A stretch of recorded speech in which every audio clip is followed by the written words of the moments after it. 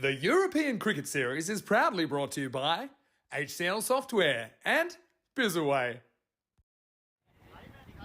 Well, good morning to everyone from around the world and welcome to Prague for this European Cricket Series from Czechia. It's a lovely day today for cricket and it's going to be a very good game. First up, we're going to see the coin toss in just a moment's time. Phil G is in the commentary box with me. G'day, Phil. G'day, Danny. G'day, everybody watching through Fancode in India and on YouTube chat and around the world. Welcome. Just echo my welcome as well to everybody to the Vinosh Cricket Ground on the outskirts of Prague here. Yeah, fantastic day. There's a bit of low cloud. It's clearing up every moment I look up, and it's going to be a great day of cricket day. 5 matches coming your way, and the first one about to kick off in a few minutes. Yeah, the umpires are coming up. Let's have a look at what happened to the coin toss. It happened a few minutes ago. Your call. Heads. Heads is the call, and it's a head. We'll bowl first. Bowl first. Prague Cricket Club will bowl first. Over to you, Danny and Phil. Thanks, Charles. So, interesting that PCC have decided to bowl first. Phil, what do you make of that decision? Yeah, I was a little bit surprised. A lot of people were expecting them to bat first. They like to bat first. They like to get a score on the board. Rather unusual, but then again, I guess what I was thinking on the way to the ground was that PCC have also got the second game, and maybe getting in the field twice in a row in a couple of games might be a bit much for them. They chased a Brno target in the T10 Division 1 final a couple of weeks ago, chased successfully. Maybe they feel that if they get into the batting early, they will have a similar result here today, chasing a reasonable total. That can be the only thing I was thinking when Arun called to have a field first. Yeah, I think you're probably right there. Look, these are two of the premier teams, premier clubs really in the country, and the two main clubs from both Prague and Brno, which is the second city of the Czech Republic. Yep. They're both very well run. They have, I think, 3 teams. Is Brno, I think, has 3 teams or 4 teams now? Yeah, four teams. Yep. 4 teams in the competition. Here we go. Let's have a look at the lineups for Brno. They've got a very good pickup in Satyajit Sengupta, a national team player. Yep. Ashish Mata is in the team, Phil. We'll talk about him a little bit later. Riaz Afridi will star with the bat and the ball. Without date, Rahat Ali and Navid Ahmed with the bowling. But at the top there, Satyajit Sengupta and Prague CC. Well, there's quite a few good players in there. Ritik Tomar and Sabawun Devizi, 2 of their stars. But it will be an old stager, Rohit Deshmoini, to open the bowling. He comes out from quite wide and angles the ball in. He's been a very, very good player for this PCC side for many, many years. I feel like Rohit's been around the traps here for years. I think you and I used to play against him back in the day. 2010, 2011. I remember he was the. I remember playing the first game I played for Barbarians. That's I right. played against Rohit. Here comes the first ball of the tournament, driven down the ground, no run. It's a good start right up the block hole there from Rohit. It was lovely straight delivery, and something I was going to talk about before we had the first delivery, but I couldn't get it in, was often in these games, in these tournaments, the first ball is usually a wide, bit of a loose, and a bit of a warm-up, something straighting down leg side, but Rohit's got it right on the money first ball. Lovely. So he goes out wide, and he often brings it in. This one's over the top, is it? Player coming back. It's gone. Good catch there by Devizi. And a great start there for PCC. Good pair of hands, good athlete is Sabawun Devizi. And that's not the start that Brno were looking for. And that's Sengupta. Oh, wow. Oh, hold on a tick. Hang on. It's been called a no ball. I'm not sure why. It could be a fielding call. There's a gesture to the fielding. Let's have a look. And it's been called a no ball by the square leg umpire. And I think it's to do with the fielding restrictions. So controversy straight up in Prague. How about that? You're right, Danny. Square leg umpire. You saw it in the replay there. Square leg umpire called the no ball very quickly and spotted by the field umpire. Has he called penalty runs as well? Oh, I don't know what's going on here. Let's have a look in a moment. I didn't see the I signal. saw a signal, but well, let's have a look. It's too much for my little brain at the moment. How's that for a start? Monday morning drama in Vinoge. Look at that. Second ball. What's going on? Well, Okay. Sengupta gets off the mark, and it's an interesting start. He gets a life. Wow. So I guess, I don't know, I'm not sure why he called it. I couldn't see that. I mean, there were 2 players out. I'm not sure what it was called for. We'll find out a little bit later. And Rob Thompson there, bring on Derek. Well, Derek's got to have to wait a little bit. As this morning he comes in, bowling to Ashish Mata, who misses that one. Another ball right on the money there from Rohit. Yeah, swing and a miss there from Ashish. Yeah, that's got everyone's blood up now. There's a bit of chat now. There's a bit of volume around the field. Sabah took a really good catch, by the way, which wasn't a catch. Very well judged. I mean, he's all class, is the guy. He loves taking the catch in the big conditions, and he had to return it to his bowler underarm as nothing happened to it. And if I'm not mistaken, we've got a leg slip in.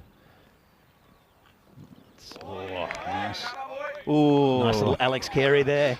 Alex Carey, Johnny Besto moment there for every folks. Oh, this is first over full of drama. Yeah, Arun's put in a leg slip there. Interesting fielding position. Obviously, they've seen Ashish. They know what he likes to do. We remember Ashish from a few years ago, Phil. We do. On this very ground. On this very ground. You're the one who noticed it. Yes. I don't know if any of our fans in the chat are watching in India remember that one from a couple of years back. We had a bit of a fielding debacle on the boundary. He cleverly stopped a 4, then just went and threw it over his head.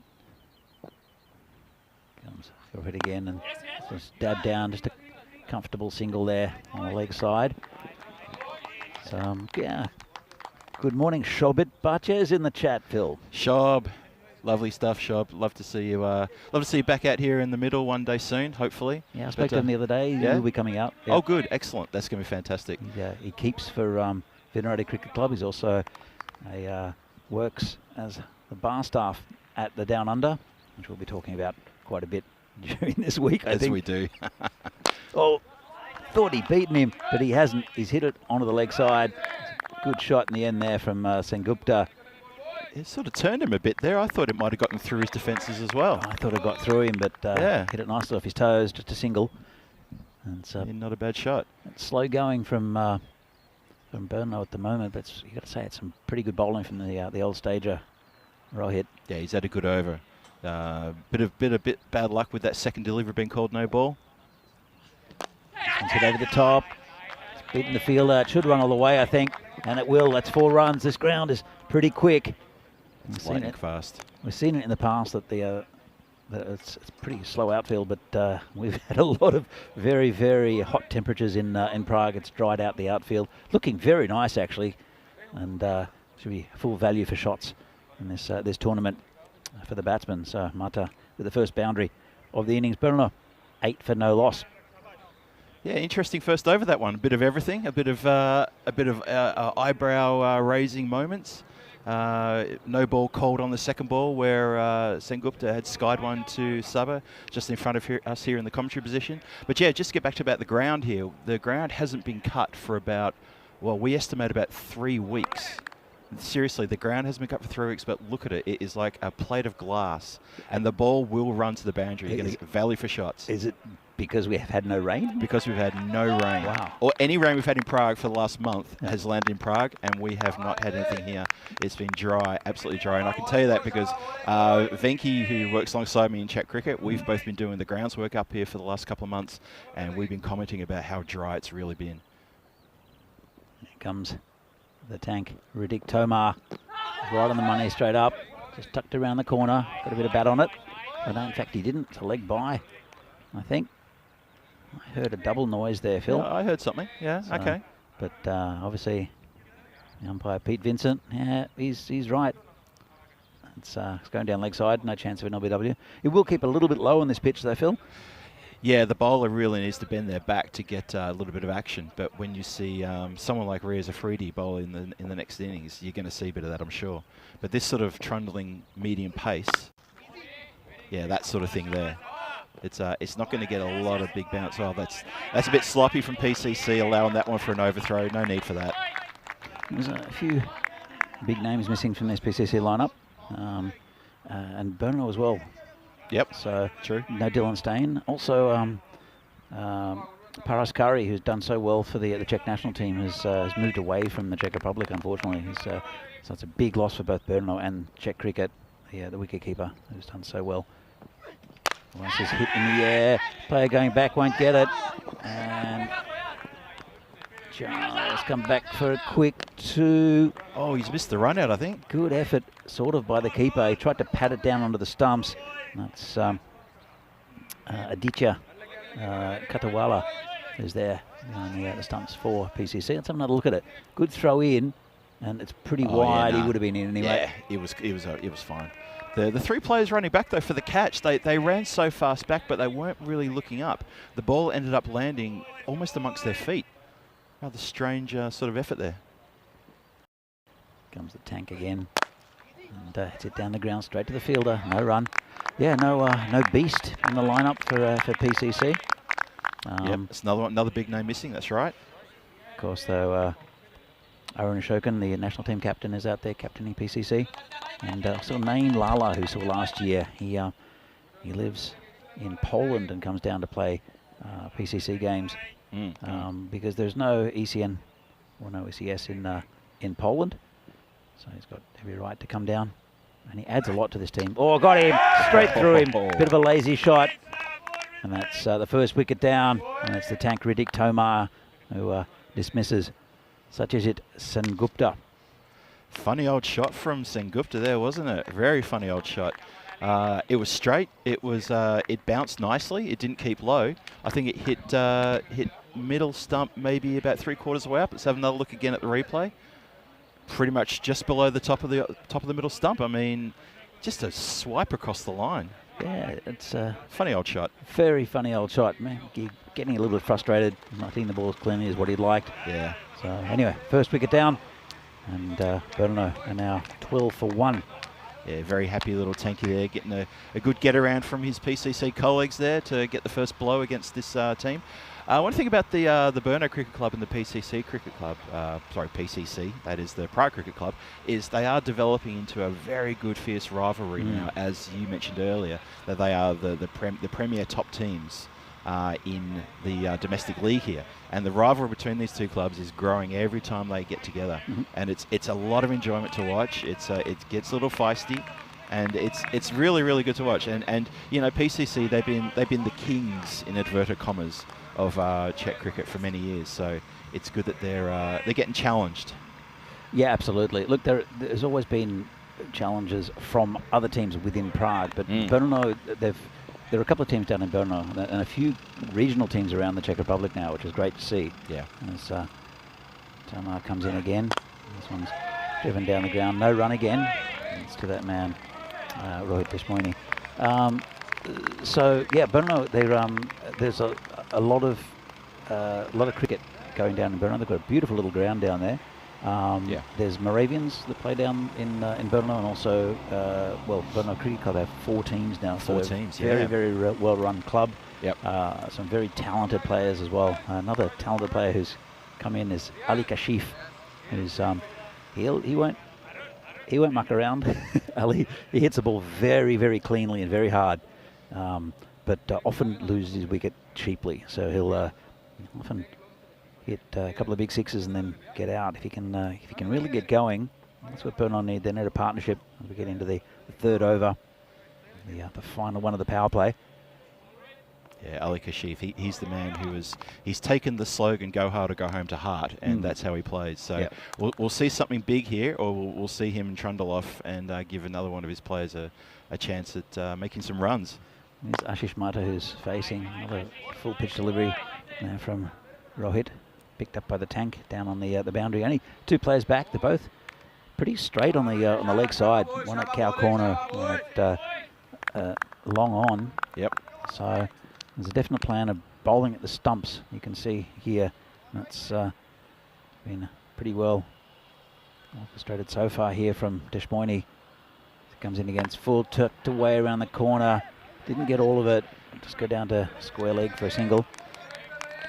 Also notice that they're keeping a leg slip in again. Yeah, interesting. A little bit wider than they had previously to Ashish. For Ashish, he went a bit finer, and then for Ali he went a little bit squarer. So they've done their homework, and as I said, these two clubs have played each other a lot. There's a lot on the line between them too. They want to say they're the best in the Czech Republic. So, yeah, they've done their homework here. Straight past. Shot. It's got past the field. A lovely shot. This ground is pretty quick. He makes a lot of ground, does Davisi. He's pretty quick in the outfield. But no chance. And I've got to say, I don't think he timed it that well. He didn't. But he didn't go too far to the left of Saba, did he? I mean, it just the ball just ran away. I think we're going to see a lot of runs in this tournament. I know the pitch does keep a bit low, so it's better for driving rather than sort of big hitting over the top when you see with some of the pitches here. So, but it's just dab down. Oh, good fielding there in the gully. Just a single. That's wonderful stuff. If we'd gotten past him, there could have been another one on there. So very good work in the gully there. Warm round of applause from his teammates as well. Yeah, played with soft hands. It was a nice little shot. I'm still wondering about the leg slip, because if it's going to be pitched sort of like, around about fifth stump on the off stump channel, then where does your leg slip come into play? Well, if it's past him, it's 4. Yeah, exactly, because there's nothing back. Interesting. This one's just dabbed down for a single. Nicely taken. Arun's probably better off moving that leg slip to a regulation slip, in all honesty. Yeah, he could. I mean, I can see what he does. Angle it in, does Deshmoini. So a flick around the corner. That's what they're guarding against. That's what I don't think they're guarding against it, because you'd have someone on the 45 to try to block that off. So yeah, maybe he's cutting off the angle. Yeah, that's all I can think of. Interesting field position. In comes Deshmoini again. This one's been crashed into the covers, patted down there by the skipper, Aaron Ashokan. Just a single.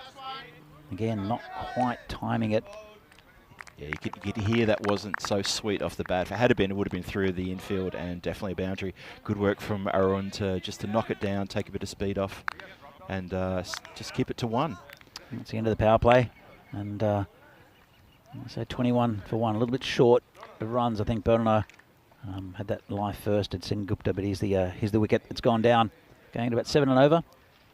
Yeah, have a look at that. Yeah, Tanki's over, did a very good job. 4 runs, picked up the wicket. Last couple of overs gone for 8 from Rohit. So Burno would be thinking they probably should be in a better position right now, but 7 overs to go. There's a bit of work for them to be done. They're going to be wanting to definitely post in something to 3 digits to make this defendable. It's going to be a tall order though. They've got the talent, and we know that. So let's see how they can go with this change of bowler now. It's still early days. It's Naveen Padmaraju, who's the new bowler.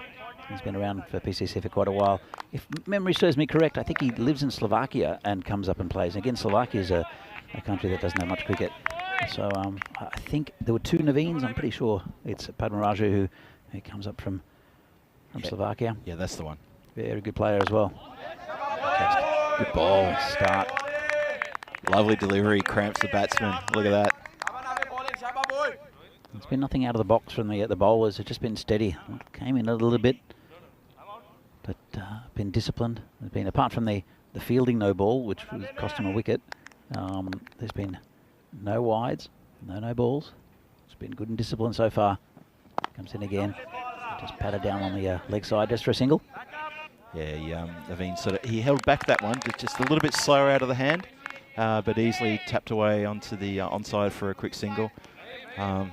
This Burno batsman, though, they're going to be looking to get punched through the infield. Now that the power play's over, as you said before, Danny, there's a bit more protection now of the boundaries. They're going to have to look for the gaps, and they're going to have to work quite hard to get some runs here. But a good shot will get you value for money here. Ali Kashif, I think I'll have a swing at this one. Comes in and does have a swing, cracks it down to Davisi. Oh, Venki comes in with coffees. Thank you, Venki. Good man. Hang on, who's though? Mine's just a straight black coffee. Phil, what's yours? Mine's a straight black coffee too. Then we're safe. I was going to say, don't give me something with milk. It could be trouble. Thank you, Venki. It's pretty warm in Prague, but coffee always a slow ball. Dab down. And it could be close, It's called for a replay. Okay. So we're going to have a look at the sidearm replay here. Square leg umpire wants to have a review. He thinks it's close. I think it's close. Let's have a look. Dabs it down, comes in, And, oh, he's gone by a Oh, mile. he is, isn't he? Well, that's the end of Ali Kashif. Good work. Fantastic. And actually, you can see Kashif is already halfway off the field. He knows it. Just dabs it down. He went straight away, and just great work by the keeper. Too good. So, Exceptionally good work. so another wicket down for Berno. You were just complimenting the fielding and the bowling of the PCC team, Danny, and that's a great example right there. Wonderful work behind the stumps. Well, they're keeping the pressure on, haven't they? And they're Really a well-drilled side, PCC. And, again, just dab down the keeper. Had one stump to aim at, little underarm, and umpire there. Wow. It's Joe Foster, I think, out there with Pistol Pete. That's right. So both very good umpires. I've seen, well, Pete has been here for pretty much every ECN, I think. I think so, yeah. ECS, and Joe Foster's done quite a bit of umpiring. He was, I think he was at the ECIs, wasn't he? Or, ECL down in Cartama. Yes, yes. So, Yeah, he's not a stranger to umpiring in the ECN tournaments. so it's Ashish Mata on the face. In fact, it's not. It's Riaz Afridi, the new batsman.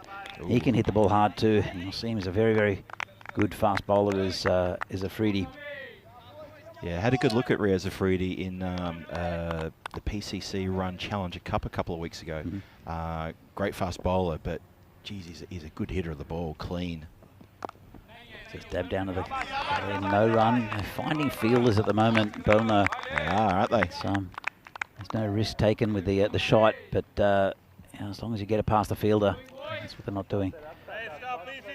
So, at the end of 4 overs, 24 for 2, Berno. Talk about applying the brakes. This is the Verno innings that just feel like it's just grinding to a halt. They're struggling. 8 runs off the first over, and then 4, then 8, then that over went for a square root of not much at all. It's just grinding to a halt. They're 2 wickets down, but you know, in a T10 you expect wickets to fall and you expect your middle order and everyone to contribute with the bat. So there's just a lot of work to be done here, and PCC will be feeling pretty good themselves after this 4 over mark. And they're looking pretty sprite in the field as well, I've got to say. Yeah. I think they'll have to launch an attack against this man, Davidson Romani. So, again, he's a good bowler, but I think Berno will have to really start to stamp their authority. And he's the man, I think, that can do it. Riaz Afridi. There's big, wild slash. Wow. That's 6 runs. That's what he can do. Good call. Very good call, Danny. Wow. He looked uncomfortable, but then he just leant into it, just through the kitchen sink, the bathroom sink, the bath, the shower, and anything that was in the laundry that wasn't nailed down. That's gone quite a long way to the weeds. That's Let's call them the wildflowers, I think. that's incredible. Not the most orthodox of shots, but effective. That's gone so deep into the grass. They're going to find cricket balls that predate the pyramids. That has gone a long way into the weeds there, and that is a little rotten area. We really should have tried. We tried to get that area cut. Obviously, you know, in terms of, you know, the ground staff here, that we're a bit limited in our resources, but that area we try to get it cut because we knew that was going to feature in the ECS. With one of the, he's coming around the wicket now. Oh, okay. It's Romani, and it's watching punch down just into the point area for a single. You weren't going to use the lawnmowers, were you? No. Because they're notorious. I know that there are about 3 lawnmowers here. Yeah, we have 3 lawnmowers. And yep. at any one time, none of them are working. Well, one of them doesn't have is missing 2 wheels. Another one is missing the actual cutting blade, so it's just a tractor. And the one that does works very slowly.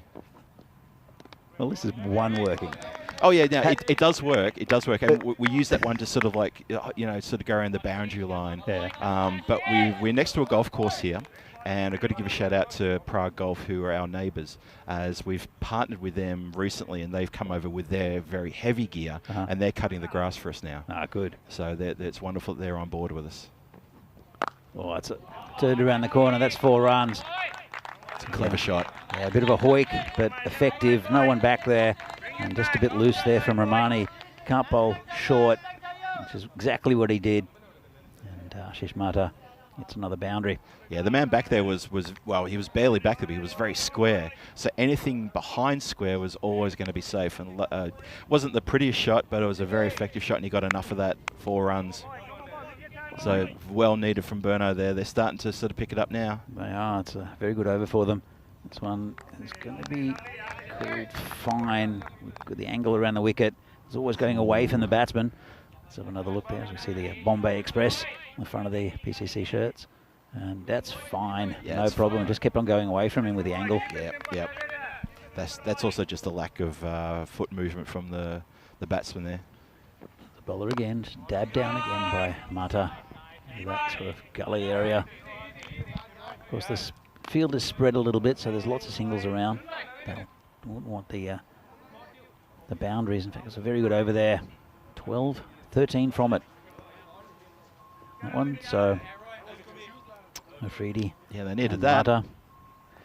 So, this is 70 days to go to the European Cricket Championship. We were there a couple of years ago, Phil. It was great fun. It was. We drank them dry, me and Terry. That's so right. 31 nations, and there's going to be 1 European champion. It's a great tournament to watch. If you can get out there, it's also great to watch live. The very good hospitality. So, yeah, highly recommended. Jinx, you owe me a Coke. Highly recommended if you can get your backsides out there to watch some of the ECN Kartama. Danny and I, great advertisement for that. We loved it over there. Wonderful hospitality. Jay Wild, who I think at the time may still be president of the Costa del Sol Cricket Club, and all his gang there looking after us. And yeah, it's a wonderful venue as well. Look at this delivery. That's a beauty. He's a good consistent bowler, is Padmaraju. Doesn't, as I said, doesn't do anything out of the box, but just keeps it nice and steady. Metronomical slower ball.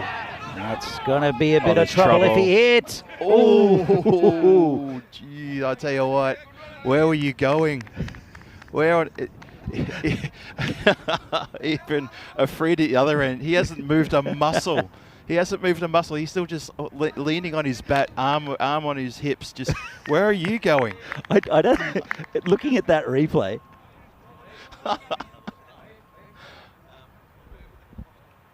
very interesting. That was really funny. Because lucky to get away with that. Yeah, it was. He could have run into the stumps and just knocked the stumps over, but he missed from point blank range. Point blank, pretty much. Oh, scoop shot, and he's got him. Scooped it straight to the keeper. Well, I guess the shot was on. There's no one back there except for the keeper. Well, he found him. You know, I do have a bit of a problem when players play a ramp or a scoop or a paddle, whatever you want to call it, but they just don't get their bodies in the right position. You see here, he gets nothing behind it except the bat in the hope that he can carry the ball through on its trajectory. And I just don't think that's the way you play that shot. Well, obviously not. Well, not that shot, not that specific shot. He's just played it straight into the keeper's hands. You know, you and I have seen so many players do that where they have bashed the ball into their own stumps. Yeah. That happened a couple of years ago. Sahil Grover. Yeah, that's right. He grovered himself. And now we've seen this. I mean, players, batsmen, if you're going to play that shot, you need to get something behind it and lift that ball up. He is not wearing a helmet, though, Phil, so I'm glad he found the keeper and not his own face. Yeah, that's that would have true. been, I've seen that happen a few times. That's unpleasant. Yeah, it is. Really unpleasant. Makes the highlight reels normally, but... Oh, we laugh, but we love. It's okay. There's Chris in the chat, such a defensive approach. I don't think it's necessarily a defensive approach from Burno. I just think it's been really good tight bowling from PCC, which makes it difficult. And sometimes that just happens. Yeah, I have to agree with that. I think the PCC bowling and fielding has been exceptional this morning. They're really on their toes. Big swing and a miss there from the batsman. It's Shayan Khan. He's come in. No lack of aggression there. Well, they need a bit of something right now, don't they? I mean, we're halfway through the halfway into the 6th over. There's suddenly not a lot of cricket left in this innings, and they're not going to make a big total. So one-handed shot and through the fielder. That's not great out there. That was a bit poor. So Davidson Ramani couldn't quite get it down. As we said before, this ground is pretty quick. It's at one-handed. Again, I think it's been pretty orthodox from PCC. Very unorthodox with the batting from Burnham. All the shots coming out. That one's a backhand. Actually, Wimbledon just finished. Good to see a Czech winner of Wimbledon. Yes, an unseeded Czech winner too. Well done. Yeah. Did you see who won the men's yesterday? Yeah, it was Alcaraz. Fair. Okay, fair. That's yeah, great. He beat. Did he beat Rikers Island? He beat Rikers Island in the final. Yeah. Alcatraz. Well done. So yeah, it's good. Good to see a bit of a changing of the guard in men's tennis. That's true. And women's tennis as well. So very true. Well, now that Ash Barty hung up her spurs a couple of years ago. She had a baby the other day as well. Did she? Yeah. Oh, congrats to Ash Barty. I know she's a big cricket fan listening. And also she's the #1 ticket holder for the Richmond Football Club, my club from back in Melbourne. So well done to Ash, finishing in #1, retiring at #1, and that's how you go out in style. Speaking of style, 6 overs gone, 41 for 3 on the board. Burno struggling, I would say. I think it's a fair assessment. It's not many on the board, but sometimes these turn around and it just takes 1 or 2 big overs. Romani has been taken out of the attack, and it's 9 Lala, who's a very good player for this PCC team. Will come in, a little bit of spin. Tractor noise in the background. Not sure what that is. Or is that a tank fill? It's a big swing and miss there. Lala coming around the wicket. Lala plays his cricket generally in Poland. In fact, it is a tractor. Yeah, I was trying to find where the noise is coming from. I thought it was right behind us, but it's sort of over in. Well, the tractor is mowing outside the extra cover boundary, but it's coming through the effects mic, which is over near the camera over there. So just bear with us while the golf course are mowing close to the path here. Someone's hit towards the tractor, but we picked up on the boundary by Deshmoini just for a single. Yeah, this golf course has finally gotten underway, Phil, after so many years and bankruptcies and all sorts of things. Oh yeah. So it's good to see. Yeah, we've always talked about the golf course for many years since ECS has been coming here and doing the tournaments and other tournaments that you and I've commentated on. But finally, we can say the golf course is up and running for real. New owners in the last 18 months. Mm-hmm. Is there a 19th hole? It's, again, nice cricket ball out there inside stump. Apparently, there is a 19th hole. It's supposed to be very nice. Yeah? Yeah, we're thinking about negotiating with them to allow us to use the 19th hole. For our players, but I'm not sure they're going to like a whole bunch of sweaty cricketers marching through their members area to have a drink at the long bar. But it's interesting with golf in the Czech Republic, and we'll come back to that in a moment. It says hit beautifully right to where that tractor was, and that's 6 runs lifted over the top by Afridi. Lovely shot, just what Brno needed. Yeah, he got all of that. Got into position nice and early, deliberately lofted as well. You saw it, folks, and he gave it the treatment, and it's landed a good 4 or 5 metres beyond the boundary line. Yeah, picked it up beautifully and dispatched shot. It's difficult to do as well with a good bowler coming around the wicket, probably right on around the wicket. He went with the angle, but he hit that very cleanly. Let's see what he can do. See if Lala can come back from this one. He's only got 1 ball left. It's over. It's been a good over until that one. And just poke down to the point area just for a single, and Afridi will remain on strike. He's now 15 off 6, and Cheyenne is going to run a ball. It's not what they need at the moment. Brno just almost to that 50 mark, as we see. This is the International Cricket Championship. Here we go. Czechia there in the in Group A. Be a tough one with Spain, the Isle of Man, France, who are a very good little side, and Greece also. I think we'll see Greece in a couple of weeks here, as well as Cyprus. But that's going to be going over for six weeks, and then the group winners and the Netherlands will play in that 7th week. Fantastic cricket. It was an amazing tournament last year. France winning it.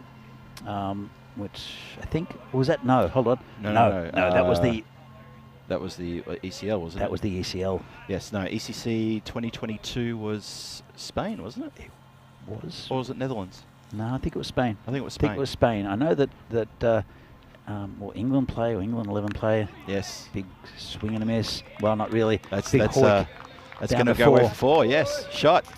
He Yeah, I think ECC 2022, if I remember correctly, it was Spain and England in the final. Yeah. And I just, for some reason, I could picture Corey Rutgers losing his mind when they won. That's why I think it was them. Chat, I think you're right. Chat, help me out here. Was it Spain and England in the final 2022 ECC? I'm pretty sure it was. Maybe Corey's in the chat can confirm that one. Yeah, but it's anyway. We'll talk about that a lot more throughout the day and throughout the week. Here comes the tank again. Big. Oh, I smashed that over point, and that's another 4 runs there from Afridi. Hits the ball so hard. So not too much wrong with the ball. A little bit of width. Just cracked over point for 4. The optimism of the fielder to stick out his outstretched hand in the hope that he could pluck it out of the air. I would have taken his hand off. Oh, his hand would be in the weeds as well right now. I'd be looking for that one. Went like a tracer bullet. Here comes Tanky again. Slower ball. Slightly mistimed. Just be a single. And I'll bring Cheyenne Khan on the strike. He'll need to give the strike back to Afridi, who's 24 off 9. He's the one who's most likely here for Brno. Yeah, Freddie's looking really dangerous. We called it even before he walked in that he'd be the one to watch with the bat, and with those early wickets going, he's taken upon himself. This is in the air. Should be called. Devizi's under it, going back and takes a simple catch. And that's the end of Cheyenne Khan. Not a bad wicket to lose, I think, for Brno, to be honest, at this stage. And we'll bring another batsman out who might be a bit more in form. Yeah, I'm not sure Khan was really sort of hitting the accelerator at the way he should have been there, and getting the strike rotated and getting Afridi back on to do the pitch hitting. So we say goodbye to Khan. He's just skied one, and Subwan Devizi, safe pair of hands usually. Takes his second catch, but this will be the first one that's recorded, as the first catch he took in the first over, and the second ball was a no ball. So he's getting some good practice out here at the mid-off, long-off area. So the new batsman is Varun Mehta. He's the wicketkeeper for Brno. As I said, the regular, well, they keep over the last couple of seasons. Paras Kari has departed for Canada, which is a shame for both Brno and Czech cricket. And then also Ushan, who's who used to be the Brno keeper, has made himself unavailable now for PCC. He moved up to Prague last year. Right, that's right. So it'd be interesting to see who the keeper is for the Czech national team in that Tri-Series tournament. This one's hit in the air, could be caught as well. And against 2 in 2, Lala is under it, and that's gone. So Tanky's on a hat trick. Well, who would have thought it? That was a strange old shot. I know they got to get on with it, but at the same time, you don't want to cough up another wicket and give PCC bowler a chance for a hat trick. Tanky's going to have his back up now. It was kind of there to be hit, and I think if Afridi would have got that same ball, it would have been out, sort of going towards the Polish border. But but yeah, another wicket there. It's right on line there from Tanky. He's a very experienced bowler. And we have the Hall of Fame with hat tricks. Last one was in ECS Romania. In fact, here we go. ECS Hungary. Shan Cookie in Hungary. I think Cookie got a couple of hat tricks in the ECS Hungary, did he? I'm not sure. He's flashed up rather quick there, but I think that's what he did. He's a very good batsman, but as a pretty handy bowler is Zishan. And right on the money there, squeezed out for a single. It's the last ball of the over, so he retains a strike. And it's Navid Ahmed, the very experienced off-spinner. Tanky gives him a bit of a wrap on the back of the legs. They're good friends from the national team setup. They are. They've played together a few games in the national team, haven't they? Yeah, I think Riddick's delivery there for his hat-trick ball was a very good one. It's a little bit slower in the block hole, but Navid Ahmed was up to the task. And you could see Tank put his arms in the air. Thought he might have just gotten through under the bat, but no. Naveed Ahmed. Probably his height helped in there to make sure the bat stayed rather low to the ground. It's Davidson Romani will come on for this second over. First one was pretty expensive, and he's got two batsmen who can hit the ball a long way. Naveed Ahmed is only quite small, but he's very, very strong off his legs. And he hits that down to third man. Good fielding out there. They bring Afridi back on strike, and this is where the contest starts. This is where I think they really have to get going. It all happens in the ninth, Phil, so... It does. I've heard that phrase coined so many times, but it's so true, especially for T10. 60 for 5, 8.1 overs gone, 11 legal deliveries to be bowled. Where are they going to end up?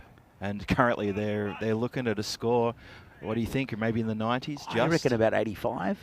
But yep. it really depends on these two. If Afridi stays in, they'll definitely get around that mark, I would say. Yeah. Especially if he does that. Whoa! Good God. Well, wow. That's onto the golf course. It has. Our boundary rider in the bib out there is trying to figure out the path to get through to the golf course. And now he's had a friend come over to help him out. They've gone into the long grass. They're now into the short grass. They're now on the tee. No, they're down on the green of the fourth hole to look for the ball. That was a massive hit. It was he's got a lot of power, has Afridi, and he'll be very, very important for this Burno side. Both these players are national team players. Afridi just qualifying this year. Yes, that's true. Yeah, he's a good pickup for the national team. He's got a lot of talent. He's got a lot of power. Well, we'll see him with the ball in a minute as well. Oh, good ball there. Good reply. Squeezed out there. It's gone through the fielder. They should get two. In fact, it'll go for 4. Well, that was a bit of poor fielding there. Just got through him, and they've been so good. He got a bit of something on it, didn't he, the fieldsman? Just, well, maybe it's just a little bit wide of him. But Ishmoini out there. But that ball just ran away. It did not slow, just kept going.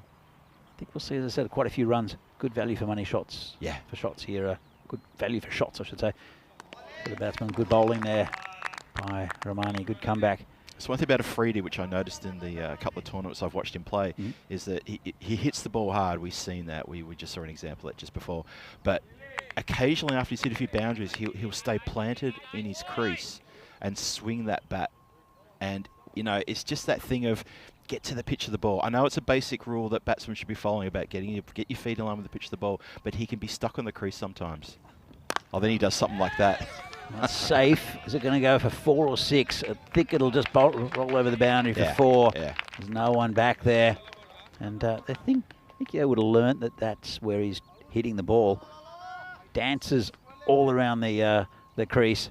Yeah, he did the old-fashioned hokey cokey. He put his left foot in, he's put his left foot out, and then he's gone smack. And that ball's gone boshed away through the point region boundary for 4. Shot. Romani will want to come back here with a dot or a wicket. And he's got neither. It's a leg by. Pretty good result there for Romani. And Burno now 75 for 5. And even more importantly, they did get through for that one leg by. And Afridi will be facing the final over, which no doubt, in fact, it will be Lala. As an experienced bowler, is sticking with those 5 bowlers. We've got other options as well in Sabawundavizi and also the skipper himself, Aaron Ashokan. Both good bowlers. You can see there Romani went for 27 for his 2, pretty expensive. But the other bowlers in PCC have had a pretty good match of it so far. I think it was a very good start up top from Deshmoini and also Riddick Tomar, who picked up a couple of wickets. Here comes Lala for the final over of this innings. And that's been cut away past the field, and that will be 4 runs. Lovely shot there. That's terrific placement right there, Danny. That was a lovely shot. You saw the gap, and it's a pretty big gap there between your third man and your backward point, and he's punched it, and it's just run away. Again, the ground, lightning fast, value for shot, and great hit. Yep, look, he said I think there's going to be a lot of runs here. I think this total, whatever they end up with, I think it'll be a little bit short. I think it's a very good PCC batting lineup. Push down to the covers. They'll look for 2, will they? They won't. Just a single. It's a better ball. Cramp the batsman, get up into his midriff. Yeah, don't let him swing his arms. That's right. Yeah, Lala needs to be really nice and tight here to keep this rampant Afridi from doing any more damage. Who's that now at the non-striker's end? A lovely shot there from Navid Ahmed. It's going to go towards the boundary. A bit of fancy foot fielding. Fail by the fielder out there. The hashtag triple F. Fancy footwork fielding. Actually, it's a quadruple F. Fancy footwork fielding fail. You heard it first. That's Roy out there. Yeah, should have done better. He's been around for a long time as Roy. Uncle Roy. He was probably the best player in the country when I first got here, but that was 15 years ago. So yep. He transformed himself from a medium pacer to a spin bowler. There's another spin option there, but I think past his best. You have to admit, Roy. Very good player in the past. This one's hit beautifully out towards Tanky. And it just gets... keeps it till just the single. Brings Afridi back on strike. Couple of balls left. In fact, Afridi's on 43. Could get his 50. Need a big shot here. Hits it high in the air. And that's 6. Well... Big 6. As I mentioned, he might get his 50. He was pretty close to it now. He's on 49 off 17. What a shot. Lovely lofted drive. That has landed next to the scaffolding where the camera is positioned. It's actually cleared some of the little boundary barriers we've got over here as well. That was a lovely shot. Okay, last ball. Charges, hits it high in the air. Davisi under it. Snow coming down. Not only takes a comfortable catch. End of a good innings there from Afridi. It's just got under it a little bit. Another catch there for Sabu and Davisi. He's got a safe pair of hands. But this is an innings that could have saved Berno, made him competitive at least. And that's a wicket there for Lala. Yeah, I think Afridi's teammates will be getting around him when he gets over into the dugout. He's dragged them kicking and screaming up to a total which, hey, you know what? They were staring down the barrel of, maybe 65, 70 at one point. So he's drawn them up to a level where there's a bit more for their bowlers to work with, and a fantastic innings. Lucky not to get his 50, but yeah, that last delivery, skies straight up in the air, and Supper takes his 3rd catch, which is only going to be his 2nd in the book because the first one was off a no ball. So look at some of the highlights, and that was the first wicket. That was Tanky, the tank, Ritik Tomar getting good straight ball that. First wicket of Sim Gupta, and they'll hit. Went just past the fielding. See how fast that outfield is, which is pleasant to see here. This is fantastic work from the keeper. That was great. Ali Kashif had to walk back. And then that was the first ball faced by Riaz Afridi. Very good innings. Ashish Mata turning that one around the corner. Phil, that's pretty good effort. Pat Maraju, I think, was also a very good bowler for PCC. That one, though, probably should have been out. Yeah. And it was the little scoop shot. Yep. That ended Ashish Mata's innings. He did okay up the top, did Mata. He did do all right, didn't he? But yeah. It was Riaz Afridi who was the story of this innings for Berno. And he swung hard at the ball, hit a couple of nice shots out into the golf course. There's one of them. Actually into the weeds. But then Ritik Tomar ended up with a couple more wickets. That's another one for Sabu and Davisi, who we'll see opening the batting, no doubt, for PCC. Left-hander. And then that was 2 in a row. But the tail after that was Riaz Afridi getting all the runs basically for Berno, who ended up on 91 for 6. Might have to play well, PCC, to get this. They do have plenty of batting in national players, plus also the Polish player Lala.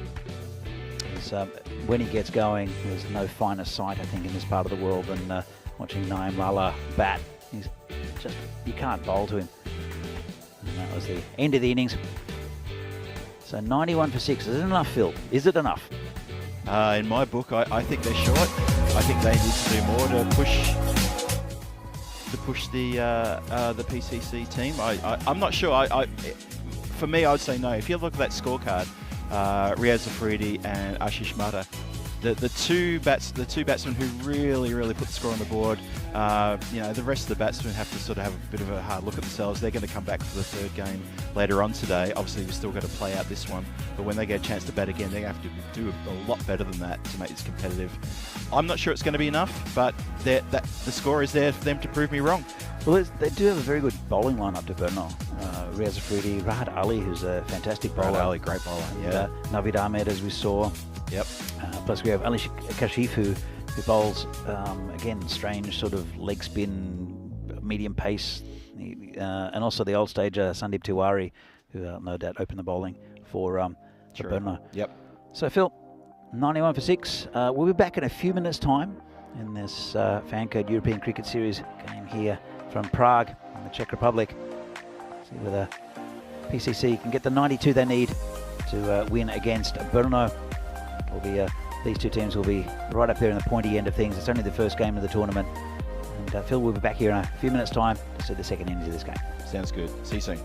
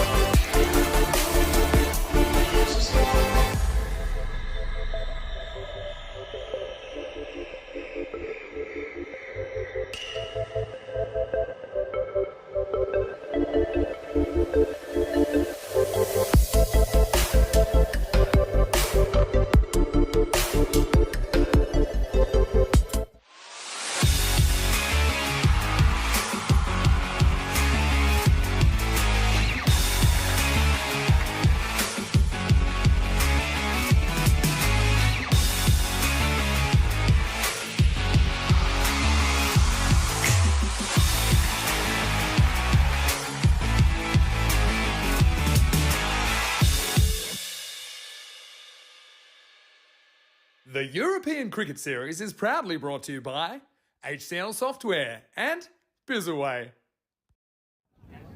So welcome back to this Fan Code European Cricket Series, game number 1 from Prague in the Czech Republic. Match between Brno and Prague CCs, and it's a total of 91 that Brno put on the board, 92 to win for PCC. It's not going to be easy for them. They have a very good lineup, bowling lineup to Brno, and there's a good rivalry between these two sides. So Brno also have the advantage that their ground down in Brno is located pretty centrally, so they get out and do quite a bit of fielding. It's an old baseball ground, so it's nice and flat. So they're generally a pretty good fielding side. And they've got some really good bowling. Going to start up with Rahat Ali. We'll see Riaz Afridi as well, who's their pace man. Satyajit Sen Gupta, also a national team player. Naveed Ahmed, Sandeep Tiwari. They've got a real plethora of bowlers. So Ali Kashif. It will be Rahat Ali. Will be bowling to Naeem Lala. This one's down leg side, tucked around the corner. It'll be 4 runs. Just a bit too straight there from Rahat. And he's a quality batsman, is Naeem Lala at the top. And it's a bit too easy from Rahat. And that's a good start there for PCC. He's just clipped that off his toes with minimum effort, just slightly strayed onto the pads, but yeah, I mean, that's the quality of this man. He's a pleasure to watch when he gets going, and Brno need to be really careful here in the power play. This game can get away from really quickly. They're going to want to get 2 or 3 big names in this first 3 overs. Comes Rahat again. This one's just off the toe of the bat, got through the fielders. Acrobatic fielding there, just down to a single. Yeah, you're right, Phil.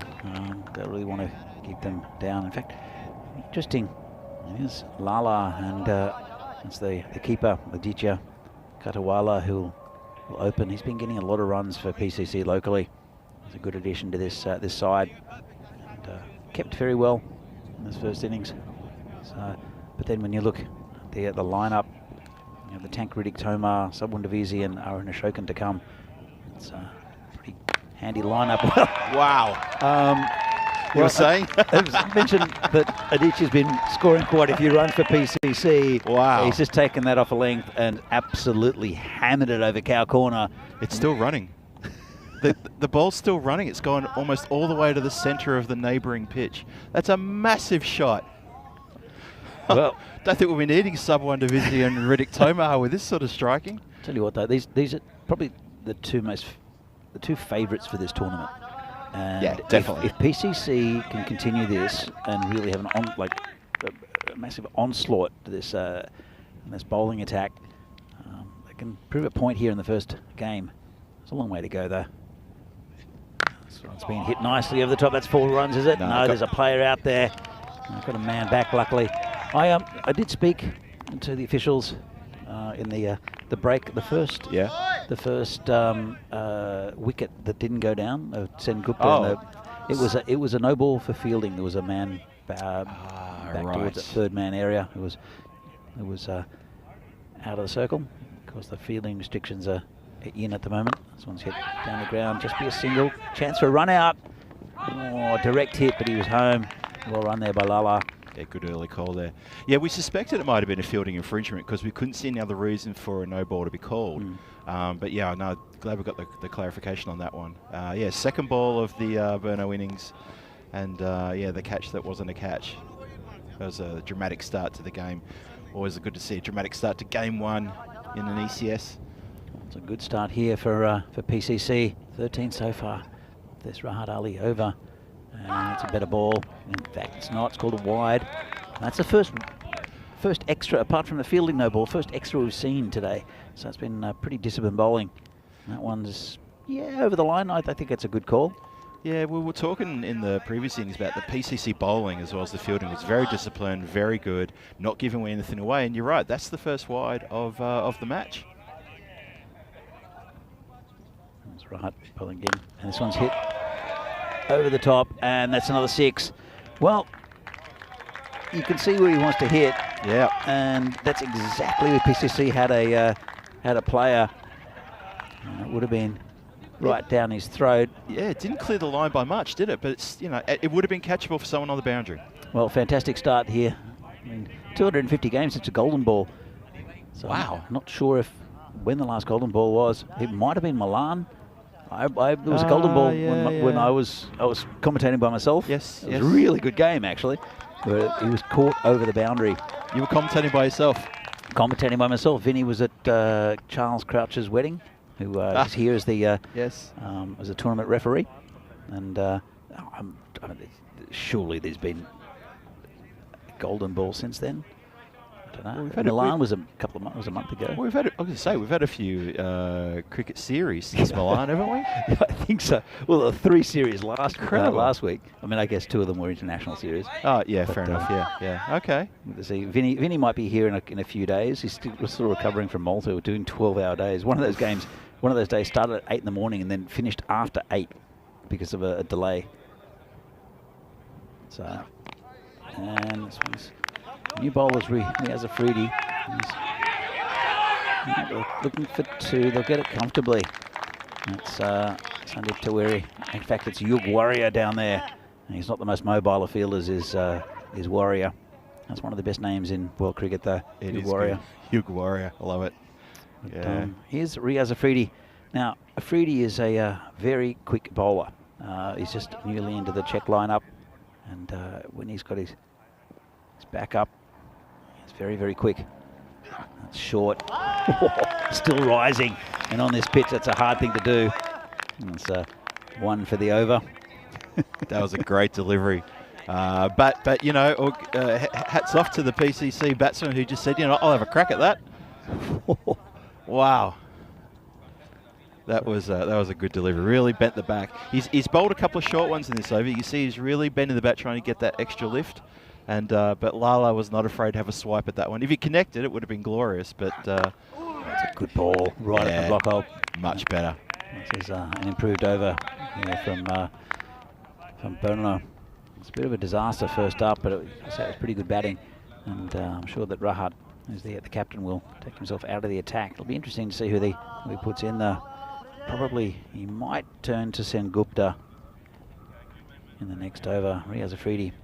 He should bowl this one, and I don't know if he'll hold him back for another. He's the main strike bowler. So Naveed Ahmed, but I would probably, with the short boundaries and the power play, hold Naveed back a little bit. It's a tough one for Burno, isn't it? I mean, that first over went for 20, which was, you know, the better part of 20%, 23% of the total that needed to be scored in the first over. Yep. So they're already on the back foot straight away. Afridi, the strike bowler, comes on. He's having a great over so far. 4 balls in, only 2 runs gone. He's looking dangerous. He is, but they need wickets. They do. They're not going to contain PCC. Not with the batting lineup that they've got, no. So, so yeah, they need to rattle the stumps. They need to take the catches. They need to somehow manufacture some wickets here, and they need to do it the next, literally the next couple of overs, or this game could definitely run away. I mean, we've already seen Lala and Kabudwali just really going after the loose delivery. It's been hit beautifully. Just over pitch slightly and smashed through that gully area. And 4 runs. Again, like a tracer bullet off the willow. What a shot. The fieldsman there didn't have to do a lot to get behind it, but in the end it made him look a bit of a fool. It's just rocketed past him and again into the long grass. Yep, there's plenty of long grass out there. And there's a cabbage field behind as well. Yep. I think we'll see too much of the cabbage field. And you see here the 8 teams competing. Bohemians Brno, Prague Barbarians, PCC, Prague Spartans, Prague Tigers, United and Vinoradi. So they'll each be playing each other a bunch of times until finals Friday, which is next Friday. Not next Friday, Friday week. Friday week, so yep. We're playing for 2 weeks here. And the 8 strongest teams in the Czech Republic. So that's right. It's a good lineup of teams. Really good depth in all those teams. I've seen the list there. They're on the ECN website for you to check out as well. It's going to be a great, fantastic competition. This CCS I've been looking forward to this for quite a few months now. It's going to be really hotly contested. This first game is anything to show by that. There's a lot of talent here, domestic talent here in Czech Republic, and it's going to be on show for everybody to see. That, you know, the guys here, they love their cricket. They're a good team spirit, and they're just getting better and better. So the new bowler will be Niraj Mishra. It's Rahat Ali has taken himself off for good reason. Probably fair enough. So we'll see what Mishra brings to the table. Bowling to Katawala. It's a good start. Bit of confusion, or didn't quite pick it up there. That was Riaz Afridi. He would have had a shot at the stumps. So Phil, you've got a lot to do with Czech cricket now. Tell us what you do for the local. So I stepped into the role of league administrator / operations manager. So I pretty much get involved in the day-to-day scheduling. Oh, better delivery there. Just chomp down on it, make sure there's nothing going on there. Well bowled. So I've after many years sort of just helping out on the sidelines of Czech cricket, I sort of got a bit more involved now and have a bit more direct touch and a bit more direct contact with the board and with operations and strategy. And so my role is really just making sure everything's ready. Comes in again, puts him outside off stump. It's good bowling here from Mishra. That's much better from Mishra. Yeah, that's what they need. Yeah, going back to that, Phil. Yeah, so more involved in day-to-day running, scheduling, make sure the grounds are ready, make sure tournaments are all looked after, and we've got plans to execute to make sure the tournaments are set up properly, they run properly, they're staffed properly, umpires, players all know what's going on. Mishra comes in again. Good over so far. Right on line again. It beats the fielder. It's got through him. It's coming straight down to you, Danny. Just to the left of the commentary position. This ground's so quick. That was just a prod forward. Have a look at this. It was a forward defence. Lovely shot. The barest of pushes. That can be taken out of context. Please don't. Please don't. So, yeah, look, it's all the stuff you do for Czech cricket is much appreciated, and I know that Terry did a lot of it last year and did for many years, and he's now up in Estonia doing a great job. That's right. Comes in again, and this one's got a little under edge. No run, but it's a bit of a thankless task. I'll thank you for doing it because it has to be done. Otherwise, there's chaos. I know there's a lot of people. Dan Casey's another one who. He does a lot of work behind the scenes. Venki as well, who does a lot of the groundwork here with yourself. So, here comes Mishra. It's been a pretty good over so far. One ball to come. Flicked off his toes. That'll be 4 as well.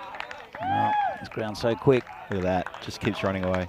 And it is downhill that way as well. That is, yes. Lovely shot. Yeah, big shout out to Dan Casey and to Venki as well. Yeah, you're right. Venki, in the absence of a full-time groundskeeper here at Vinoj and for our other ground at Velvari, and we have 2 pitches here at Vinoj. There's the one we're playing on now, the Scott Page field. There's one neighbouring, which is the Hugo Banks field. And Venki pretty much put his hand up and without even sort of making a big deal of it, he does a lot of the grounds work here. I come up to Vinoj from the city as well every week with him. And between the two of us, we've kept the ground looking pretty good. Like I said, we've got a good partnership now with the golf course next door, who handle the mowing. But in terms of the pitch preparation and the maintenance, moving the boundary ropes around, things like that, a little bit of weeding here and there, and some repair work on the run up. It's not too bad, but you do spend a few hours here in the sun.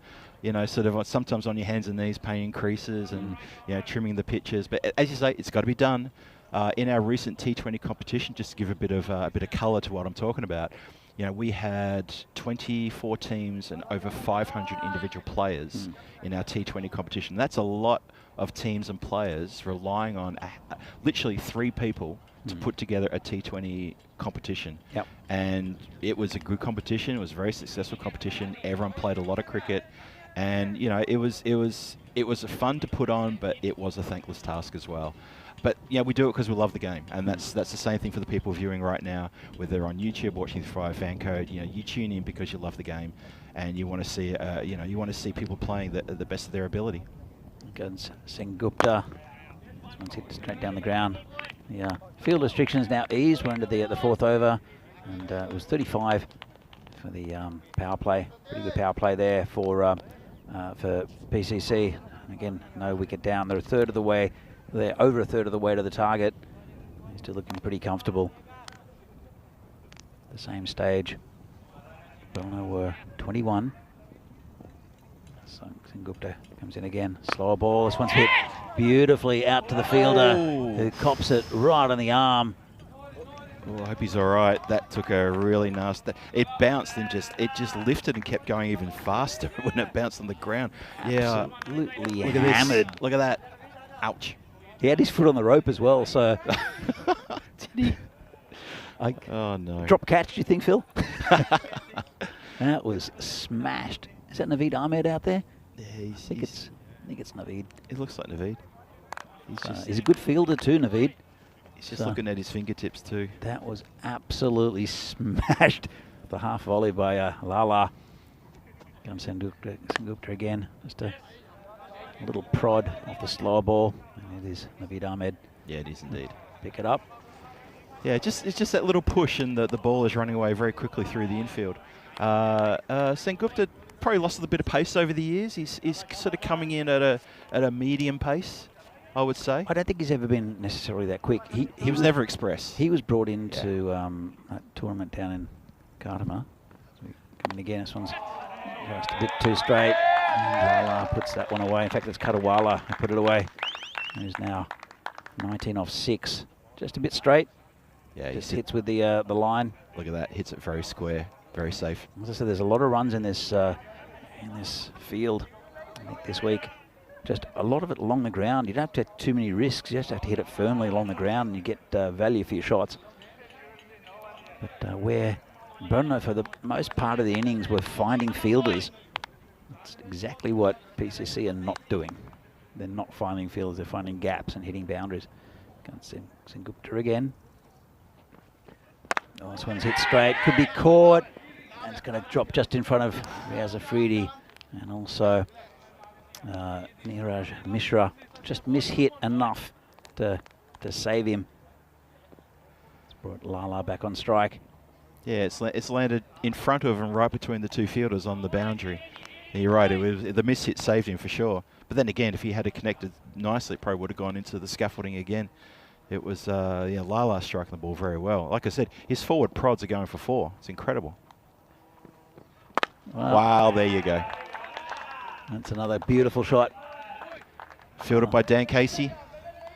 Dan Zilla. Dan Zilla, one of the couple of venue managers and organisers. Good work, Dan.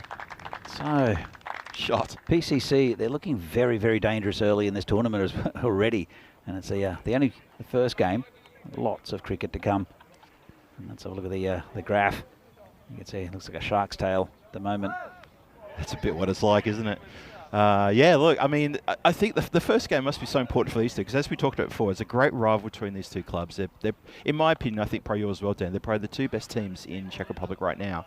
And, you know, to be able to get that first win on the board and stamp your authority on this tournament, it's just such a confidence boost. And it sends a message to every other team. You know, we've now set the benchmark. Good luck chasing us. Exactly right. Well, that's. I mean, it's important that these two teams played first up, because it does show you the standard of Czech cricket, which is pretty high now, especially with so many teams. You said 24 in the leagues this year. Yeah. I mean, when we started, there were 4. 4. That's right. So that's a lovely shot. Just turn off the hip and going down there. There's no one back there. Just a bit too straight from the bowler. Mishra, who's been pretty good, so a bit too straight and short, and just tucked around the corner.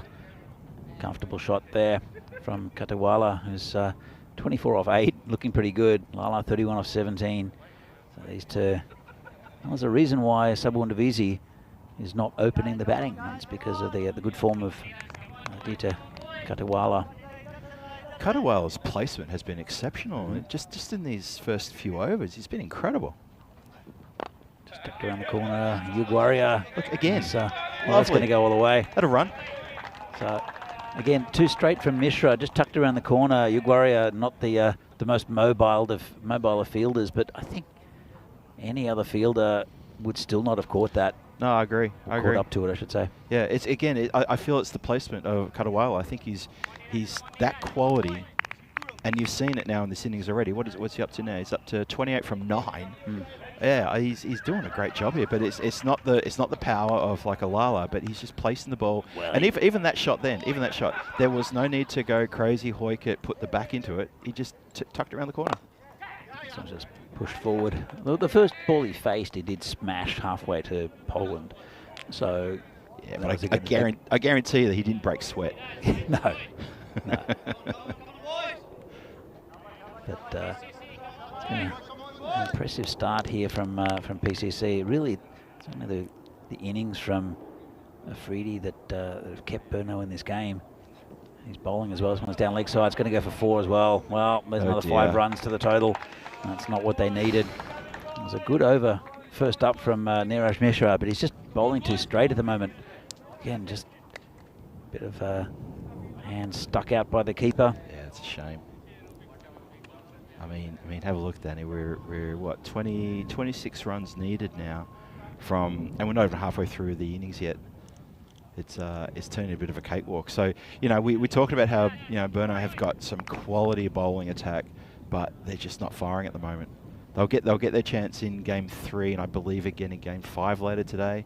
It's going to be a long day for Burno. It's tucked around the corner, and an attempted catch there, but came off the bat very quickly. And again, just down leg side from Mishra, and too easy. There's no way that's a plan. I was going to say, do you think that was the trap? If that's the trap, I think they probably have a bit of a rethink about how they should be executing that. He's on the boundary now, but guarantee you, if Mishra puts it in the same area again, then Lala's just going to find a gap because it's so quick there. If you get past, you get like a couple of meters away from that fielder, it's going to go for 4. Yes. Yeah. There's Mishra again. See if you can get it outside off. A bit too far outside off this time. See, that's the problem with Mishra's delivery right there. Okay, it's a wide. That's a problem. The second problem is you're going to go push your third man back on the boundary, and then you bowl it wide outside the off stump. What was the point of putting the fielder out there? You literally got one less fielder in play for that delivery. Yeah, but I mean, to be fair, he's been hammered on the leg side just to have a fielder out there. I think that's a better line, but that's going to go for 4 as well. It's shot, lovely shot. Just the speed along the ground is quite incredible. We're talking about it quite a bit already in the first match here, but yeah, when you hear it at the ground and you see the ball come off the bat, hit the turf, and just rocket away from the pursuing fielder, it's really a sight, and it's really good to see. So as you're saying, Danny, we're going to see some big scores here in this ECS, I reckon. I said in the early innings that the ground hasn't been cut now for 3 weeks, if you can believe that, but that is the absolute truth. It's we had sheep in. Because it's very short. It's very short. It's very fast. We've had no rain basically in Prague. It's been hot. It's been very hot and dry. It's been 35 degrees for a couple of days. Yep. Now I don't know what the temperature is going to be like today, but we'll find out. I think it'll be warm. Going to get to 30 today. Big swing and miss. That's a much better line there for Mishra. Oh, that is just. And then they gave away a single. So nothing going right here for Burno. They'll be back again in game 3, but I can't see them getting anywhere near defending this total against a very good PCC side. I'm not sure why the keeper was even having a ping. Alex Carey. Oh. Well, firstly, it was Johnny Bairstow. Yeah. Actually, if you want to go further back in time, it was Brendan McCallum. Yes. Against Sri Lanka. There's a story behind that as well. Anyway, this is upcoming events after the ECS here. We have the international games here in the Czech Republic and in Portugal, and going back to Switzerland, which will be nice to see. The Continental Cup, which will be in Romania. Like but a women's Continental Cup. Yes, excellent. Then tournaments in Dresden, and then again women's tournament in the Netherlands, and more ECIW between Netherlands and Jersey in the Netherlands, all coming up in the next month or so here on the European Cricket Network. It's a busy month of cricket, isn't it? It's been mouth-watering there stuff. Were 3 tournaments going on at the same time, as well as Hungary. And congratulations to Stefan Gooch and his blinders. Yes, winning the tournament in Hungary. I know that means a lot to him, especially beating. Well, they beat the Cobras in the final. Yeah. So anyway, Navid Ahmed is the new bowler. It's looking also, there's the tournament in the Netherlands. Corey Rutgers bringing us their tournament in the Netherlands, Thailand, and... Oh, who was the other one? Help us out, people. Who was Oh, the this other has been hammered too short there from Navid Ahmed. And that was turned around the corner. Lala is racing towards his 50. And that was a very experienced bowler, just a bit too short and too much on the leg side, and it's hit towards the cars. Danny, that's in the car park. Yeah. That has actually gone into the car park. We were joking. I got a lift in from Rohit this morning, and I said, mate, you should probably park behind this van just in case. And it was tanky. Riddick Tomar saying, that's my area. That's where I like to hit. You can see Rohit's face sort of change a little bit, but no one expected him. That car park is pretty far away. Anyway, so here comes Navid again. That's a better ball right up in the block hole. So, yeah, it was the Netherlands, Thailand, and Ireland? I'm not sure. I don't remember. I'm sure someone in the chat will remember. Oh, this is in the air. Chance. And no chance. Chance for the car park attendant. Well, it's 6, and that's his 50. That's his 50 off 23 balls. Again, nice shot.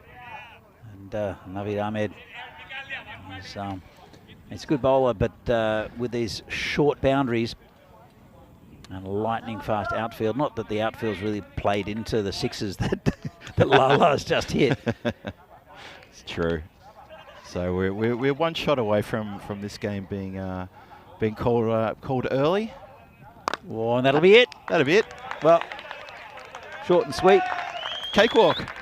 That's an easy victory there for PCC on the back of some pretty good bowling, but also some excellent batting from Naeem Lala and also Aditya Katawala, who really took it to this Burno bowling.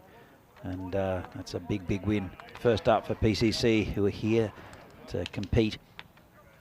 That is a massive stamp of authority by PCC. That is an ominous display and a warning to all the other teams who will be watching that and thinking, well, look what we've got to come up against. That is just power play. Inside of 6 overs, they've chased down 92. 92, it wasn't just short of runs, that was just not even in the ballpark. So let's look at some of these highlights, and plenty came off the first over. Rahat Ali, who's a very good bowler, has got absolutely smashed around the ground in the first over. And it was Katawala who hit a massive 6. Let's see, it went to the other ground. That one just getting over the boundary, but it wasn't the start they wanted. And Riaz Afridi came on. He's bowled a bit of venom, but unfortunately, just no wickets. And it's just good batting, pretty risk-free. This one was the one that Navid Ahmed feared for his life for. But sometimes the bowling is a bit straight. The difference between the two, I think, is that really these two batsmen, firstly, they're very classy, both of them. Yeah. And they didn't find fielders, whereas Burno seemed to hit everything to a fielder. Or just gaps in this field. I don't know. I mean, Burno will be back, as I said, in a couple of games to see if they can get the first win on the board. But that's a pretty comprehensive victory there for PCC.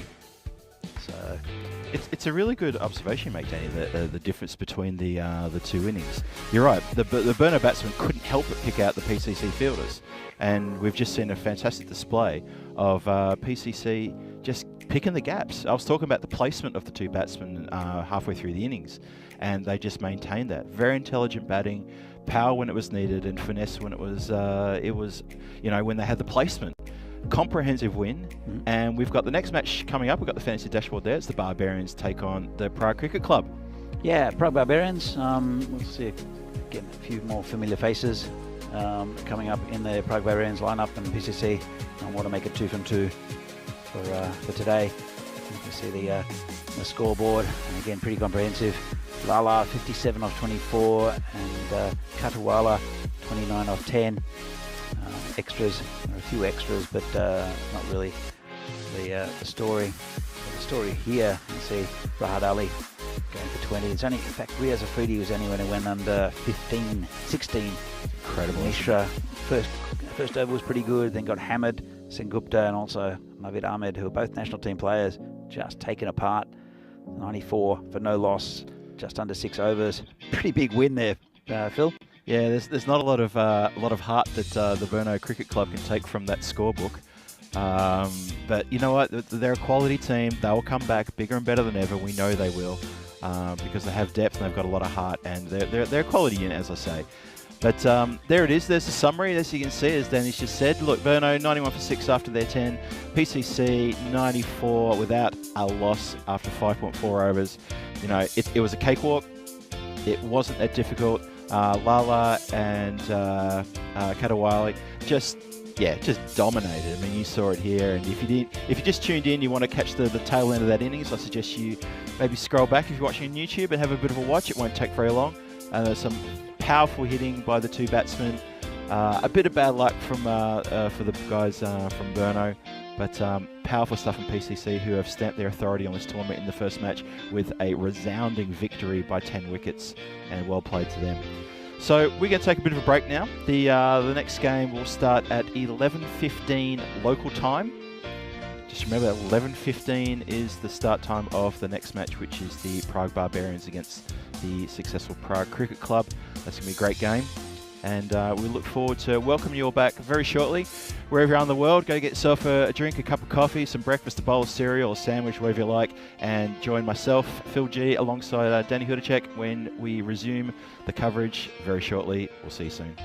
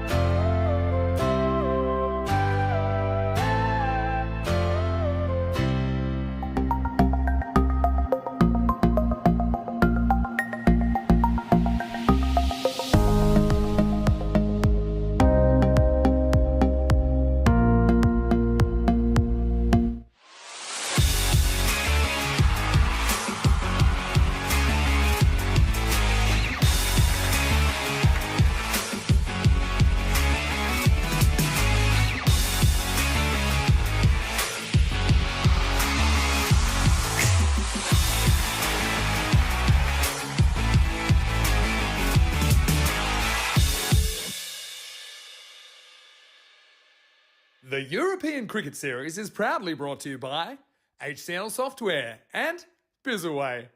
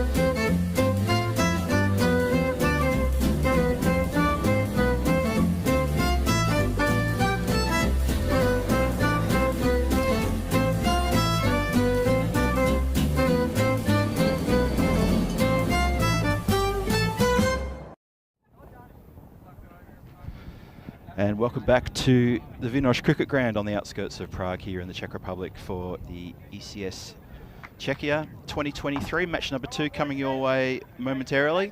Hello to all our fans watching around the world on YouTube and of course in India via fan code. We are very happy to have your company. Big match coming up, Prague Barbarians taking on the Prague Cricket Club, who have just come off a massive win against Brno in match number 1. You're listening to me, Phil G, here in the commentary position, and I am joined by Danny Hudacek, no stranger to commentary in Czech Republic. Danny Hudacek, welcome to the comms. Thanks, Phil. I think we're going to cut to the coin toss now to see who's going to be, well, we can see who's batting, but let's have a look at the coin toss. Danny, your call. Heads. Heads is the call, and it's a tail. You'll bat first. Bat first. Barbarians win the toss, and they'll bat first. Over to you, Phil and Danny.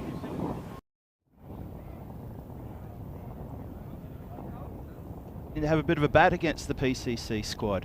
So, can they find a bit of gold here and set a decent target, something that the Brno squad were unable to do in that first game? And just a reminder, PCC won that first game very easily in the 6th over. There it is, there's the fantasy dashboard. You see the Barbarian team, there's a few big names there. Devendra Singh at the top, we'll see a fair bit of him throughout this next couple of weeks. Tripurari, Kanala, I'm going to screw up that name if I'm not careful. Sorry about that. Apologies to Tree. I always call him Tree. That's why I sort of messed it up a bit. In the PCC team, though, I can announce that Sudesh Wickramasekara steps in, and Arun Ashokan has, well, he hasn't ruled himself out. He's decided to step out and give his teammates a bit of a go. So a few changes here. We'll see some bit of the beast later on, and we're only moments away from starting this match. And looking forward to this one. Danny, what are you expecting? I'm expecting another PCC win, but hopefully if these two can get a good start, because they're both very good batsmen. Divi has been around for, Devendra Singh has been around for quite a long time here in the leagues, and if he can get going, I think he's a type of batsman who doesn't like to hit the ball too hard. He hits along the ground, a very correct batsman. And at the other end, Vaishak is also a very good batsman who's been horribly out of form for as long as I can remember. But he's a very, very good player, played for the national team as well. But it's Padmaraju to start.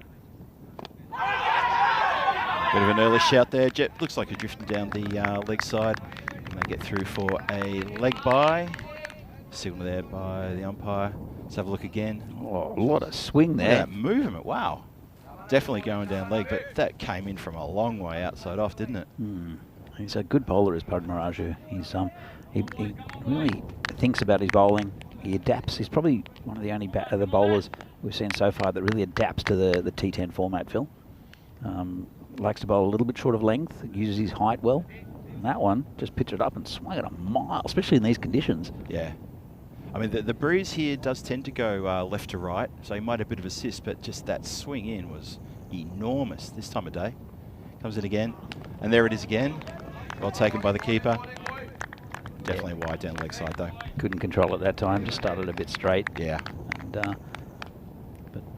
he's going to cause a few problems for the right handers if he can get that in the right channel. Absolutely, but you just have to start it outside that off stump. Maybe in again.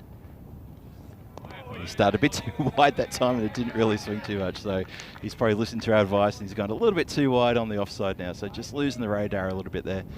Just a reminder, PCC had a really good win in the first game. Their bowling was top notch. They didn't give away any any extras, no wides, no balls. I think there was a couple of leg byes in there.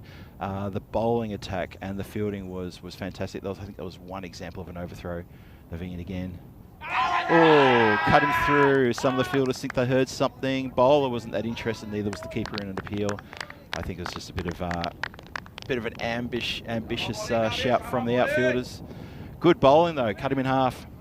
No idea. Wasn't too far away from that bat. It was close. So Yeah, it was.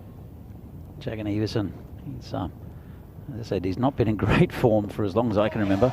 But we did see him a couple of years ago really prove that he's a quality batsman. He's just not quite getting on the front foot. He's a pickup from Spartans and also Tree. Chipururi Kanyalal came from Brno, so a couple of additions.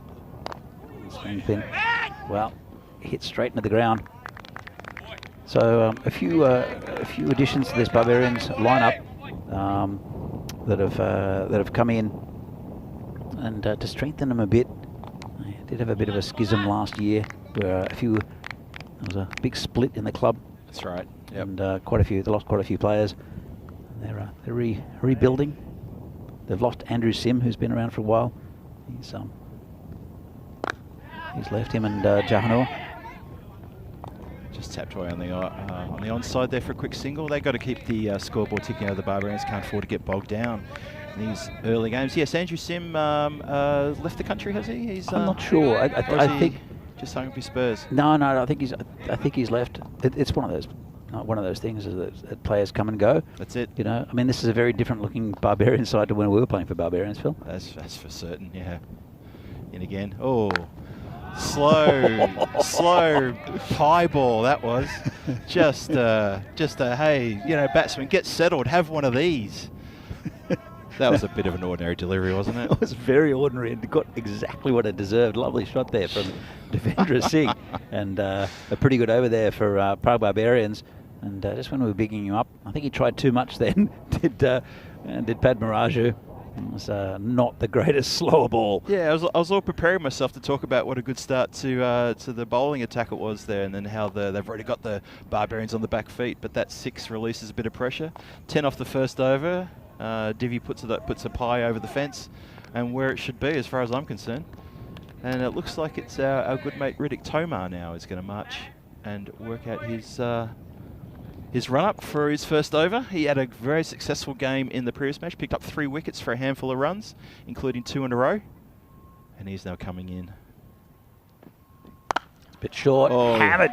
It's been met with a smashing shot for 4. Gee, that came close for a 6. Flat bat, bang. Look at this. Treatment. Yeah, absolutely. Lovely shot. Smash, just too short. And, Vaishak.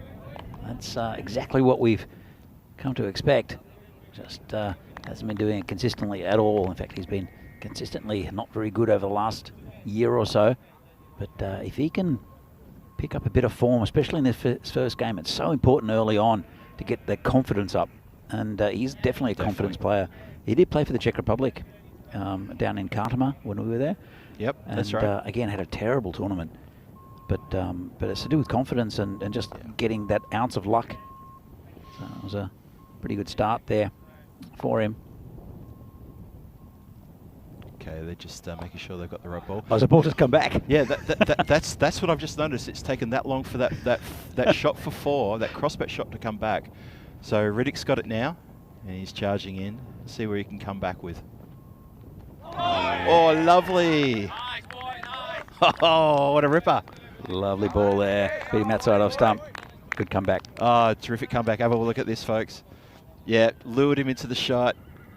You know what? The batsman he moved his feet. He just don't know what he did wrong apart from miss it. Yeah, great delivery from Riddick. Good comeback from being smashed for 4 like that. There's a good little tussle here in this over between these two. Riddick in again. Oh. And he wins the battle. top of off is knocked back, bails everywhere, and he's got reward. Well, apart from that one shot, Vaishak is playing to form, unfortunately. Sadly, he is, yes. So Vaishak departs pretty cheaply, but yeah, just didn't know too much about that. And Riddick, again, on the money, picks up his first wicket with the bowled, as he did in the previous match. History repeats itself, and the Barbarians are now 1 down in the second over. It's a shame to see. It just came in a little bit. Well, good movement there, isn't there? Very good pace too there from Riddick. Yeah. He's a good all-rounder, as Riddick Tomar. We haven't seen him bat yet, but they know each other pretty well. Yeah, all good. Riddick is a very nice person as well. He always plays cricket with a smile on his face. Does. He spends a lot of time helping out the Czech women's team as well. Got to give him a shout out for that. He's stepped into a bit of a coaching role with them and helping them with their fitness and their training. And I know the Czech women really appreciate the time he gives them every week. So hats off to him for doing that. But he's a good competitor. He's a good mate, good competitor, and he's been around for a few years now. He's in the national team, earned his stripes, and he hasn't disappointed. He's had a number of good tournaments. He does have a bit of an X factor, does Riddick. He's not as consistent, maybe as well. He's more consistent now than what he used to be. Yeah, he's gotten better. Yeah, but he has got that X factor. Yeah, Amrit, the new batsman. Oh, and he almost tickles it through to the keeper for a first bowler. Riddick wanders down the pitch and has a bit of a smile. I guarantee he said nothing. He just smiled. That's really good T10 bowling there. Have a look at this. Just short of a length, moving away from the batsman. Thank you very much for the first up delivery. I love the follow through. I guarantee he would have said nothing. He just would have smiled and turned around back to his mark. Let's try that again. He came so close to picking up 2 and 2 again. 4 balls gone this over. Full and punched just down into the mid-off. Fielded nicely, bit of a tumble there, no run. They've got that short cover, which is a really good position, fielding position, I think, especially against, well, I've got to say, no offense to the Barbarians, I think they're a little bit undergunned as far as their batting goes. Divi is a very good batsman, and you want to give him as much strike as possible, but it's a good fielding position for a bowler like Riddick Tomar. This one's punched down to the covers just for a single. Yeah, I like the short cover, or you know, almost a catcher position, maybe also on the onside as well. Yep. Just in the early days as well, just put a bit of pressure on the batsman. Don't let it have them all their own way. You know, if the batsman could just drop it at their feet and run for one, then you're doing something wrong. There needs to be a bit more pressure like that. So Riddick's had a great over. That's 2 overs gone, 14 for 1 on the board. Riddick Tomas picked up his wicket for 4 runs. Fantastic over. Put the brakes on. Well, then again, the brakes have been applied pretty much right from the get-go. And Barbarians are sort of struggling to get out of the box here at the moment. Well, it was a good over for them in the first one from Padmaraju, but again, I think they'll need this man, Devendra Singh, is facing to... well, that's not going to help. Oh no, he's lost his stumps. Just as you say it, Danny, I was going to jump in and agree with you, but Padmaraju had other plans, and then involved knocking back the leg stump, and we'll see you later. I don't know if Barbarians watched the last game, because you know, this ground it's running very quickly, and it's the 2 wickets so far have just been big hoiks. They have, and they just don't need it on this ground. You turn it around the corner, you'll probably get a boundary if you get away from the fielder, because it is pretty quick out there. In the power play, and I couldn't agree with you anymore, in the power play, if they're just going to get the bat on the ball and run it into the gaps, you're right, they're going to get their 2s, they're going to even run away to the boundaries. We saw it with PCC. You know, they lost no wickets. It was an exemplary run chase, and the Barbarians just seem to have come along with the wrong game plan. Well, it is their first game, and they did choose to bat. They did. That's not better. I'm just trying to figure out the game plan. If you choose to bat and you lose 2 wickets like that, getting bowled from hoiks across the line. Important wickets too. Anyway, it's big wickets. It's brought Vamshi Madashetty to the centre. Got a single first ball. Bring Amrit Rai to face the next one.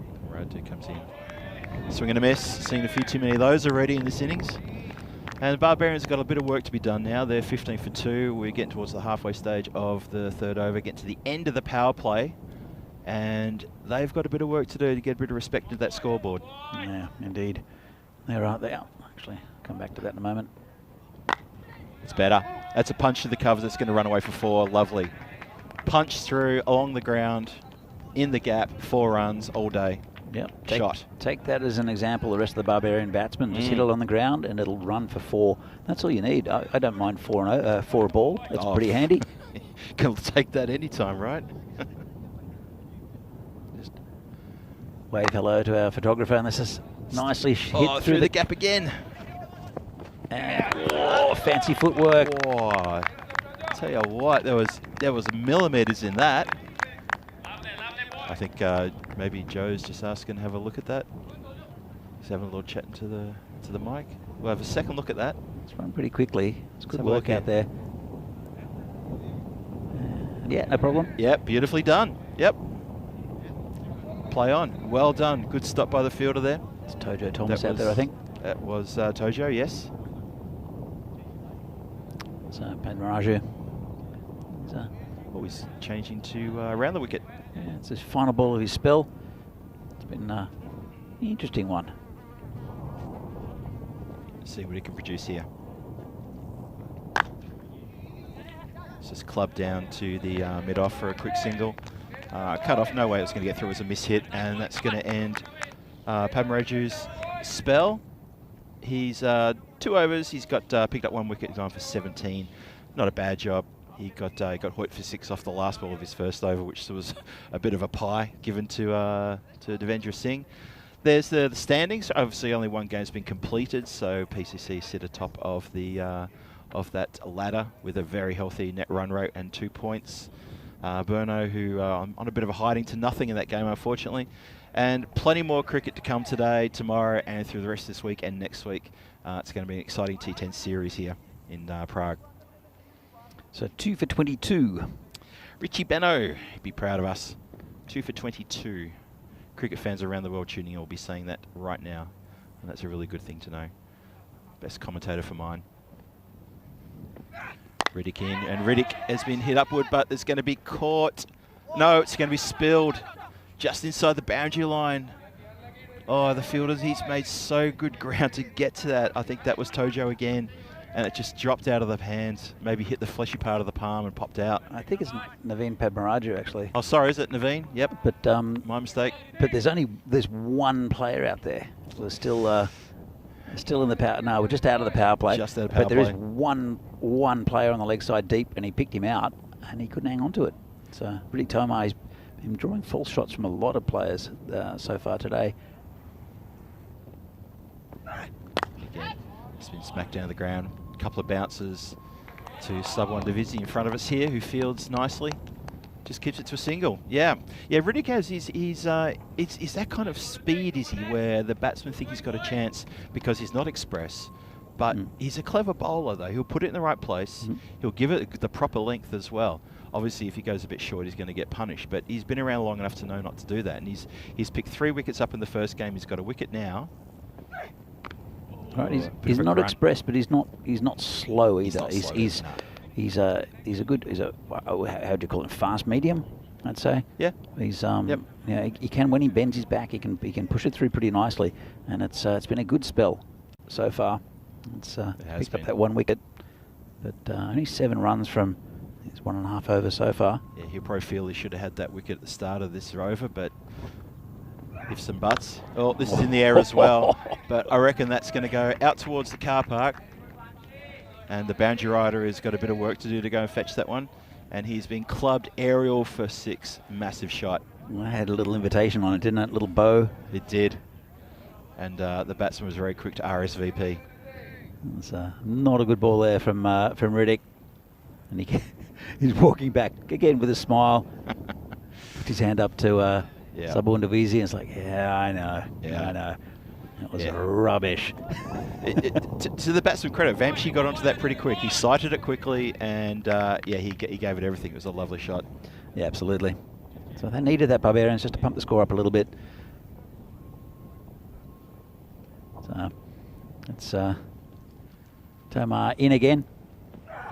And this one's asked the missing question. leg, I think. Riddick still asking the question. He was pretty happy with it. So I'll look at it. How does that look? Yeah, it was. Whoa, that was pretty close. Good It did shout. swing in a little bit, maybe, but it looked like it straightened. I'm not sure. I think that's very different for the umpire. They only have one good look at it. Absolutely. And, it might have been missing leg.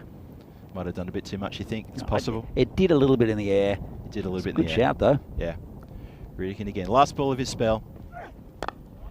Bit of a grunt as he bends the back, and that's just pushed onto the onside for a single. And Riddick is going to finish with 1 for 14 from his 2 overs. Fantastic spell. Unlucky not to have 2 wickets catch spilled on the boundary line. Unfortunately by Pat Maraju. Probably gave Riddick a little bit of an apology, little fist bump just then as they went past each other. 4 overs gone, and the Barbarians are moving along at a, I'm not going to call it a snail's pace, I don't want to put them down or anything like that, but they're not going along at a great pace. There's 32 on the board, 4 overs done. So still a bit of work to do. 2 wickets already back in the shed, and obviously change of bowler coming up now. We get Ramani. He took a bit of stick last game. He did, didn't he? But that was against Riaz Afridi, so... Yeah, and Afridi was on fire, to be honest. So played with soft hands, just pushes out to point, backward point. Fieldsman comes in, just a single there. Yeah, he did. He copped a hiding to nothing with Ariz Afridi, who was absolutely on fire in that previous game. And, you know, scored a massive 49 in his team's total of 91, I remember. Mm. And, yeah, so let's see if Ramani can have a bit better luck in this game against the Barbarians. Interesting with the PCC bowling lineup.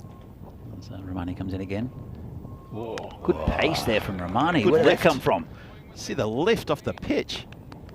Amrit in the end, Amrit was probably not as close to that ball as he thought he was going to be. I mean, wow. That was almost already past him by the time the blade came up. There's a little bit for the faster bowlers in this pitch. We saw with Riaz Afridi with a good bouncer in the last game. Ramani. I didn't think Ramani had that pace, as that could be a run out. Oh, jeez. The shy was a little bit high, and Ramani had a lot of work to take the ball up around his shoulders and get it down. Watch the replay here. He has to take the ball up high. Oh, the batsman was really short. A better throw over the stumps could have had him gone. Yeah, it wasn't a great piece of running. Not at all. Really slide his bat. Just prodded out into the covers for a single.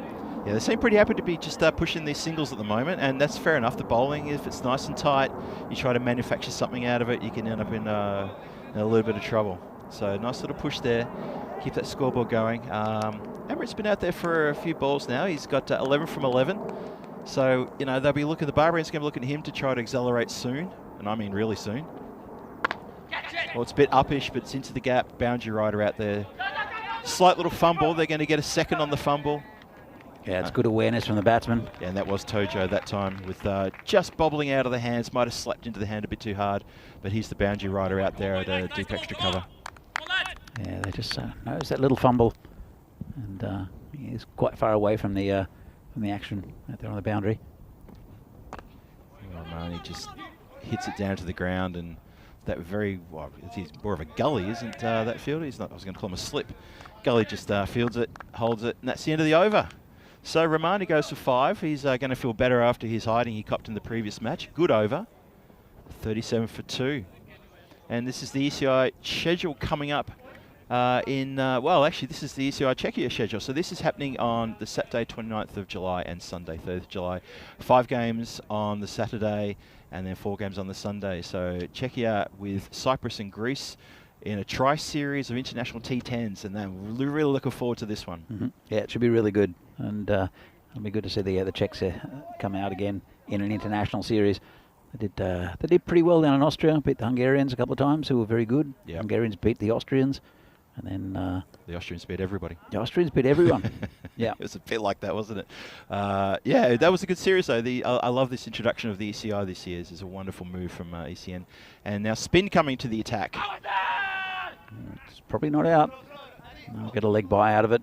And it's Riaz Nouri, the new bowler, bowling left arm over the wicket.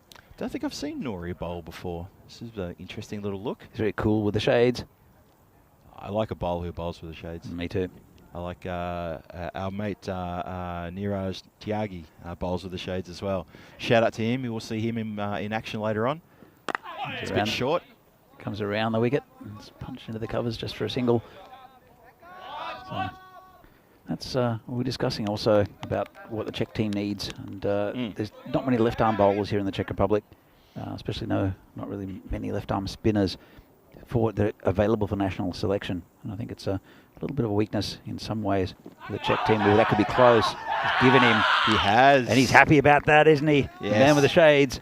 Yeah, he looked pretty confident. His appeal just reeked of confidence. The keeper went up as well. And I kind of think the batsman knew he was caught on the crease and plumb. Well bowled, really well bowled, full and darting at the stumps.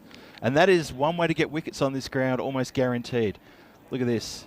Full, straight, hit nothing but timber. Who's happy? I love the appeal and I love the aftermath.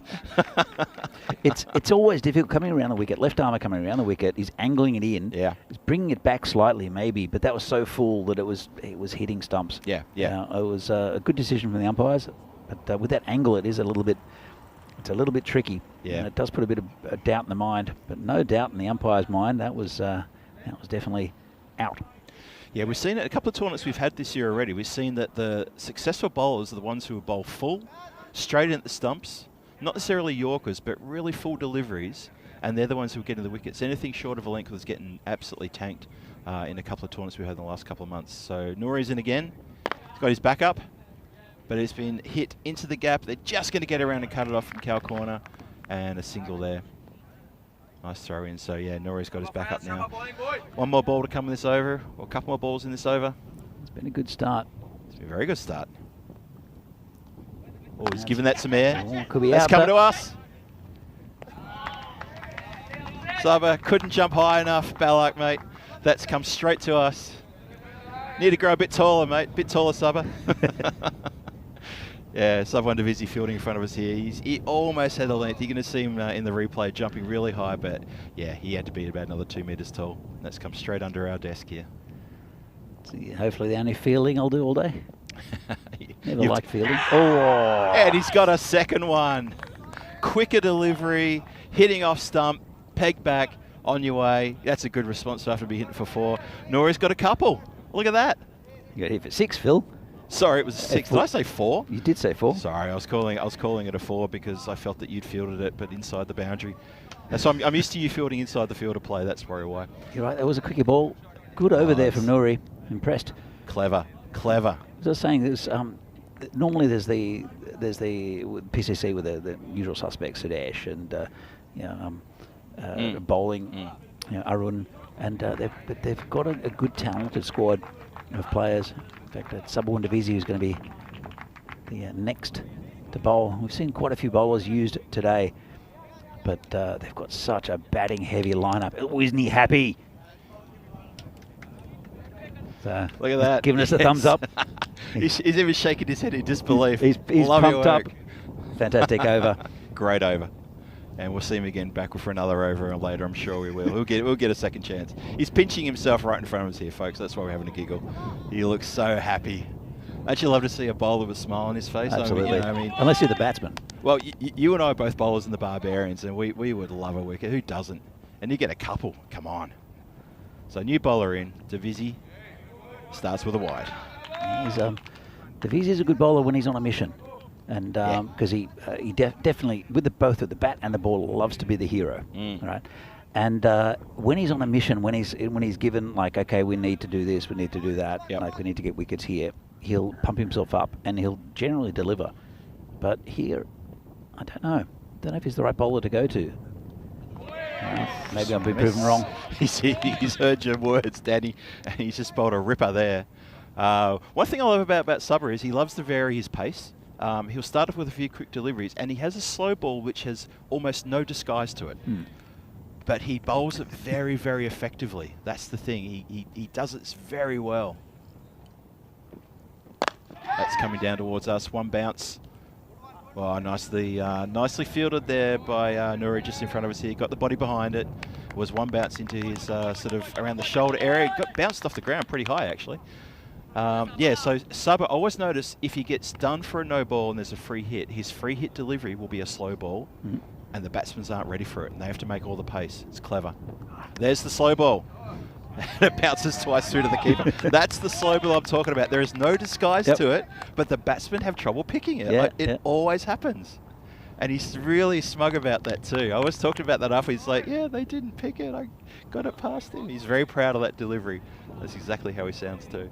We love Sub. He's a great competitor. Comes in again. Oh, straight over the stumps. So the new batsman is Tripuri Kanyalal. Yeah, we saw him. Well, we've seen him a few times over the years for Brno. He's that came in as well. But he's gone up to play for Barbarians. Gee, that just got over the stumps. Bit of movement in Czech cricket. Yeah, that's right. Trees, you'll see him with the ball a little bit later. A very effective bowler, very unusual. This one's at the body. Just there was a call for 2-2-2. I don't think there was 2 on there. I don't think the batsman were calling 2. I think somebody else was, because there was never 2 there. Went straight to the fieldsman, literally. But yeah, tucked away for just the 1. Yeah, interesting movement sort of in the last 12 months of players sort of going between clubs, people relocating maybe for work and things like that, so it's much easier for them to get a game with the Moravian team or the Brno team down there in the Moravian district of Czech Republic. What was a leg spitter there, called a wide by Subber, who runs back to his mark. He knows he's done bad. He's very quickly to just rub it out of his memory and just get on with the next delivery. Oh, he's a great competitor, Subber. Comes in again. Slower ball, but this time down leg side. And he's running back to his mark again. Not quite sure what he's doing. And his skipper's going to have a word. Actually, the skipper today is Sudesh. Yes. Wikramasekara. That's right. Who we'll see. We might not see him with the ball. That's better. That's much better. He's been a bit of a mainstay of this PCC side, and also the Czech cricket team, the Czech national team, as the Beast. That's right. World record holder, as we always mention. And that finishes Subber's over finally. And we're counting down to the ECC, the European Championship, played in Cartamo. We can't wait for that. 70 days to go. 25th September to 20th of October. If you can get down to Cartamo over in Spain, if you're fancying a bit of a trip, you want to go get your mates together and go for a wander and watch some fantastic cricket in a fantastic venue. Highly recommended from Danny and myself and all the other people who've ever been to Cartamo. It's a wonderful place, great hospitality and amazing cricket. And if you're lucky, you might manage to get a selfie with Mr. Maximo himself. Swing and a miss. Oh, yeah, the Barbarians have to up the ante here. We're 7 overs in, 51 on the board, 4 wickets down, 3 overs to go, and they need a massive runs to make this even remotely possible to defend. Am I seeing things? This is Riaz Nouri. Who bowled the over before? Why is he bowling like that? Because it's a different bowler. So it's Fayaz. It's Fayaz Nouri who was on board. This is Riaz Nouri. It's the Nouri boys. So, but we didn't have a number. Nouri twins. We didn't have it. We had a yeah. So it's Riaz Nouri. I played indoor cricket against. That's right. Against Riaz, who's actually he does fling it in. Very army action, but he's pretty quick. Oh, he's under edge that one. It's gone past everything. There's no protection down there. Keeper has to run. He's flicked it back from the boundary line very well. He saved a couple of runs for his team. Generous round of applause. Yeah, so Fayaz Nouri in front of us here, he's the 182 who had those 2 wickets in a very successful over, and this is his brother Riaz Nouri. I believe they're brothers or cousins, do you know? I don't know. I'm sure they're related. Could be. They look the same. They actually do look the same. Do they? Yeah. Okay. We'll ask them a little bit later. We'll find that out for you later. We'll find about their parentage later. Oh, it's been clipped up, but straight down the ground here, rather mishittingly. And that is Fayaz Nouri, who runs into field for his namesake. Let's just call it his namesake for now. His possible brother. His possible brother. Actually, you know, I take it back. Doesn't look a bit like him. Just had a look at him on the camera there. Does look a bit like him at all. It's got a very flingy action. does. But he's hard to pick. He's got a bit of pace behind him. Oh, that's a rough bounce. Oh, that's so disappointing for the fielder. He's copped a really bad bounce just as he's about to field it on the boundary line, and it's spilled and gone over the line. Have a look at this. Did it go over? It did, yeah. He was all behind it, but it took... Watch this last little bounce. Well, that one there. Tortuga. And I didn't think it went over. I don't know what you're talking about, Phil. Oh, no, because... Oh, sorry, because the field was reacting like it had gone over the line. My apologies, folks. It wasn't a 4. That's a skipper out there. It's Sudesh Vikramasakara, and this goes to the boundary. So that's what the boundary looks like. Yeah, yeah. That's a 4. That's what a 4 looks like. Yeah. Yeah, okay. Yeah, I've only been playing this game since I was 5, but yeah, I'm struggling now on these basics. It's the white. Sorry, everybody. The white rope thing. There we go. Look, there it goes. Whoop. That's a 4. That's a 4. Yeah, I'll know that from now on. Now, the way Sudesh reacted, it was almost like it hit his foot, and because I was leaning out looking to see how that happened. And it did hit a Tortuga, though. It did hit something, yeah. Actually, this ground's improved a lot. It's a lot flatter than what it was. So much better. It's running nicely. We have had, I mean, there's been developed over the last few years, and it's a really good cricket facility here in Prague. 2 nice grounds. That's right. We've got the neighbouring field, the Hugo Banks field, named after the owner of the property, who is ex-Vinerati player himself. Someone we used to play against back in the day when we were at the top of our game. He was a Czech Republic representative at the time as well. He was too. It's name Lala. This is Lala now, the new bowler coming in. See how he can do. It'll be interesting to see who PCC opened the batting with. I mean, they Lala and Katawala did so well against Brno. It'll be hard to get the batter out of their hands, but they just have a lot of options. It's going to be out. Down his throat. Bit of a dolly to Riaz Nori fielding in there in the covers. It was no power. You could hear the miss hit. I think people in 2 villages away could hear that miss hit. It was didn't sound very good off the bat. And another wicket's down. Barbarians sinking a bit deeper now. The middle order well and truly exposed, and that makes them 5 down, I think. But yeah, pretty easy catch, and Lala picks up a wicket. Yeah, it's an interesting one, Danny, whether he'll open the batting again or whether they'll turn to the old staples of, say, Subba. Maybe it'd open the batting, give him a shot.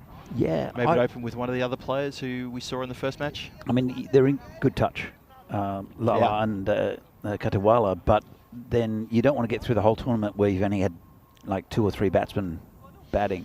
Yeah. So you need to share the spoils around a little bit, and they do have a good batting lineup to the PCC.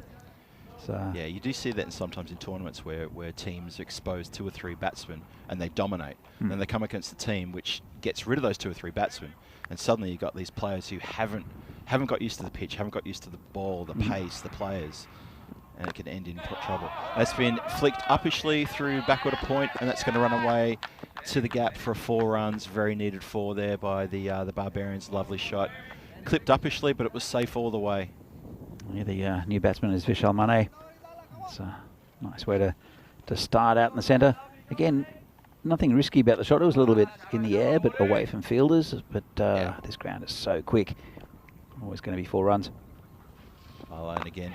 He's been sent to cow corner, and I think he's picked the gap for 4, and he has. Lovely shot, lovely strike, 2 4s in a row.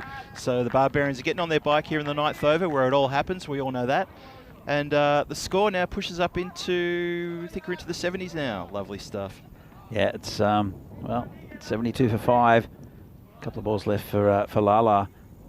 So it's the 9th over. It'll be interesting to see if Fires Nori gets another over. I'd bowl him. I was surprised he didn't get the over that his namesake got. We thought he was going to pick up the bowling there. Again, just sharing the wealth a bit, giving you a bit of a go. And this one's in the air. It's high. That's a long way in the air. That's going to go for 6. Clears the boundary by a good 3 metres. Big hit. Where's Mane been? He was needed earlier, I reckon. I think he's going to get a bit of promotion in this batting order. That's Vishal Mane.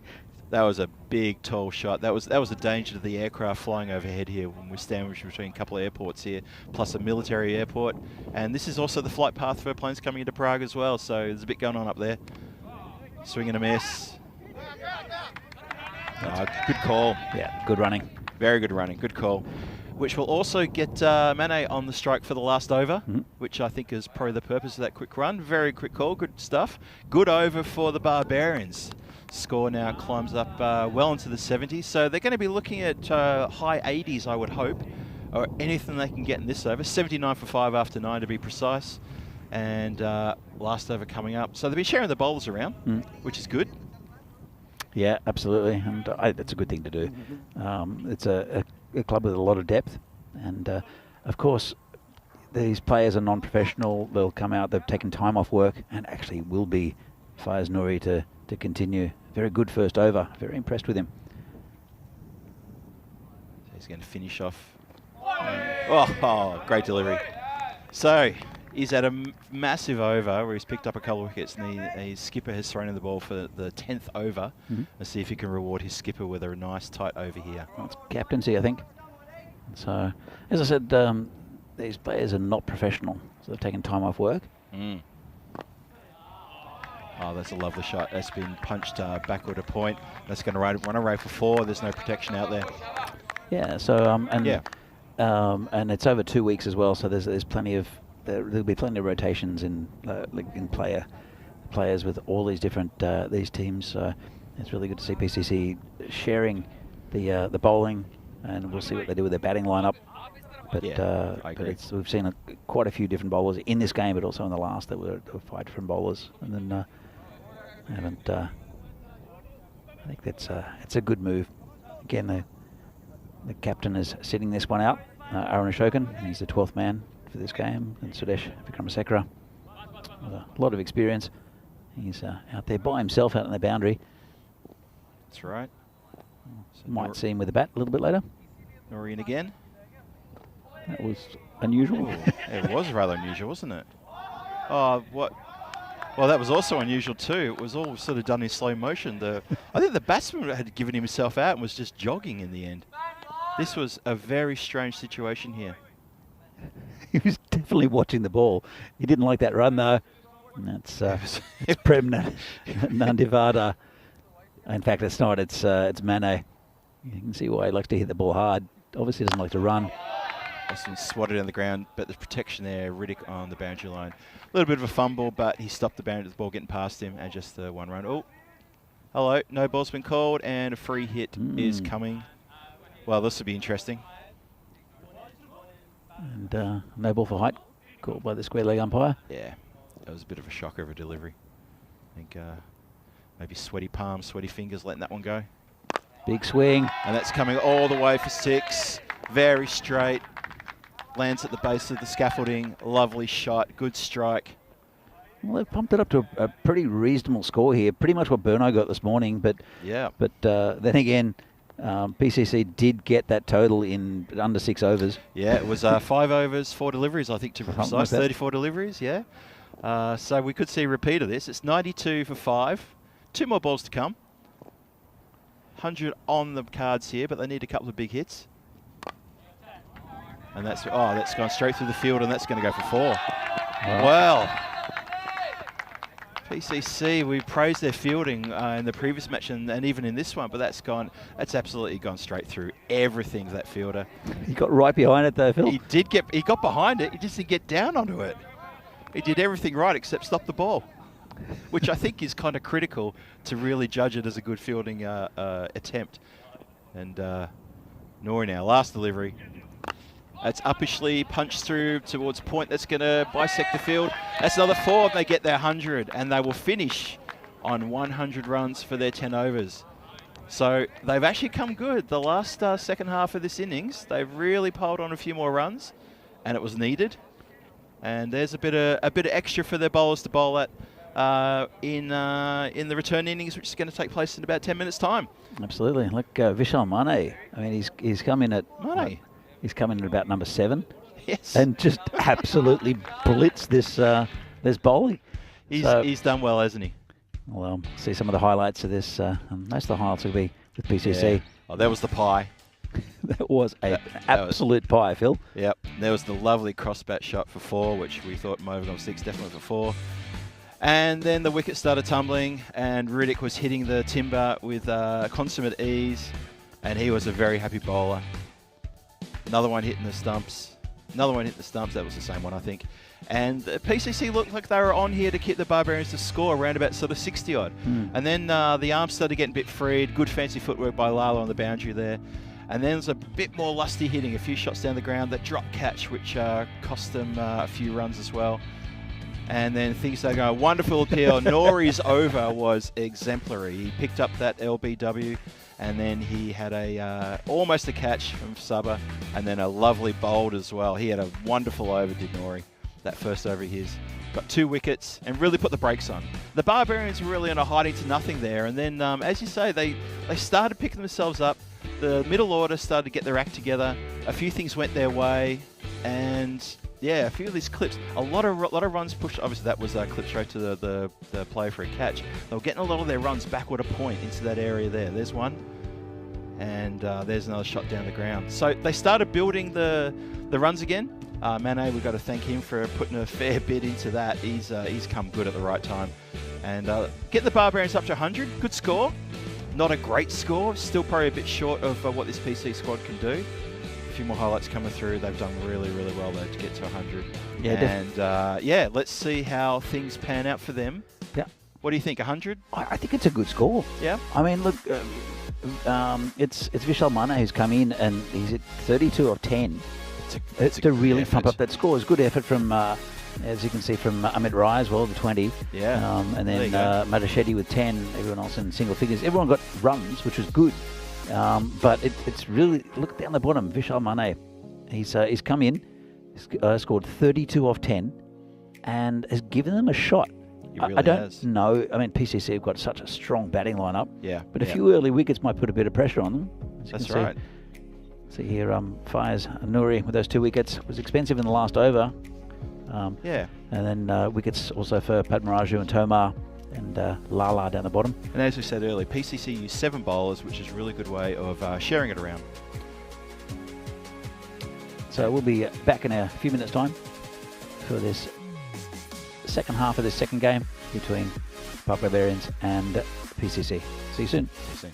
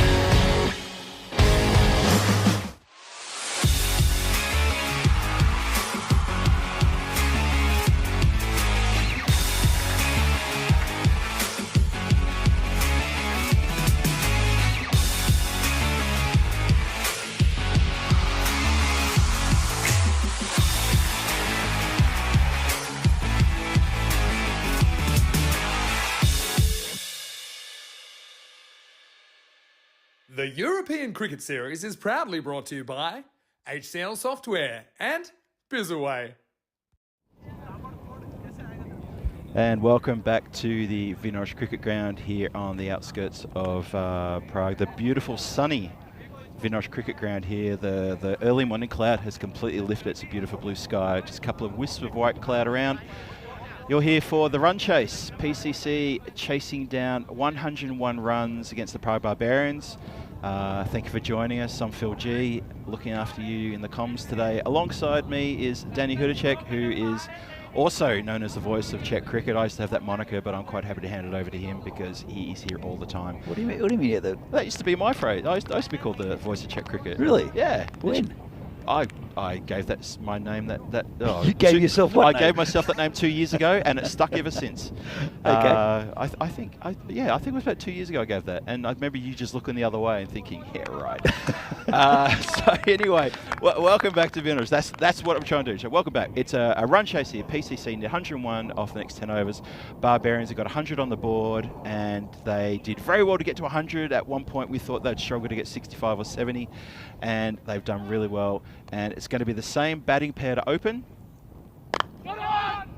Different kettle of fish here with the bowling. Different kettle of fish of bowling, absolutely. Very different. His all arms and legs is tributary tree Kanyalal. Very good bowler. Yeah, Tripurari. Watch this arm. No, he was definitely not ready. Yeah, Tripurari, he does have an interesting little action, which can be a little bit off-putting for a new batsman. Lala facing him, and Lala facing Lal. Lala facing Lal. Oh. Lovely straight drive. That's going to go for 4. No one's stopping that one. Lovely shot. Got to the pace of that. Straight as a die. Bang. Done. 4 runs. Good start. It just wasn't over hit. That's what that's it was perfect not batting overhit. on this pitch. Yep. Perfect batting on this ground. Yep. It was lovely. Just picked a gap. It's clever. And, yeah, just punched it through. Very good shot. Katawala is at the other end, so we are seeing the 2 batsmen for opening for PCC that we saw in the previous match. We thought they might change it up a little bit, but it looks to me that PCC are looking to just bank 2 wins on day 1, and that will make them very happy. So, Tree now. We like to call him Tree. How does he come back from that? Well, it's written on his shirt, Phil. I know, but just saying, he has a longer name than that. Nice defence. Well bowled. He is a good bowler. I think the first time I went down to Brno in with one of these series, he kept on siding up to me and stuff, because I was like a selector and national team coach at the time. Good bowling. Oh. And he kept on coming up to me, and he's like, like national team. And I kind of went like, yeah, whatever. And because it's the first time I'd really seen him, but he is a very, very good bowler, as Tree. It's a good shot. Ooh. Bit of pace tucking off the ball, but that is gonna pull up. It's not gonna. No, it is. How did they get to the boundary, Phil? I really thought that ball was going to pull up. All the pace was taken off it by the fieldsman, every ounce of pace, and it just rolled. It rolled with the pace of like a walking dog. I just can't believe it got through the second fielder. That's incredible. It just shows the pace on this ground. This ground is slick. It is like polished glass. The ball is running very, very quickly to the boundary. And that's what we're talking about before, about there's no need to hoik everything. I know 6s are important and big, but these pushes and prods for 4 runs. That was not a prod. That's a prod, and it would have gone to the boundary. Now, what I'm saying is we've seen prods from Lala in the previous innings, which just forward defensive shots like that. The one before was absolutely hammered into the fielder. Oh, yeah, I'd hate to meet the fielder who stopped that. I'm sure he's still wringing his hand out for that one.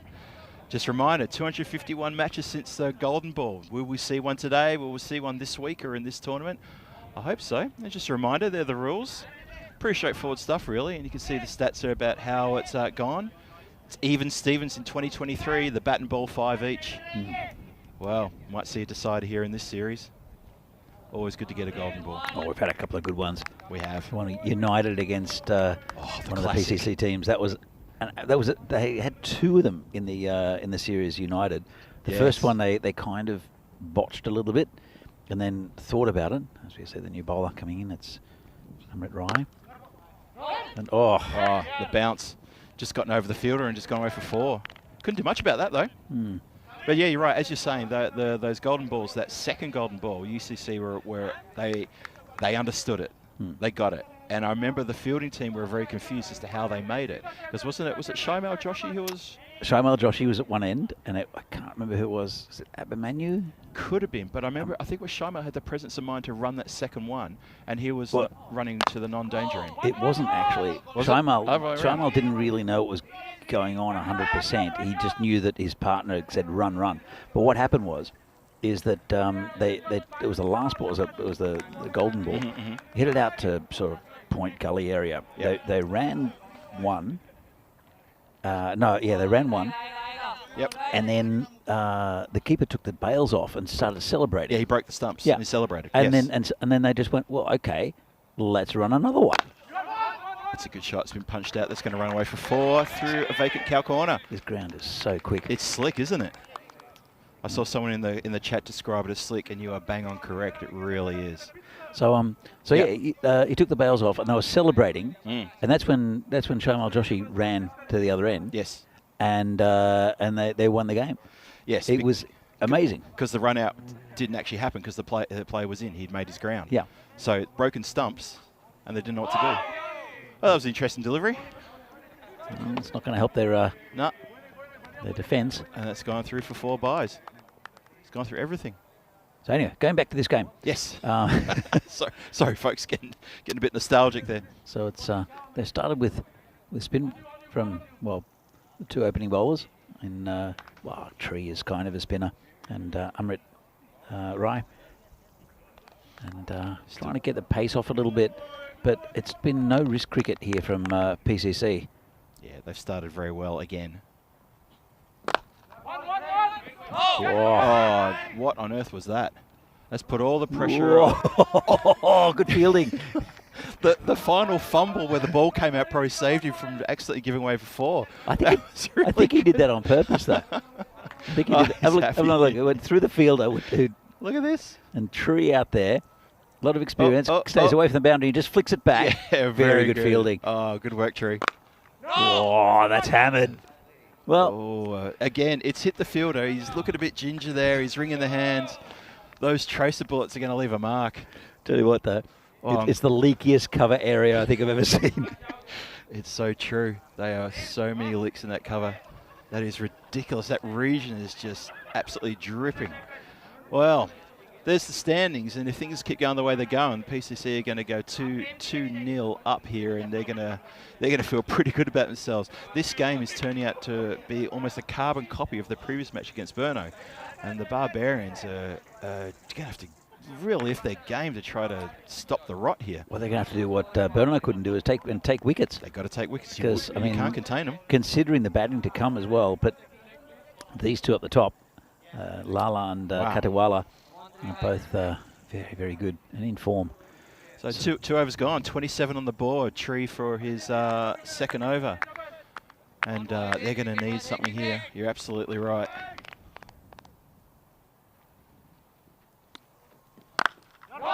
This one's punched into the leaky cover area again. Oh, good he's fielding. got down to it. Well done. Well done. And they've managed to stop that one.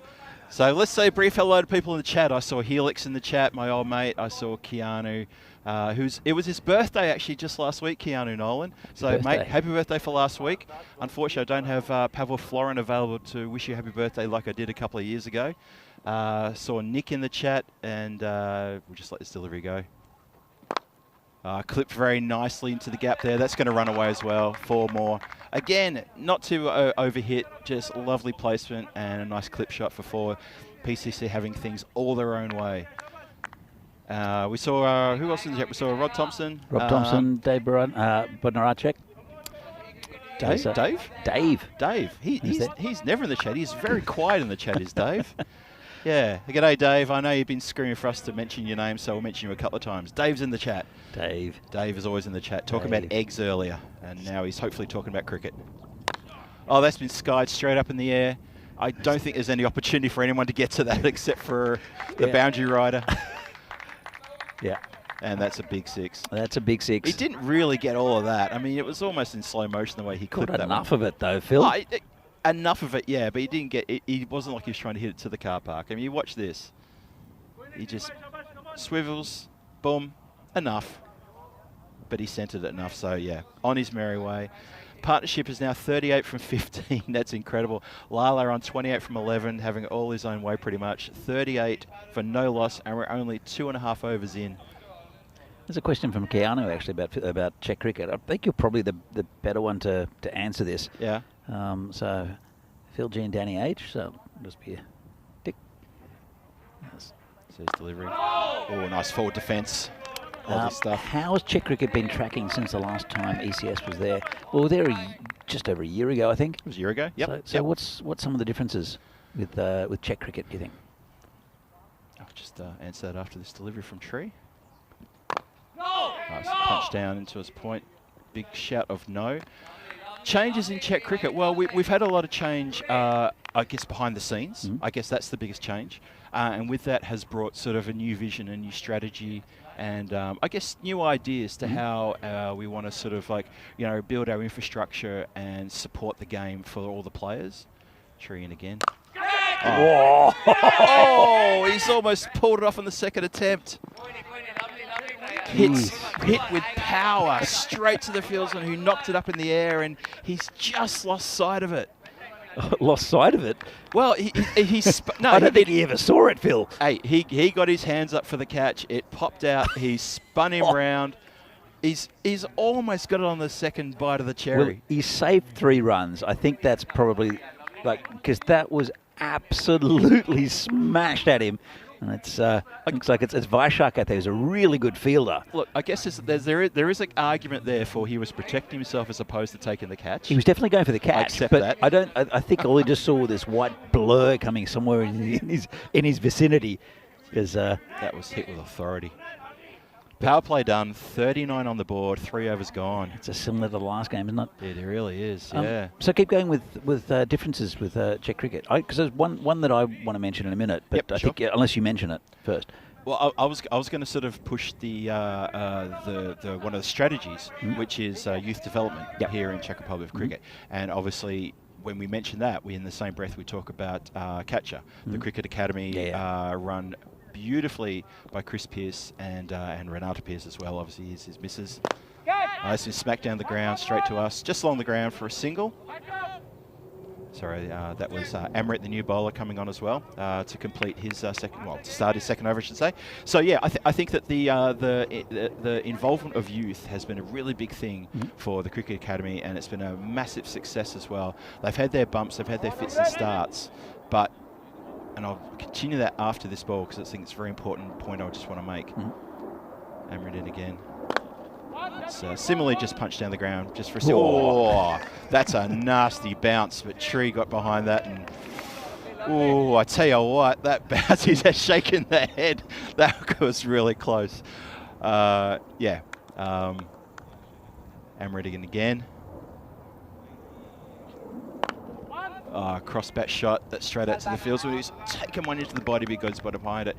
Yeah, the youth development here. The great thing about Catcher is that in this year they've managed to get their youth players playing white ball cricket, hard ball cricket in the T10 competition we just had, which is absolutely fantastic. That's happened, and they're playing more hard ball as the season goes on, and that's exciting for Czech cricket. That's a big hit. That's going to go 1 bounce, 4 runs. Lovely shot, big strike. There's some good young players coming through as well. There are sons of old cricketers, I guess, coming in, which is great. Yeah.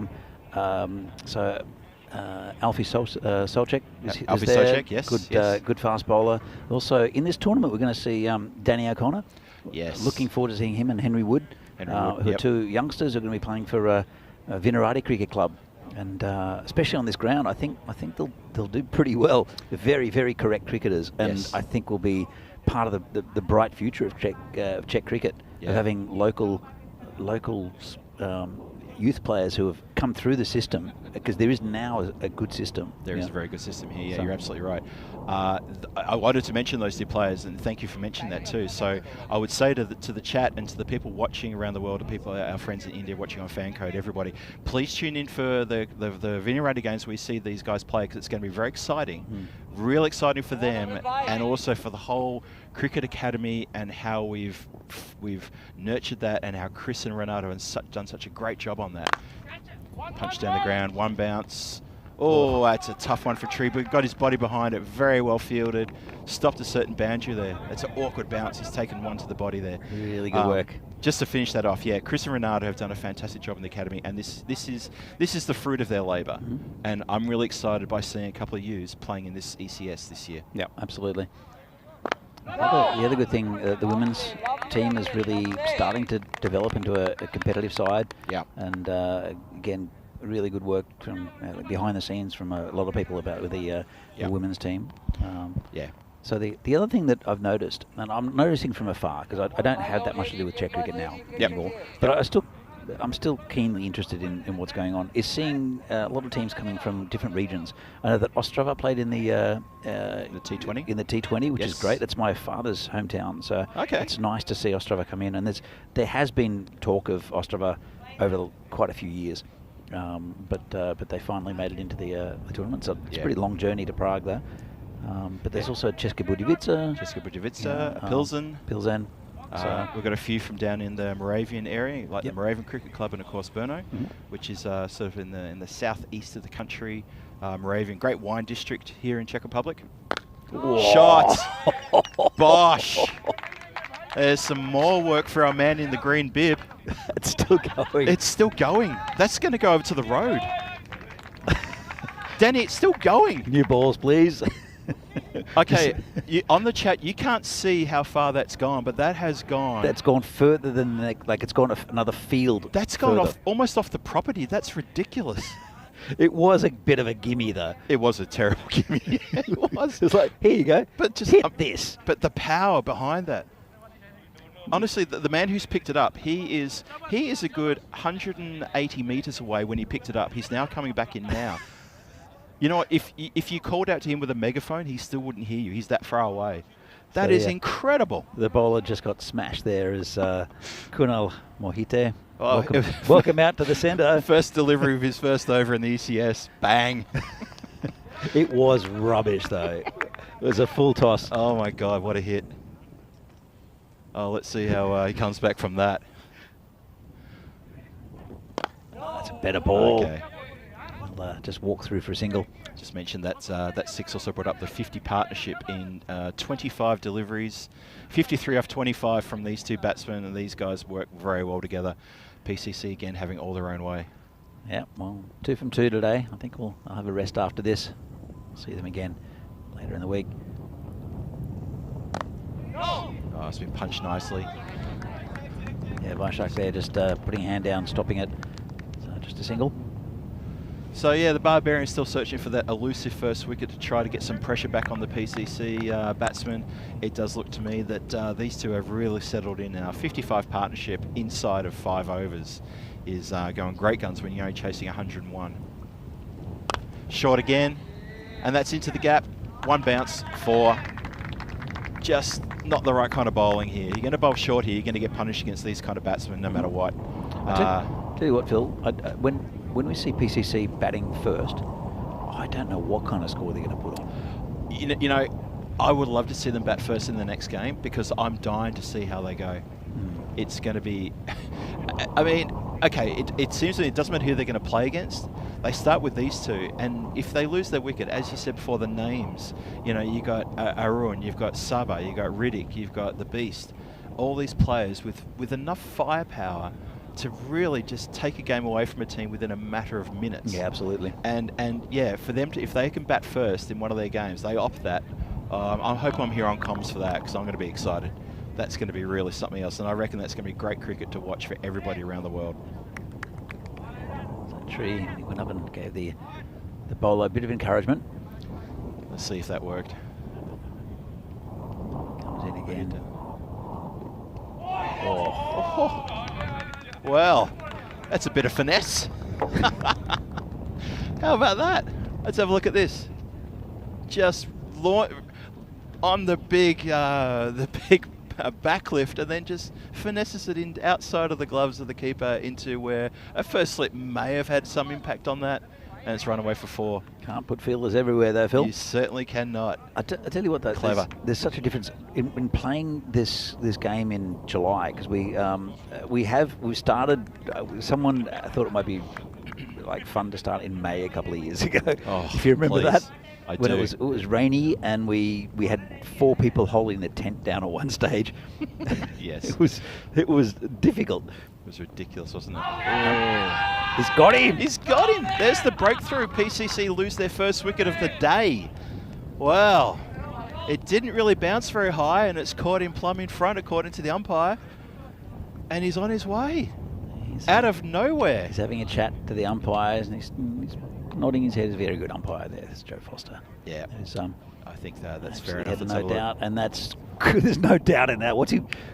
Yeah, it's hit him on the back leg. He's he's pretty much anchored there on the line. Look at that. That's pretty plumb for me. Yeah, yeah. Joe didn't really hesitate too much. I think that's an absolutely right call, fair call. Umpire calls it, and well, anyway, as I said, that's the first wicket the PCC have lost for the day for the tournament. And but what a great start they've got. And here's the up-and-coming events. This is the next month and a bit, next 5-6 weeks planned for ECN cricket. A lot of cricket coming your way. You've got the ECS ECI here in Czech Republic. It's going to take you through to the end of the month, and then it's going to move to, well, during the month, it's starting tomorrow in Portugal, actually, the ECSN in Portugal. For a couple of weeks there. Then it's going to be in Switzerland for a couple of weeks.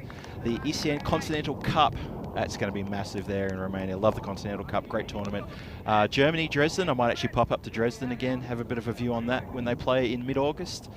And then the ECN Netherlands Trophy for the women, and ECI Women's at the end of, towards the end of August. A lot of cricket coming your way on this network. Please keep tuning in. We love your support. Thank you so much for tuning in as we continue here. Whoa. Well, that's a massive hit. That's onto the neighbouring pitch, yes. And finally, our man in the green bib who collects the ball, he's actually dropped back far enough. He's still running after it, though, but Phil. he still has to. It just went over his head this time. He was in way too short last time. It took him minutes to go find the ball. So there you go. So Lala has welcomed the new bowler. This is Mane now. He's welcomed Mane with a 6. Well, Mane did very well with the bat earlier on. It really gave Barbarians a bit of a target to bowl to. The new batsman is Tojo Thomas, so they are shuffling their deck a little bit. Yeah, we haven't seen Tojo. Well, we haven't seen any other batsman apart from the openers. That's been clipped nicely. There is a boundary rider out there. Just a single. So yeah, just a quick chat. Quick one in the chat. Dave did ask how many grounds there are in the Czech Republic. Well, there's this one which has 2 fields. 2 fields here. Yep, that's right. We have Brno. Brno, they got just the one field in Brno. One field in Brno. It's a nice field. Yep. An old baseball ground, and then there's the covers just the one we've just started using again. I think Velvari. Velvari. Yes, just north of the city. That was opened by Scott Page, or like he built that ground. Yep, Scott Page, pretty much. Who this ground is named after. We have someone. Is it Dan Ziller on the Scott Page bench out there? Corner. There's a Scott Page bench. Oh, it's gone over the boundary for 4. That's a shame. Straight through the fielder. He got to it. Ahmed Rai. Ah, that's disappointing. Got to it and couldn't do anything more about it. Yeah, sorry, to your point, yeah, that looks like it's Dan Zill sitting on the Scott Page memorial bench down in, well, backward of square. A wide sort of fine leg position down there. Yeah, no, you're right. Yeah. Scott Page, he kicked off the Velvari experiment many years ago, and it's now one of our 4 grounds. That's a big hoik. That's a big hoik for 6. Player thought he was in with a chance of a catch there, but he'd have to be probably about 3 times as tall as Dan Ziller. No go, 6 runs. So yeah, Dave, in answer to your question, 4 grounds, as you say, Danny. Or 4 fields, 3 grounds. 4 fields, excuse me, 4 fields on on 3 grounds, 2 here, and we'll get a bit of look at maybe the Banksfield, maybe later towards the ECI. There's going to be a few activities going on, and a bit of a cheer coming from the PCC bench, because that's Lala's 50 up in 23 deliveries. Well played, consecutive 50s in 2 matches. Well played, sir.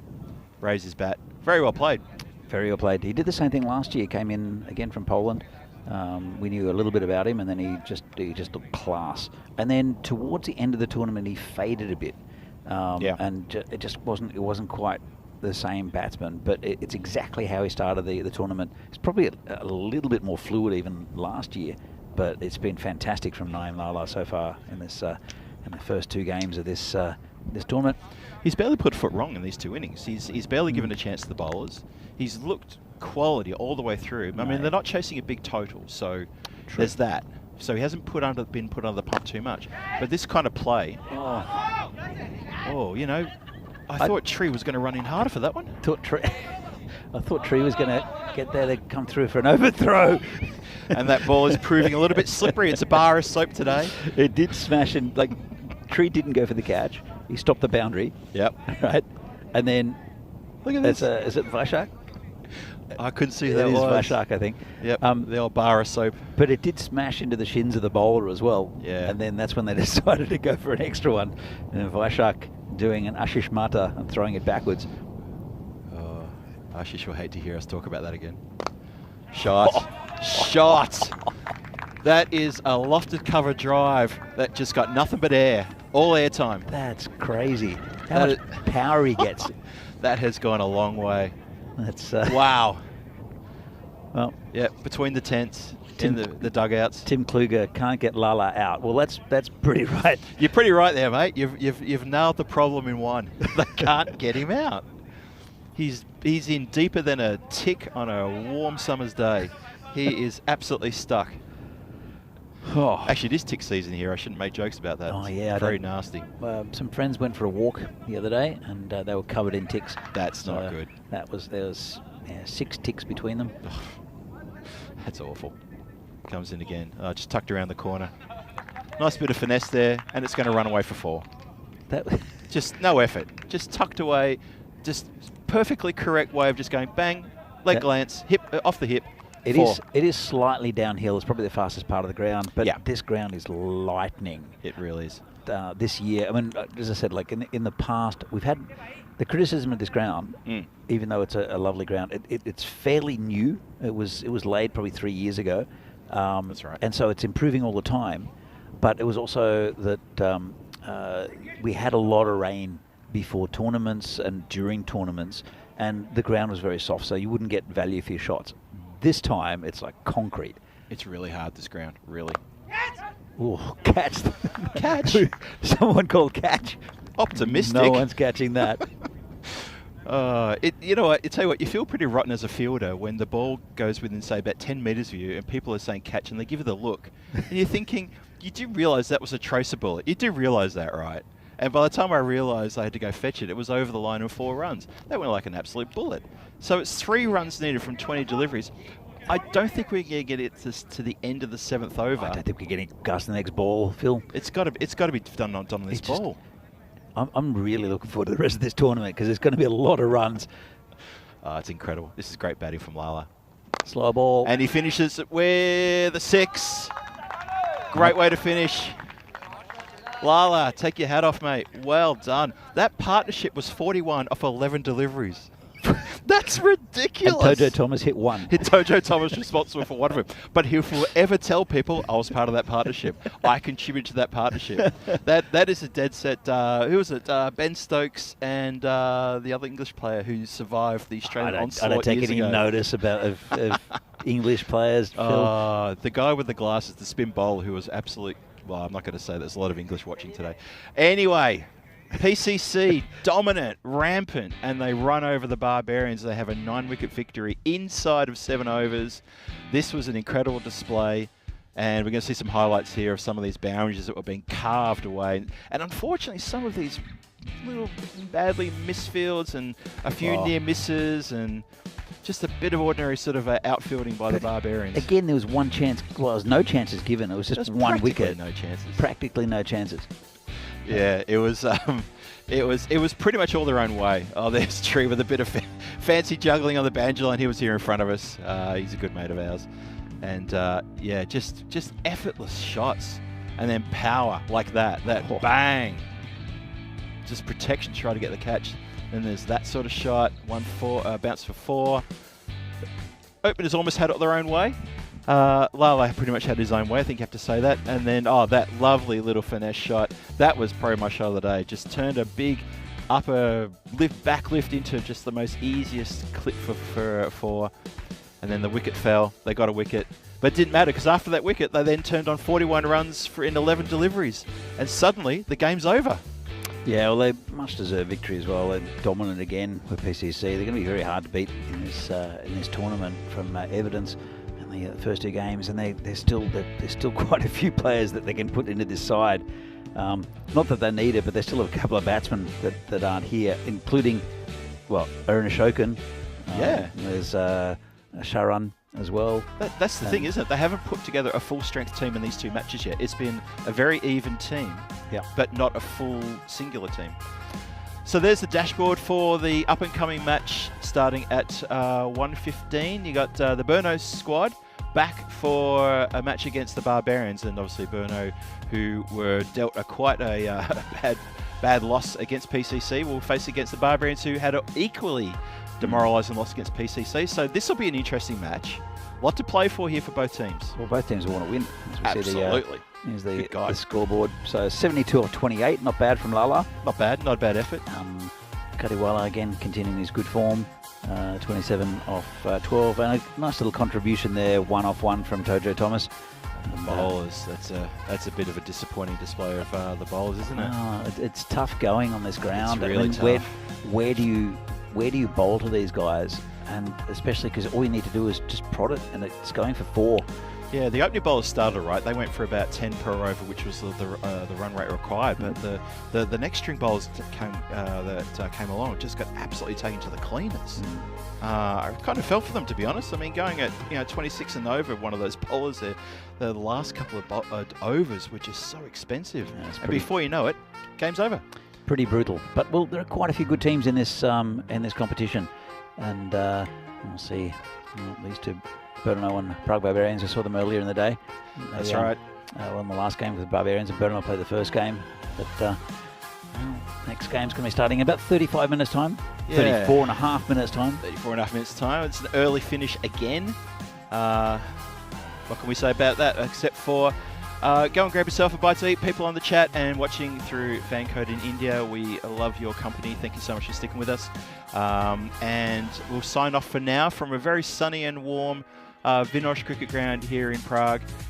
Please stick with us for the chat. You've got 3 more games coming your way throughout the day. This one, the Burno versus Prague Barbarians, is going to be a cracking match. 2 teams desperate to get that win on the board, to redeem themselves from almost equal game results against the rampant PCC squad. We hope to see you back here in about 30 minutes for our game introduction. Signing off on behalf of Danny Hudacek and myself, Phil G. Thanks again to everyone in the chat for sticking with us. Love to have your company. Everybody out there. I can see Nick and Dave and Julian in the chat as well. Thank you for joining us, guys. Two very quick matches, says Julian. You're absolutely right. Very quick games. Join us in half an hour for Game 3. And we'll see you shortly. Cheers for now.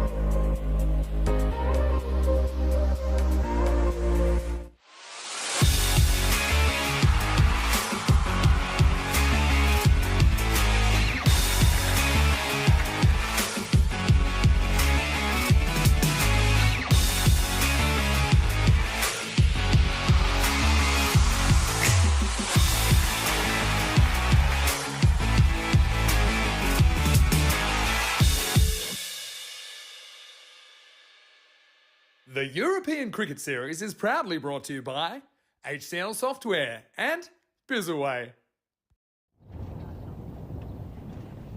And welcome back to Prague for this European Cricket Series, fan code European Cricket Series here from the Czech Republic.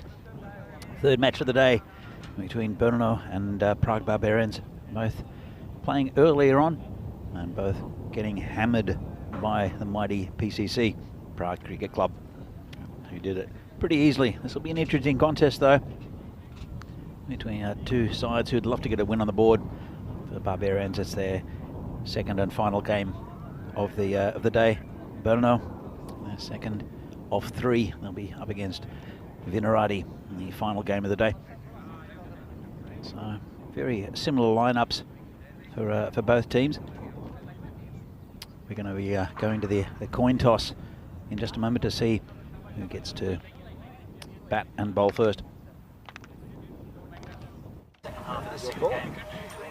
Heads is the call. And it's a tail. Ball. Bowl first. Yep. Brno won the toss and they'll bowl first. Over to you, Phil and Danny. So you saw the coin toss, and the Brno captain Rahat Ali has just won the toss, elected to bowl, which is an interesting toss to win. And as we see here, the lineups, Barbarians no doubt opening up with Devendra Singh and Vaishak Jaganev Sivan. I'll get him right eventually. Take it. Don't ever make fun of my pronunciation there, Danny. And I saw a good contribution from Vishal Mane. I'm sure they'll pump up the order a little bit. He was looking good with the bat. For Brno, they've got a good lot of variation with their bowlers. They will start with Rahat Ali, their skipper. But Riaz Afridi, speed, so no doubt take the second over. So Brno, they were expected to compete a bit more against PCC earlier in the day. They've got a good rivalry, these two teams. They've both got, I think, 4 teams in the league. Brno 4 teams. I think Prague Cricket Club, PCC, have 3 teams in the leagues here, and 2 in the first division. So that's how strong they are. Yeah, that's exactly right. PCC, yeah, three teams, 2 in the first, and Barbarians have got themselves a couple of teams as well. They've got a number of players. I mean, most of our clubs now have got at least 2 teams. Some of the clubs outside of Prague, such as Česká Budějovice, Olomouc, they're not quite there yet. Ostrava, I meant to say, they've got 1 team. Brno, yeah, 4 teams. Raven Cricket Club have got 2 teams as well. So a lot of players around. As I said before, in the T20 we had 500 plus players playing in 24 teams. And let's start this match. Comes Rahat Ali. That's right off stump. He was swinging a miss there from Devendra Singh. Yeah, just nice little gentle opening ball there. Nice little starter, just tantalisingly outside the off stump. And Divi not quite up to the task of connecting. If you're new to today's play, this ground is lightning quick. Pitch playing nicely as well. It's a very even bounce. This is a nice pitch. It plays a bit like a turf pitch. It keeps it a little bit lower than a lot of the grounds around Europe. There's no concrete base. It's all clay and sand, and it actually needs some rain for it to play better, because otherwise it starts to crack up. Yeah, and that might be an issue towards the end of the tournament. Swing and a miss, keeps a little bit lower, that one. Would it be worthwhile for the and I know this happens a lot with the ground staff here. Obviously, I sort of do a little bit of work with them. Is that even if there's a bit of overnight rain forecast, we tend to leave the covers off because we need that clay to have a bit of extra moisture in it, and it will dry. It dries quickly too. Well, I think I was speaking to Pete Vincent. It comes in again. Yeah, a bit of work there to be done. Good work in the outfield there. Sort of. Well, it was good work. You know what? They should have taken that other run. He passed it to his mate. He did, but his mate wasn't ready. His mate thought he had it under control. So I spoke too soon. Yeah, good work in the outfield, but then he just like said, nah, you take over. It's all good. So yeah, I was speaking to Pete Vincent, who's out there as one of the umpires. He's the head of the umpires here in the Czech Republic. And he said, why did they put the covers on? If there was any rain overnight, it would have been wonderful for the pitch. Well, that's normally what you do is you cover the pitch so you don't want to get it wet. So, but I understand his reasoning. So called a wide. Yeah, there was a little bit of moisture overnight. Well, there was a little bit of rain in Prague. I don't know if there was rain up here though. One of the things about Vinoj is we do have a very special ecosystem up here. It doesn't tend to get the same weather as the city, which is only 10 miles away as the crow flies, which is quite bizarre. We're on a bit of a plateau here, so often the weather comes in and it simply just splits and goes around the plateau. It's a unique microsystem. Oh, it's a lovely shot. And that's going to be 4 runs through third man. Beautiful shot there. Just didn't try to hit it too hard. It's, yeah, good control. Bit uppish, but very safe to play. Knew where the fieldsmen were and just in close there. There is a bit of a gully or a wide force slip, whatever you want to call him, and he's placed that really well. Yeah, so Jaganevison getting off the mark. And a lovely 4. He's a very good player, is Vaishak. As I mentioned earlier in the day, he's been in pretty ordinary form for the last year or so, but was playing for the Czech national team when Phil and I went down there to the international games. That's right. Down in Kartama, and it didn't look happy at all. Didn't really work for him, did it? Here comes Rahat again. Left outside off, called a wide. I'm enjoying my pie here from the Down Under. Ah, yeah. I know you haven't tucked into it yet, but it's I think it's the Melbourne. Yeah, or Melbourne or Sydney, I'm not sure. The Melbourne is the mince beef with the so it's the pepper Melbourne. sauce. That's the one, yep. Yeah, now the Sydney one I think has beef chunks. It does. Beef and black beer? Beef and black beer, that's the one. Yep. So thank you to the Down Under for providing our nourishment for these next 2 weeks. And I'm sure I'll be getting my pie intake. Yeah, big shout out to Ashley and Voida and the whole crew down there. Look after us timelessly. Always welcome surprise when the lunch van turns up. And yeah, unfortunately, you've already got halfway through your pie. My pie was on the bottom and it was absolutely piping hot. I could barely carry it back here to the bench, so I'm going to let mine sit until this innings is over. What's better, Phil? A cold pie or one that burns like lava? Oh, geez, they talk about extremes. Huh? I wouldn't want one to burn like lava because, I know taste buds do regenerate every 10 days, but at the same time, I want to use them. But you've had that thing where you've bitten into a pie and it rolls down your face. Yep. And all you can do is inwardly scream. Yes, but then you've had the thing where you buy into a pie that's cold and you instantly think, I'm about to spit this at someone sitting across from me and it's not their fault, but I've got to get this out of my mouth. Yeah. It's not very pleasant at all. Anyway. Speaking of not pleasant, for the batsman who's facing Riaz Afridi, he's probably thinking the same thing right now. He's thinking, oh, here we go. But it's Devendra Singh's going to face him. Riaz Afridi got a lot of pace about him. He came on the scene very recently and he was a fiery customer. He's been in the Czech Republic for a few years. He's qualified to the national team and he's added that bit of pace that they really needed. There's some good fast bowlers actually in the national team now. Yeah. But Riaz probably the pick of the bunch. Turned around the corner just for a single, just hurried onto the batsman. Back it up is the call. Yeah, I was talking to Charles Croucher a couple of weeks ago after the Challenger Cup we had here about Riaz, and he said that when he first got a chance to sort of meet with him and chat with him and talked about where his position might be in the national team going forward, he said he was a very fiery customer, had a lot of anger in his bowling, and he said we had to find a way to temper that down and for him to focus. And he said credit to him as a very mature player, he's done that, and now he's a really, really class customer bowler. However, he's just been knocked for 4. Yep, tucked around the corner. Tucked around the corner. It came out to him pretty quickly, but he just got enough. I think glove. Looks like it might have been glove, but it's the fastest part of the ground. Yeah. In this very, very fast outfield. So I was always going to go for 4. So Charles was happy to talk about how the coaching staff had really gotten in with Riaz and discussed his bowling, discussed how fast he was bowling, and they tried again to pull back a bit and to really focus. And there was a sort of like an energy and I don't like to use the word anger because he's not an angry player. He's a very good player and he's a great guy as well. But he got a lot of focus. He's going for the short stuff. Well taken by the keeper though. Called it wide. Still called a wide, but well done by the keeper. It could have gone for 4. So yeah, but you see here, he's just sort of, he's limbering up a little bit. Maybe he just hasn't quite got his radar in, but he's a fast customer. And he's a great batsman too, as you saw in the first game. Yeah, he's a good all-round cricketer. He's Riaz Afridi, and a big plus for Czech cricket and Brno Cricket Club. Yeah, I think that's the key thing, what you're mentioning about him, his impact in the Czech national team is something that they really needed. And, you know, that's nothing but positive.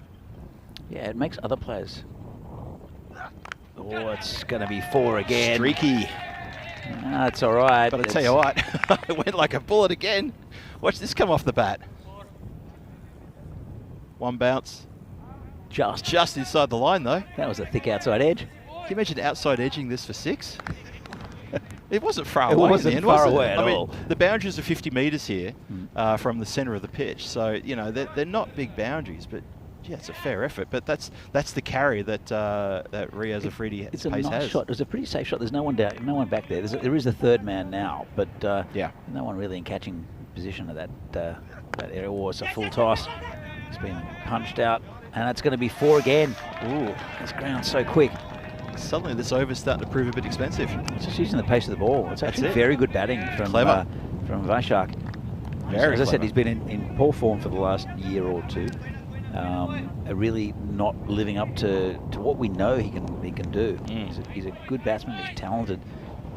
But now I think what we're going to see is technically good batsmen do very well on this ground because of you're getting good value for shots. Freedy again. It's just turned around the corner. Nice shot. It's gone past the fielder. It'll be 4 again, I think. Yep. Will be. Yep. Just turned around the corner. Timed it nicely. Yeah. As soon as that fieldsman couldn't get down, his hand down, you know it's going to run for 4. You know, didn't try to hit it too hard. No. I think that's the secret where I think a lot of teams are going to really look at the way that these players are batting, the way that PCC batted earlier in the day. There was a lot of big hitting, but just hitting along the ground. You know, it's clever. That the Bradman thing, where here's a Freedy coming around the wicket. Oh, this is going to be interesting. I think he's angry. Oh, slow ball, and that's 5 wide. Shocking over. Oh, well, Riaz. Lance with your top line bowler has gone for 22 already. He's still got a ball left. That was not good by Afridi. Well, Danny, I'm going to take the bullet on this one because we've bigged him up at the start of this over, and he's let us down in spectacular fashion. Now that's the stock commentator's curse. I'm just praying for a wrecking ball to take me out of this competition. I cannot believe how much we bigged him up, and he's gone for 22 from 5 legal deliveries. Still got to finish the over, and yeah. His skipper's done the right thing, given a pat on the shoulder and said, "Don't bowl there. Don't do it there, mate. Don't do it again. Don't do it again, mate." That's a better ball. Better. Angled across the right-hander. Yeah, much better delivery. Obviously, it's what he was going for the first time he bowled there, but he just pushed it too wide. Bit of a rough start for the man, but them's the breaks. You see there the standings. Obviously, the two teams at the bottom of the ladder, considering that 5 teams haven't even played a game yet. I don't want to make it sound worse than it is. So both will be very keen to get out of that little rut, that position at the bottom, and get up into 2nd position with a win after the Prague Cricket Club snatched the first 2 victories today. Yeah, we'll see PCC up again in the next game. That'll be against Vinarati Cricket Club. It'll be interesting. We're looking forward to that one. So just talking about Danny O'Connor, he came and helped deliver the pies. Looking forward to seeing him. He's a good young cricketer. I think there's 3 of them that are around about 15. Yes. But they're all really good. Alfie, apparently, Alfie Solchek will probably play eventually during the week. Yep. But today, Danny O'Connor, I think Henry Wood might be playing as well. Looking forward to seeing them. Oh, absolutely. And I know that our friends in the chat love a bit of youth playing cricket here. They do enjoy that. And we've got a few players around Europe who are like in teenage years, they're 17, 18. Yeah. And here we go. We've finally got a couple ourselves who are like 15 years old, going to have their ECS debut in the next game. I advise you to stick around for that. So it's been slammed down the ground. It's gone past the fielder. That'll be 4. Well, just more like a bunt down the ground there from Devendra Singh. Not too much wrong with the ball. It's a pretty good delivery there from Niraj Mishra. Yeah, and just hit straight, just bunted back. It was almost a tennis double backhander, sort of straight past the, Yeah. the umpire and bowler. Yeah. But into the gap and 4 runs. Doesn't matter how you get them, as long as you get them. Barbarians looking pretty good. 34 now. Looking much No better loss. now, aren't they? Yeah. So over the top and just in front of the fielder. Tell you what. It's such a hit. Sengupta there, who copped one on the legs. Probably saved 4, but could have been a catch. Yeah, he's not showing the discomfort, but I reckon deep inside he's probably thinking, oh, I wish I got my hand to that one. It's one of those ones where possibly could have been taken, but also possibly could have copped one in the teeth. Oh, Yeah. lovely shot. Oh, Right that- off his legs, and that's another 4 runs there for Devendra Singh. Cracking shot. He's looking in pretty good form. Look at this. Bang. Took it from leg stump. Lovely shot. And Divi's been around for quite a while. He's been a regular in the Barbarian lineup for quite a number of years now. Former national team player as well. I think he played briefly for the national team. He's a good keeper.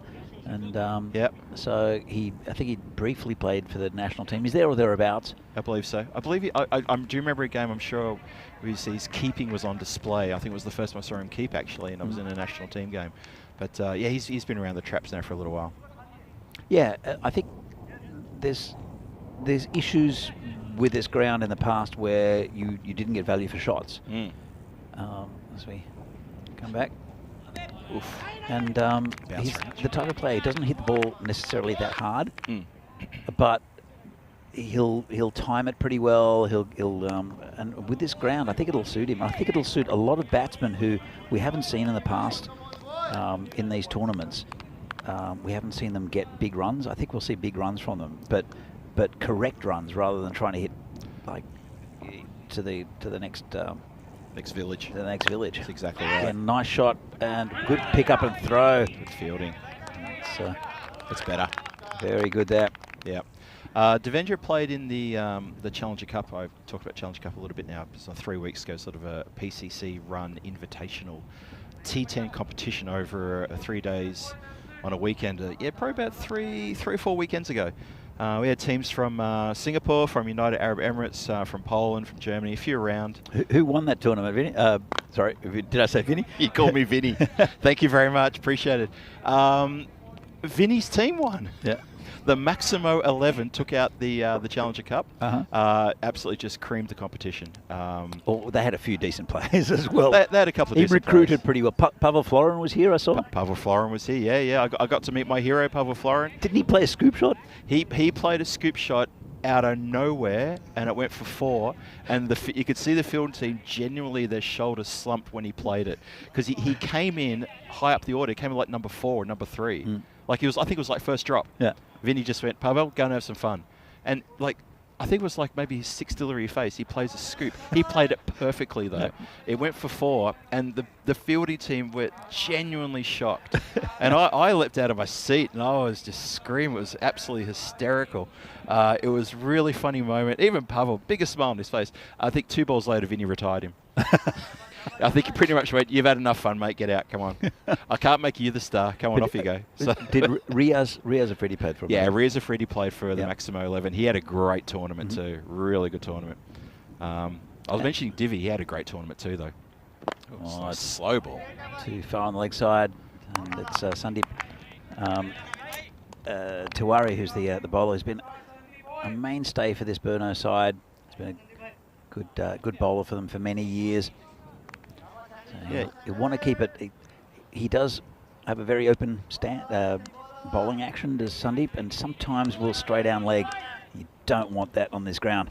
End of the power play though, so it's a bit of protection. So he falls over slightly.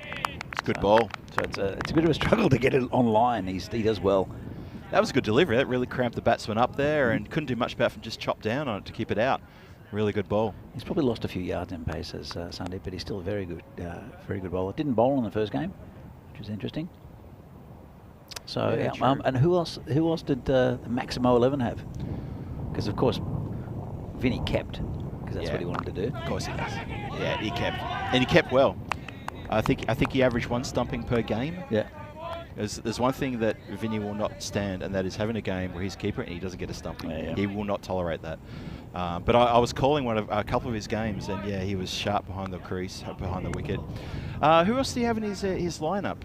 He had a few people from all around Europe. He had, I think he had a player from Drew, from France. Oh yeah, I know who that is. Try to remember who it was. Sorry, the name's eluding me now. Well, Drew was a lovely shot. Lovely. Hit over the top of the vacant slip area, 4 runs. That was Nabi. Nabi, yes. Nabi, who absolutely destroyed the opposition in Khartoum when Drew won the tournament. That's the French team. Yes, and yes. He is a beast. He's absolutely incredible what he does with the bat. Just ridiculous. So, so yeah, having Riaz Afridi with the bowling and actually we had a Nabi. 6 hitting competition on the last day. I think Nabi won that. Oh, we set up over on the Banksfield, and it was to sort of throw downs. Yeah. Who could hit the biggest 6? And I think he won that one as well. Of course he would have won. If anyone, let's come back to this as two RA bowls are wide. Yep. If you go and see the ECL with Drew and any highlights package or any game with Drew playing, all you see is Nabi just launching it past the trees. Just like from good bowling. You see some of the English players and this guy is just absolutely hammering them. It was unnatural. Yep. Oh, got him. Big swing and a miss. And that's the end of Devendra Singh. So a bit of an unnecessary shot, to be honest. And Tiwari right on line. Good to bowl. You swing, you miss, I hit. That's the philosophy. That's it. And a nice little fist bump from Divi to the bowl on the way out. Probably compliment on a good straight delivery that he probably should have hit. Instead, hit the stumps and he's on his way. Barbarians now 1 down in the 4th over. Yeah, it was a big swing and a miss, wasn't it? Just didn't need to do it. He should have been taking notes from his batting partner. But anyway, it's the end of Devendra Singh. Brings Amrit Rai to the centre. The Barbarians off to a good start though. First wicket down, 48 on the board. Just getting to the back end now of the 4th over. So they've had a good start. They need to obviously carry on with it to post a big score here for Burner to chase. Yeah, they'll be very happy with this start.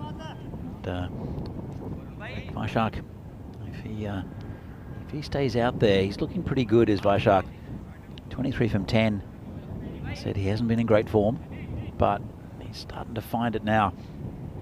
It's Tiwari rolling to Amrit. Leaves it outside off. No run. Yeah, it's interesting with Tiwari's bowling action. Just in his last movement, you almost think he's going to fall down. Just watch this. He throws it down so hard. His back is like vertical to the ground. And you think has he thrown it too hard? Is he going to fall on his face? Yeah, that's his style. Unusual. Surely his back doesn't like it. I reckon. We'll talk to him about 15 years' time and we'll see how he's doing, because I reckon that's going to put a bit of pressure on the back.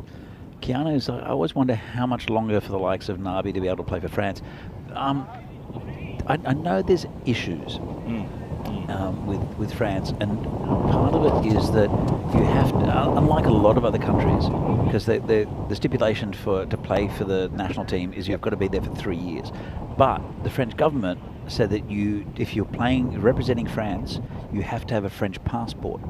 Okay. Oh, okay. Now, apparently quite a few players from Drew are available. The problem is they can't get international team training because it's around Paris somewhere, and they can't get to the trainings regularly, so they're not really considered for the national team, which is a shame, right? And I'm sure that they'll change that. Like, is it Gus McEwen, I think, who played for France, who's an Australian guy living in, I think he lives in England or somewhere, and he's been fantastic for them.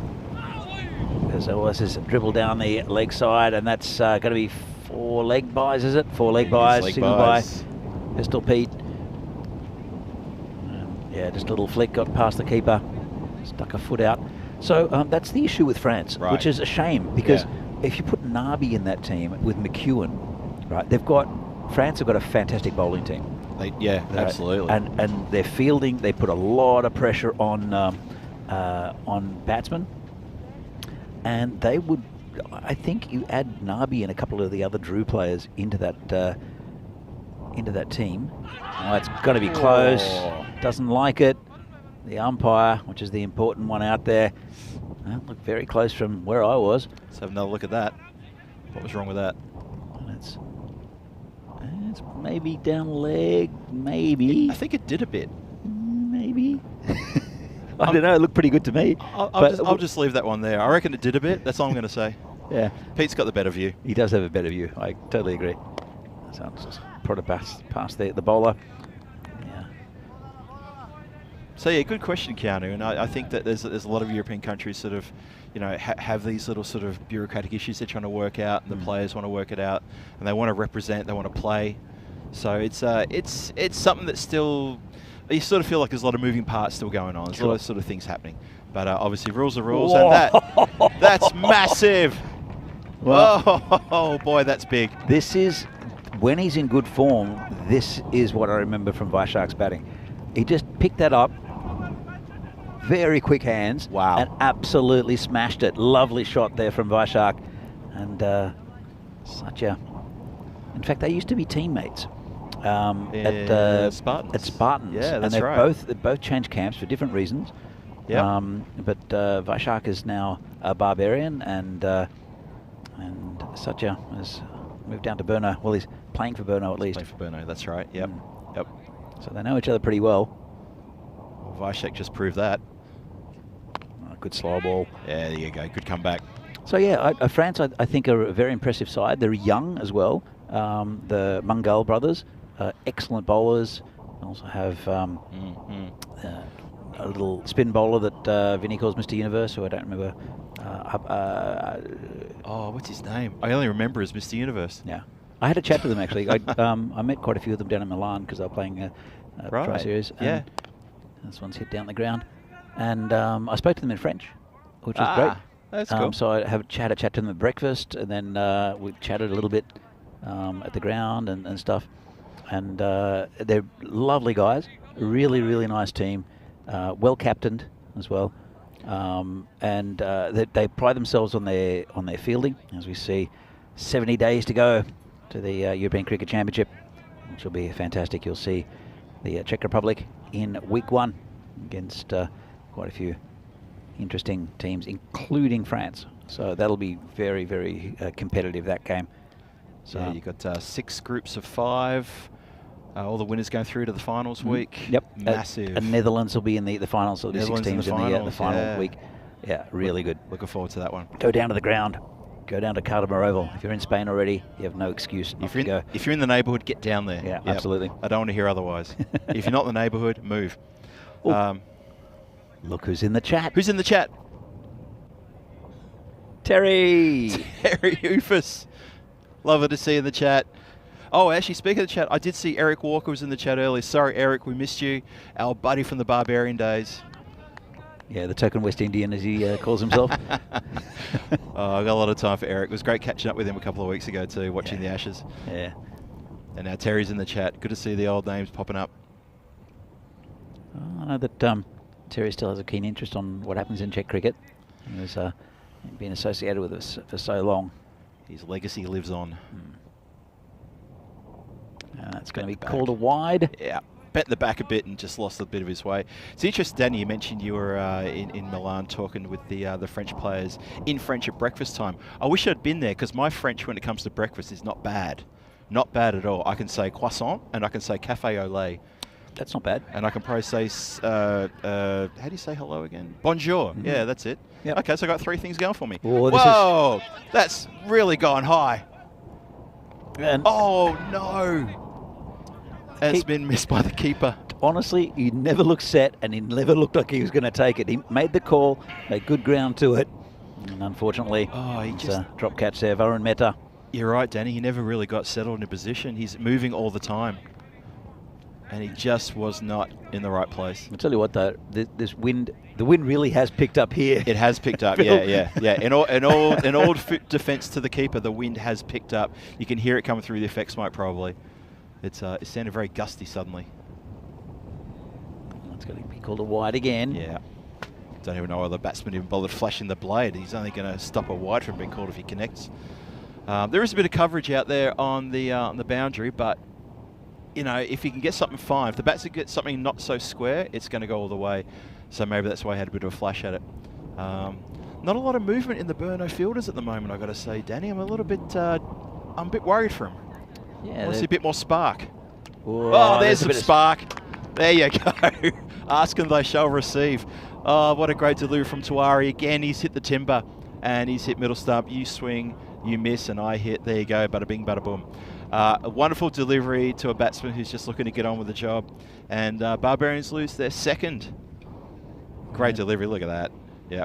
You miss. I hit. It's Umrit who has to go, but Jagan Everson is still there. And I'd put Vishal Mane up there. I don't know why they hesitated. I'd be bringing Mane in about now. After what he did in the last game, you've got to bring him in. So he added so much impetus to their innings at the time when they really needed it. He scored 32 of 10. Exactly. So why not give him more action? There's still, 4 overs after this. In fact, it won't be. It'll be the captain, Vamshi Madasheti. Well, there you go. I don't get it. Skipper wants to go. Yeah, okay. Well, hopefully he's given instructions to his dugout that Mane's coming back, because we want to see Mane again. I want to see him replicate that 30-odd from nothing, because that was a great innings. It was great. It got Barbarians to a decent total. They got 100, which is again short a little bit against PCC, but at least a target. Yeah. Now that's going to be another wide. It's gone through the keeper. No. They can't afford this. Burno, it's been pretty scrappy, to be honest. It hasn't been a great performance, has it, at all? That's disappointing. Bowler's got to be upset about that too. Wow, the keeper should do better. It's gone straight through his legs. Get down, man. Make the long bridge. You can't blame the wind for that one. No. I mean, it's interesting you say the wind, because there is a bit of cloud coming over, but it's very high cloud. There's no danger of rain for the rest of the day. Probably for the rest of the week, to be honest. Rest of the month, actually. Anyway, Tuari in again. It's gone another wide. Yeah, it's gone to wide again. Yeah, he's lost his radar here. He's picked up the 2 wickets, but he's gone for another one. He's still going with this over. This over's gone on forever. Keanu's made a point here. I'm not sure what he's talking about, but I'll read it out after this ball. It comes in Tuari again, bowling to Madasheti, the skipper. Oh, he's bent the back. No, so, Danny and Phil, how do you feel with the ICC wanting to slow down ODI fixtures? ICC probably want to give ODI status to new countries. I feel like associations should stop playing 40 and 50 over and embrace T10 fully. Well, I kind of agree with the T10 thing. I know Vinny reckons that it's the perfect format. Whoa, that's rubbish from Tuari. Shocker. Whoa.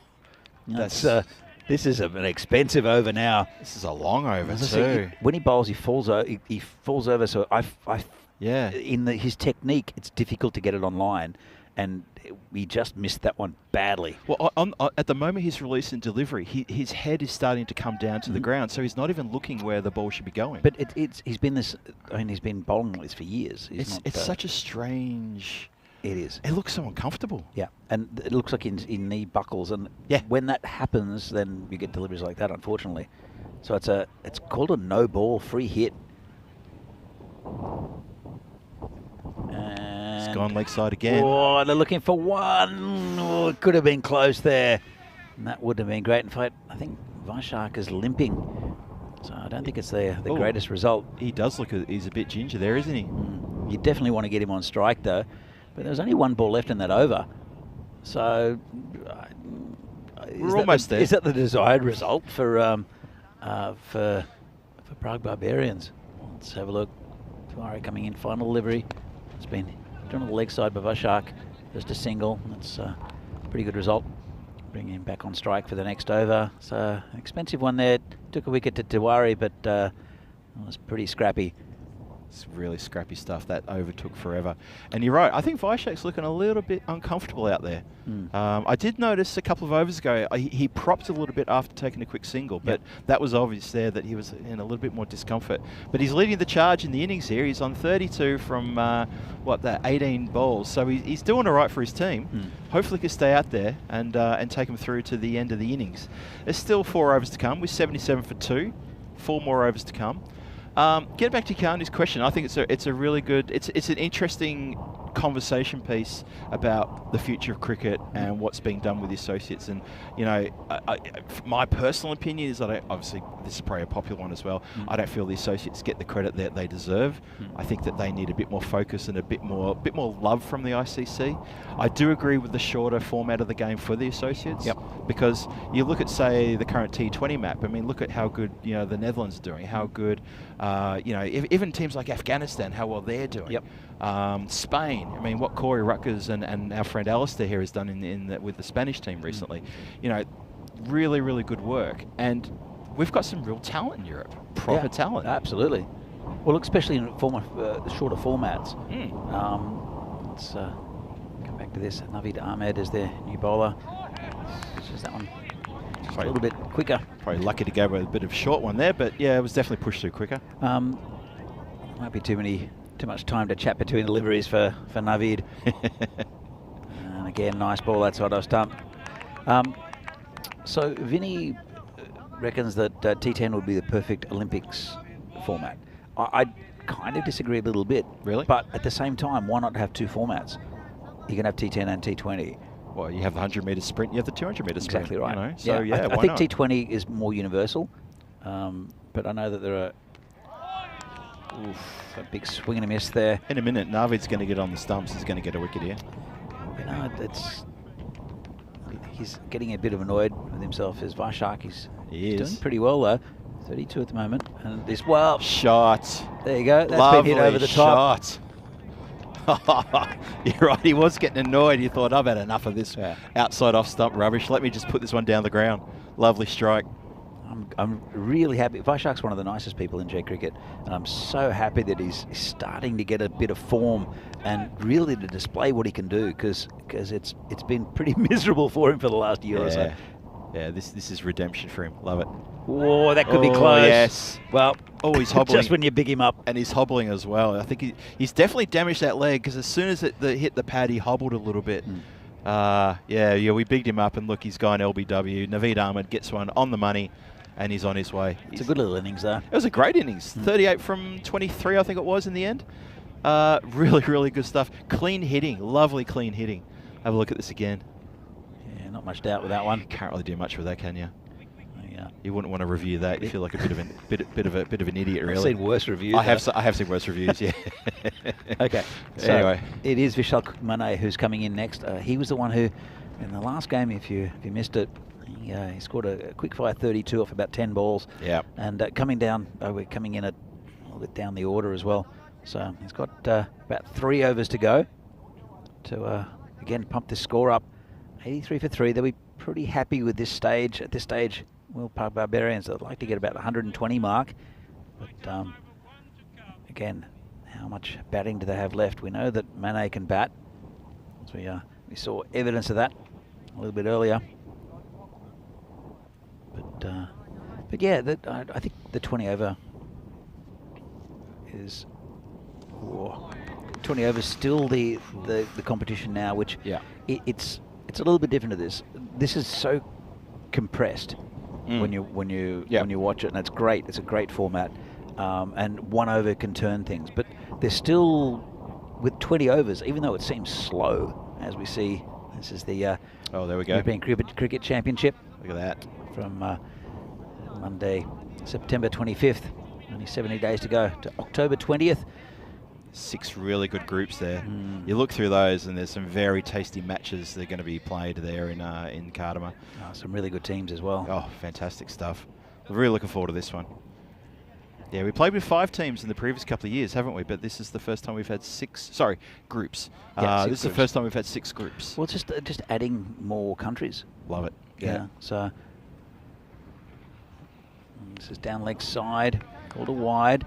Yeah, actually, just speaking about the different formats of the game here in Czech Republic, a lot of the players come to they want to play Pro 40. They want to play 40 over games. Sure. They love the longer game. Yeah.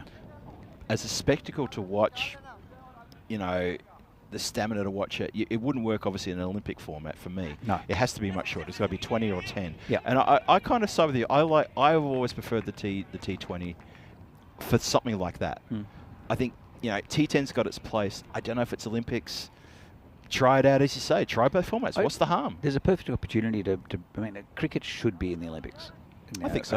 I don't think anybody disagrees with that, apart from maybe the Indian Federation. But I think they're changing things, and I think it will be an Olympic sport. It's just tucked around the corner. Lovely shot for 4. It's Mane. That's great control. Yeah, he's looking impressive actually. There's Mane. Yeah. But it definitely should be an Olympic sport. It's played in most countries around the world, and competitively now you can see with all the world rankings and then cricket coming up in Europe, then in the US as well. They're taking it very seriously. So definitely should be the Olympics. We've had this discussion many times before with Terry, with yourself, with Vinny. And there's the perfect opportunity at the Brisbane Olympics. So 2032, I think? 2032, that's perfect opportunity, because the grounds are there already. And, Absolutely. And it just gets through the field, and that's 4 more.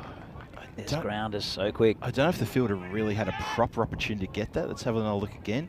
But if he did, he made a complete hash of it. It wasn't a bad ball at all. Bit of good delivery. Bit of in-swing there from Mishra, and just got that outside edge. But anything that gets past the field here is 4 runs. Yeah, he's dropped the bat down as it's cramped in for room, got a leading edge, and oh man, I think the fielder probably made it look a bit more ridiculous than it really was.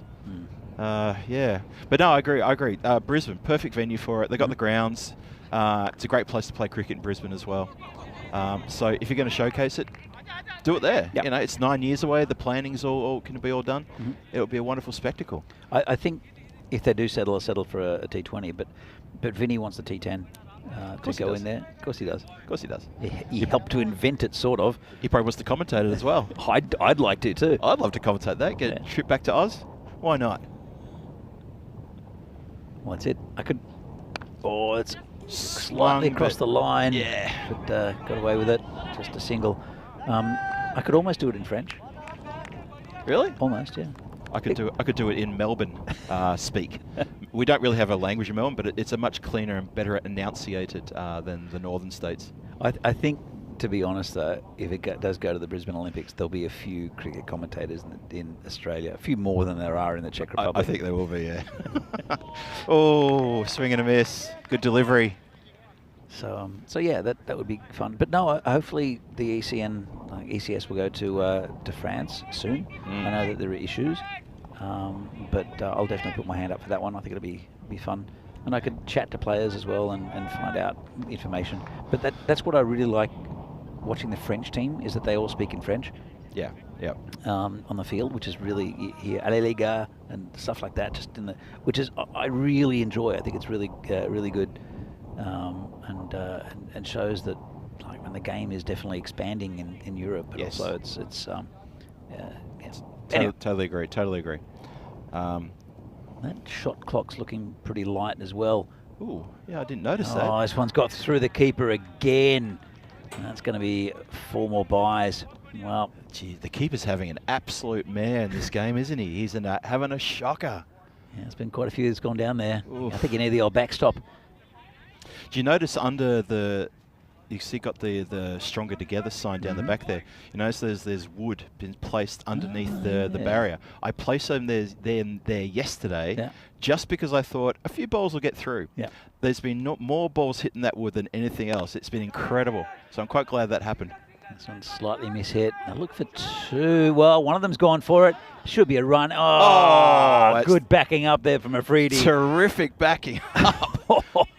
And again, that one was probably not a great bounce for the keeper, to be honest. No. Let's have another look at this. Look at this come back in. One of them's gone for the second run, and nowhere in sight. Oh, jeez. Just bounced in front of the keeper, who didn't want to catch it. That's a keeper killer, that one. This one's going to be just another buy, I think. And Varun Mehta not having the greatest of days with the gloves. I know that Bono they've lost Paras Kari, who's excellent with the bat and also the gloves, and then Ushan as well, who was their keeper for a few years before that, who was lightning quick with the gloves. And now he was fantastic. Varun is not quite up to that standard. But this game has not been a great one for the gloves. With the gloves, I should say. This one's hit out to Sengupta. They'll look for 2, and there's an underarm throw into the bowler, and that could be close, actually.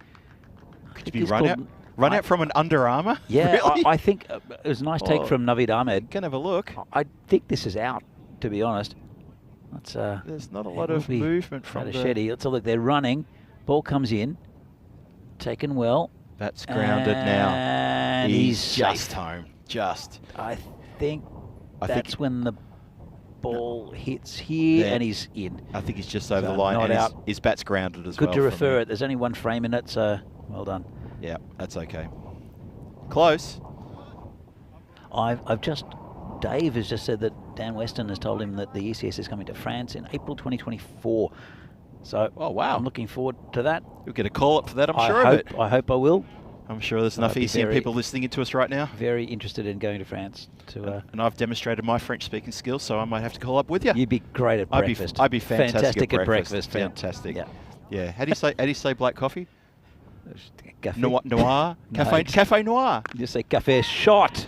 That's in the air. That's gone way back. Spectators look out. Full toss. Oh. And that's a lovely shot there. And Mane as well, continuing his good form. Oh, what a lovely shot that was. They should bat him further up the order, I think, Mane. And Barbarians, they're over the 100 mark. 110 for 3. And only 1 over left. The shot clock. They need to get this ball done. Well, they're adjusting things, so I think they'll be fine with that. Yeah, that'll be fine. That'll be all right. So you see the shot clock above the projected score there. And it's just how many overs. They've just stopped the clock. But a lot of it has to do with also getting the ball from the boundary or lost ball. Things. Yeah. So there's still 25 seconds. Yeah, it's big. So that's fine. It's only 1 ball left. They'll be fine. And Naveed Ahmed, the only spin bowler used by Berno, so he's hurried through this over. That's the end of it. So at the moment, Pug Barbarians 110 for 3. Not a bad effort so far. It's good. They can still, if they can get Mane on strike for the final over, they could still pump it up to about that 125, 120 mark maybe. As you see the bowling figures here, Riaz Afridi, expensive of his 1 over, and the main man, he's only had the 1. It looks like it's Satyajit Sengupta to bowl the next one. I thought the skipper might throw the ball to Afridi and sort of say, we know you can do this. We know you got belted at, well, you had a shocker of your first over. Unless maybe he's got a little niggle or something, or he's not quite right. I think if the problem is with Afridi's pace is if you get anything on it, it's going to go towards the boundary. Yeah. So maybe Sengupta's not slow, but at least it's not going to spray away like, whoa, this is in the air. It's going to take some catching. And what have they done? Have they called each other out of it? Well, this guy said it was going to take some catching, but one of them had to go for the catch. Seriously, I bet they called each other out of it and they forgot to go for it. I think he. Oh, come on. How is that possible? Oh, my God. Only in the last over, huh? So, Keanu, yes, there are 2 fields there. The other one's not a training one. It's just it's called the Banks Field, and we use a normal league play. So we have 2 very good quality grounds here in Vinorj in the north of Prague, northeast of Prague. Northeast. Yeah. Yep. About 15 kilometres from the centre of Prague as the crow flies. He's got him. Wow. Top of leg, knock back, boom. That's Matachetti, the skipper. And it's even better to dot ball for Berno. What they need at the moment is dot balls. And they'll bring a new batsman out. So Matachetti, he's not done the greatest for his team. He hasn't really. 6 off 10. Yeah, he's taken a while to get that 6, hasn't he? You need to get Mane on strike. Yeah. And you need to pump him up the order as well. Anyway. Yeah, I agree. I think he should have definitely come in at maybe 3rd drop. Yeah. If he continues in this form, he's going to find himself coming in 2nd drop, even 1st drop, just to give that impetus to the innings. If he's coming in, say, around about the 4th or 5th over, and he can get a few clean hits, I mean, they're the big overs you want. That's the thing. You've got 10 overs to play with. That's it. So that's you need to get your most dangerous batsman up the top of the order. Why bring your pitch hitter in the 8th over? Yeah, he's got no time to dominate. I'm sure they'll talk about it. Yeah. It's been hit on the leg side and He missed it completely. What? Don't blame. He's blaming the sun. What's he blaming the sun for? Don't look at me, mate. What is going on with What's this he doing Perno side? out there? He just didn't see it. Look. Does it bounce? No, he just didn't see it. He didn't even get down to it. He never saw it. It was an inside edge. He never saw it. I would. I know there's only a couple of balls left, but That's nuts. Oh no. yeah, we both Wide wear ball. glasses, Phil. Maybe you should go and run a pair over to him. Oh no. He's shaking his head and cursing to himself for what happened there. I mean, okay, it was probably of course it was a genuine error. I mean, we're not saying he would have done He it on just purpose. didn't see it. He just simply didn't see it. At one point though, he lifted his hands to gesture to the heavens, and I thought, don't blame the sun. That's miles away. You can't do that. That's an interesting way of wearing that delivery. That's an odd one. That's Prem Nandivada. Oh, it's a dead ball. It looks like he was trying to pull away. What? It was signal. It was signal. No. Umpire. How is that a dead ball, Phil? Umpire called it. I don't know. He couldn't have called it for that. They're having a chat about it now. There's no way that's how is that a dead ball? Look, for me, the batsman was still in his stance. He just turned around and let him in the bum. The batsman was in his natural stance when the bowler let the ball go. There's nothing wrong with it. But it hit him, and as he turned around, the bowler turned around. I swear to God, the umpire gave a dead ball signal, and then he got on his mic. So I'm as confused as you are because I thought that was a legal delivery. Okay, he didn't play a shot. Yeah, it's still 1.2. That's ridiculous. Anyway, turned around the corner. That will be 4 runs. Yeah, no chance. So that's what, instead of turning it and bumming it away, you should turn it around the corner like that. Look, there you go. He uses the bat. That's it. That's how you do it. But that was how I don't understand how it was. I'll have a chat to the umpires maybe. Or to one of the officials and find out what happened. Find out what happened there. Yeah. Because that was odd. It was odd. He played it with his butt cheek. He did. That was buttock before. Normally wicket. that hurts a bit. I don't know about you, but I can't get much momentum when I swing my butt cheeks around to try to hit the ball. I just can't get it going. Some people in the chat will probably disagree. I know I've got some great friends in the chat who'll take issue with me saying that, but that's not how you play the game. Come on. Anyway, Sam Gupta, he's gone for a few. Well, he's not doing too bad, but Berno. Oh, there we go. That's Sky. There's a chance here. Your Warrior takes the catch. The Warrior's taking a catch. Danny, we've seen the Warrior come good. It is Warrior, yeah? Yeah, it's your Warrior. Nice catch. Difficult catch, too. There's quite a bit of wind. It's swirling, yeah. It would have held up a bit, but well-judged catch there from your Warrior. He had a bit of pressure from his own man, too. Look at this.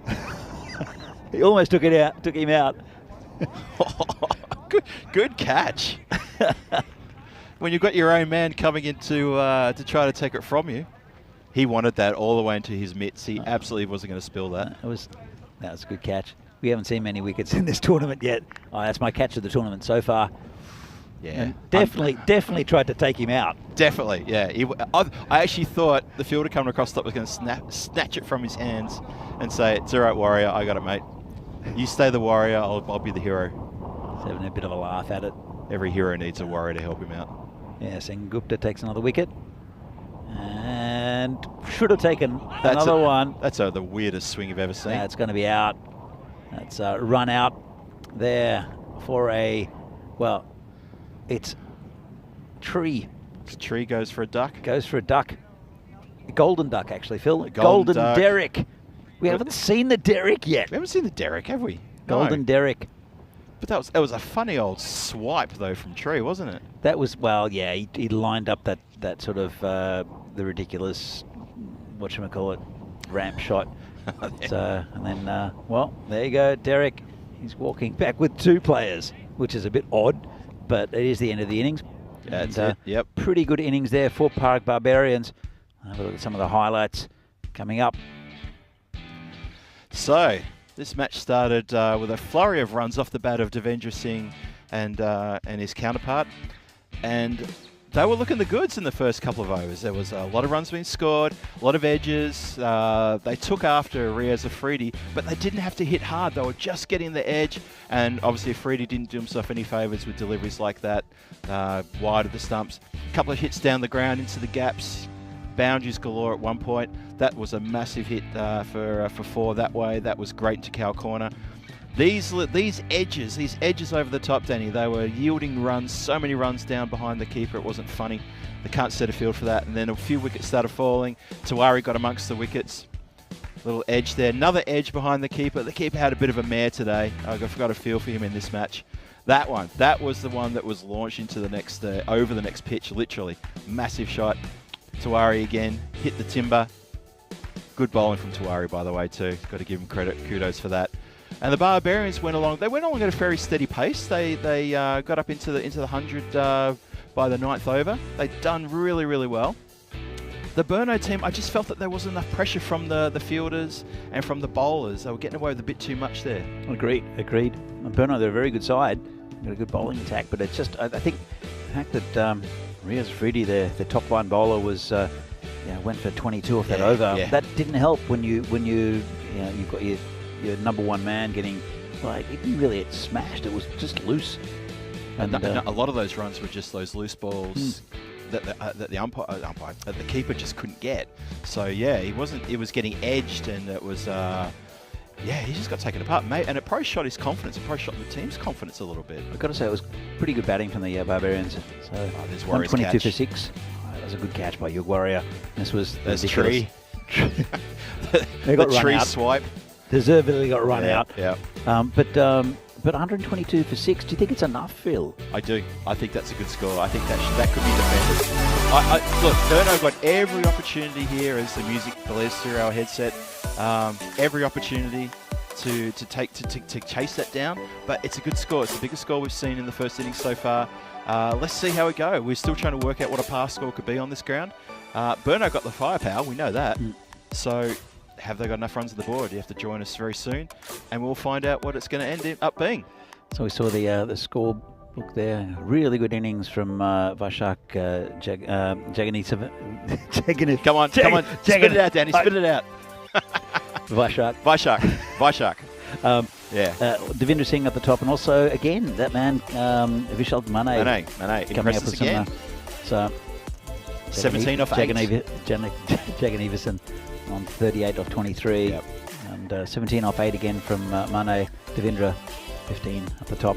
Wicket share between Sengupta, Tiwari and Naveed Ahmed jumped in, and there was a run out at the end from Sengupta's bowling. Yeah. So all in all, good display from both teams. Yeah, very good display from both teams. So this is match 3. The match between Brno and Prague Barbarians. Brno need 123 to win. And have to bat well to do it. This ground is lightning. So let's see if the Barbarians can defend this total, or if Brno can get the 123 they need to win. Just be back here in a few minutes' time with the second innings of this game. See you soon.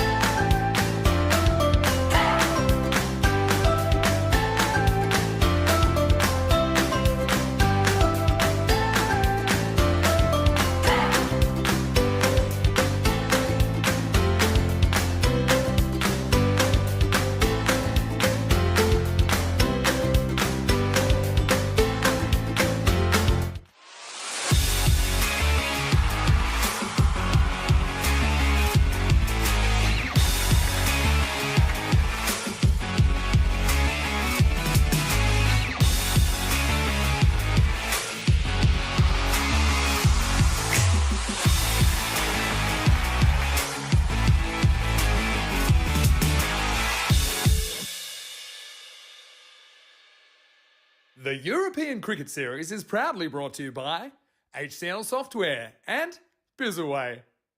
And welcome back to a very windy Prague for this Fancode European Cricket Series. Here, match number 3 between Brno and Prague Barbarians. And it's going to be an interesting run trace here for Brno, who want to win, one of the favourites for this tournament. He won the local league here last year, getting a runner-up in the 20-over league recently. Up against a very competitive Prague Barbarians side, 122. And it'll be one of the old boys, actually, Tree, to be bowling. So, played for a long time for Brno, did Tripurari Kanye Lal, and he's now gone to Prague Barbarians. He's bowling to Ali Kashif, who's been promoted up the order. He's a big hitter, and he gets that one away. Big, thick outside edge for 4. And Brno have the first boundary, first runs on the board. It was wide outside of stump. Just flailed at it, did Kashif.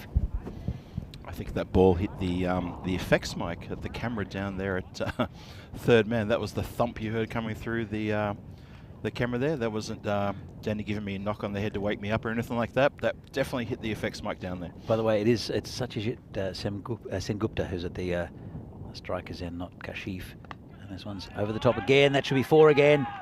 That runs away in this very fast outfield. That's 2 players who are new to their clubs, actually. Sengupta used to play for Spartans, had a bit of a falling out there. Ended up with Brno. It's been a good pickup. And Tree, he was a long-time player for this Brno side. He's opening up the bowling for Prague Barbarians. So the sun's come out. It's a little bit breezy, as you heard just before. A few clouds in the sky, but no chance of rain, as there hasn't been here for the last month or so. It's been very dry conditions here in Prague, and especially here at Vinoj. Yes, you're right. Very hot as well, normally. It's been 35 degrees during the week, which is unusual for Prague. This Tree comes in again. It's a good ball. It's a little bit quicker. Yeah, we're lucky to have the breeze coming across the ground, to be honest. If there was no breeze and if it was still, it would be pretty uncomfortable out here for players and spectators alike. So it's nice we've got the breeze, just keeping things cool. We're under the marshmallow. One of the sides is open, which is nice. Yeah. And then this other one is protecting us from the breeze, but it's coming through the bottom, so it's giving us a little bit of a... Oh, gee, asking the question for a stumping there. I don't know. It's going to be reviewed. He's going to have a look. Tell you what, Devendra Singh, the keeper, likes it. Let's have a look. He goes out, and he's gone here, and that's definitely out. Oh, he's out by a mile. Yeah, that's well. The bat is up around head height. The foot is nowhere near the line. Well, he knows that Sengupta is gone. He's walking off, but definitely out. Good work there by Devendra Singh. Very and that's good. The first wicket down for Brno. Well, Brno came out. They hit a boundary to start with, and now it's all sort of gone pear-shaped as they've lost Sengupta in the first over. And we've still got one more ball to come in this over. And great work from behind the stumps. Very good presence of mind to whip the bails off nice and sharpish. It's so important to have a good keeper, and Devendra Singh has been very good for this Prague Barbarian side for quite a long time, and that was a little lazy there by Sengupta. And he had to ask twice, the umpire, who missed it. Well, we'll talk about keepers just in the previous innings, just really quickly. You're mentioning Ushan. I hadn't seen him until the CE Cup. Wow. Seriously, wow. He was sharp and quick. I meant to say it in the previous innings. If he's listening, I just want to give him credit where it's due. Quality keeping. Absolutely amazing. I think he's better up to the stumps than he is standing back. That's my only criticism for Ushan. Okay. As far as his keeping goes. This one's going to be called a wide. But up to the stumps, I saw him. He came down to Hungary for us. We had an opening bowler who would bowl massive in-swing. Took a lead sign stumping that was so quick that no one on the ground actually realised that it had happened. It was lightning, and you could see the Hungarians looking, going, yeah, we can't leave that crease. So yeah, and that's what he's there for. That's what he's there for. Exactly, yeah. He picked up a stumping in the CE Cup. Obviously, that was against Hungary again. And that was the first time you were saying to me, watch this guy. You haven't seen him before. Watch how good he is. And like an over later, he gets a stumping, and he got out of nothing, out of nowhere. The player had barely moved a muscle out of his crease, but he was far enough out. Bang, you're gone. Yep. Yeah, quality for Mushan. Absolute amazing quality. It's a shame that Berno lost him. Yeah, well, I don't think he's made himself available. So see, 252 games since a golden ball. I'm going to say that there's going to be a golden ball here in Prague. Were you about to say, I'm going to bet there's a golden ball here in Prague? I felt that you were about to say, Phil, put your money where your mouth is. Golden ball for Prague. I think we'll have one. We'll have one. We had a couple last year, I think. Yeah. Yeah. No, I'm looking forward to that. I hope it happens while I'm in the comms. I hope it happens before Vinny turns up. That'll give Vinny reason to not miss these games here in the Czech Republic. We know he calls Czech Republic his second or third home now. I can't remember. And if he's watching or listening today, big g'day to you. And I hope you're enjoying wherever you're at the moment. I tell you what, though, he was in Malta. He was in Malta, and he was doing. I know there was one game that finished at 8 in the morning, 8 in the evening. But the day started at 8 in the morning. Doing like 20 over games. Oh no! So he deserves a bit of a break, I think, Vinny. That's a long day. It's a long day for a long week. Yeah. So a bit of a misfield there. Don't think it's an extra run. Yeah, I think a lot of people look at us in the comms and think, oh, what a great job that's got to be. You sit down, you talk about cricket all day. Yeah, it's got to be the best job in the world. That's great. When you've done it for 12 hours, though, in really blistering heat, it does tax you just a little bit, can I say? Yes. Fire down leg side. It's Piyash Kumar, the new bowler. It can be quite draining, and I tend to find that, I mean, this is day one. Yeah. But it's game 4 which starts to struggle a bit, and then I start to struggle, and then and game 5 is usually okay. But you get your second wind, and you're on the run home. I think Milan helped because there was always a stream of volunteers who were going to there's a little clubhouse or something getting espressos. Okay. So that did definitely help. So caffeine is your friend. Caffeine's definitely it's always my friend. Yeah, it's always been your friend, actually. Yeah. Now, I remember during the CE Cup and the previous ECS, there's always been, did you bring coffee? You did. Come on. A little inside edge. Bit pokey there from the batsman. It was. It's Riaz Afridi. He was straightening himself up there. Have a look at this. We have two very hard-hitting batsmen here in Riaz Afridi and also Ali Kashif. Kashif is probably the less consistent of the two. Oh, this is in the air, over the fielder, and he's chasing towards a boundary, and it's going to pull up. It's going to pull up. I wasn't expecting that. He didn't sound like he middled it, though. If he'd middled it, it would have gone over us. Definitely didn't middle it. No, it did sound a bit like a clack rather than anything else. Have a look at this again. It would have run, fingertips. But it would have run, just wasn't hit very well. Yeah. And good effort there from the fielders. So. Yeah, Afridi is going to be looking to score good here. And when I say good, I mean good runs, play well, stay with it to the end. Well, this is in the air, and it's going to be no doubt 6. Oh, I think it could be 4, actually. I think it just bounced inside the line, didn't it? I think it just bounced inside the line. We'll have another look at it. Yeah. And in fact, it's been called before by the umpire who wanted to call 6. Yeah. Let's have another look. And yeah, that's just in front of the line. Yeah. But, I mean, it landed just in front of the officials' tent, so I think there was probably about 5 officials there happy to help the umpire out then. He's definitely mistimed too and got away with it, got a few runs. Yeah. So, but again, you don't need that sort of shot in this format. It is still in the power play. That's along the ground. And chance for a run out. Kashif gets back. Yeah, a little bit of indecision there between the batsmen. A bit of gesturing, a bit of come on, I'll call it, you call it, who's calling it? Ali Kashif's a real character as well. I had a bit of a chat to him this morning. He's a lovely guy, but he is a character. As we see the table here, PCC with 2 big wins. They've got another game after this against Vinarati, and they had 2 wins against Brno first up, and then Prague Barbarians. Both very convincing victories. So, were they ever? Even though it's early stages, both these teams would like a win on the board. Especially Brno. They've come a long way to play these games. That's right. Brno have got the last game today against Vinarati again. Against Vinarati, yeah. That's right. Vinarati's got the double header. That's it is a long old day. It's a tough for Vinarati playing PCC then Brno in back-to-back games as well. Especially as I mentioned, there are a couple of 15-year-olds playing for them, but they're pretty exceptional 15-year-olds, as I hope they'll demonstrate. It's Tree again. It's a big swing and a miss there from Ali Kashif, who only knows one way. It's the first ball he's faced. Yeah, it is. And he's just gone for the kitchen sink. Swish! Again, you just don't, on this ground at the moment, with how it is and how fast it is, you just don't need to do that. You just get some bat on it and you're getting runs, more than likely a boundary. Oh, that one's a bottom edge into the keeper, who felt that one. I reckon he did.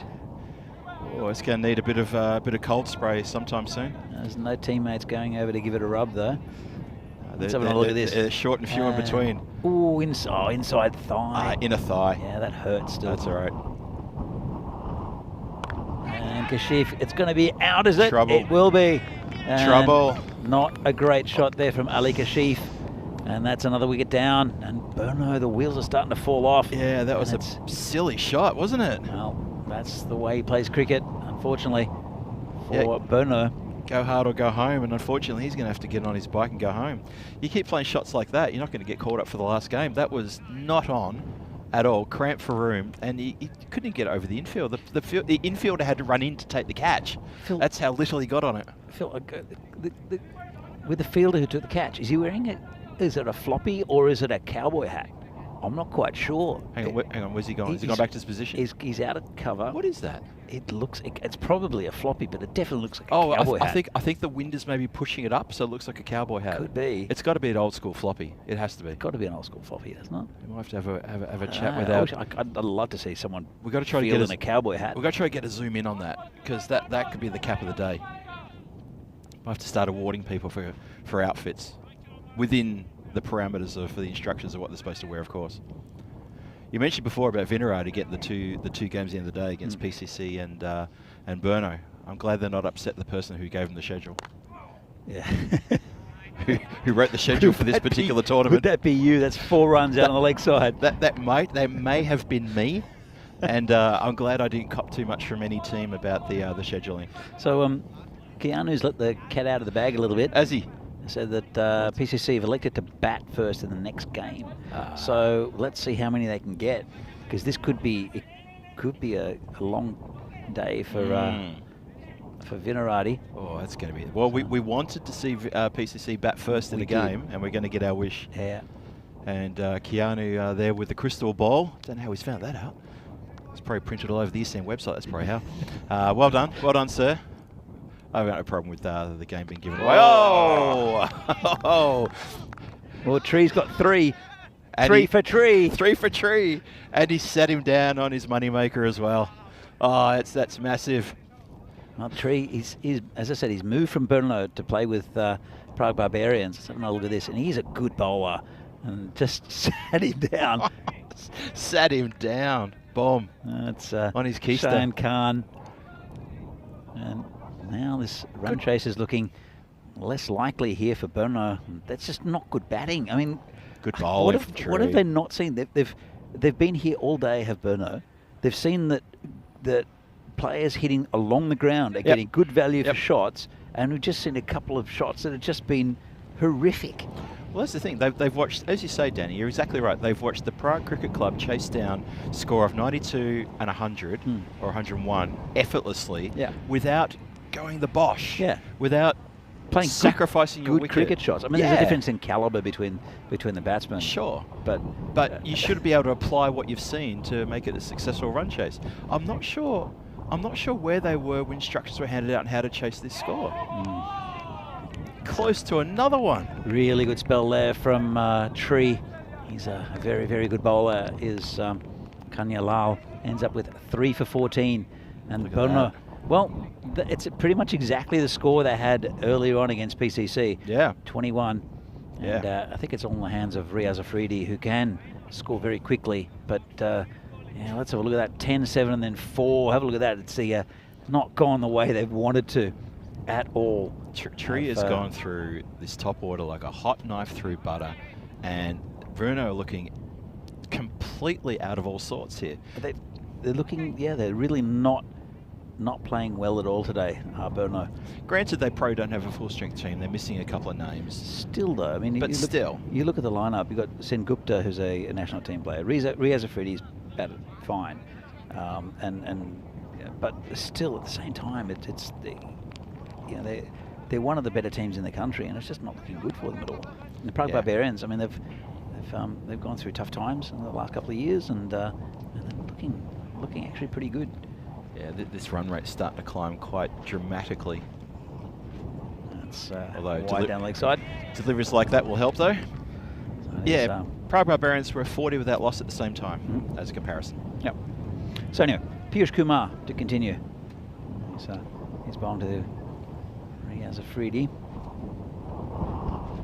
This one has hit the pad. And a bit of a mix-up. Oh, could be a chance. Oh, it flicks it.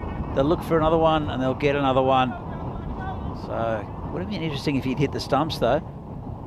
Don't know if Afridi was home. They ended up getting 2-leg buys. Yeah, let's have a look. So, missed the shot down leg side. Bit of confusion with the batsman. Afridi gets there. He's flicked it. He would have been home anyway. Yeah, he would have been right. They come home for 2-leg buys. Kumar to continue. Piyush, that is. That's good bowling. Tucks him up.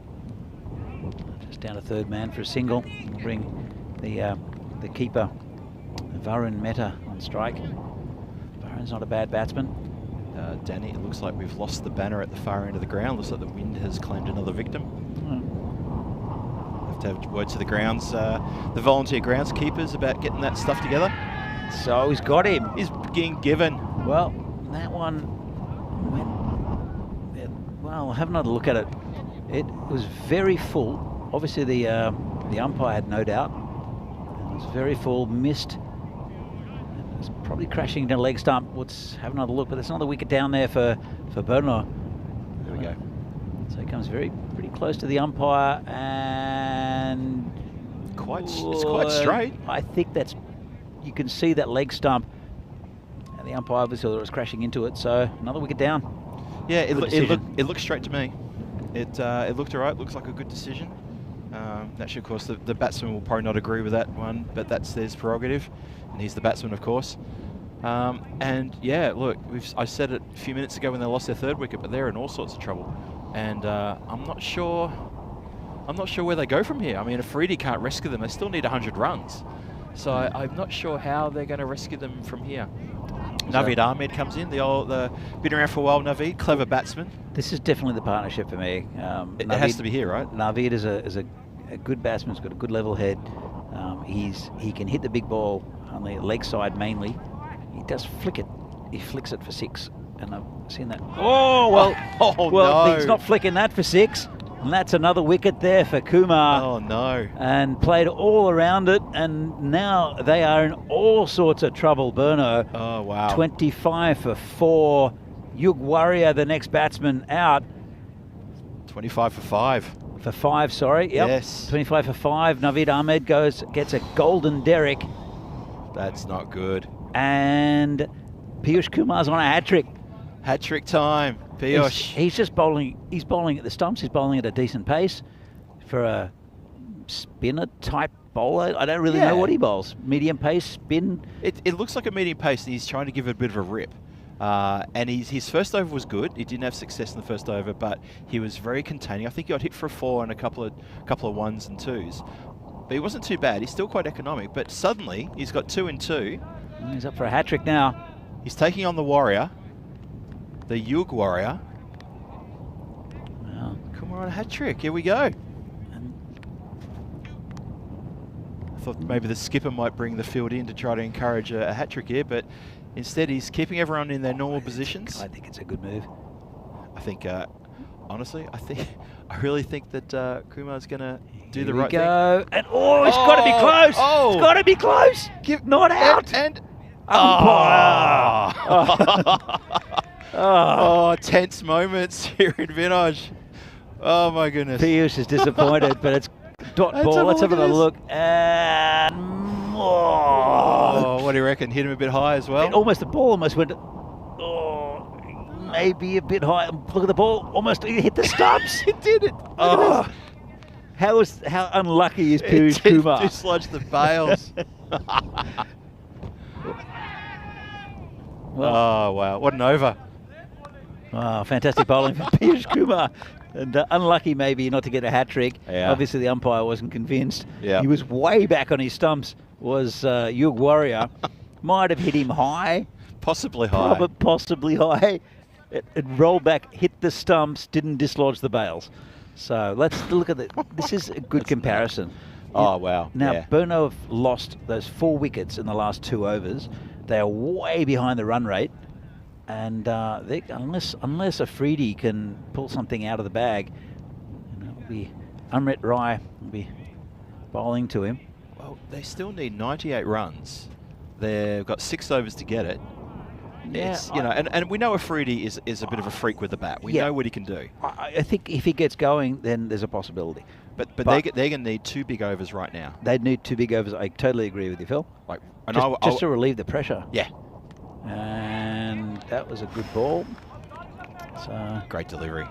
But he's trying to hit the ball too hard. Is Riaz Afridi, and that's been pretty much what's gone on for Burno. It's not looking good for them. Prague Barbarians though, looking all right.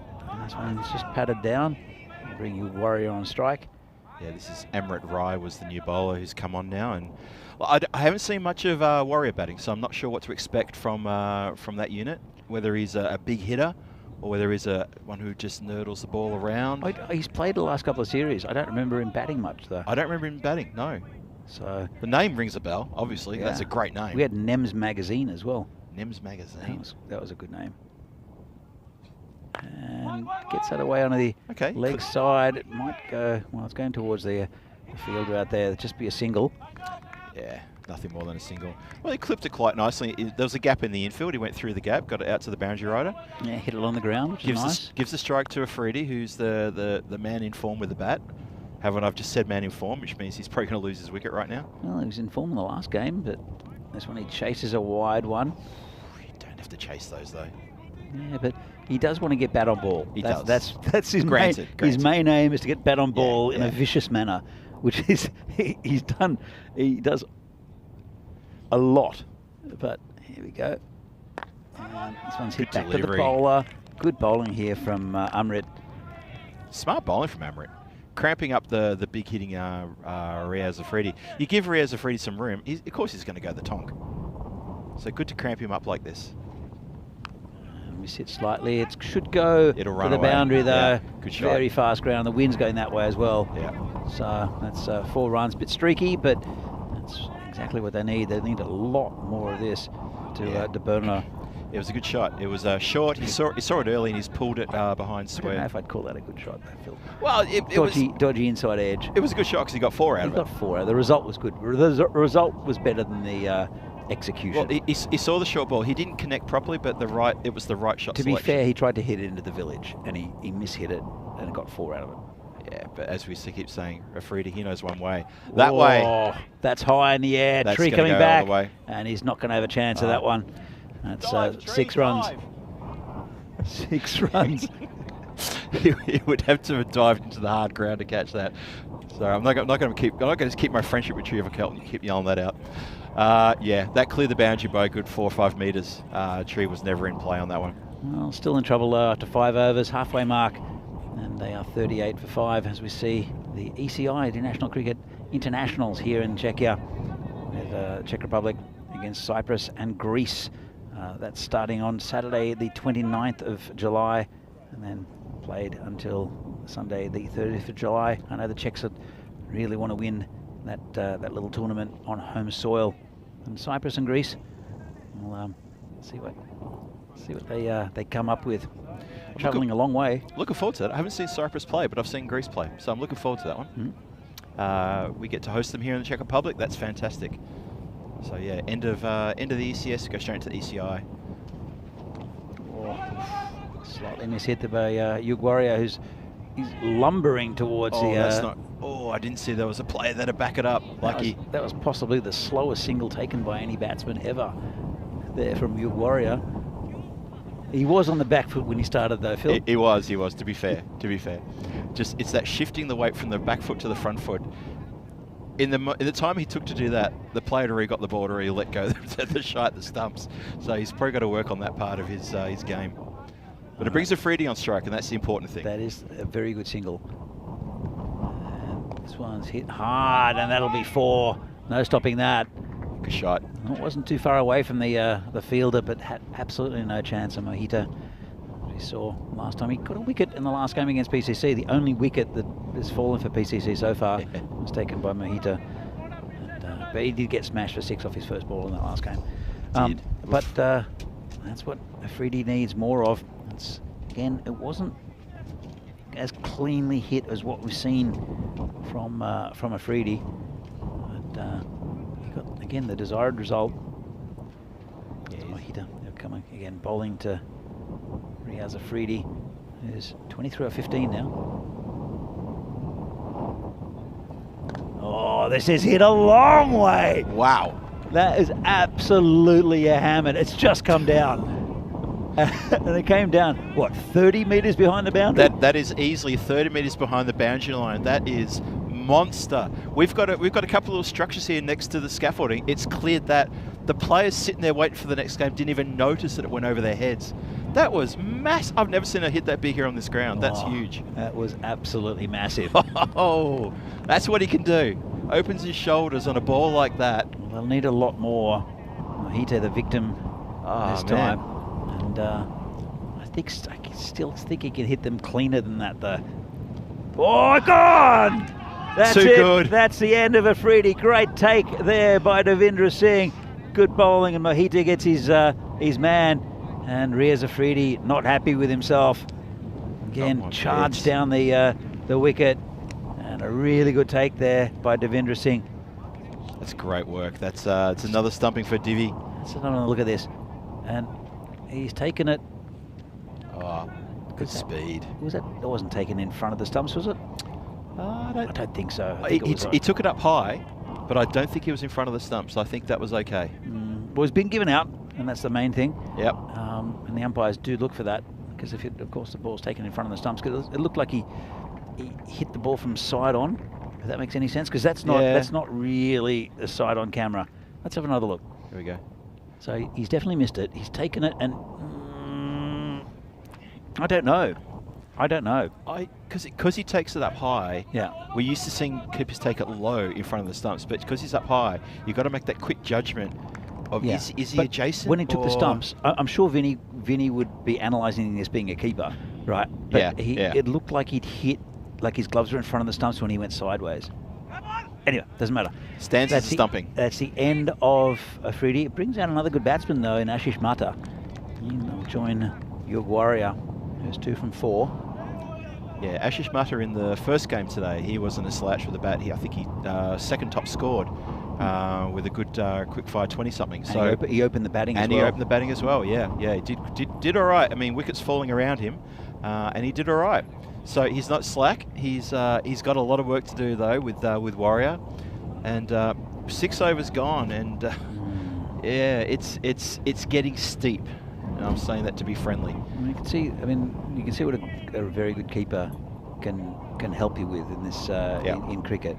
Devendra Singh, very good keeper, takes another stumping.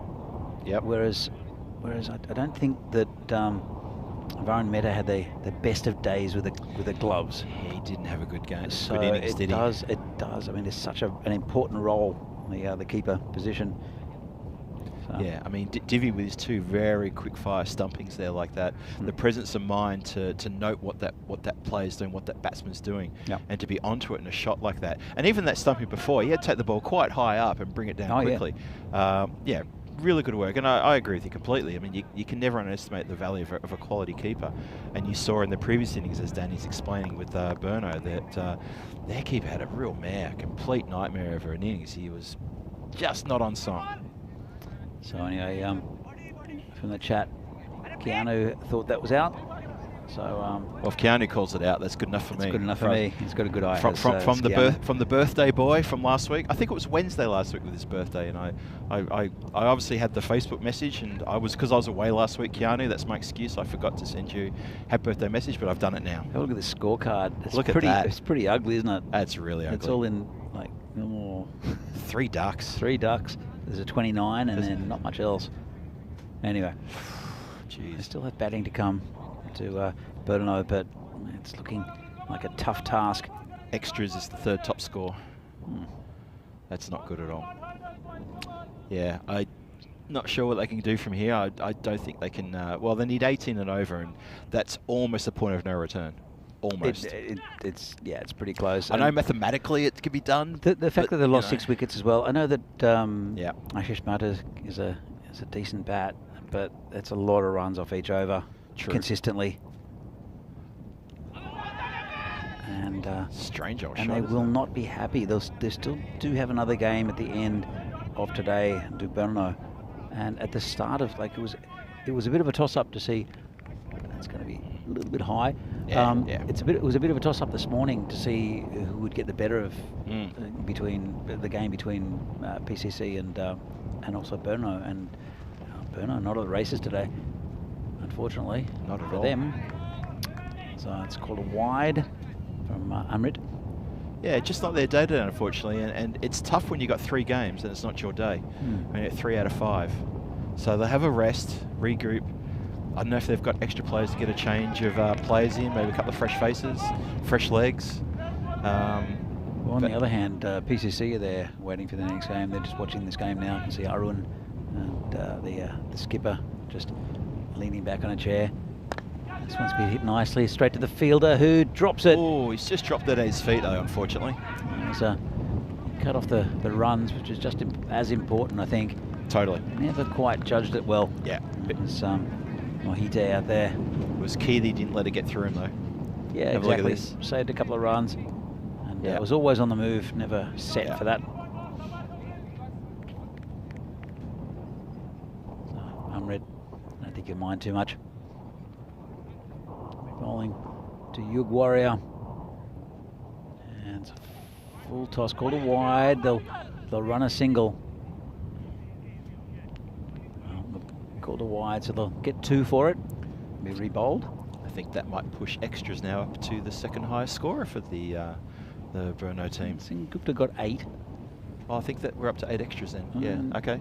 It equals Sengupta for the second highest score for Brno. Not good enough, I don't think. But Sengupta can't score any more runs, whereas extras can. True, that's very true. So good money on extras to get second. If that's your thing, absolutely. There's a tip from the commentary booth. Oh, lovely shot. Nicely played. Very inventive. That's a big gap down there. Just turned it around the corner. Didn't try to overhit it. No. Lovely shot. That's what I liked about it. He didn't try to hit the cover off the ball. Almost went for 6, Phil, as well. And he gave it a delicate helping. Yeah. Delicate helping. It was a delicate. It was very sort of not. Ashish Mata, he's a good batsman though. Ashish Mata. He You is. saw, as I said, we opened the batting against PCC this morning, and it'll be a monumental task now to get Brno out of this hole. They are 60 for 6 of 6 point. It's almost 6.6. That would have been funny. 6.5. 20 runs and over needed. It is 6.6 now. Yeah, it is 6.6. 60 for 6 off 6.6. There you go. All the 6s. Oh, now it's a 7. End of a pretty good spell from Amit Rai. Yeah, he went for 22 off his 2. He didn't get anything in the W column, unfortunately. And that's the next match coming up. It's Dashboard, Vinaradi versus the Prague Cricket Club. And this is a great game. We're looking forward to this game. Mate Shobit Bhatia. Shobit Bhatia has been named. Lovely. Good players there for Vinaradi, Rakshit. So Sid Gowd, Joe Copes in the team, Venki, and also Danny O'Connor right down the bottom. And Shubs Chowdhury. That's a good squad. That's a very good squad against a very strong PCC side who won the toss, elected to bat. Obviously, they'll probably start with Lala and Katiwala again. And there's Sudesh. Actually, I think Arun's just taking a rest. Yep. Maybe warm for him. He'd rather just let others have a go. He might come back for... well, he's not back for any more games today because that's it from PCC, isn't it? I think there's a new player in, Meet Thacker. Meet Thacker is in the team. I've got so many things going through my head about how he picks up girls in nightclubs. What's your name? Meet Thacker. What, are you Thacker and you're saying meet him? Do you talk about him in the third person? You know, it's like I say to people, hey, meet Phil. Meet Phil? Meet Phil. Okay, that's what I say to people I've just met. Hey, meet Phil. Because I talk about myself in the third person rather than I'm Phil. Let's go back to the cricket. Meet Thacker. I want to meet Thacker. So the new bowler is Thilak Kumar. That's hit straight that short mid wicket. Chance for a run out. Might have been close if he hit. And I think the fielder himself was with his hands on his head. It's a good start though. Dot ball's fine. The Warrior facing. I feel like Warrior's been out there for a little while now. He has been. He's 5 off 9. He's playing himself in, I think. And, it's got to be close as well. Not out again from the umpire. Bit of a flick at the stumps. They'll get a dodgy overthrow. It's interesting that in that shot that he played, that he didn't connect, he's played a few of these around the corner little dabs that just haven't come off, and he's shuffling right in front of his stumps. He will get out LBW before this day's over. He will. He will. I think you're right. He's played that shot about 5 times. It's a pretty high risk shot. When you just got to stand there with your pads covering the stumps and you swat it across the line. No chance of getting bowled though, Phil. Well, it's true. If he gets bowled, that would be quite awesome. Find a way to get bowled. That would be great. Comes the bowler again, and it's down leg side. Nice take by the keeper. Called it wide. Yeah, so the difference there is there was a bit of an extra oomph to try to hit that ball, continue it down the leg side, as opposed to the previous over, which was the delicate help he gave the ball to just clip it over the infield, and he clipped it almost all the way for 6. So, yeah, there's a wide. Extras go up again. The run rate is now getting towards 23 and over. It's getting obscenely difficult. That's a nice shot, just over the top. No, it's not. It's nicely not. taken catch there. And that's the leaping fieldsman there's with the shortest bound on the ground. Got up high enough, and that's another wicket gone. And that's the end of Ashish Mata, and probably the end of Burno's hopes of getting this target. I thought it was going to go over the fielder's head, but look at this. He's in the air. Oh, he's good leap too. Very timed it very well. Did he ever? He's got a really good bit of elevation there, taking a good catch. That's another wicket down. Brings Rahat Ali, the skipper, will not be happy with his performance in with either the ball or the bat here from Burno. They'll need to regroup and have a chat. Yeah. About with the last game of the day against Vinarati. Yeah, they're back on tomorrow. I believe that they'll have the first game again tomorrow morning against PCC again. Yeah. So that's going to be a real test of character for them. See how they can bounce back. So not sure how they're going to do. So Rahat Ali and taking centre, maybe taking guard, I should say. They'll be facing Tilak Kumar. He's got 1 for 1 at the moment. This one's hit quite nicely. There's a player out there. He doesn't see it. And then... Oh, he did stop it though. That's a weird piece of fielding. It's a dangerous piece of fielding. You could do a real injury there if you're not careful. Prem Nandivada. I'm sure we'll get another look at that, because I don't think he saw it. Then he stuck a leg out. It hit him somewhere on the leg. I hope it just hit him in the leg. I think it was not. He looks okay. He's not. So, anyway, just a single in the end. He's not calling for the magic spray. Magic spray. Oh, nice shot through the fielder, Yeah, and that's 4 runs. Well, we saw they had an issue last game in the covers, where they had the leakiest covers ever. And that's a beautiful shot, nicely timed. Took a bit of a dodgy bounce there off this very hard surface. And Rahat Ali, we know he can bat as well. The skipper, he's a good bowler, but he can add a bit to this batting lineup. He's just been a bit let down by a lot of his teammates. Yeah, I was trying to think of a good analogy for leaky covers. The best I could come up with was more leaks than a barbed wire canoe. Yeah. Be uncomfortable, a barbed wire canoe, wouldn't it? It would be uncomfortable, yeah. It's called a wide down leg side. And Barbarians are going to feel very good about this performance. This has been quite good in the field. Bowlers in the field have supported the batsmen after getting a really good score on the board of 122. In really good play. That's going to get round for 4. So Tanzilla comes into the game as a ball chaser. So you can tell where they've set their field here, Barbarians. Very much an attacking offside field. That one just a little bit straight, but it was an unorthodox shot. Rahat Ali could tell that there was no one in that area. Yeah. And just turned it around the corner. So you see, this isn't going to be pretty, this graph. You can see that they're well under the necessary run rate. It's climbing slowly, but not fast enough. But it was this, wasn't it? It was those 4 wickets in 2 overs. Yep. where all the trouble started, and the recovery is just too slow. I mean, there was a sucker punch to the gut, really, to the team when they lost those 4 wickets, and it was really always going to be difficult to recover, always. Yeah, absolutely. So, but with Riaz Afridi there, they did have a chance. He's just trying to hit the ball too hard. There's Afridi today. Again, you've got to look at this surface and think, if you're a correct batsman, you don't need to take any unnecessary risks. You just need to time the ball, and you're getting 4 runs every ball. Yeah. And I think PCC are definitely the team that have noticed that first and have batted well. But then again, they do have a lot of quality up the top of their batting order. They do. As Colonel Mohite will continue with the 9th over. It all happens in the 9th, but they need 50 runs off 12 balls. Burno. They need, so they need at least 25 in this over, really, to just keep in touch. We've got sirens in the background, we've got blustery winds coming through, and we've got, straight through him. Sydney Harbour Bridge situation, just the one. They do have 2 fielders in line with each other. They do, yeah, you're right. This the mid wicket and the deep mid wicket. The deep mid wicket would have to look past the infielder to see the batsman. I don't think he can see the batsman. I don't think he can. This one's hit out to point. Well, could be out, you know. Yug Warrior, not the quickest between wickets. This could be gone. It's a good throw. It did take an age to get down to the other end. Let's have another look at this, and they're happy with it. Nice take there by the keeper again, Devendra Singh. And Yug, let's have a look. He's not in the picture yet, and that's gone. Well, that's the end of Yug Warrior. He's out, that's right. He's at least 1.5 foot, maybe 2 foot out. That's good work from the fielder and good work from the keeper. But it was a good throw, good pick up and throw, and came in, and really effective work there. Very efficient there from the keeper, Devendra Singh, who's been impressive. Yep. So.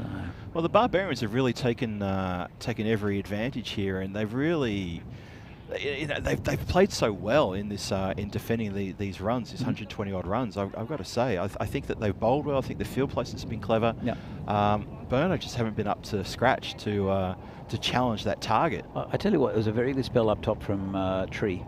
Yes. Tripurari Kanyalal took 3 wickets and really rocked the Burno side, and because you look at them, and especially with Ali Kashif, who was trying to hit the ball.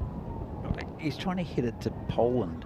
Yeah. He's trying to hit it that hard, and there's just no timing. It's just a low percentage shot. Yep. You know? And, I mean, great if he connects, right? But he's not. He's not connecting, and it's a shot that doesn't have to be played. If it takes you 6 balls to connect and you hit a 6, it's still won a ball. Yeah, it's not necessary. It's not great. Yeah. Some punch down the ground. Field on the boundary. Don't think there was ever a chance for a 2 There's a couple of rotten bounces. Balls being thrown back to bowlers who have taken a sharpish bounce. No fault of the players themselves, just a little bit of a rough surface. This ground is rock hard, so the ball is bouncing quite hard off the ground. There you go. There's 4 runs. Just tucked around the corner. He tried to smash it. He did. And then just got a bat on it, and there's 4 runs down to the fastest part of the ground. Look, just ended up. It was a big swing, but it didn't need to be. They still got just a bit of bat on it, and that's another 4 runs there for Rahat Ali. So 44 from 8. Mathematically, obviously, there's still a chance, but realistically, possible but highly improbable. That's the phrase I was looking for. That's exactly the one, Danny. Nice one. This one's hit straight, and it's smashed into the fielder's leg, and just be a single. Good fielding there from Prem. Okay, so, I think the score's just been corrected. It's gone to 43 off 7. Huh. Okay, so we had a score correction there. Slightly missed it, just over the fielders, and they'll come back. Won't come back for 2. It'll just be a single. Yeah. Again, it's Mishra, Niraj Mishra. Yeah, apologies for that. I think we just had a score correction. Just catching up. So it is actually 42 needed from the last over. Yes. So let's have a look. See, right at the top. Yep. Look at that. Tree with 3 wickets. Also Piyush Kumar bowling very well with 2 wickets. Good economy rate as well. So, and then Mohito and Tilak Kumar also contributing. But that opening spell, I think, from Tree, playing against his old club as well, I think he'll be very happy with that.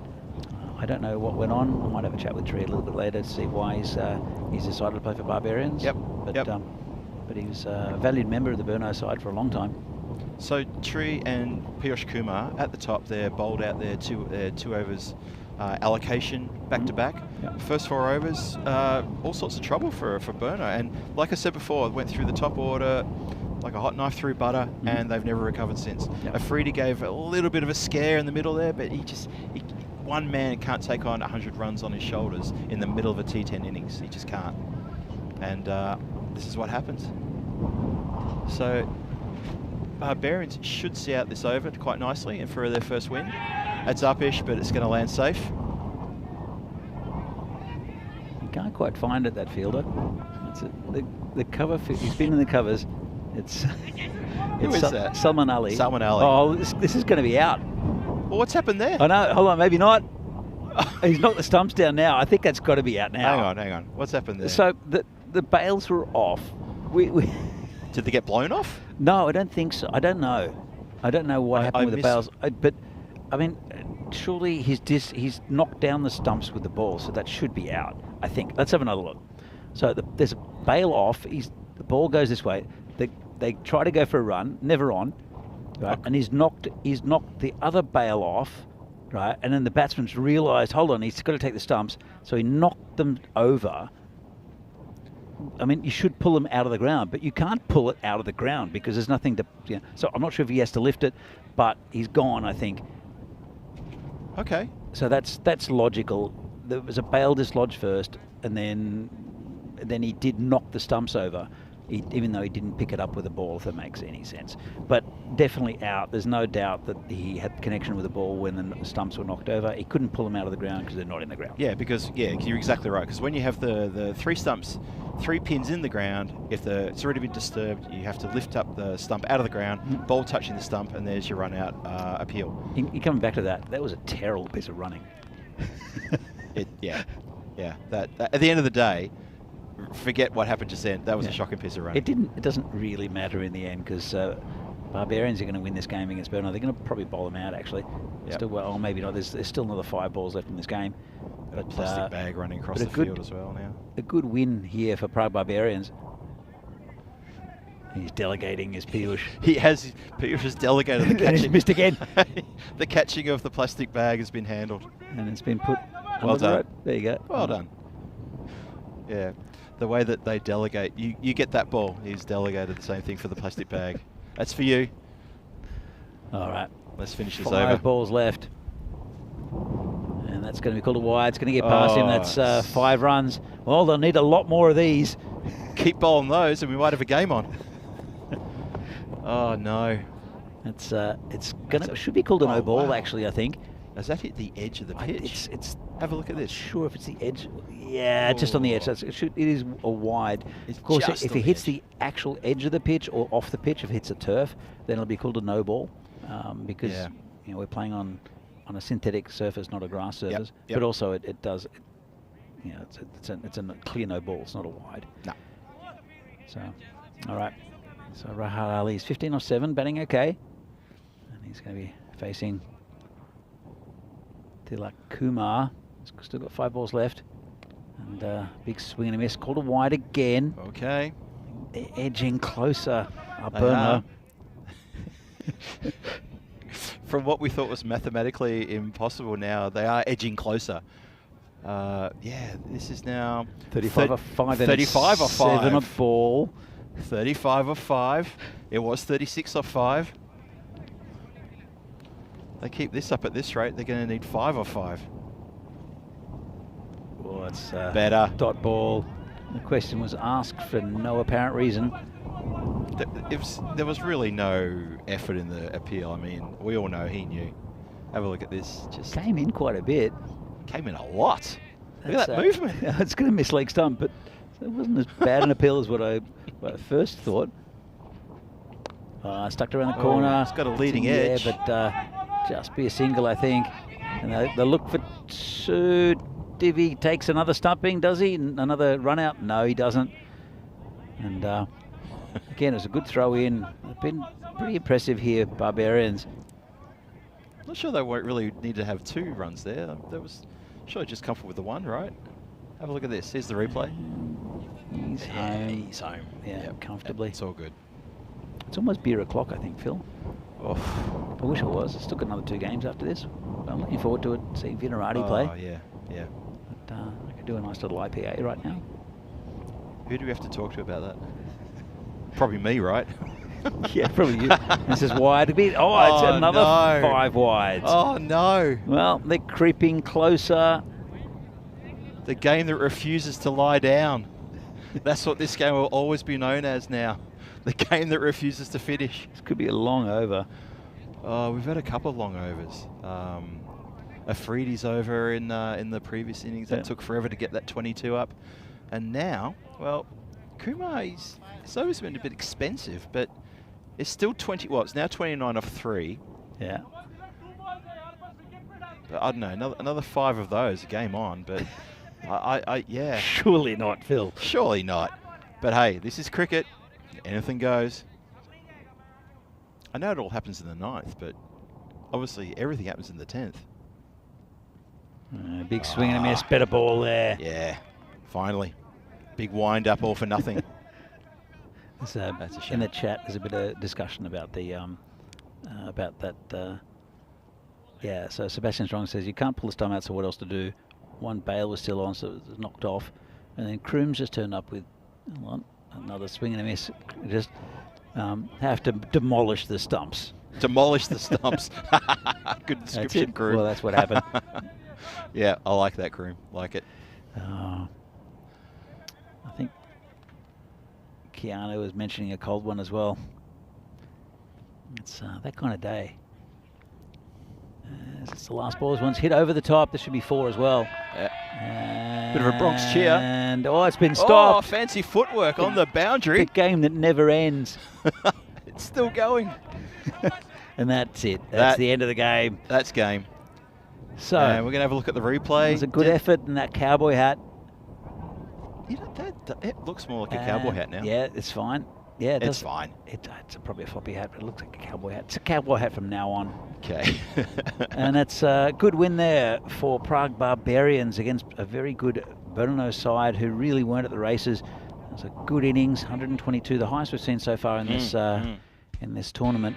I'm sure we'll see a lot higher though against Brno. They lost 9 wickets, 94, and it was a good start there. A couple of 4s early on off Tree. Then he got his comeback. Sen Gupta there with a bit of a lazy effort. Yes. And, good stumping from Devendra Singh, who was very good this innings. And it was a neat catch from the Cowboy. Just found a new nickname, have we? The Cowboy. So. And that's it. This is the key. Not trying to hit the ball too hard, which is obviously what's happening with the Brno batsman. With another one there. There's a good bowling there from Piyush Kumar. But that's right. Again, just not very good batting from Brno. That's Warrior. That was the hat-trick ball, which looked pretty good. It was a good shout. Gotta say. And he almost got him bowled as well. Yeah, it hit the stumps. Hit the stumps. A little nothing, unlucky there. Nothing dislodged. Should have been a hat-trick there. Yeah. Yug Warrior never really found his stride. I wasn't sure what his role was in this. He just couldn't seem to get into it. You know what I mean? He was playing second fiddle, but playing it badly. Well, he did get dropped there, and that was a nice shot around the corner from Ashish Mata. Yeah. But yeah, Yug Warrior, he ended up getting run out. That was a neat catch there, taking point. But just a well-deserved win, I think, for Barbarians. Always in control of the game, both the batting and also with their bowling, as we see the run out of Yug Warrior, who was really good pick up and throw, and a nice take there from Devendra Singh. So, yeah. That was a good shot around the corner. Keanu says, good win for the Barbarians. And I got to say though, this is the run out, the Oh, controversial run out. There was still a bail on. The fielder, sorry, the batsman didn't move until he realised that he'd only just taken that bail off. Then he demolished the stumps. I think it's okay. Yeah. Anyway, I felt that Brno got closer than I thought they would. I know they still lost by 26 runs, but at one point I thought they were going to lose quite bigger than that. Yeah, I mean, the last over did go for a lot. There was, how many? 15 wides, and 10 of those came from that. That's ridiculous, 23 extras. So let's have a look. Riaz Afridi, 29. Rahat Ali, 16. The rest in single figures, 3 ducks. Let's have a look at the bowling right up the top. Kanyalal and Piyush Kumar doing most of the damage initially, and also keeping the run rate down. And Mohita and Tilak Kumar also taking a couple of wickets. Let's have a look at the summary, match summary. And Vaishak there with 38 of 23, looking in pretty good form. Vishal Mane for me has to come up the order again for Prague Barbarians. Very interesting, 15. And then look at that, Riaz Afridi top scoring with 29, but just not enough there for Brno. So in 6 minutes time, quick turnaround. We're going to, as the wind picks up, we're going to see the first of Vinarati playing against Prague Cricket Club. It's PCC that won the toss, decided to bat. Good toss to win, I think. I think so too. And we'll see that starting in about 6 minutes time. Hope you can join us. See you then. See you then.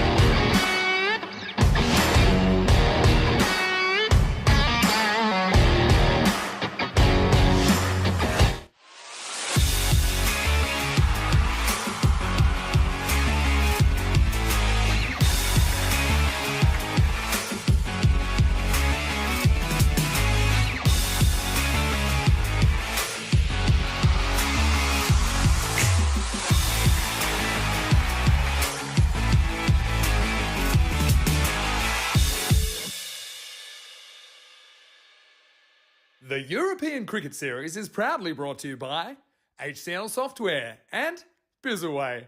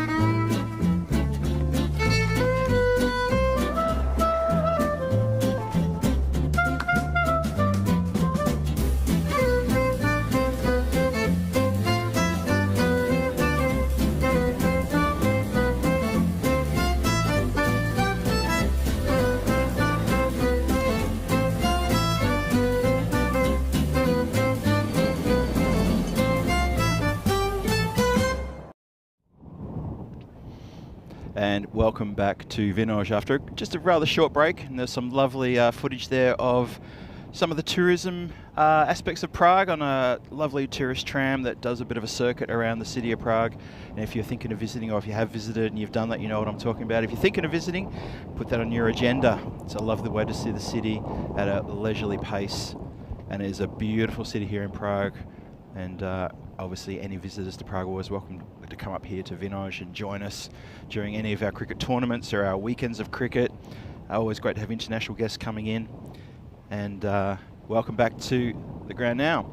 And let's see what the coin toss is for this next match between the Vinarati and PCC. Okay, but your call. Tails. Tails is the call. And it's a tails. We are betting first. Bat first. News from the toss. PCC will bat first. Over to you guys in the studio.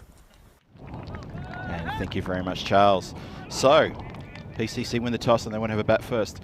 Now, Danny and I talked about this before, about seeing the PCC guys get into the batting first, and there's the lineup. A lot of power in that lineup, a lot of batting power. Look at that.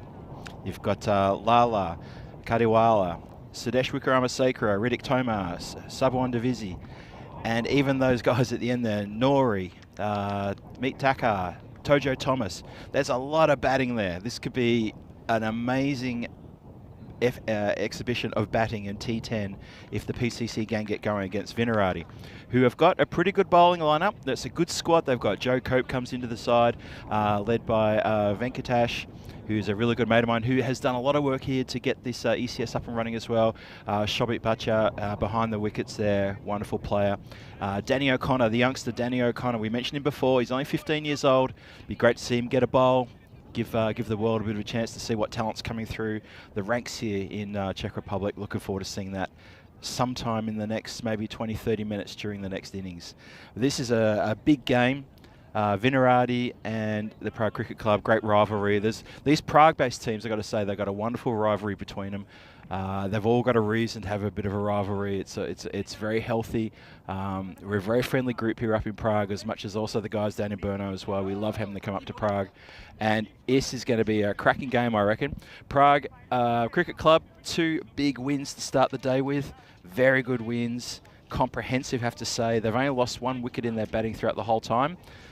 They've been dominant with the bat, and they've been very, very good with the ball as well. So it's been overall a really good performance by them. So Vinarati, this is our first look at the Vinos. I have a bit of a soft spot for the Vinarati team, only because I live in the area of Vinarati here in Prague, but also because they're a good bunch of guys too. And wicketkeeper Shobit, mentioned a few times, he's the manager, the bar manager at the Down Under, which is the gang who supplies with our lunches this week and next week, and we big nod to them for looking after us and their continued support of Czech cricket overall. And the game's going to start pretty shortly, pretty soon. And I've been joined by Danny Hudacek back here in the commentary position. Danny, looking forward to this one. Definitely looking forward to this one. And change in the batting order. Big Joe Cope coming in and tucked around the corner there by that man. Was it Lala? Sabu, no, it's Sabu Windavisi. Sabu's opening the batting. Sorry, I was too busy yakking away. I didn't notice he was opening up. Nah, left-hander. That's really so good. They've shuffled their order a little bit. Good to see. Nice to see, yes. Yes. They need to get some batting into some of these other players. And Vinarati, they've got a pretty good bowling line up to Vinarati, actually, to be fair. Yeah, it's not bad, is it? It's big Joe Cope who's opening the bowling, left armour. He can spray them a bit, Joe. When he gets them online, though, he's a very difficult bowler to hit. It's a nice shot out there under the covers. But a few new faces here for Vinarati as well. But some old faces as well. Rakshit's back in the side. I've seen Rakshit for quite a few years. Yep. And he's been in good form, has Rakshit. He's an off-spinner, but also a very classy batsman. Interesting seeing Lala, sorry, Danny cut you off there. Lala well out of his crease here to face Joe. It's going to be called a wide. So interesting that Divisi is opening. I think it's a good thing. Yeah, I think so too. You don't have to hit the ball too hard. Just got to hit it somewhere near the middle of the bat or even the edge, and you get good runs. I do have it's Shobit Bhatia who's behind the stumps, but they've got a man at 45 for anything that's flicked. In fact, they've moving Danny O'Connor. I'm sure we'll see with the ball very soon. 15-year-old, and he'll just gets tucked around the corner, and it's Venki that'll pick it up. Well, pat it down a bit. They'll come back for a second. Good to see Shub's back in the team as well. Yeah. Shub Chowdhury, again, a very good, lanky, fast medium bowler. he made highlights a few years ago with a massive in-swinging Yorker to the beast.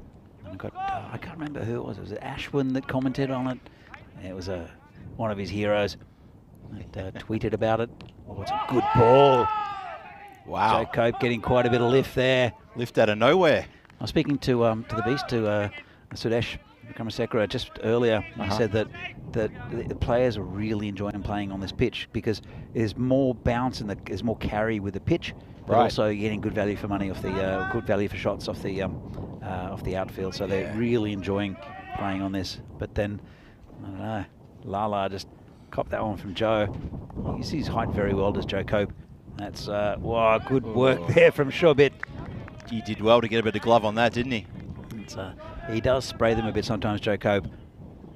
But they've got just looking at their lineup, apart from a few that are new names for me. There's some very good bowling options here for Vinarati's down leg side as well. In fact, we have Shubs, Danny O'Connor, I'm sure will get a bowl. Venki is the captain. I don't know, he bowls off spin for the national team. I'm not sure if he'll get a bowl. Sid Gowd as well. Sid Gowd's interesting. He can bowl equally well right-handed or left-handed. Okay, yep. Bit of ambidexterity. So Joe continues. It's been punched through the field. That's going to go for 4, first boundary of this game. Lovely shot between the two fielders. Cracking hit. Nice stuff. That was from Subbo and Divisi. And like I said before, Danny, just get a bit of bat on it, get the shot through. The boundaries are short, it's only 50-metre boundaries, and once you get along the ground and get it past the infield, you are on for a boundary. Lovely shot. Yeah, if they get going, these two. In fact, they've got a very strong batting lineup to PCC, as we've mentioned all day, and we're just wondering how many runs they'll score. It's as I said, a pretty good bowling lineup for Vinarati, but need to get regular wickets. The problem is you're getting another superstar batsman coming in one after another for at least the top 5 or 6. Yeah, well, we talked about this being the game that when PCC get to bat first. We talked about looking forward to this and how far can they take the runs, because there's a lot of runs on offer here, and these two opening is could be quite tough. There you go. Quite tough for Vinarati. This could be a long 10 overs for them in the field if this keeps going like that. That was a well-controlled over the infield shot. Seen Subba play that shot many times in international games as well as domestic. He loves it up on his toes and he middles it, and it's a cracking hit. Well, that's what he didn't try to hit that too hard. He just timed it and it went right off the bat, 6. So that's just ominous already. 17. Yep, it is ominous, all right. Joe's gone for 17 off his first. Number of boundaries been hit there, and there's the lineup. It's as you say, a few bowlers, but do they have enough firepower in the Vinarati team to really contain this PCC? As I said, I think they've got some very good bowling options. As I said, Shub Chowdhury here uses his height very well. Yep. And does get a bit of in-swing. I don't know how he'll go. He might go with the wind a little bit. Danny O'Connor's been in very good form, a 15-year-old. Also, Sid Gowd might have a bowl. Rakshit, the off-spinner, is very classy. So, and then there's probably a few others that I'm not too familiar with, even though this is my club officially. Feels like the wind's swirling a little bit at the moment. It's changed from left to right. It's actually now coming over my right shoulder, sort of going straight down the ground. Here comes Shubs. That's a good start there to Lala. Just again, poke down to man. There's Anil Saini. So he's right on line already as Shubs. Yeah, it's good delivery.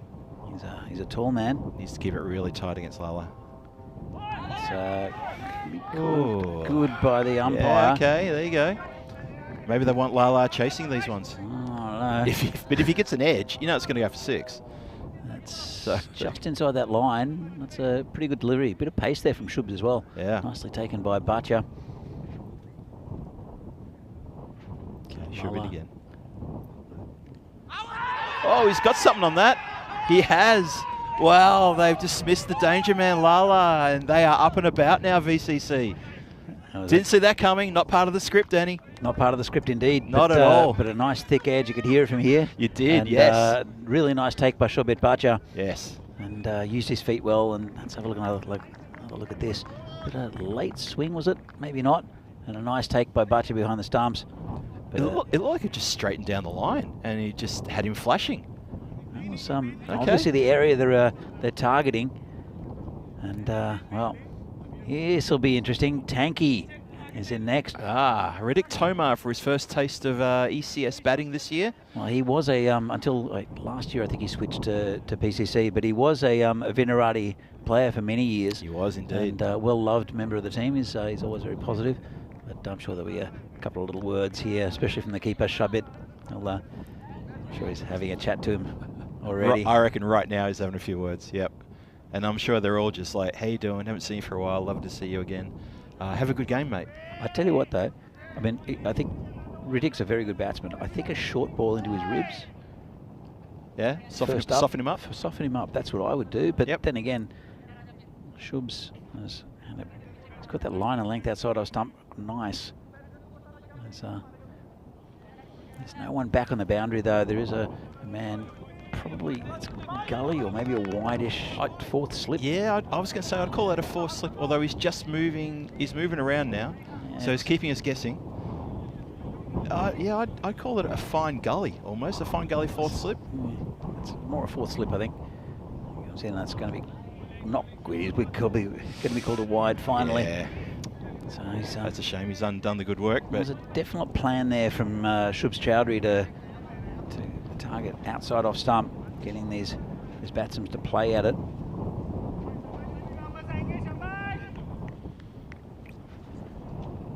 Comes in again. Should be in again. Tomar facing. Okay, he's punched that, but it bounced. I don't know why you're holding the ball in the air, mate. That's a crowd catch. It's a crowd catch straight into the ground. We do not appeal for crowd catches here. We try to keep it professional. He didn't even take it one-handed, Phil. Come on. There are rules. One bounce, one hand. One bounce, one hand. Did he take? No, I don't think so. I think it was two hands. Anyway, not to be. There was no chance there. Well, there you go. That's what Riddick will do to you. Puts that into the point boundary for a 4. Lovely strike. A lot of footwork, unfortunately, but a good strike nonetheless. Yeah, slightly over pitch, wasn't it? Yeah. And just played through that offside line. Nice 4 runs there. Gets him off the mark. So it's interesting. We've got Riddick and Subban in the batting. Often see them opening the batting for PCC. I've seen Riddick open the batting a few times. These two have batted together quite a fair bit as well. Oh, there you go. There's the short ball you were talking about. Yeah. You know, soften him up a little bit. Give him a look. Good delivery. Very good delivery. Going to be a good contest between these between the ball and the bat. Yeah. Now, especially Lala's out. Subba's. I've heard him being called the most frustrating batsman in the in Europe to watch, because he's capable of scoring big runs and quickly, but then he'll play just odd shots, or he's been found out a little bit outside off stump. But when he's in form, he's fantastic to watch. And here's Danny O'Connor. So 15 years old. Wow. Making his ECN debut. Fantastic. Congratulations to him to get his debut here today. He's been in fine form for Vinarati as well. It's off the long run, he's still walking back. Where are you going, Danny? He's going to be over the boundary line if he's not careful. So he's only 15. He's going to pass that before he gets to the wickets. So his dad, Steve O'Connor, was a long-time player in Czech leagues. I think he played for PCC. And, also plays for, or played for Vinarati. Not sure how he's going now, but I'm sure he's watching this game. I'm sure he's watching, and a big hello to him. He must be a very proud father today. Absolutely. We wish Danny well. First ball in ECS for Danny O'Connor. It's right on the money. Good ball. Well bowled. Yeah, Danny spent a little bit of time away in, is it Lancashire or Yorkshire, was he? One of the two. One of the Shears. 3 months on a scholarship over there playing cricket, and put in a very good performance. Got a couple of half centuries, picked up a bag of wickets. Inverted commas bag of wickets is what I was told. He impressed us immensely when we've seen him play in the Winter League earlier this year. And he's picked up a wicket! And he's got a wicket! There That's you the go. end of Sabawundavisi, and Danny O'Connor's got his first wicket at ECN. This is the biggest get-around you'll see today, I guarantee you. Look at that. They are around him like flies on you-know-what. They are all over him. Well done, sir. Oh, second ball, he gets Sabawundavisi. Have a look. Clips it. Bang, into the breadbasket. Good night. That was a good ball too. Right up there. He had to play at ball. Oh, that's got to put a smile on your face. Steve O'Connor, wherever you're watching from at the moment, mate, you must be jumping up and down. Your boy has got his first wicket in ECS, second delivery, and he's got rid of Sabawundavisi. The dangerous Sabawundavisi's gone. And PCC now in the unusual position of being 2 wickets down. 2 for 22. 2 for 22. We've had two Richie Benos today. The Richies. There you go. Who would have thunk it? So it was a nice take also. And then It was a Mod catch. took the catch. Pretty comfortable. And now Danny O'Connor, he's coming back. He's going to go over the wicket. He's bowling to the beast, Sudesh Vikramasekara. Doesn't get any easier. It certainly doesn't, does it? What can he do? It's right on line. And he'll get a run, will the beast. He's not been in fantastic form as Sudesh. Oh, they're getting an overthrow as well. That's a bit sloppy from VCC. That's going to go over the line, I reckon. Won't, but they will get another 2. Tell you what. We'll bring Bit slack. Riddick Tomar back on strike. Yeah, it's funny. Just before this over started, I was going to say about Subba. He hasn't had a major. He's only had a couple of good innings this year. He hasn't had a great year with the bat. He didn't feature too heavily in the T20. Got a couple of good scores, but he played almost all the games. So maybe he's a little bit out of sorts. Good over pitched, and no run out to the covers. It's good over here from O'Connor. Yeah, very good start. He's a pretty good batter, is Danny, as well. Don't know whether they're going to bat him in this order. But Yeah, you got to wonder. But with this ground playing so quickly, I think he's a few runs in the lad as well. Yeah, and as we've said throughout the day, it's really good to see the youngsters coming up through the ranks here in Czech Republic, and this is nothing but positive for European cricket overall, as far as I'm concerned. Another dot ball. Yeah, it's a good start, good over here from Danny O'Connor. The other players to come in, the other juniors, Henry Wood, also a very good batsman, and also Alfie Solchek. Alfie. Yep. Yeah, sorry, Benji's father, isn't he? Yeah. So, Alfie Solchek. Yeah, Benji was a long-time Vinarati stalwart and national team player. So one's a bit loose, that one. Yeah, very loose. That was a bit of a gift there for Riddick. It He likes was. that area. And well, he's come undone on the last ball of his over, hasn't he? yeah, just let it slip a bit. But good over, big wicket as well. That of Sabawundavisi. Massive wicket. And that's the end of the third over, end of the power play. And PCC are now 31 for 2. 2 big wickets though. Still got quite a bit of batting to come. Vikramasekara, also Aditya Katiwala, and we saw earlier opening the batting. Then when you get into the soft underbelly, that's what you need to do. And it looks like it could be Venki to bowl. In fact, it's not. It's Nitin Meal. I'm not familiar with Nitin. I don't think I've seen Nitin yet. So Okay. I'm sure this is his ECN debut as well. But it's going to be coming. Yeah, the impression I get is that in this ECS here in Czech Republic, we're going to see a lot of players in their debut, which is great. Yep. Great sign. Obviously, there's been a changing of the guard in a number of clubs, and yeah, VCC and all the clubs there, they've got their new players coming in, and it's a good chance for us to have a look and see what's going on as well. Absolutely. It's bowling right arm around the wicket, tucks it around the corner. That'll be 4-wheeler, knocked down slightly, and it will be cut off just for a single. So Nitin, I don't know. It's an interesting idea, always coming around the wicket as a right armour, and especially in this format, because it does play with the angles a bit. As long as you get it on line, you need to really pitch it on that the leg to middle area and get it to move away. As Venki adjusts his field slightly. Just as his bowler was almost on his start, but it's okay. He's a tall man, is Nitin Meal. He's quite a big fella, isn't he? Comes in again.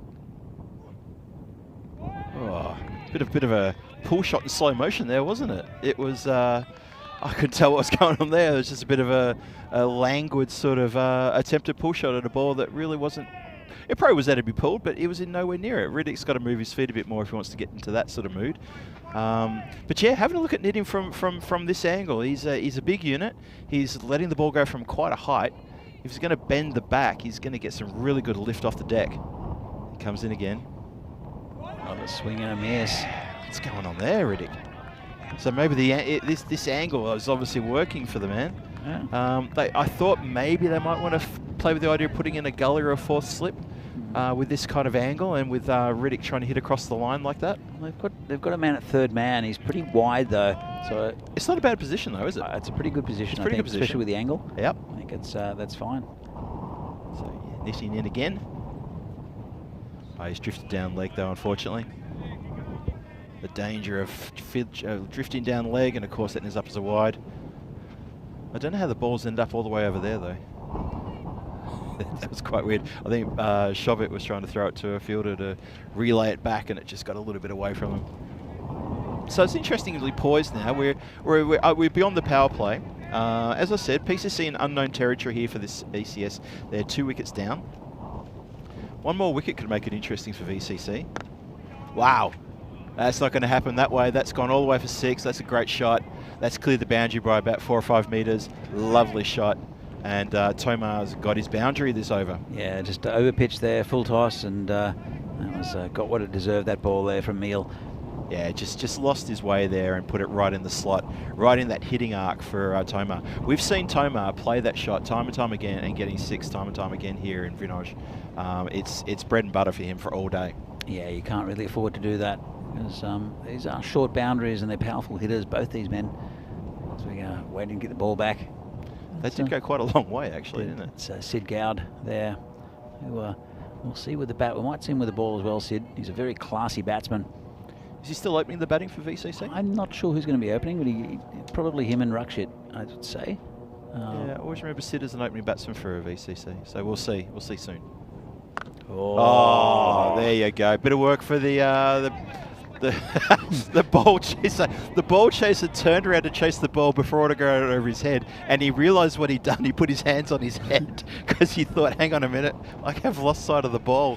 That's a big hit for 6. That was bigger than the previous one. He's still running after it. He is. He hasn't. So, I think he's tired. He's just walking after it. No, he's got it now. My advice to Nitin Meal is don't bowl it there. It sounds 2 full tosses in a row. It sounds basic, but it's good advice. Sid Gower's getting a bit of a pat in the chest, saying like, don't bowl it there. Make sure you hit the first few balls were fine, using his height. Hit the pitch. Yeah. Your friend is the pitch. Hit the pitch. Your friend is the pitch. Your friend is the pitch. Hit the pitch. Hit your friend. No. Yeah, that's it. I don't have many friends. That's why I can say hit the pitch. Hit the pitch. It's your friend. It's like for you in the mornings. Coffee's your friend. Oh, coffee is definitely my friend. Coffee's comes in again. Oh, he's trying to turn it fine. Whoa, good effort. Chance. Oh, careful, Nitin. Don't go down too quickly. Yeah, great effort there in the field to stop that getting past. If he gets past the fielder there and close, then it's going to roll all the way. So very good work there. Yeah, but Nitin came all the way down to field that one, and he's careful you don't go down on your ankle in that situation. Anyway, let's have a look at the scorecard at the moment. It's 45 for 2 off 4. It's a pretty good run rate. Lost a couple of wickets, but it's not bad. It could have been a much better over there from Meal without those full tosses. It's pretty economical apart from that. Yeah, he's coughed up a couple of 6s in that over, which, I mean, you could say that didn't have to happen. Of course it didn't have to happen. But if you're going to bowl those rank full tosses to someone like Tomar, like a PCC top quality batsman, you're going to get dealt a 6 all day. We saw that again from Danny O'Connor in the last ball of his first over, just a full toss. Just over-pitched it slightly, doesn't take much. Yep. Well, Danny gets a second chance now with his second over. He's just organising his field. He's going to have a bit more protection now because he's bowling outside the power play as a low-flying aircraft goes overhead. You can hear that through the effects mic. Danny's coming in now. Ooh. Wow, that's a welcome. And the Beast is gone aerial, and he's gone for 6. I was going to say, we haven't seen much of the Beast because Riddick faced that hole over, I think, in the last one against Nitin. So now Danny's got a front up against our Beast. I know he's doing the most work today. That's the ball chaser. The ball chaser out there. He should just stay in the middle of that pitch, I reckon. That's gone. I don't think he hit it that well either. To be fair, it shows the power of the man. He's gone a long way out, hasn't he? Yeah. Umpire is calling the fieldsman back because they're just going to go with a replacement ball. It's wasting a lot of time to be chasing the ball all the way halfway across the neighbouring pitch like that. I think there are 2 people watching the game here. I think it's Shobit's parents. Oh, is that who that is? Struggling with an umbrella. It's just folded up. There's not watching cricket.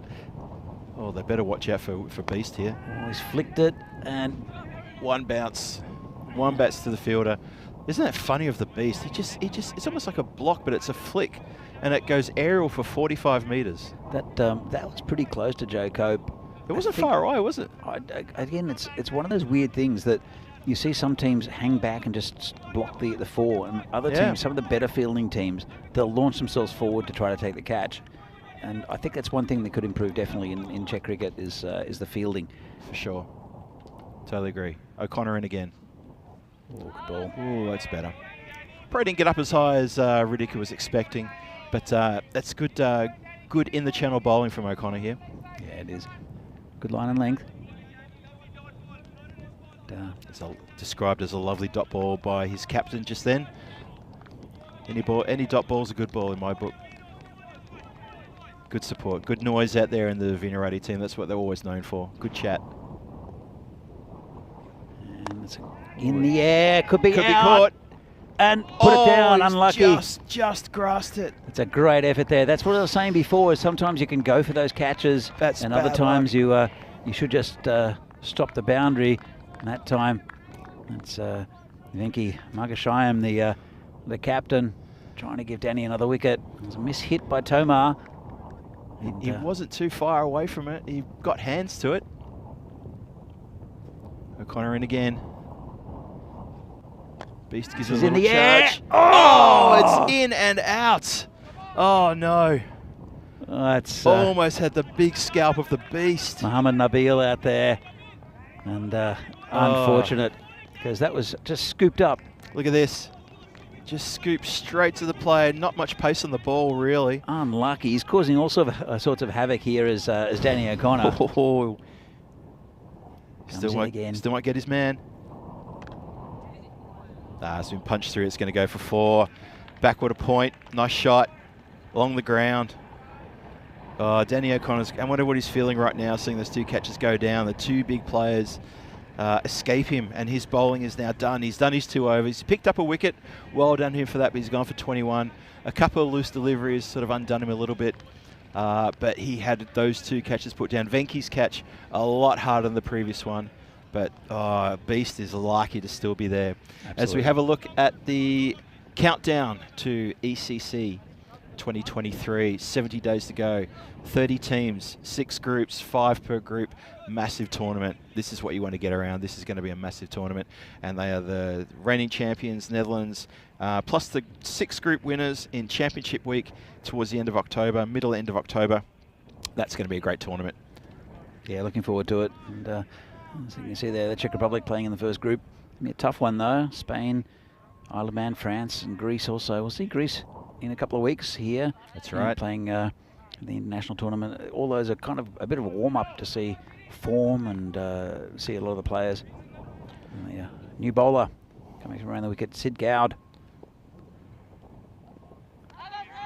Ooh. Swing and a miss. Almost could have got something on that. It's a good start. As I said before, Sid Gowd, interesting bowler. He can bowl equally well with his right or his left arm, left hand. So, how does he have more success, right or left? Well, he doesn't. He normally bowls right-handed, but he can bowl left-handed. You see him bowl left-handed, you think he's a left-handed bowler. So he comes in again, bowling around the wicket, and that's in the air. It'll be 4 runs. Safe and 4, and the That's good. We've got one of our bib guys down there to stop the ball, and he watched it all the way in, so it's not going to be a lost ball. Well done. But a good shot nonetheless. And Tomar's looking pretty comfortable at the moment, I've got to say. And there's a lovely shot of Shop's parents. But I don't know, how much of the cricket are they actually watching with that? I think they're probably How much cricket are they seeing? I don't quite know why they've got the umbrella there. Well, it's a bit of shade. I mean, unfortunately, we do lack a lot of natural shade here at Vinoj. We don't really have many trees, and it's a bit warm out in the sun at the moment. Well, it's up in the air. It's going to be a bit of work to stop that, but he's fine. Fieldham gets behind it, fires in a return, and Tomar goes to 28 from 16, sorry. And he's going along quite well as Riddick. Sadesh is going along better. He's on 15 from 6, so he's been striking the ball nicely as well. It's a good little partnership here. Yeah, both were dropped in the last over there. They were. So a little bit unlucky there, especially the second one. That would have been a big wicket of the beast. I thought that was in for all money, as in the pouch. I thought that was in the hands. Yeah, I was quite surprised by that. It's come down towards us. One bounce. Oh, lucky Venki is 6 foot tall. I tell you what, if that had been me, I'd have no chance. That took an amazing tall bounce. Seriously, if that had been me fielding here, no chance to stop that one. It was a real tennis ball bounce, wasn't it? It really was. That just shows how dry this ground is. Yeah, saved 3 runs. Good work here on the boundary in front of us. Just reorganising the field now for Sadesh. Where do they put the protection? Okay, they're bringing square leg off the boundary up to a regulation square leg. Yeah, keep an eye on this time as well. Well, looking okay, I guess. 14 minutes left, but Yeah. they don't want to do too much adjustment to this field. It does soak up the minutes. And that's hit down the ground. I think he'll get right behind it. Yeah, a bit of a miss hit, that one, just clubbed down the ground. Yeah, the timer, it's not looking too bad. I mean, we're just over halfway through the innings now. Well, we're getting towards the back end of the 6th over. One more ball to come in this over. 64 for 2. Yeah, I really feel for Shob's parents. I feel like trying to find somewhere we can get them into the shade. Fine, they're fine. Look at that. Now they put the umbrella down. Yeah, maybe it was just the wind. This is hit straight again to Venki. Yeah, carbon copy of the previous ball, really. Yeah, just a single. It's been a good over here from Gowd. Very experienced cricketer. Yeah, he's done well. He's only gone for 8 off that over, and he's kept it pretty tight. So well done to Sid. So Vinarati at this stage, with 6 overs gone, 62 on the board of PCC, hasn't gotten away from them. From VCC, that is. Hasn't gotten away from them. So they feel pretty good about that. Obviously, they wish they probably held a couple of catches, or at least one of those catches in Danny O'Connor's previous over. But ifs and buts, that's not what we're here to talk about. And who are we looking to come on to bowl now? Looks like it's going to be Venki's coming on. Yeah, this could be interesting. The chopper. Get to the chopper. Is that the Mr. Maximo chopper coming in, maybe? Could be the Maximo. Vinny's private chopper. The Maximo chopper. Which is usually piloted by Rico. So, Bale. So Venki with his off spin. Around the wicket. Just clubbed out to the boundary there towards Cow Corner. Didn't really get much of that, and just a single. Yeah, Venki's been a pretty handy bowler. He's bowled a bit of his spin in the with the national team. He broke into the national team just recently in the ECI down in Austria actually probably about 2 months ago now. Very handy with the ball. Let's see what he can do here. Oh, he's a bit of trouble here though. Yeah, that's a bridge too far for the fieldsman to get around there. Unfortunately, it was Sid Gould just here in front of us. He was never going to get around that far, and that's gone for 4 over through the covers. Yeah, it's unlucky. Never really had a chance. Just went over that cover fieldsman who's quite short, and he's gone back now. Okay, he's dropping back now, right? But bring up the point. Yes. Still need 4 men inside the 4 fielders inside the circle. That's it. It's mishit. No run. Good bowling there from Venki. Yeah, very good ball. That's exactly what they need. He's such a positive person, and it's a kind of player that you want on your side. So is Venki. He's always chatting. He's always really positive. It's very encouraging of his players at all times. Exactly right. I really like that about him. Always just out of his fingertips. Sid's got a bit of work to do. Oh, well done. Picks it up one-handed. Gets the return back in. Good work. Very good work on the boundary here in front of us. This is drying up runs. We want to keep it tight over the next couple of deliveries. Well, Venki. A little bit of pressure on these two. Can bring the mistake. Oh, that's been smashed over the boundary for 6. No mistake there. And bounces over the top of Shob's parents. Watch where this one bounces. I swear this bounces straight. It goes straight towards him, and it goes one bounce and over them like that. They didn't flinch though. They to be didn't fair. flinch. Either they're very good judges of a catch with a white ball, or they're reading a book. Apparently they're going to be here all week. Oh, fantastic. We'll have to get him on the comms. Have a chat with him. What's it like having a son who's still to grow up? That's not very nice. I'm kidding. I'm kidding. Shob's one of my best mates. He's a good guy. I don't know what he does to my drinks, but he does something to him. Comes in again. Oh, that's smashed straight and hard and fast. That has gone for 4. That's no a very chance. typical beast shot. It was, just wasn't it? clubbing it down the ground. It's the aggressive club that just says, I don't care. Bang. There are players who hit the ball hard, and the players who hit the ball cleanly. Yeah. But I don't know if there's anyone like definitely not in Czech cricket, but maybe even European cricket who hits the ball harder than Mukama Sakura. There are. I'm not saying that he's the biggest hitter, but the way he clubs the ball, I think he's one of the most savage hitters of a cricket ball in European cricket. And he is getting up towards 40 now. So a couple of years ago, you probably would have seen the best of him. But at the same time, some of the shots, and it's not about timing. It's just about sheer power. Well, that shot there, that's straight over the bowler's head, clubbed down the ground, 1 bounce, 4 runs. That took a split second to get to the boundary. That's just sheer power. Oh yeah, I don't want it to come anywhere near the commentary igloo. No. Oh, that's rubbish there from the bowler, and that's been hammered by Riddick Tomar. That's a great shot. So just put it there. Did Sid Gowd? Full toss, and it's probably going to be called a no ball. It's a bit high, was it? I thought it was high. I think they're going to have a bit of a chat about it. Well, the side-on shot made it. Have a look at this. Side-on. Where's he hit this? That's a no ball for me. It's about chest high. Yeah, it's called. Yeah, it's been called. Okay. There you go. So Stephen Kelk in the chat, a force of nature indeed. So, but the man at the other end also, Riddick Tomar, can hit the ball a long way. But he's been given gifts. That was a gift there from Sid Gowd. Well, I'm sure we'll come back with a better delivery. And that's a better ball. That's going to be given wide. Well. Oh, a bit of hesitation there, but yes. No, it's still a free hit. Let's have another look at that one. There was a few hands on chins after that. Let's have a look. It's a fair call. Yeah, that's a fair call. Yeah, absolutely. Yeah, I don't think Sid can argue that one. No, especially with the angle as well. It's always going away. Yeah. And it gives the batsman less of an opportunity to hit the ball. That's what it's about. It needs to be fair for the batsman as well. Comes Gowd again. It's a bit full. Oh, that's sharp. Well done by Sid off his own bowling to stop that going anywhere past him. And Riddick has missed an opportunity there.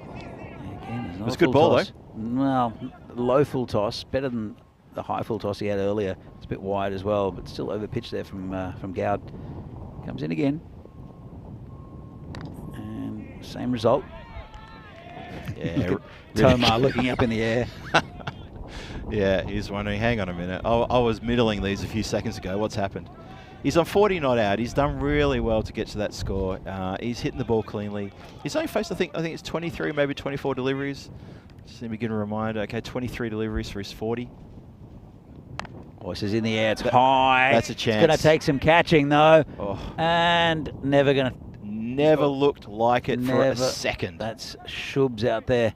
And they're good mates, the Shubs and Venki, but there's no way that was going to be taken. In the end, he just stuck a mitt out, hoping it would just land and stick. Well, they only got 2 for it, so that's a good result in the end. Yeah, true. I think for Vinarati. But that went high in the air, but never really a chance. No. And good take there from Shobit. Oh, good work, Shob. And is he? Well, what's going on? Now they're claiming a catch, but the umpire's given not out. How's that not a wide then? Well, that's what I'm asking. I mean, that is so wide. Maybe. Did he hit it into the ground? Let's have a look. And well, he moved across a little bit. Did he make it not a wide? Maybe. I think that's what the umpire's thinking. Okay. a good ball again. Good delivery. That's what he needs to do. Just keep it nice and tight. And Tamar, he's hitting the ball pretty well, but he just can't get to those deliveries. He's not moving his feet well. No. He should be trying to hit it through the covers, and he's just reaching for it. Yeah, if he's seeing the ball going wide across him, he needs to get that foot out in front of him as the first move. Well, okay, you can do that as well, though. Could be 6. Just over for 6. So, well, I mean, you've got one of the tallest guys on the ground was going to try to get him for the catch, but just over his head for 6. Yeah, Riddick, he gets a bit bogged down and he hits himself out of trouble. Seen that time and time again, and that's probably the moment you can capture his wicket, when he tries to hit out of trouble. Sabah is another one like that as well. He used to always be like that. He'd try to hit himself out of trouble. And that graph, have a look at that. Well, it's gotten steady. yeah. There's that. There's always that little sort of rush of blood at the top of the innings, which always happens. Then the run rate settles down, and you get that. But it's a nice little slight incline going up too. There's no decline. It's heading upwards ever so gently, which shows that the batsmen are on top here. Absolutely. Here's a big over. That's the whole happens in the 9th. Oh, Joe yeah. Cope, 17 off his first over, and if he gets it on line, he's difficult to get away. But he often sprays them. There's no one back for the wides. This one's full hit back. Oh, that's this is gonna come coming straight down towards here. us. That smashed Joe Cope in the leg, and it still flew past us. It's gone all the way to the production unit, and now it's been thrown back. I almost got it. I almost forgot to take the headset off, actually. It smashed him in the leg. I hope he's all right. Oh, look at this. It's not just hit him. It's That smashed him in the leg. Look how quickly they went to the boundary. It came faster off the bone. I hope he's all right. I hope so. It looks all right. He's coming into bowl. We can run okay. And this Bang. is in the air and safe. And good work out there on the boundary.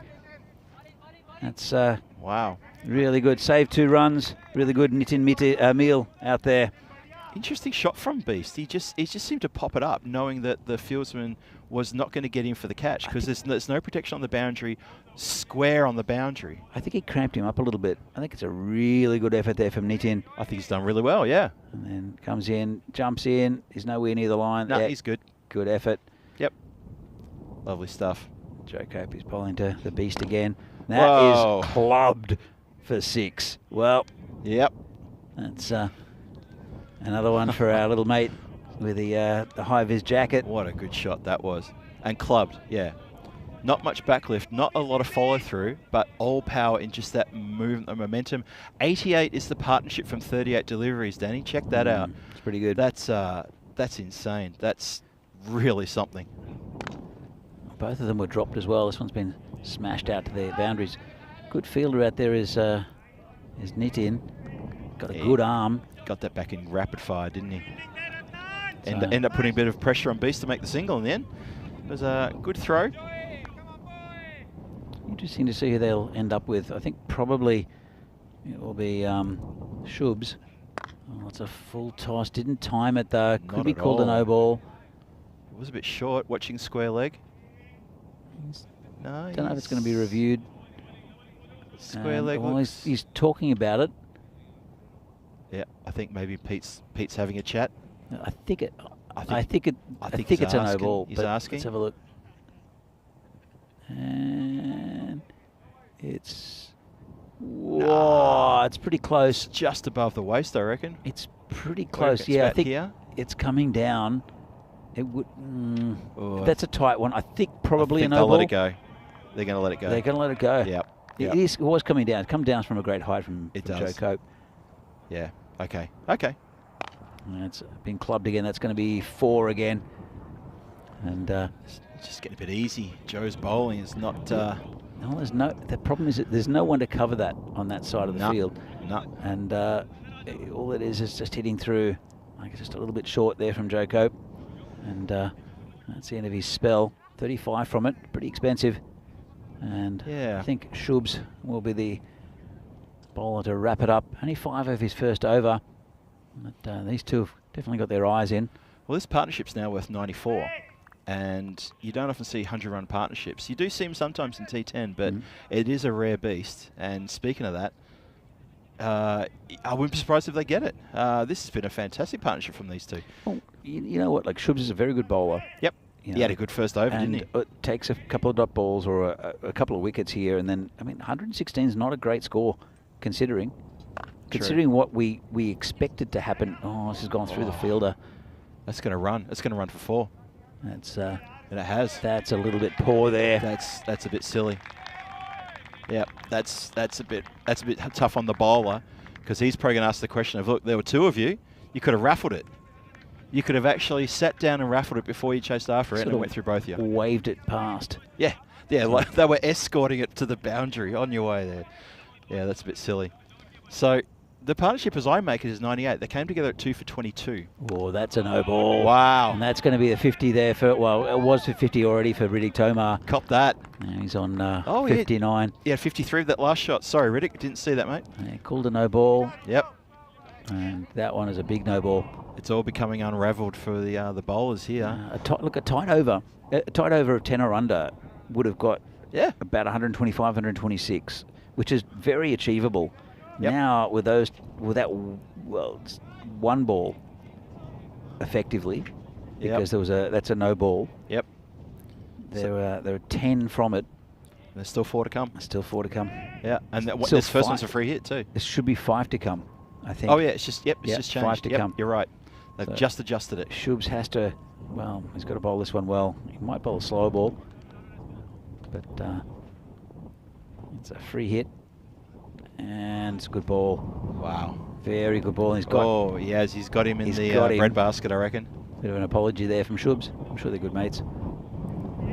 Where's it hit him? Bread basket. Oh, just yeah. on the hip. Yeah. Just in the midriff. Damn. Out.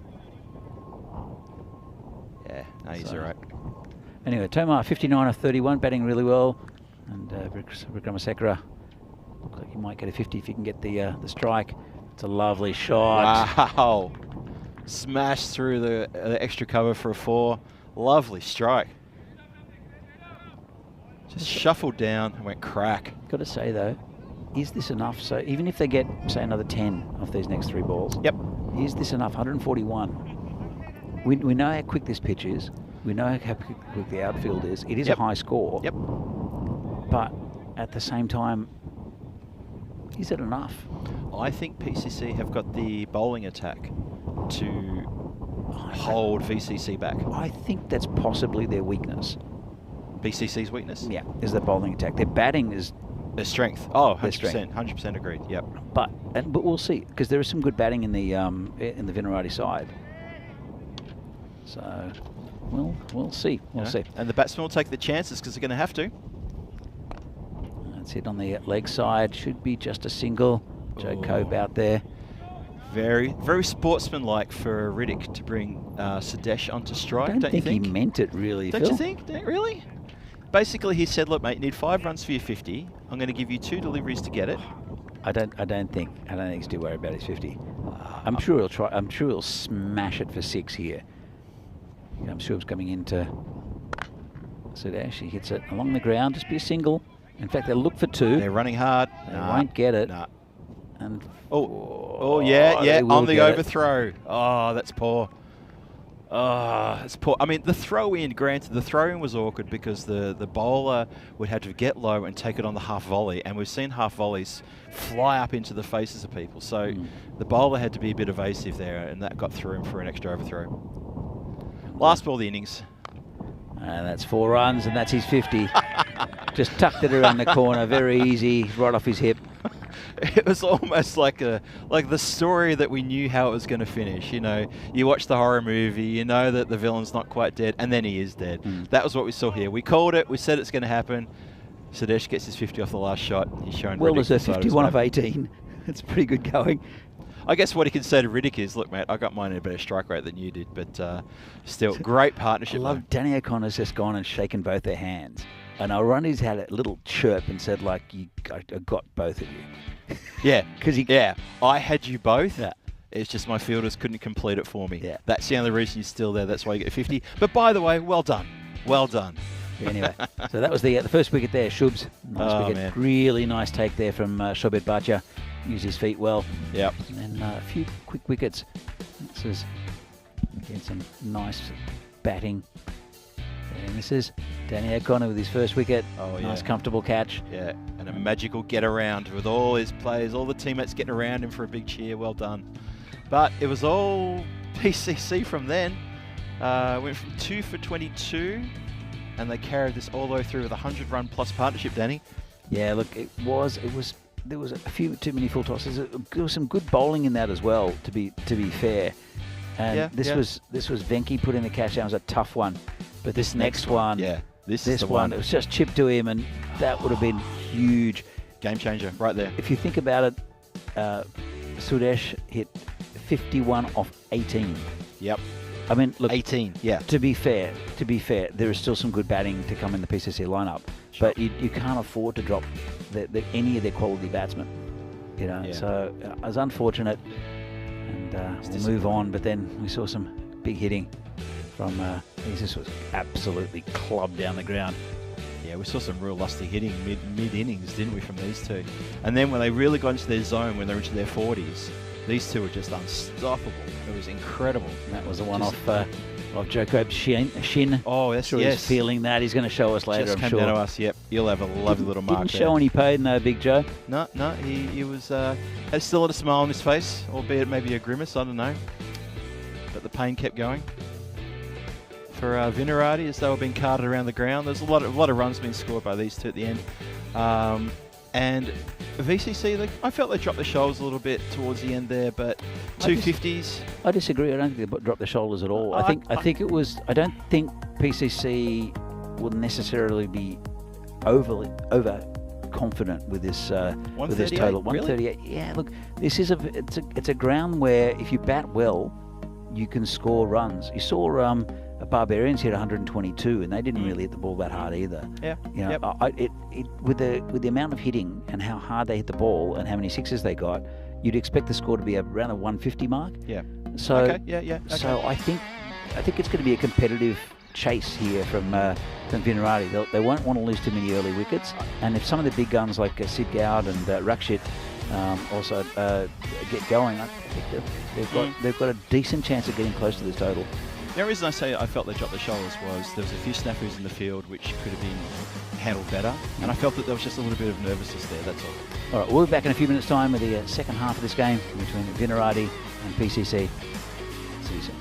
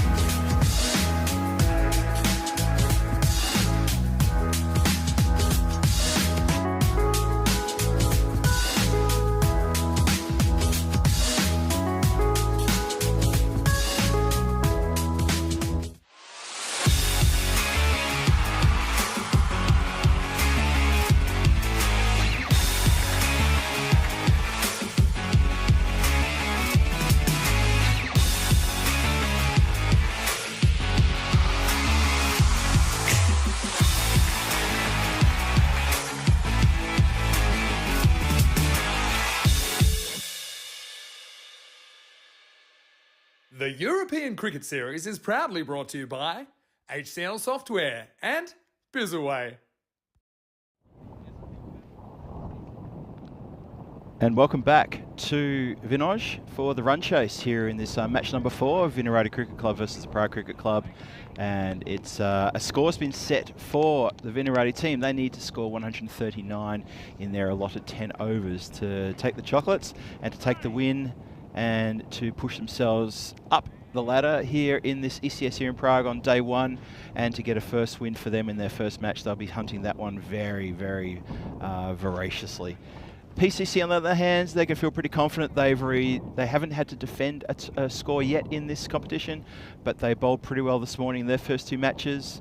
This is now against VCC. First ball in the block hole, kept out, dot ball to start with. It's going to be a very interesting run taste. It's going to be a testing run taste for the Vinarati club. This is definitely not out of the realms of possibility they can do this. They've got a good strong batting lineup, and if they can get going, well, who knows. They've opened the batting there with Rakshit and Shobit Bhatia, which is what we thought they'd do. Second ball coming in from Ramani, who's opened the bowling.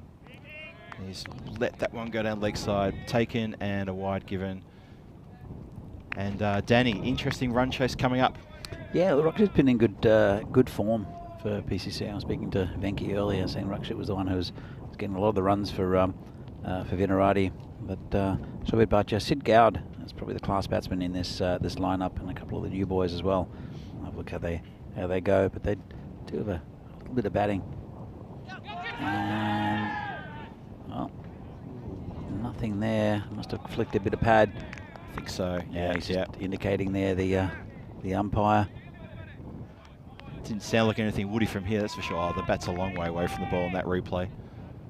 Yeah, very ambitious to call for that, but call for it they do. When there's a noise there, I mean, they call it at all levels, are they? They call it when there's no noise. Yeah, true. Sadly, on some occasions. It's been clipped down. Quick single into the covers. In the end, quite easy. Yeah, nice little prod down there. So yeah, interesting little run chase here. There's a bit of work to be done from VCC. Their batsmen are going to have to get good starts and go on and put the pressure back on the PCC bowlers, which is not going to be easy to do. No one's done that yet. I know we're only day 1, but you know, PCC, good squad, powerful squad. They bat well, they bowl well, they feel they're a good unit. So to put pressure on a team of this caliber is always hard to do. But VCC, they're a quality unit as well. They can't be underestimated. Teams that do that will end up regretting it.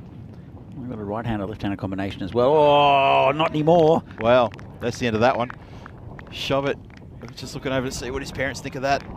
They're unmoved. Unmoved again. Completely unmoved.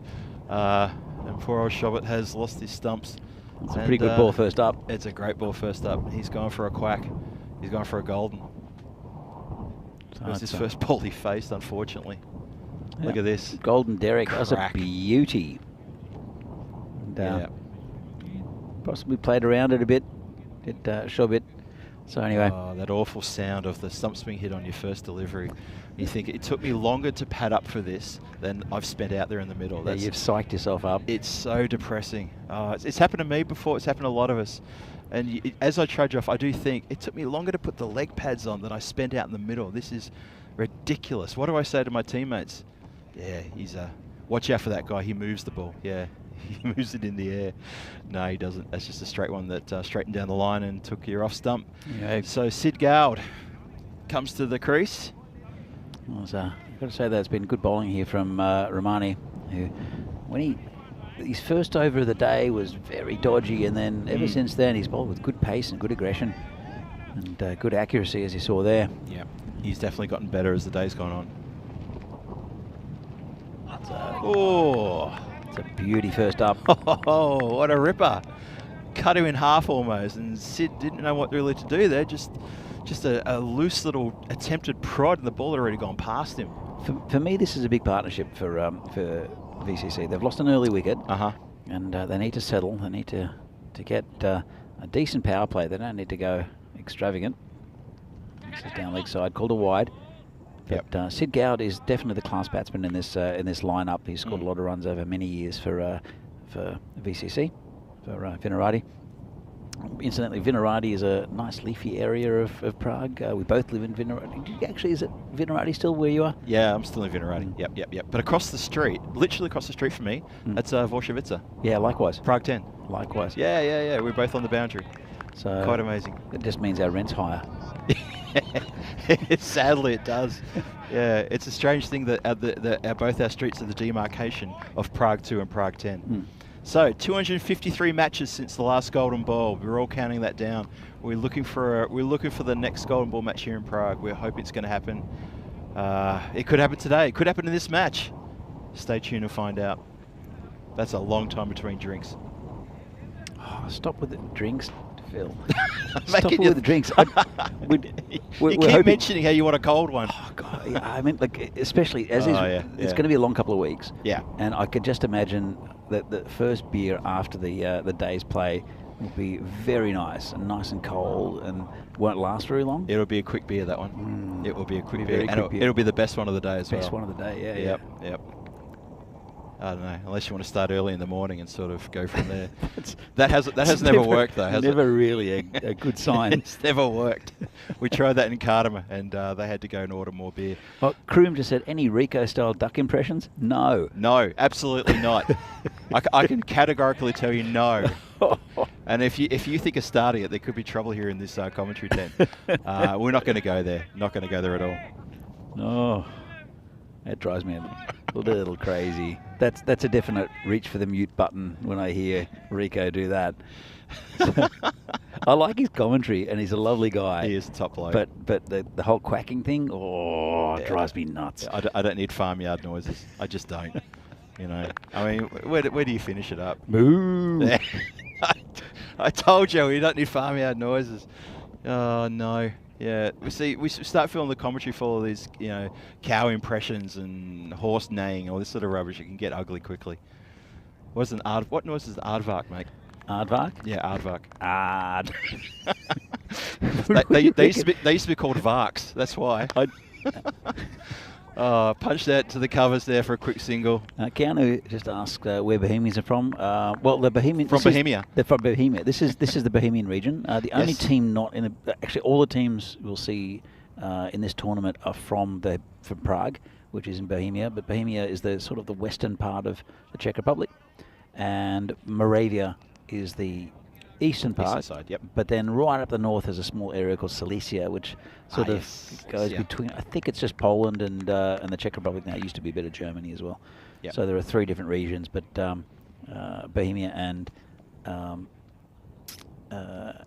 Moravia are the 2 main areas. As Tomar comes in again. Swing and a miss. He didn't really get close to that because it was wide. And Riddick, hands on hips, giving the umpire the stare. Come on, Riddick, you made 60 odd in the previous innings. You can't do everything yourself. Oh, thanks, Yadov. We're boring commentators, Phil. Are we? Yeah. He's a spanner, too. He's supposed to be one of us. A spanner? A spanner is abusing the commentators? He is. Well, he's going to lose Bajendra Yadav. He's going to use his spanner You're boring. Mate, you're going to lose your spanner. Oh, because I'm making fun of Rico. Oh, hello. On your bike. So we're making a note of Yadav. If tomorrow morning you wake up there's no spanner, you know why. That's just... If any other moderators want to, get on top of that, please do. We love your support. And if you don't want to support us, you can always change the channel. It's as simple as that, really. I like Rico. I like his commentary. The chicken noises are terrible. Or chicken duck noises. Chicken? That's probably why he's making chicken noises. It should be a duck. Yeah. That's that. Anyway. But look, if you don't like our comms, just watch the cricket on the big He's gone screen. Again. Thanks, Yadov. What's he said now? He's just saying we're boring. Yeah, Thanks you know what?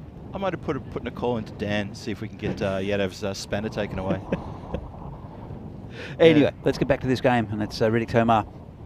He's bowling to Sid Gowd. He's none off 3, not off the mark yet. And, well, it's a bit of a dodgy shot. He will get off the mark, but it's good bowling from Riddick, who bends his back. Yeah, it's not really convincing starting from Vinaradi there. They've just crawled along to... So that's 7 for 1 off the first 10 deliveries. Riddick Tomar's got 2 more to come in this over, and he's bowling quite well. He's keeping it nice and tight, and it's very tough going for Rakshit and for Sid. Yeah, very tough going. It's been good bowling up top, and still in the power play, of course. It's been hit quite Freed the nicely through the shoulders. leg side. It's going to go all the way. Yeah, it's going to go. Well, the PCC player ran about the same pace as the ball and just seemed to escort it, but he couldn't reach down to grab it because he'd have to slow down, and the ball just beat him to the line. There's the boundary, first boundary for Vinarati. So maybe that's going to help their confidence a little bit more now to get that off Riddick Tomar. They're moving to double figures, 11 for 1. One more ball to come in this second over. Yeah, it's a boundary they needed there, Vinarati, and it's slow going. I said these two need a good partnership, but it's been, I'd say, pretty good bowling here from Riddick Tomar. Just reorganising his field now. See how he reacts to that 4 being hit off his bowling. He's got cover now in the deep extra cover boundary. Oh, it's turned around the corner, and that's a nice shot. 6 runs. Wow, lovely response to, lovely compliment to the previous boundary to hit another one for 6. So Riddick's field movement's meant for nothing, and he's been smacked over backwards square for a lovely shot for 6. A bit more momentum to the Vinarati score now. Yeah, as I said, this partnership I think is integral for Vinarati. If they can get anywhere near this total, these two will have to score big. They do have a bit of batting to come, but these two are class batsmen, both former national team players. That's right. And, Sid Gowd, especially when he gets in the mood. When Goud's in the mood. When Goud's in the mood. When Gowd's in the mood. No. When Gowd's in the mood, he gets loud. Especially when he gets motivated, and I'm sure he's motivated now. Yeah. He's a very difficult batsman to bowl to, and he's very, very technical on both sides of the field. He's a very clever batsman too. Seen him play some really good, strong innings for Vinarati over the last couple of years when they needed it most as well. He's clever, he's calculated, he's a good placer of the ball as well. He's a fairly skinny frame, but he can generate a lot of power through the shoulders, and he's very strong square of the wicket, if I remember correctly. Yeah, Sid Gowd. So, we're facing Romani, has been impressive. Oh, there you go. Look at that. That was too short, and Sid Gowd right onto it. 6 runs. It's even evaded the ball chaser out there. He got in position really quick here, didn't he? He did. Really got in position quickly and gave it everything. Good really, shot. Really nice shot. Very safe. And there you go. There you go. Ball chaser still chasing that ball. Yeah, he doesn't run anymore, does the ball chaser. It's 30 degrees out there. He's got no cover whatsoever. And I don't blame him for walking after the ball. And again, that's been cracked into the covers just for a single. Shot at the stumps. Ooh, lucky that Lala was backing that up, because that would have been 4 overthrows. If you look behind Lala, there is no one there. There's the cars. There is the cars. There's a banner. There's the ECN banner. And there's a boundary line. That would have been trouble. Good work from Lala. Good awareness from Lala to get into the backup position there. So moving up to 24 to 1. A bit more momentum in the score now. That's a nice shot. Man down there can't quite handle it, but he's finally found it and throws it in just for a single. Didn't cost any more, lucky enough, but yeah, he took a few seconds to find it. That's okay. In fact, has that been... What's just happened? What do you think? I don't know. I'm not sure if that was signalled or not. Let's have a quick look. What, you think it might have gone to the boundary? I think Rakshit has got a 4 out of that. I'm not sure. We don't have an active scoreboard, like run ball by ball. I thought I saw the umpire signal the 4, but... I would think he juggled it over the line, maybe. Maybe. I thought he was well in. Anyway, the score is 28 for 1. Still 3 overs left in this third over. It's coming out to be a reasonable power play here for Vinarati. Yeah, I agree. I think this is looking the goods now. That's a good ball. Oh, good delivery. I'll just sneak through for a single. But, Romani's, I've been impressed with Romani. Again, after that first over against Burno in the first, right in the morning, the first game, he's been very, very good and bowled with a lot of pace. So I've been good. As Davidson Romani. We haven't seen Padmaraju. I'm sure he'll probably take the next over.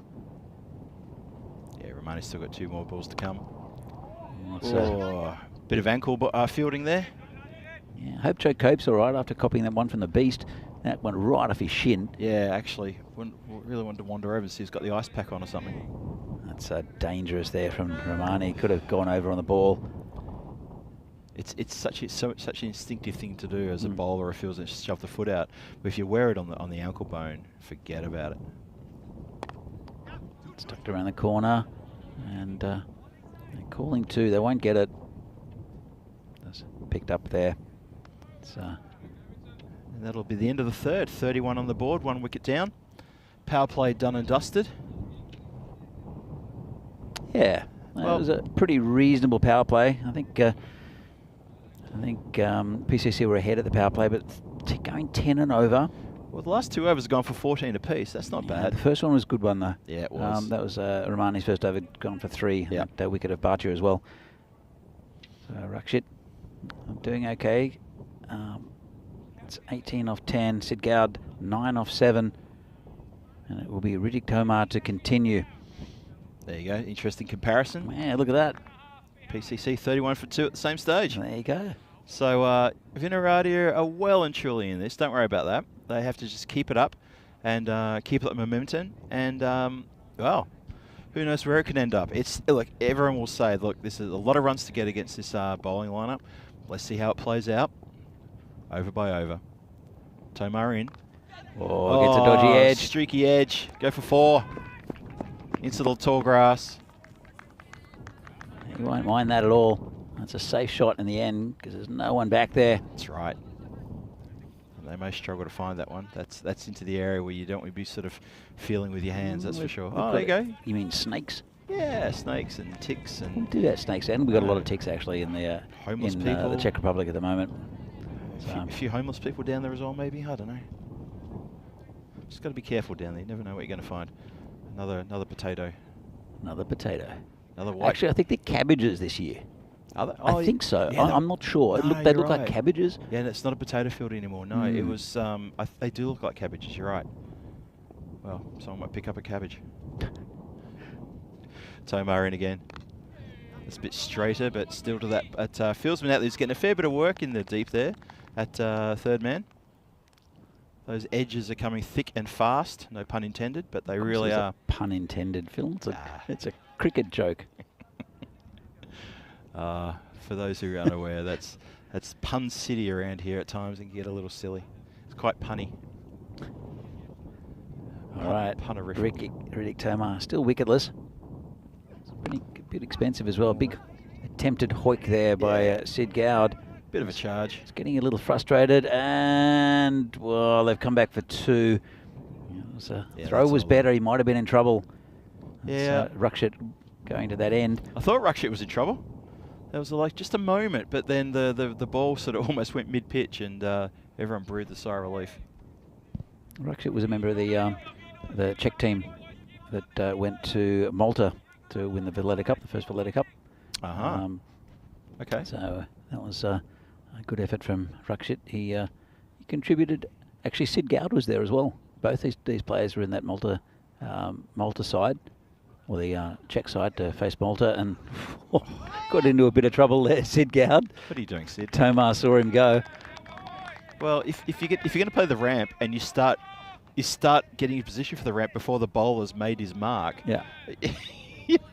I mean, all Riddick had to do was to bowl a Yorker, and Sid was gone for all money. He would never gotten back in time. True. Going back to the Malta tour. Yeah. Kyle was there. Who was left arm fast bowler for the Czech Republic. Also, but the tournament really was all about Sabuon Divisi, who scored. I think he averaged over 100. He scored 100, and then hit 2 in the 90s. I think in the tournament. Okay. That's a wide delivery though. And 2 of the 90s, one of them he got caught off a no ball, and so he was walking back into his crease, and he got run out by the Maltese wicketkeeper. All right, and talk about the whole like Alex Carey, the Alex Carey Johnny thing, Besto. and we couldn't believe it. You know, this guy's. It was only a couple of overs left, or even an over left or something. Yeah. And he was going to hit 100. Yeah. And he was only young. He was only 21 or so. shot. Lovely strike there. So Four. yeah. So then he got run out, and then he actually ran himself out another time. It was just getting tired or something, so he just ran himself out. But he was untouchable in that series. Actually, Stefan Gooch was playing in there as well. Okay. For Hungary. Yeah. He's keeping for Hungary, and but the Czechs won that tournament. It was a good year for us then. And that was the first Valletta Cup. I think it was 2019, and it was the first one. Well, I saw that there are a few different Valletta Cups that have been played that were mentioned Right. while Vinny was out there. Right. And that was the first one. And then, yeah, last year was pretty tight as well. Sid, what are you doing? What's this trick? I know there is a gap down there. Admittedly, if there's the man in short. If he gets it past him, it's a 4 for all day. Yeah, but he's not playing it right. That's not how you go about it.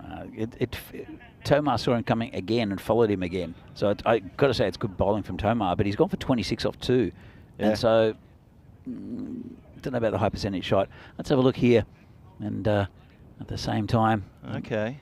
So it's pretty even between the two teams. Yeah. They're maybe just a little bit behind from that over, but they're not out of by any stretch of the imagination. Yeah, they're a fraction behind. 43. Fraction behind, yeah. Still going at 10 and over, which is pretty good at this stage. Yep. 16 needed per over, so ideally they need a couple of big overs to make sure that it doesn't creep any higher than that at this point in time. If you're facing 18 needed per over in the middle of the game, you're in all sorts of trouble.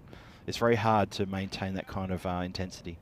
So I see what Sid's trying to do. He just hasn't quite got the execution. But Rakshit now on strike. He's 23 from 12. He's been out there since the start. It's Fayez Nouri. He was excellent in the last game against Brno. In fact, it was against Barbarians. And this one's been head down to the third man area. That'll be 4 runs. Just squeeze it out, and he's looking pretty good. Is Rakshit. Nice shot. Yeah. Both these batsmen are very technical, and this field with the how fast it is and how flat it is, it's really going to suit them, and it has suited them. Sid Gowd, though, still not quite in touch. Rakshit, though, 27 off 13, looking pretty good. Hope I haven't put the curse of the commentator on him. We're about to find out then. Nori's coming in again. Ooh, the question's asked. Oh, and they're asking for stumping as well. And so central umpire gave it a wide. Square leg umpires asked for a review on the stumping. Well, it's all happening. Definitely wide. So it's a run, but is he stumped? Let's have a look. So he's moved out of his crease. He's in there. No problem at all. That foot looks planted. There. The foot's planted. Then he lifted it afterwards. No problem. He lifted after the stumps are broken. Yep. So he's all right, I think. But, just a wide ball then. Oh, very close to that stump too. Good work by the keeper. It was good work. It's wide ball, I think, and that's how it'll go in the book, I reckon. We did see Kadiwala in this game. He batted very well earlier on the first 2 games they played, and they shuffled the pack a little bit with the bat. Did PCC? That's right.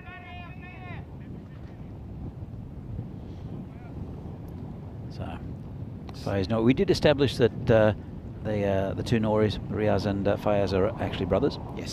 So, yes. And so glad we figured that one out, because there was a moment of awkwardness there, where I called them brothers, then had to hesitate and say they're cousins. Well bowled.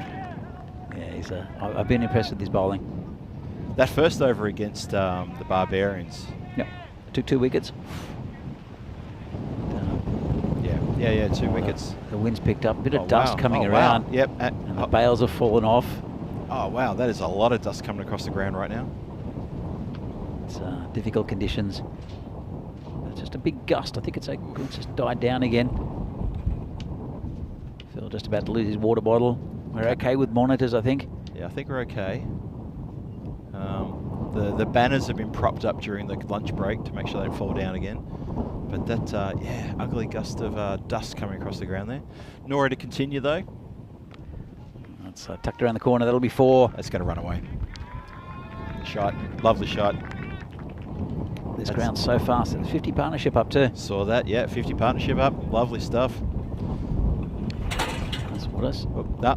and the the banner has now fallen down. Just after I said we haven't lost the banner, it's now gone down. That was the crash you heard near the effects mic, near the camera at third man.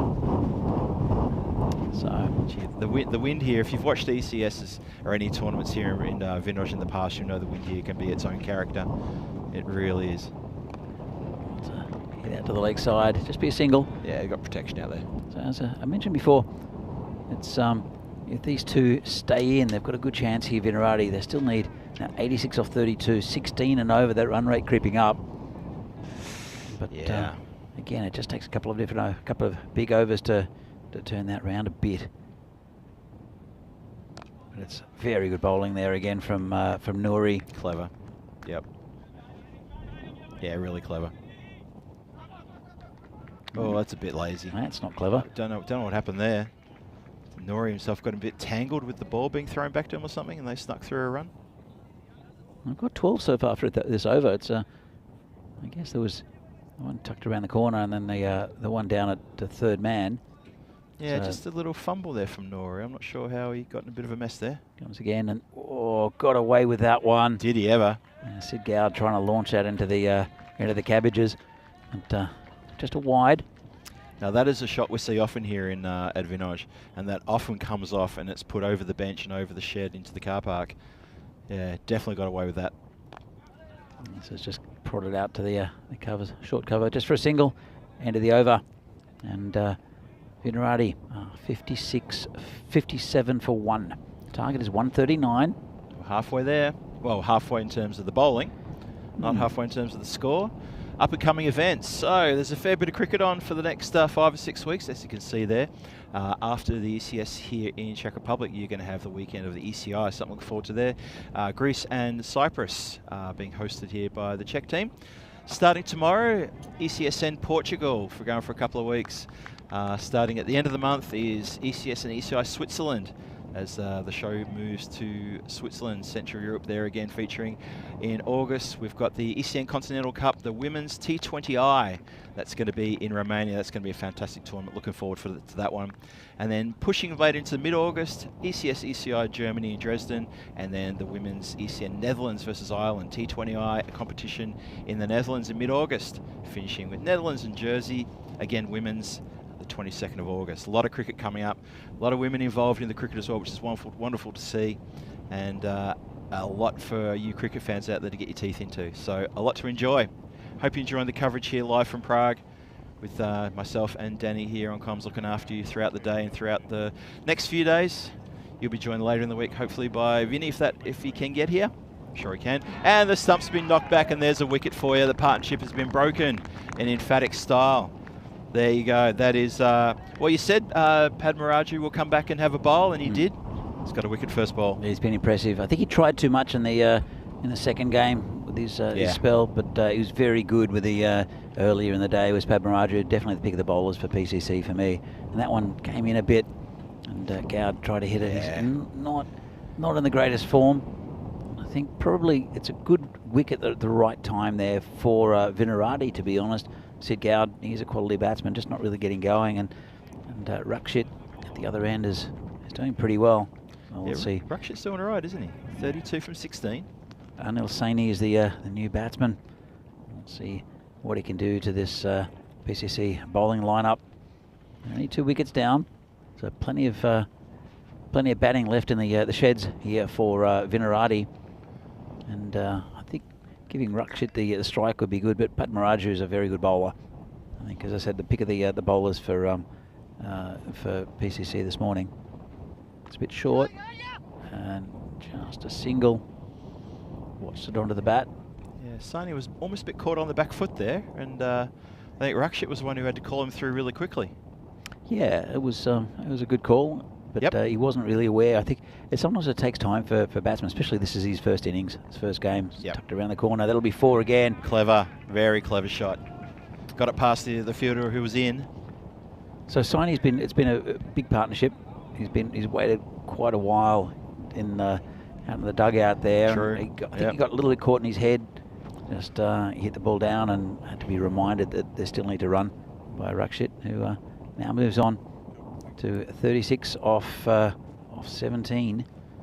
He's looking pretty good. He's looking all right. Yeah, I expect Rakshit to really take control. I mean, he kind of has taken control of this innings after the first wicket fell. He's really been hitting the ball well. So I'll just pat it down. Yeah, nothing going on there. Yeah, I'm impressed with Rakshit. His temperament's been really good. He's striking around 200. Yeah, really, really good game for playing from him. And it's a tough chase, so he knows he has to be there probably till the end to see this over the line. And he has every opportunity to do so. So, you know, if they can keep going at sort of 15, 16 and over. Yeah, it's a big if, though. It is a big if, yep. Granted, it's a big ask as well. The thing is, I mean, you might get a big over. You might get an over that goes for 20, but then the next one goes for 8, and you're still behind the run rate. You're still behind the run rate, So it's tough. Yeah. Oh, big swing and a miss there from Saini. Yeah. These dot balls are going to hurt, really hurt.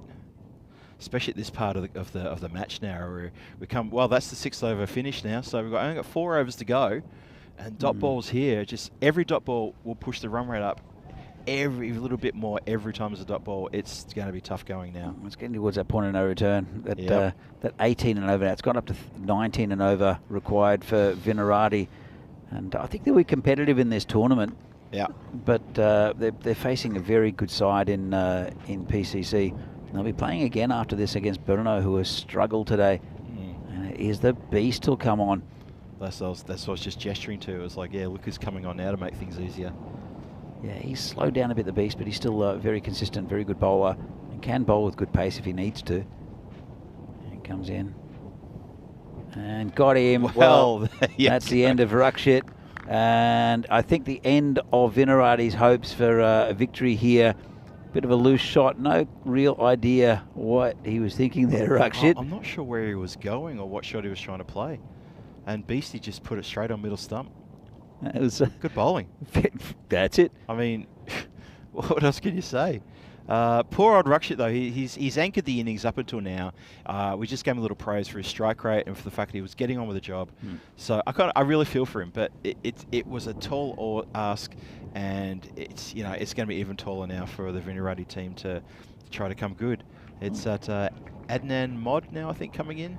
It is.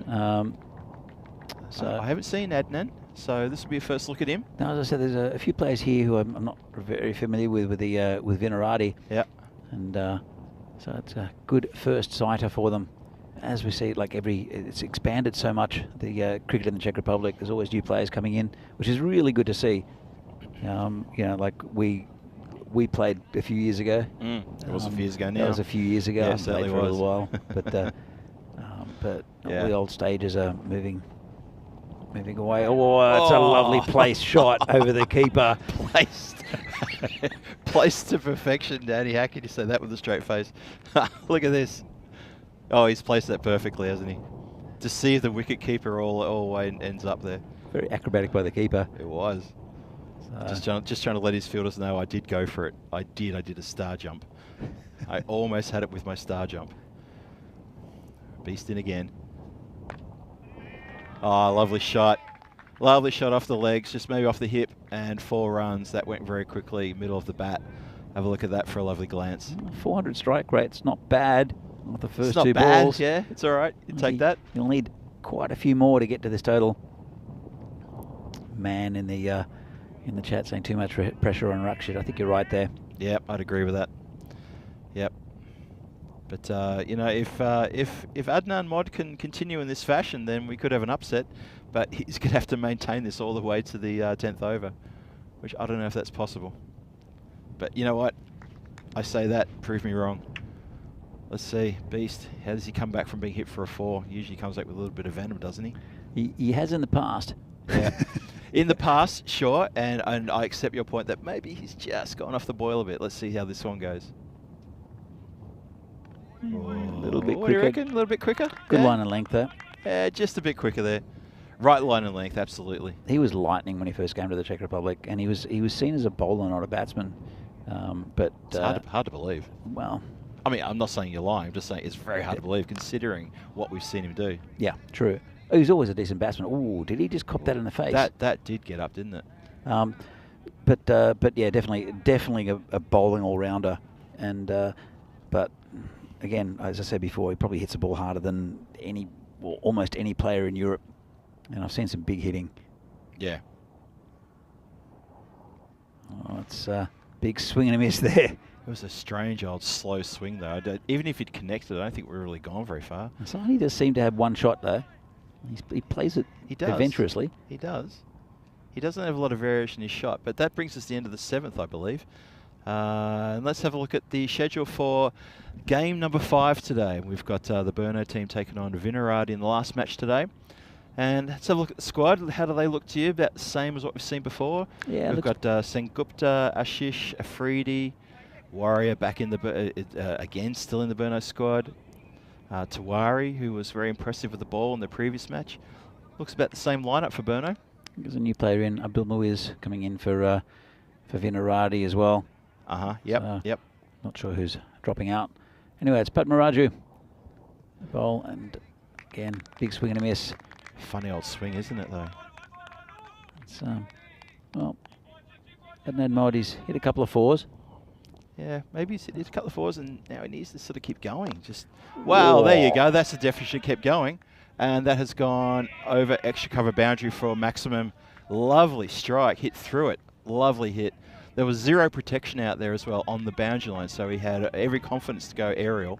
Yeah, but he's carried the boundary line as well. Bit of a wide half volley out there for Padmaraju. I'm sure he'll come back. Slow ball. Oh, the slower ball's got him. Yes. Oh, you called the slower ball when it was halfway down the pitch. And there was time for the batsman to recognise what you just said, but unfortunately he didn't adjust his shot. He was through the shot, and then he watched the ball go past him onto the stumps. Good change of pace. Really good change of pace. Lovely bowling. A really good bowler is Padmaraju. I think going into this tournament, the rest of the tournament, I think he'll be a very, very big asset for PCC. As we see a new batsman come out, another one of the newer boys, I think. Is that Nabil? It is. Mohamed Nabil, we think one of the new breed coming through the Vinaradi crop. So let's have a look and see how he does. He's on a hiding to nothing to try to get a victory for his team, but you know, he needs to get some action out there in the middle to feel good and to set themselves for probably already looking ahead to the next game. Is that optimistic to say that? No, definitely looking forward to the next game. And I think, yeah, I mean, it's the first game Vinaradi. Yep. It's a long tournament. Over the next 2 weeks. There's a lot of games. The top 4 get into finals Friday. So, and there's only 8 teams in this tournament, so they've got a very good chance of getting into the finals. That's right. What they need to do though is to get a bit of form. So you get players. I mean, they're having an opportunity to bat. We've seen how Saini bats. Yeah, he's got that one.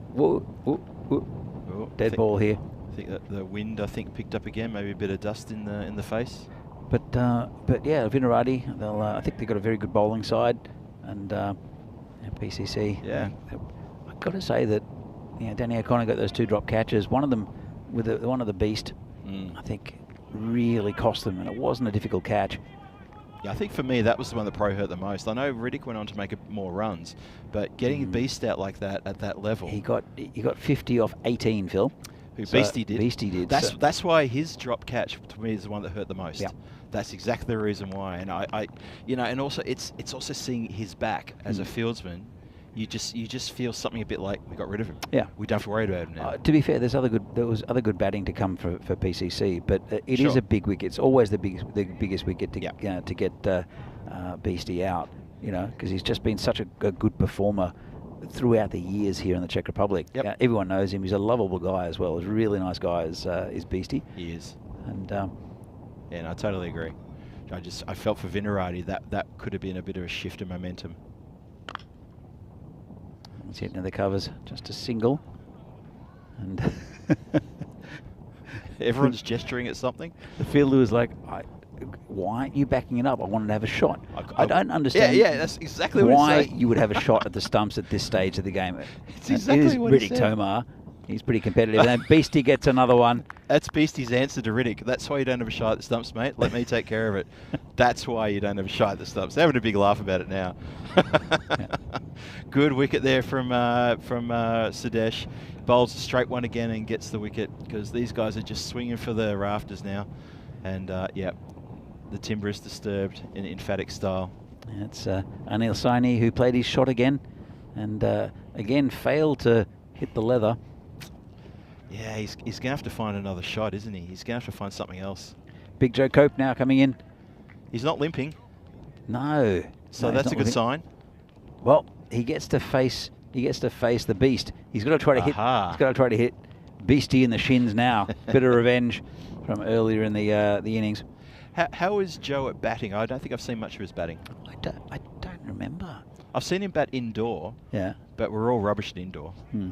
But I haven't seen him bat outdoor, so I'm not sure how We'll he's... see. I know he did bat last year, I think. I don't know how well he went. We could probably find the figures somewhere. If you want to look up, I think there are figures on the ECN website. That's a very useful resource. But Big Joe Cope, he looks like he can hold a bat. Let's see if he can swing a bat. Whoa, good ball first up. I still don't have the answer to that question. Still unsure. There's still a question in that column. Well, Venki can definitely bat. He's in next. There's still Tin Meal, Shubs, Danny O'Connor. Yeah, Venki the captain. He's very handy with the bat. Might get a look at him in a moment. Okay, Joe just... Oh, got him. Lovely shot at the stumps. Don't really know if Joe can... he's got him. He's walking off. He gave him a Big thumbs up as well. He's not going to be batting much more today. Well, he might in the next game, but that's a run out. Beastie turns around, throws the stumps down. Let's have a look at this. Sits on the leg side, picked up by Sudesh. Oh, he's just out of shot, unfortunately. Throws it, and he's just short. It's the base of the stump, and he's short.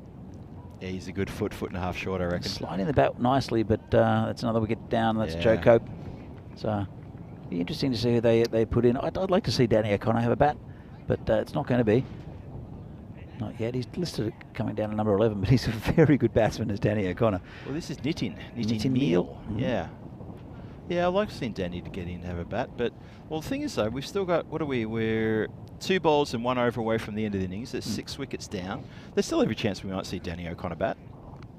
It's a funny thing when you get, like, a 15-year-old batting.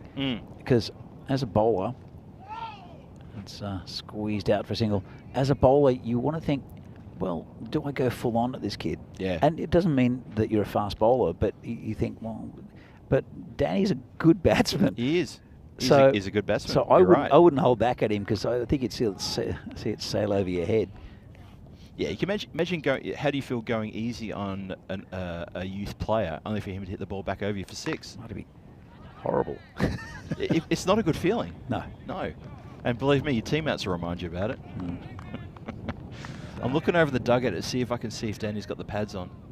And can't quite see. The end of the over, and Sudesh ends up with the figures of 2 for 12. Very good in this this format, 2 for 12, and got the big wicket of Rakshit as well, plus a run out. Yeah. So it was a duck for Big Joe Cope. It was a duck indeed, yes. And Sudesh, who's skippering this squad in this match, has delivered for his team with 2 for 12. Good bowling. Good tight bowling. In fact, most of the guys have bowled well. I mean, Nuru went for 14 off his over, but he had a good success in the previous match. I don't think he bowled badly. I don't think he bowled badly. A couple of loose deliveries. Here we go. Subawundavizi bowling leg spin. Well, now I've seen everything. So, I mean, this game's out of reach now. That's the final over. See, is this a sign that Sub is starting to slow down his old age? No, just, this is hit in the This is air. coming to us. Sudesh is going to knock it down. Good effort. Stop. Really good effort there That's from the big man. Excellent effort. He got aerial. He didn't catch it, but he's knocked it down. He saved a couple of runs for his bowler. That's a skipper leading by example. Have a look at this for a bit of acrobatic work. Knocks it down, keeps it in front of him, and returns the throw in. Good work, Beastie. Oh, chance to run out. No. Stumping, you mean? Sorry, yes, stumping, run out. It's all happening. We've got Subawundavizi bowling spin. I've not seen that before. I'm still freaked out by that. Oh, where were you going? Subber in again. This will be a fast one. I know it won't be. Oh, this is in the air. Going It's back. coming to us. A nice shot. Lands just next to us, just to the right of me. 6 runs. Lovely hit. Well, maybe Subber will go back to his medium pace. Maybe he's looking like he's going back a little bit, but that's again one thing that I think we don't have in the Czech Republic is Here's a top line leg spinner. There's a couple. Murali Vandrasi from Barbarians. Just needs to get a bit more consistent. It's been hit towards the boundary. He's got a lot of work there. That's 4 runs. Could not get to that. That was probably about 2 or 3 metres too far away for him to stop that one going through for 4. Lovely shot. But all a bit too late in the day, unfortunately for VCC. They're not going to get the win here today. Well, they have a game after this against Brno, and that'll be a tight contest because Brno is having a bit of an off day.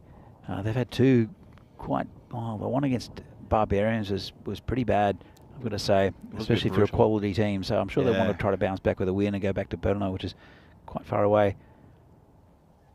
With a win, it's a nice shot.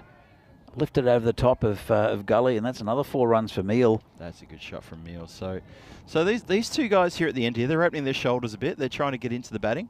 And they've pulled off a few runs. They made the score a bit more respectable, but there was never going to be a threat to the total. And there was hands being shooken all around. Shooken? Shooken. Shooken's a word? That's a word? Oh, shooken. They're shooken. Who's the captain of the Czech national team? Arun Shooken. True. Arun's going to find me and give me some punishment for that comment. I know he will. So anyway, at the end of this game, Vinarati, they're quite a few runs short. Another good win there for PCC, make it 3 out of 3, and a very good day for them. It's 138 and losing the 2 wickets. Vinarati ended up quite a few runs short. And they'll be back next game against Brno. We'll see some of the highlights of this.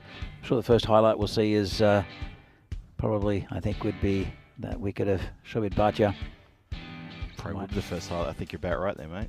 There we go. Beautiful ball there from Romani. Terrific delivery. And that's the end of the opener, the left-handed opener. Then there's a good partnership between these 2. Rakshit and also Sid Goud. Sid not really getting going. But Rakshit looking pretty impressive, getting a lot of the. That's the one that went over the boundary. That's the one we missed. That's the one. Yep. So it was a 4. So, but there are so many runs along the ground and dodgy edges. Anything that gets past the infield is 4 on this ground. Yep. And I think it was pretty good batting there from Rakshit.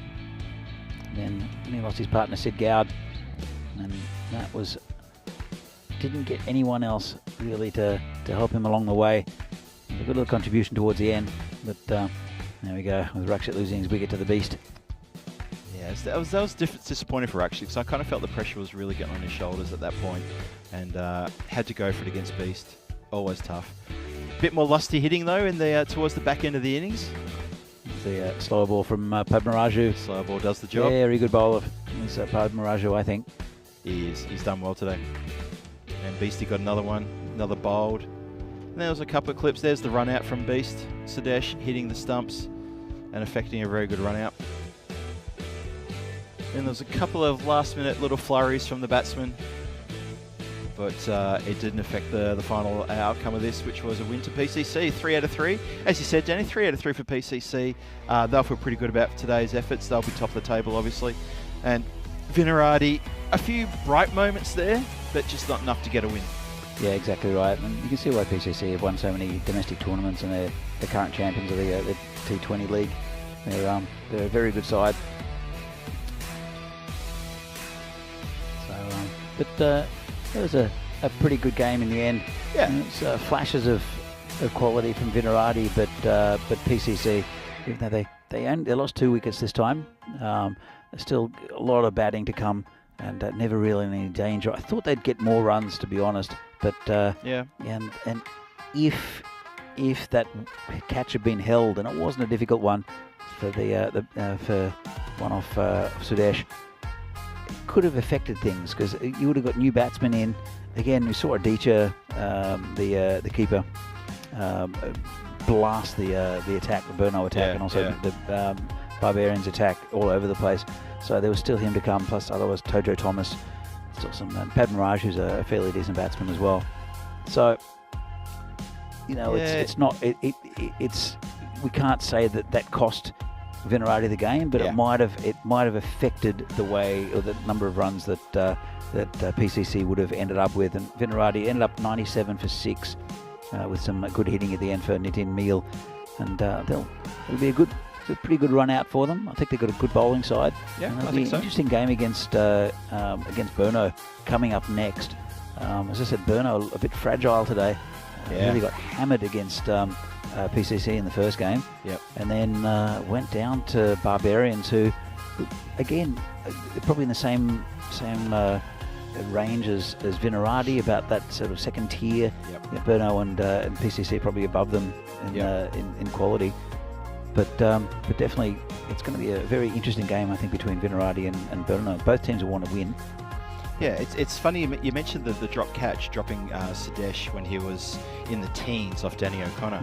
I think Vinny would call that like a sliding doors moment. You know, what could have happened if that catch exactly had been right. taken? I felt that momentum shift would have happened, just to make the Vinarati team a bit more buoyant about, we've got Beast out, new batsmen coming in, let's get into them, and maybe the score could have been, you know, around about 110, 115. Ifs and buts, we don't know, but it's that moment where you think, that could have been it right there. It puts pressure on. You saw Lala, who was never offered a chance in the whole of the first two games, who went cheaply. You know, it just sometimes it doesn't go for you as a batsman. Yeah. And then when there's pressure, when there's wicket pressure, and you get a team that's buoyant, and you know that they're not going to drop catches, then it can affect everything. And we've seen very good teams go down in that way, including PCC. You know, they've in previous tournaments where they've just started to that little fumble, that little things not going quite right for them. And so good teams and quality teams generally they win tournaments. But there are little faltering things that go along the way, and that could have happened there, but.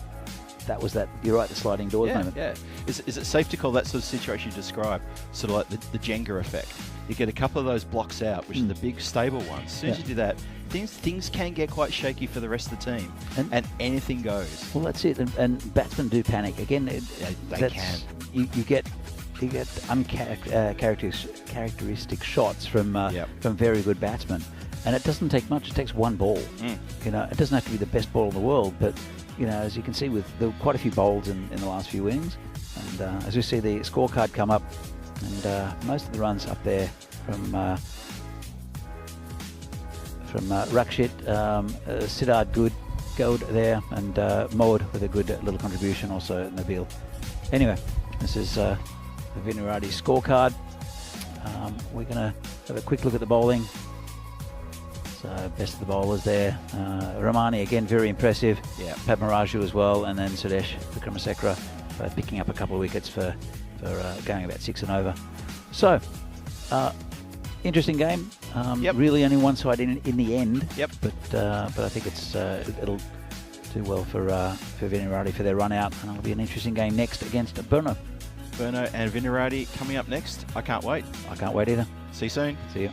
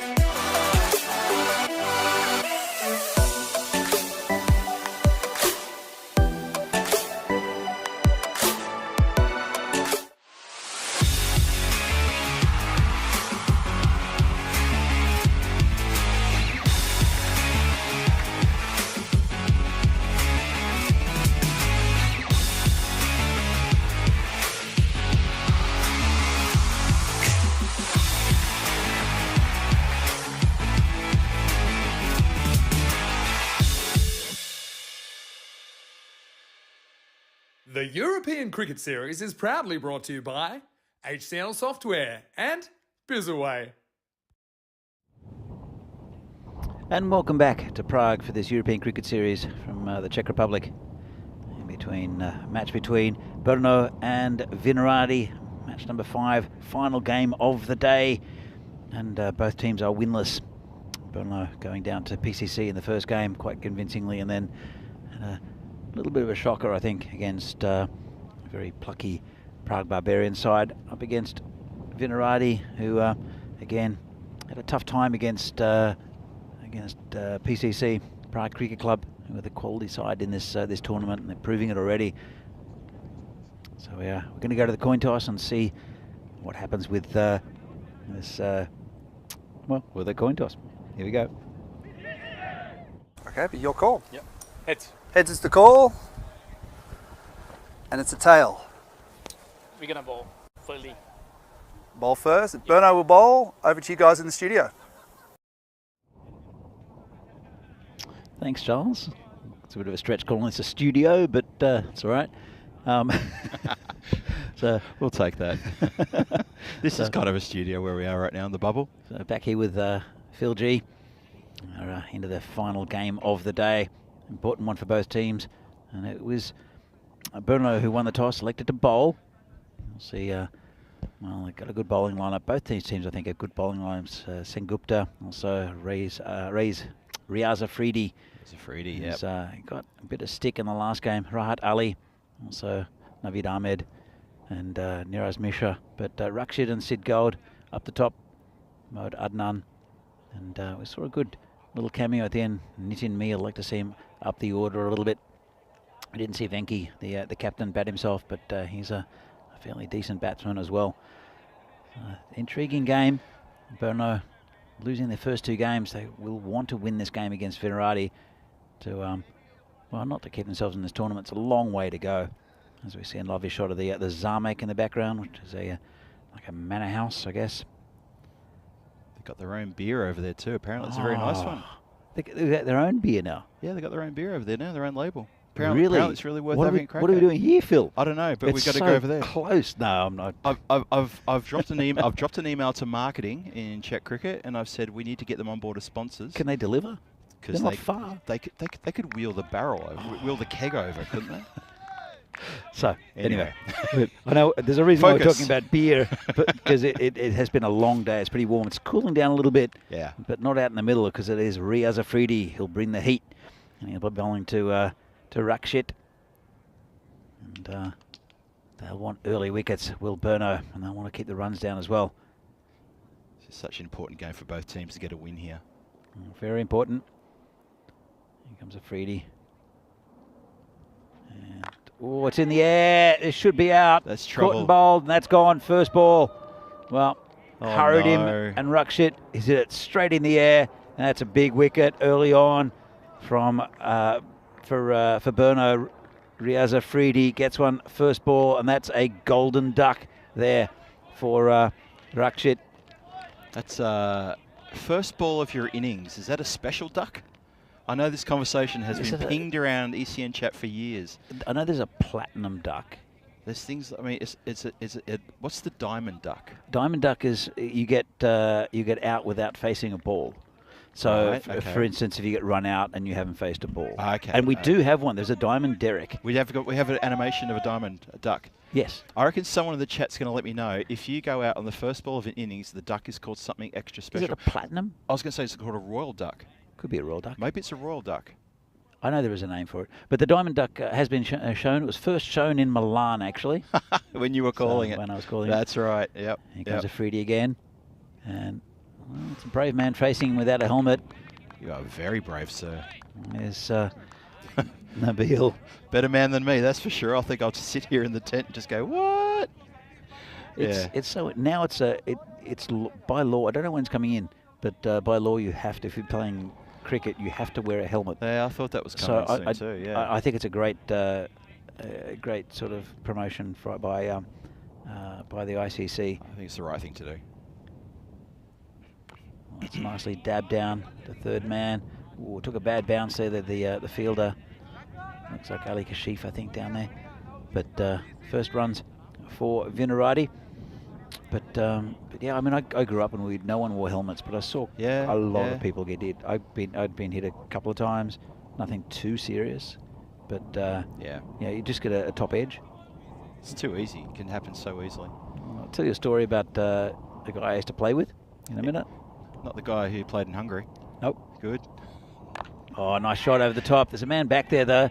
Should cut it off. And he does. So Sid Gow just lifting it over the infield, but good cover. No, there's a guy I used to play with, Colin Hill, 6'5", which is, I don't know how tall that is, 190 something. Yeah. Yeah, tall. Yep. He went for a pull shot, got a glove, hit him in the nose, broke his nose, got it fixed. First game back, he's fielding at first slip.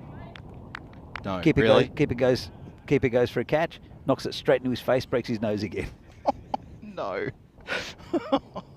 So, ouch. Unlucky. What was his name? Colin Hills. Colin Hills. Yeah, he's a good mate. He's tall and never dropped a catch. The best hands I've ever seen in any player. Just would scoop up. Like I used to. It was myself and Clive, our captain, used to bowl outswing and got so many edges. Unreal. And he took most of the catches in second slip. That's just the awful bit of luck right there. It's a good bowling again from Afridi. Got through the fielder though. It's a Yug Warrior down there. Couldn't quite get down. That's another run, but it's been a really tight over. Big wicket of Rakshit as well. Only 3 from it, and it's a very good start here for Burno. Just going to give a shout out to James Stewart in the chat, along with Kroom and Julian Dawson, enjoying your comments. Julian, you enjoyed the shooken comment from the last innings. I don't know if you were trying to tell me that's a real word or not, but I hope you enjoyed that one. And James Stewart, you feel like you've been around the chat for ages. Great to see you back in there again. There's a bit of talk about the royal duck and the platinum duck currently. So I think we're all trying to work out what's what. Royal duck, platinum duck. Yeah, we're not too sure what is the first duck of an innings. Yeah, anyway. It's one of the two. You can Google it yourself, folks, and next time we talk about it during the week, you can let us know what it is, but we've already moved on, and so is this game. And Vinarati, a bit of a slow start, but Burno got their tails up now. That's Rahat Ali bowling, bit of a slower one, and just prodded out the offside for a single. So, and Keanu said ICC need to make it mandatory. I think they have made it mandatory. I think you have to play it if you're playing I'm not sure what level juniors is always helmets now. And I think if you're playing men's cricket, you have to play it. Again, I'm not sure of the level, but you have to wear a helmet. So I think it's something which, again, should be mandatory. Comes Rahat again, down leg side, and they'll sneak through for a wide call by the umpire. In fact, they'll take another 2. So good result there for Vinarati. The wicket keeper in the fields and seem to be in a bit of a conflict over who should get the ball back. But yeah, a couple of runs there. Oh well. So that almost went straight. It almost went to the boundary. Yeah, the keeper's run it ground all the way to the boundary. Yeah, I think his fieldsman who ran with him sort of turned to him and at one point and said, "You get back to the stumps, mate. This is my area. I'll look after this.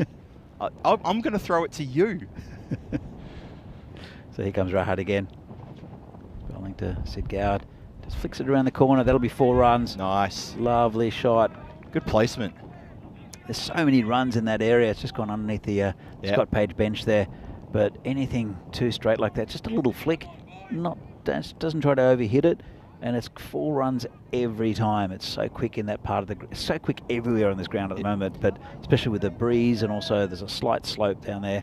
Yeah, we're seeing it flying away, aren't we? That's incredible. So that's good stuff. James Stewart saying out on the first ball is an embarrassing Derek. I think I would definitely adopt that. Embarrassing Derek. We should get a Derek that blushes, that gets a red face as he's embarrassed. That sort of duck. An embarrassing Derek. An embarrassing Derek. All right, here's Rahat again, bowling to Sid Gowd. And this one's smashed for 6. Well, good God, that's massive. That's what he can do, this man. He's a very, very good batsman, Sid Gowd. Just picked it up off a good length. Have another look at this. Beautiful shot. Shot of the day for me so far. Wow. That's a beautiful, beautiful shot. And our little friend out there is going to chase it. The ball again. It's gone way onto that field. I mean, we have seen a few shots go further, but that looked all class. Oh, it was class. All class. Lovely shit from Sid. Wow. Yeah, he's still running out to find the ball. And hey, here's another one for you. Didn't quite get hold of that. Nah, it's still carried for 6 though.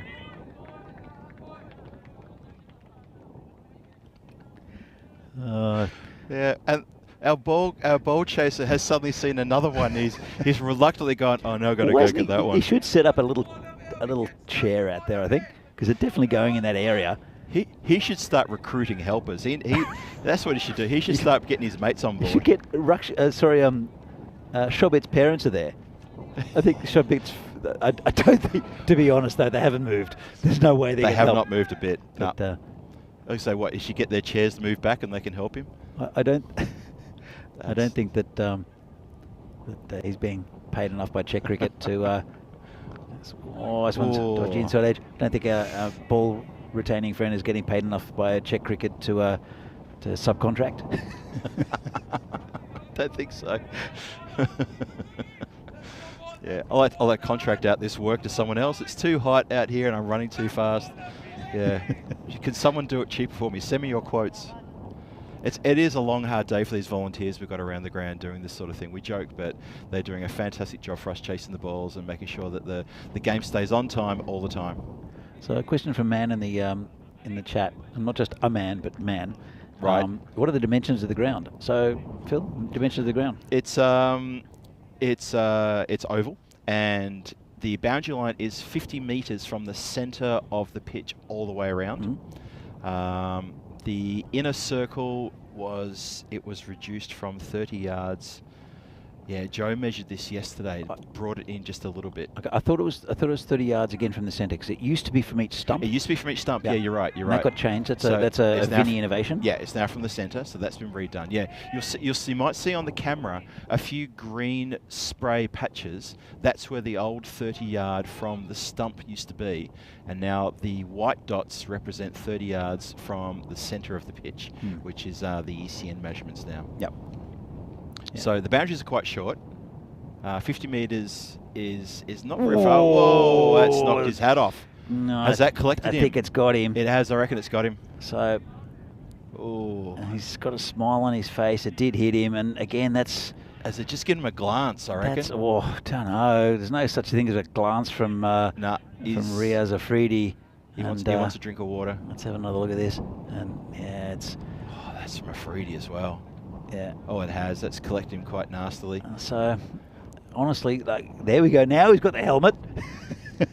Yeah, immediately there was a shout out for the helmet straight away. It's again, what was the no, I can't remember what it's not. What's the saying? It's not the boy cried wolf. It's the Yeah, the boy cried wolf. No, it's a different saying. I don't know what the You saying. think of a different fable, aren't you? Yeah, a different fable about something happening and then once bitten, twice shy. No, I don't know. A bird in the hand is worth two in the. No, that's not it. No, doesn't matter. Anyway, a rolling stone gathers no birds in the hand. Let's have another look at this and. I don't know. Oh, ouch. Yeah, ouch indeed. Glad he's okay. And there's the 12th man, Shobit Bhatia, and bring out the helmet. It's not too little, too late. Is that what I'm thinking of? Oh, it's not too little. Bolting the stable door after the horses. That's right. The horses bolted. That's the one. We're getting closer to what we want. So, all right. One in the block hole here for Mafridi. Right on his toes. Yep. He won't bowl a short one. Oh, it's racing towards the boundary. Safe to the man. Yeah, straight to the man though, right? It's yeah. Yeah, I was expecting something really right up in the block hole, like a proper Yorker. I tell you what, he's very lucky. Ivan B in the chat. Hi, Ivan. I haven't seen your name for quite a while. Wear a helmet. That's a good perfect, absolutely but we perfect said it before. advice. We were discussing it before. Yeah, like he's out here facing Riaz, who's probably one of the fastest bowlers in the country, if not the fastest, who likes bowling short, and he comes out without a helmet. Yeah, it's another good ball. Quick bowling. But I think it's. I don't know. Vinny knows the thing with it to do with the helmets, that it's going to be compulsory for people to go out, to batsmen to go out with a helmet, and I think it's a really good rule, you know. Yeah, I mean, some of the excuses players will say is they say, look, I'm not used to wearing a helmet. I play better without a helmet. And all I say to them is train with the helmet on. You've got to train with it on. Yeah. Get used to it being part of your gear. It's been just smashed out to mid-wicket. Oh, if he'd hit, there was all trouble. Yeah, look, exactly right. Train with it on. But get a helmet that fits you as well. Helmet that fits, train with it.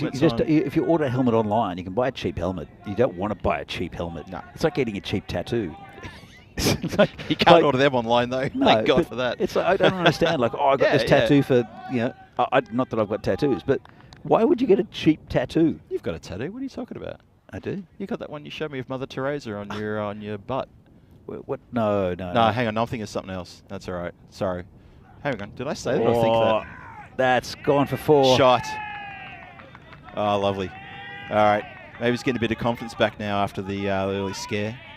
That's a nice shot.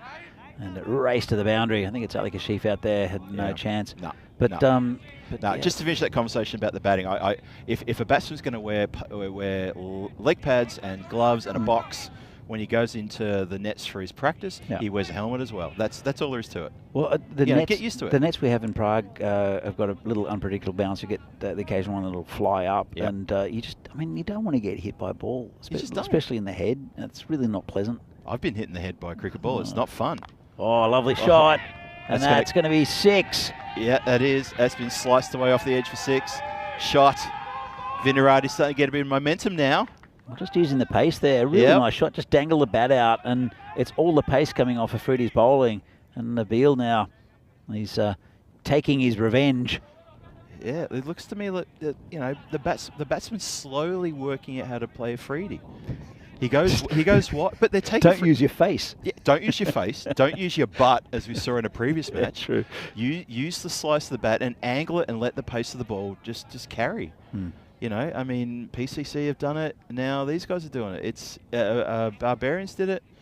Easy. It's not a bad power play in the end for Viniradi. Lost 1 wicket. Oh, you take that was one. Off the first ball, but 37. It's pretty good. Yep, that's not bad at all.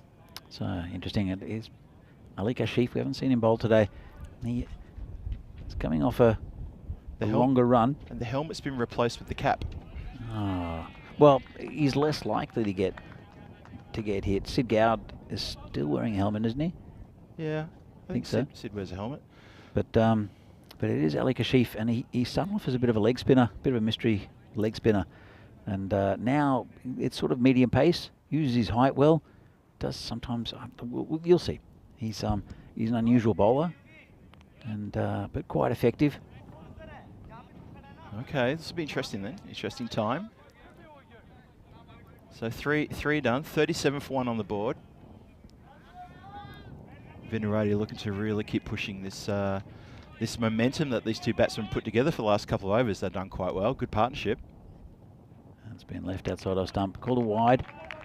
And as I said, he was a leg spinner, was Alec Kashif, and then decided to bowl medium pace and had a reasonable success with it.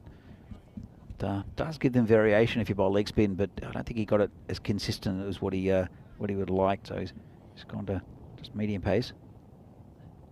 And again, that's called a wide. Yeah, he's got that very rushed action in his shoulder at the end of his bowling action. It's just slanting it away down the well into the wide area on the offside. I'm sure he'll get it right. So he's a pretty good bowler when he gets it on line. Uses his height well as well. So we have quite a few of in the Czech Republic is quite tall bowlers. Yeah, we do. And it's a bit of That's a slash there from Sid Gowd. And that's a good ball. That's where he wants to be. Kashif just short of a length and getting that ball to rise. He's got decent pace. Yeah, that was a good ball.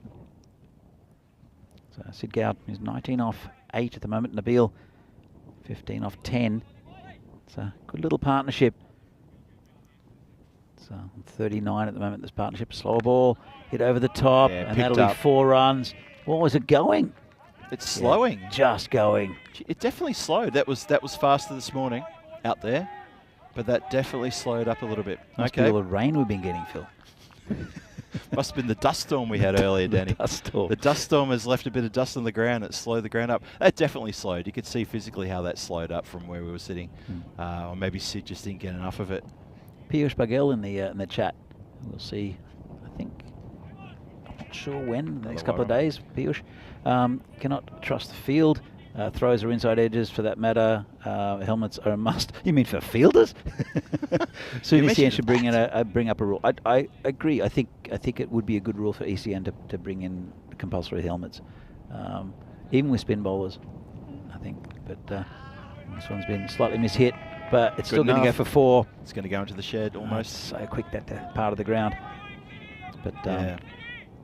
I mean, good shot because it was slightly edge. Well, it was an edge, but it was enough power to get down to the end. And as you say, Danny, all day it's been running away down the hill there.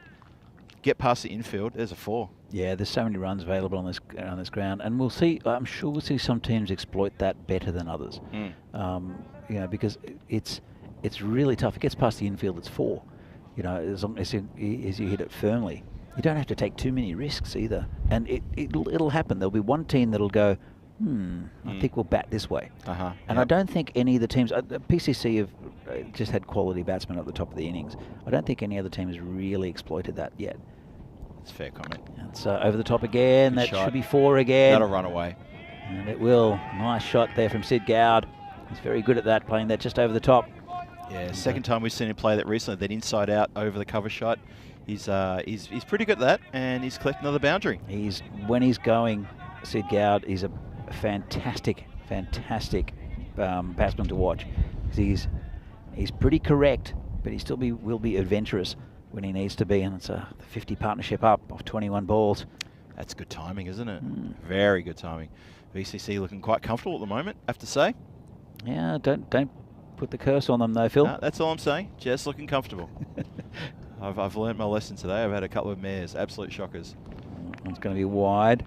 So Kashif, he's trying to get it in that area, but if it's too close to the batsman, he hits him over the top. If it's too far out, it's a wide. So where else can you bowl it, Ali? It's maybe he's been given the instructions, but it's yeah. If we got one straight and it went down to the fine leg. It's hit straight back at him into the shins. That's going to go for 4. That's just rotten luck. Now the fielder could do nothing about that. It's come off the bowler. The fielder was getting around to take it. He would have had it covered. Absolutely had it covered for hands down. Riaz Afridi cannot believe his luck. It's come off his bowler and gone past it for 4. Isn't that the third one we've seen today that's been smashed back at a bowler? Yep. And got a good piece of the shin. Yep. And still gone for 4. Yep. It's lightning quick, this ground. Yeah. Ali again. This is the longest over I think I've ever seen. And he's been absolutely smashed by Gowd for 6. Well, expensive over from Kashif. Just what Vinarati wanted. 26 from it. Real expensive, that one. Wow. I thought for a moment that Shobbett's parents in with a chance of a catch there. It wasn't too far from him in the end. That was a lovely way to finish the innings. 26 off the over. The innings? Innings. Did I say innings? I meant over.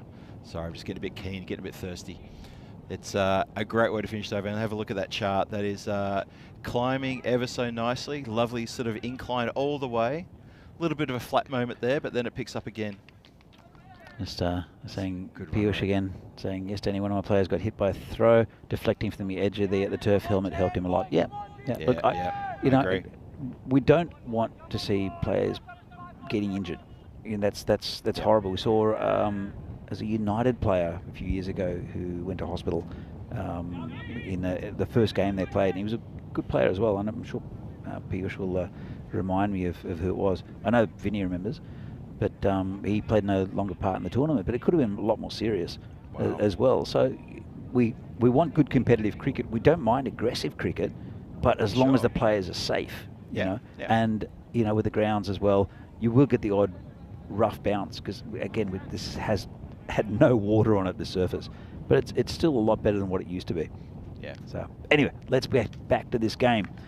And this is the new bowler. It will be Shayan Khan to bowl. It's short and rubbish, and it's in the air. It could be out. It could be a collision. And he's dropped him. Oh, that's what happens when you don't call. A little bit of luck there. The keeper's catch, definitely. Definitely keeper's catch. Well, what were you doing running in to disturb him? That was ridiculous, but there should have been some shouting, some calling. Basics. We're having a look at it. It was a terrible short ball. Well, actually, to be fair, it wasn't a terrible short ball. I'll retract that. And the keeper just makes a meal of it, but he's definitely put off by the fielder. He's definitely put off. Yes, so unlucky. It looked like a terrible short ball, but it actually was cramped him up. Slow ball. Whoa, he's got a bag of tricks. There's a bit going on here in this over. Shayan Khan. Wow, hello. The magician. Hello. He's going to pull a rabbit out next. I reckon he's going to do something amazing now. He's shown us a fair bit here. That was a good slow ball. Came in as well. It was. It's a deceptive short ball that came onto Gowda too quickly, and then that was a slow ball. What's he got now? Oh, he's got past the keeper. I think it might have hit him in the grill as well. I heard something. I did hear something as well, yeah. So it's going to be called leg buys or just... I'm not sure what's been off the bat. The umpire's saying it's off the bat. Okay, there you go. So maybe that was the noise we heard. Let's have a look. Yeah, I thought it hit him in the helmet, but obviously the bat looked a long way from the ball in that replay. But okay, well, goes to Gowd. Yep. A mixed bag. The bag of tricks. Looks like he's Shayan Khan. Can we call him Baggy? Baggy. That's just your nickname. Baggy. That's just the Australian. That's the whole Australian thing. You make a word shorter and like Barbie or Brecky. Or Bicky, Chocky Bicky, Baggy. It sounds a bit childish now. I've been living in Europe for so long. You want a lolly? It just sounds a bit wrong. But this is, I tell you what, considering what happened in the last over, this has been a fantastic over so far from Shayan Khan. Yeah, I'm telling you, we have to call him the magician. He has pulled something out of the hat here. The magician. All right, the magician Shayan Khan. He really has done something quite amazing here. He slowed down the runs, completely dried them up, and the batsmen don't know what's coming next. And slow ball. That's what's coming next. No, Sid saw that one a bit early. That was that was a slower ball that wasn't quite good enough. Yeah. Look at that. Yep. Love the shot there. It was, to be fair, it was in the slot. To be a slower ball, maybe you got to try to make it a bit more variable than that. But yeah, no, Sid was onto it pretty quick, smart. And Sid, he's moved to 47. I thought maybe he'd gone a bit higher up. What are you chuckling about? You're looking at our man out there chasing the ball. He's still chasing the ball. So 70 days to go to the Champions League of European Championships of cricket, I guess. Yep. Where we have 31 different nations. There'll be 6 groups of 5 with all different countries from around Europe, including representatives from Ireland, England and Scotland, playing against the Netherlands 11 in the final week series. That's starting on October 16th. So it's a fantastic tournament. You'll see all the best players from all around Europe are playing in the one place in Cartama in Spain from the 25th of September to the 20th of October. Group B, Jersey and Guernsey in the same group. Do they play well together? I don't think so. I think there might be a bit of rivalry there. What do you reckon? Yeah, I reckon there would be. Oh, that'd be something to look forward to. The Channel Islands teams going nuts.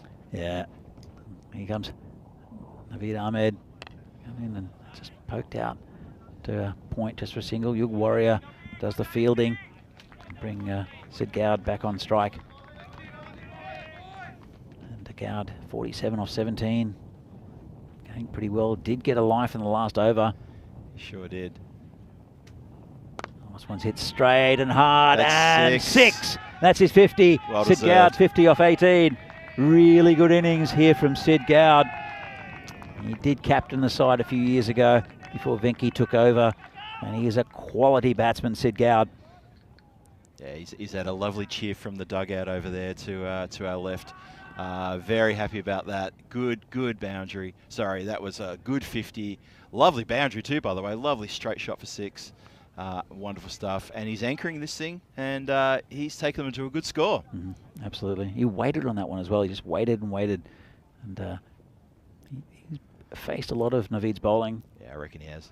And this one's hit straight down to Afridi, who picks it up and just be a single. But they're both national team representatives, both toured together. And they've, I know that Naveed's bowled quite a bit to Sid. But comes in again. This one's in the air, should be caught. Afridi's under it, takes it. Oh, good catch. Nice catch in front of his face, and that's another wicket down. That's a pretty good innings there from Nabil. 18 off 14. Playing a good support role there for Sid Gowd. And that's another wicket down. 80 for 2 now. Just under 6 overs gone. Tried to go for the big hit over the top. Couldn't quite get over Afridi. Yeah, he probably didn't need to. He's playing a very good supporting role to a man who's taken charge of this innings. And I was very impressed with the way Nabil was going. But yeah, it's a shame he held out like that. I was hoping he was going to keep pushing around, maybe get a ones, maybe, that sort of thing. Keep Sid, giving him more strikes. So he was the man in form. But he's gone now, and it brings out the new batsman. And that is, that's Adnan Mod. Adnan Mod, the keeper. Adnan Mod, the keeper. For the day, Shabad Bhatia. Yes. 12th man, nice shot there. Oh. Beautiful shot for 4 runs. Lovely place. Just again waited on it, cut shot, just behind square. Let's have another look at this. Just waited on it, and then lovely shot. Great good wrist. shot. All on the ground, no risk at all. Lovely shot first up from Mode. Absolutely no chance for any of the fielders get near that. They just watched it go by. Nothing they could do about it. Again, just dab down, no run. Yeah, just some soft hands there. Maybe trying to get it maybe a little bit finer to score some runs, but not to be. Naveed Ahmed finishes his first over. He's gone for 12. He's picked up a wicket. And that brings us to the end of the 6th over, 84 for 2. There's the scoreboard for you. Shobit Bhatia, sorry, that's Shobit Bhatia. That was the previous game. Rakshit not bothering the scorers with a first ball duck. And Sid Gowd going well on 54, not out. And Adnan, who's just joined him on 4. And Vinarati well placed with 4 overs to go. Projected score, depending on how well they can do from here on. They're talking about the 140s, and if they can keep going at this rate, don't know if they can maintain this rate. If they can, 140, why not? That's it's been a tough day for Burno. I mean, yeah, it's been a tough old day for him, hasn't it? Really tough day. So, but here is the magician Shayan Khan coming in again. We'll see what tricks he pulls out of his bag. The last one was a little unexpected. He got absolutely hammered over the boundary for 6 for Sid Gowd. But it was a pretty good over last over. Gowd now 54, just off 19 balls. Looking pretty good. Just looking to see where our ball chaser is positioned. Oh, he'll have to go a long way to fetch that one. And that's gone again onto the next pitch. Well, he can find it. He's taken his phone out, and I reckon he's got the tracking app on. That's what he's done. And he's looking over his shoulder ruefully back to the batsman so to say, "Why do you do this to me? Why are you making me do that all the time?" But I said it because I saw him coming. I thought, "Nah, you're too far in. You're too far in. I know what's going to happen here." Gout's moved on to 60. And, this is in the trouble. air. It's over the top. Could be caught and goes down. That's going to hurt. He's And going to it's go gone for for 4 as even. well.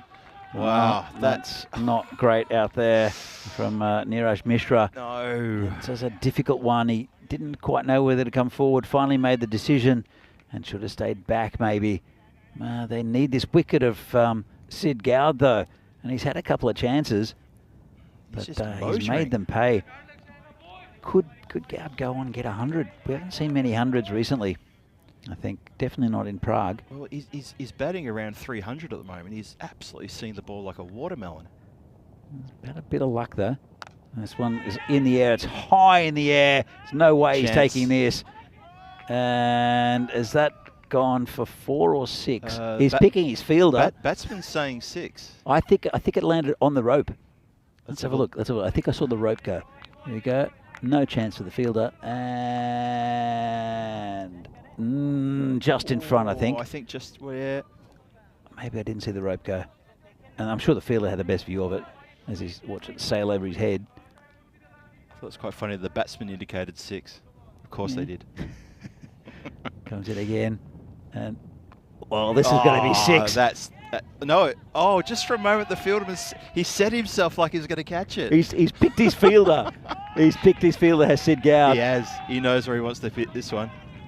And he had all day to place that too. Well, the magician. Wow. He's run out of tricks, I think, has Khan. Yeah, he's reached up his sleeve and all the pigeons have died. There is no more handkerchiefs in his little pocket. The rabbit's gone. Sid Goud now 74, 23. Oh, this is massive. Charges him, hits him pretty well. There's a player out there. Just be a single. It's Ali Kashif. Yeah, he couldn't quite get that one, could he? But what it'll do though, it'll just give Mod 1 ball to face in the in this over, and Goud will want to look for the strike. 3 overs left after this. So that's very, very good batting from Sid Goud. Maybe Sid's just had a word to him, said, look, either a boundary or a couple, but no need for a silly single. Slower ball, whipped off his toes. Is that going to run away? I think it's bit of work good there. fielding. Just a single, and Mod will take the strike. So end of a very expensive over there from Shaheen Khan after a very, very good first over. He got taken a bit by Sid Goud. Got a bit unlucky though, the bowler. Yep. But here we go. This is tomorrow. First game up. It's a replay of this morning. Brno against PCC. Bit of Groundhog Day for those two. Then Barbarians against PCC. Brno against Prague Barbarians. Vinarati versus PCC. And then Prague Barbarians versus Vinarati. That's tomorrow, day 2. We'll see the same teams again. Yeah, it looks like deja vu, that particular lineup, but it varies a little bit in the afternoon. But the morning match is the same as this morning. And then Brno will go for a very well-deserved rest after their couple of matches. And I think PCC disappear for a rest for a couple of matches, and then obviously Wednesday, Thursday we'll get new teams coming in. I think we'll see some new teams on Wednesday and Thursday. I think UCC and the Spartans will be playing, I think, Wednesday, Thursday. It's a good ball there. Nah, you're the only person appealing, mate, which doesn't look good. That's Sandeep Tiwari, again, who's been a very good bowler for Brno for many years. I'm surprised they've only brought him on now. Well, yeah, I mean, they do have a few other. Neeraj Mishra hasn't bowled. But again, he's been good and poor at the same time. This one's hit through the leg side, just be a single. Bring Goud on strike. Goud, he's 25 for his 100. I don't think he's looking at that. I think he's just looking to get as many runs as he can for Vinarati, who are over the 100 mark now. That's right, 107 for 2, 7.1 gone. So Sid, 75 not out off 24. He's batting at 300. Let's see how he goes now. He's been clobbered down the ground. There's 2 men down there. Oh, a bit of a rough bounce just at the last second in front of the fielder. But he was equal to the task and cupped it and got it back in. Just the 1 run for Sid, who's wondering, well, that should have been a boundary. Yeah, well, Got to hit it a bit harder and a bit cleaner maybe next time. Bit straighter maybe as well. Bit straighter, yeah. But, here comes Tuari again. They need a good over here, Burnlow. And this one's tucked around the corner. It's going to get it past him. Yeah, that'll be 4 runs. Shot. Yep. This ground's so quick. Yeah, that fielder at square leg, he's at a regulation square leg. He's not on the boundary, so, you know, he's only got literally a couple of metres either side, and once it's past there, forget it. It's going to run away. Yeah, you're right, Phil. Yeah, he had no chance. You know, it wasn't that far from him, to be honest. It really wasn't that far. As I said, I think we'll see some big scores this week, and not just for hitting sixes. Even though they are short boundaries, there's just going to be a lot going on the ground. Well, the Vino's looking to put on a pretty good score right here. This is looking very, very good. Very ominous. It's been hit hard just over the top of the fielder. Just be a single again. It's been good over here from Tuari, considering we've got Gowd who's doing a pretty good job going 3 a ball, and Mode who's hitting the ball pretty cleanly. Yeah, good support roll. Comes Tuari again. Oh, this is a lovely shot over the top by Gowd. 6. And that's over covers for 6. Beautiful shot. I've seen that from him a few times. He's gone inside out for 6 over cover. Shot. Look at that. Lovely shot. Very correct. And some very good batting. Yeah, he gets that elbow very high on those shots, on those strokes. It's, as you say, very correct. And really punishing stuff from Sid. That run rate, very healthy. It does look like the Himalayas at the moment, doesn't it? Big steep sort of curve. And going at about 15 and over. Oh, that'll be Mishra. This score, I reckon if he had said to Venki at the start of the game, as captain of Vinarati, after 8 overs, 119 for 2, would you take it every day? You take it every day. It's all day, every day. Pretty good score, Phil. And a That's nice shot. That's over the top of the fielder, and that'll be 4. It's Adnan Mod just picking that up off Mishra. You sort of get the feeling that maybe that square leg should be on the boundary rather than a regulation square. I think that's what the bowler's indicating now, Phil. Surely. But it again, has the horse already done the runner and we've closed the door to the stable? In fact, he is still staying in that square leg. I don't get that. Not one bit. No, that was going back. All right, now I do get that. Someone make up their mind. Come on, people. Here we go. Mishra again. This one's hit straight. That's going to go for 6. Oh, no. It's all coming unraveled now as Adnan frees the shoulders. Good straight strike. Look at that. That was almost like a tee shot. Yeah, it didn't give the fielder there. That's Freedy. Didn't give him any chance at all. No. And again, Mishra is going to start to have to reevaluate what he's doing. 2 shots, or 2 balls placed at 2 different parts of the ground. And this one's gone all the way. That's a big hit. Goodness me. That's massive as well. And, he's missed it. Oh, he's missed it. Come on. Our little man out there, our good buddy, our volunteer coach chasing the balls. He's gone for a soccer stop and he's missed it. Have a look at this. He's had to do a lot of running. Fancy footwork and it failed. He's going to not turn up tomorrow morning citing fatigue. I'm expecting to get a text message from that man later tonight saying, I won't be in the office tomorrow. Forget about it, man. I'm going to be sitting in a cold bath all day. There comes Mishra again. And hits straight this time. Should be cut off. It will be. It's Sen Gupta out there, went straight to him. He knew where the boundary was. So just 1 run. Big Gowd on strike. Face a couple of balls.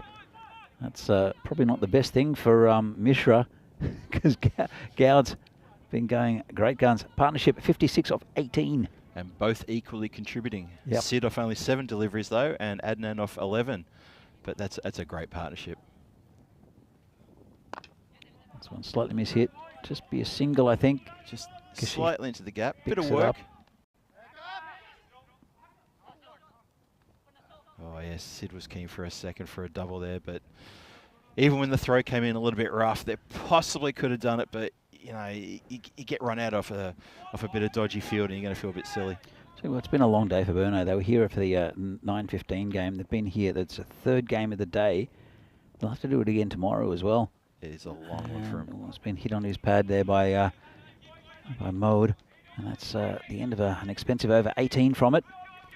And Vinarati are 137 for 2 off 9, 1 over to go. Incredible stuff from Vinarati. Really, really good batting from them. Sid leading the way, taking control of this innings, but ably supported as well, which has been really, really exciting for them to get such a good score on the board. You see there the bowling. There's a few heads will be dropped when they look at that bowling attack. I mean, okay, Riaz came back good there in this match with 2 overs of 15 with a good wicket, but he just hasn't had the support. Unfortunately, Burno are just missing out on a few extra top players to sort of match Afridi's efforts. Oh, that's a good start here from Tiwari. Yeah, bent the back there. It's bowling to Gowd, who's on 83. Oh, he could get 100, you know. Still got 5 balls to face. Tiwari's a good bowler, but he can put the odd one a bit straight. Went for 13 off his first. Comes in again. And that's going to be called a wide. Yep. Just as a very large cloud moves in between the sun and the ground, there's a bit of darkness across. I think it's just a large cloud over there to the west as the sun starts dipping. Remember, I did say in the last game that 137 was possibly, like, it would be a score that Vinarati could get against PCC. Yep. You said that. And they are on that score, just above it now. Good bowling again. Very good. But so they do have a decent batting attack. They've got good bowling, Vinarati, as well in this game. It depends how consistent their team's going to be throughout this tournament, because, as I said, with work commitments, there's a possibility that players for all of these teams might not be able to make it on a certain day. True. Yeah. So you know, you might get a vital cog like Sid Gowd who might not be able to play, for instance. And that's not a wide. He backed away. Backed away, Sid. You know you backed away, Sid. Don't try to gesture to the line. This has been a really good final over so far from Sandeep Tiwari. Yep, very good. Sort of feel like they've been stuck now on this score for a little bit. They did get 1 wide from this over so far, and that's it. Yeah. But Tiwari went for 13 off his first over, as I said. This has been hit over the top, and it should beat the fielder. It should be for 4, I think. Should run. It'll be 4 runs. And that's another 4 for the total. 142 for 2, Vinarati. And again, it just there's no chance for the fielders when it goes past the infield. And Gowd. So I see the partnership 62 of 24. The projector score is 145, pretty much. I think they might do a bit better than that. A big swing and a miss there. Or maybe not with that dot ball.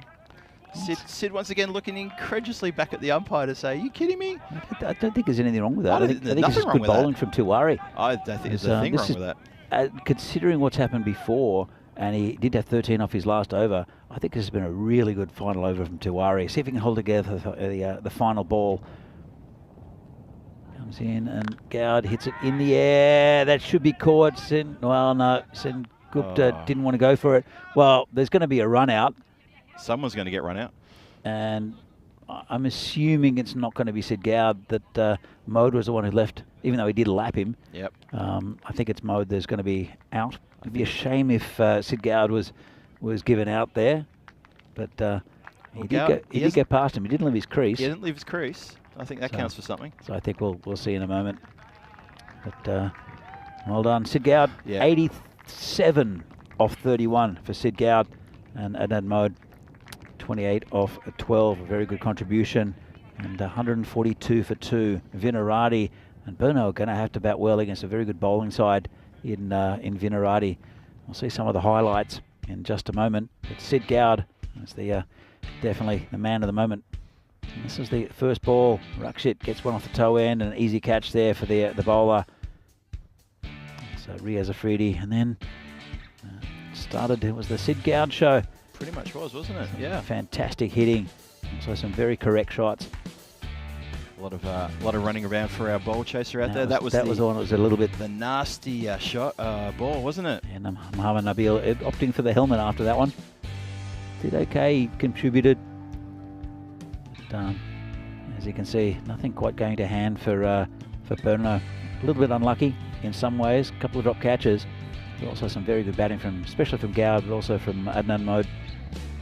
Yeah, Adnan had a few good hits towards the end of the innings there, and ably supported his more senior batsman.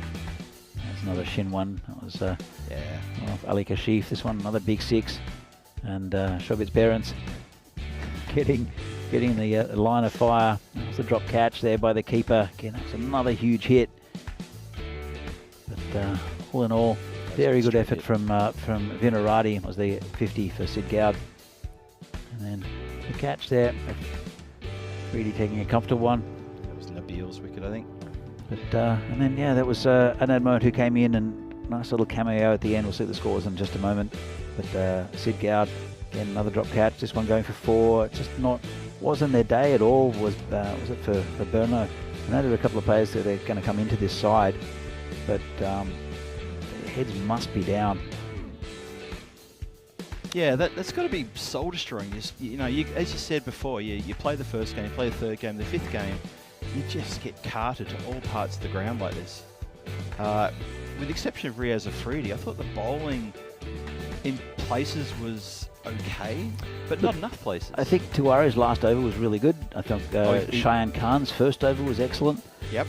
Apart from that, I didn't think it was terrible bowling. I think it was just they were picking the right balls to hit, and especially that man Sid Goud was really just picking the right ball to hit and hitting it all parts of the ground. It's difficult when you're getting a batsman who's in form like that and hitting everywhere, especially on a quick ground.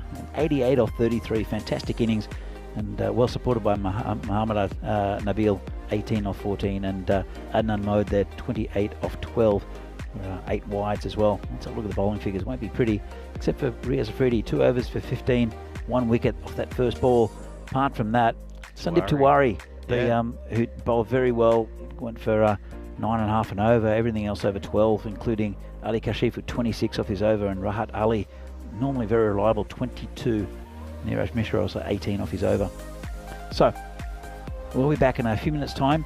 Burno need 144 off their 10 overs. They have to bat very well against a good bowling lineup from Vinarati. We're back here in a few minutes' time for the final innings of the day here in the European Cricket Series from Czechia. See you soon.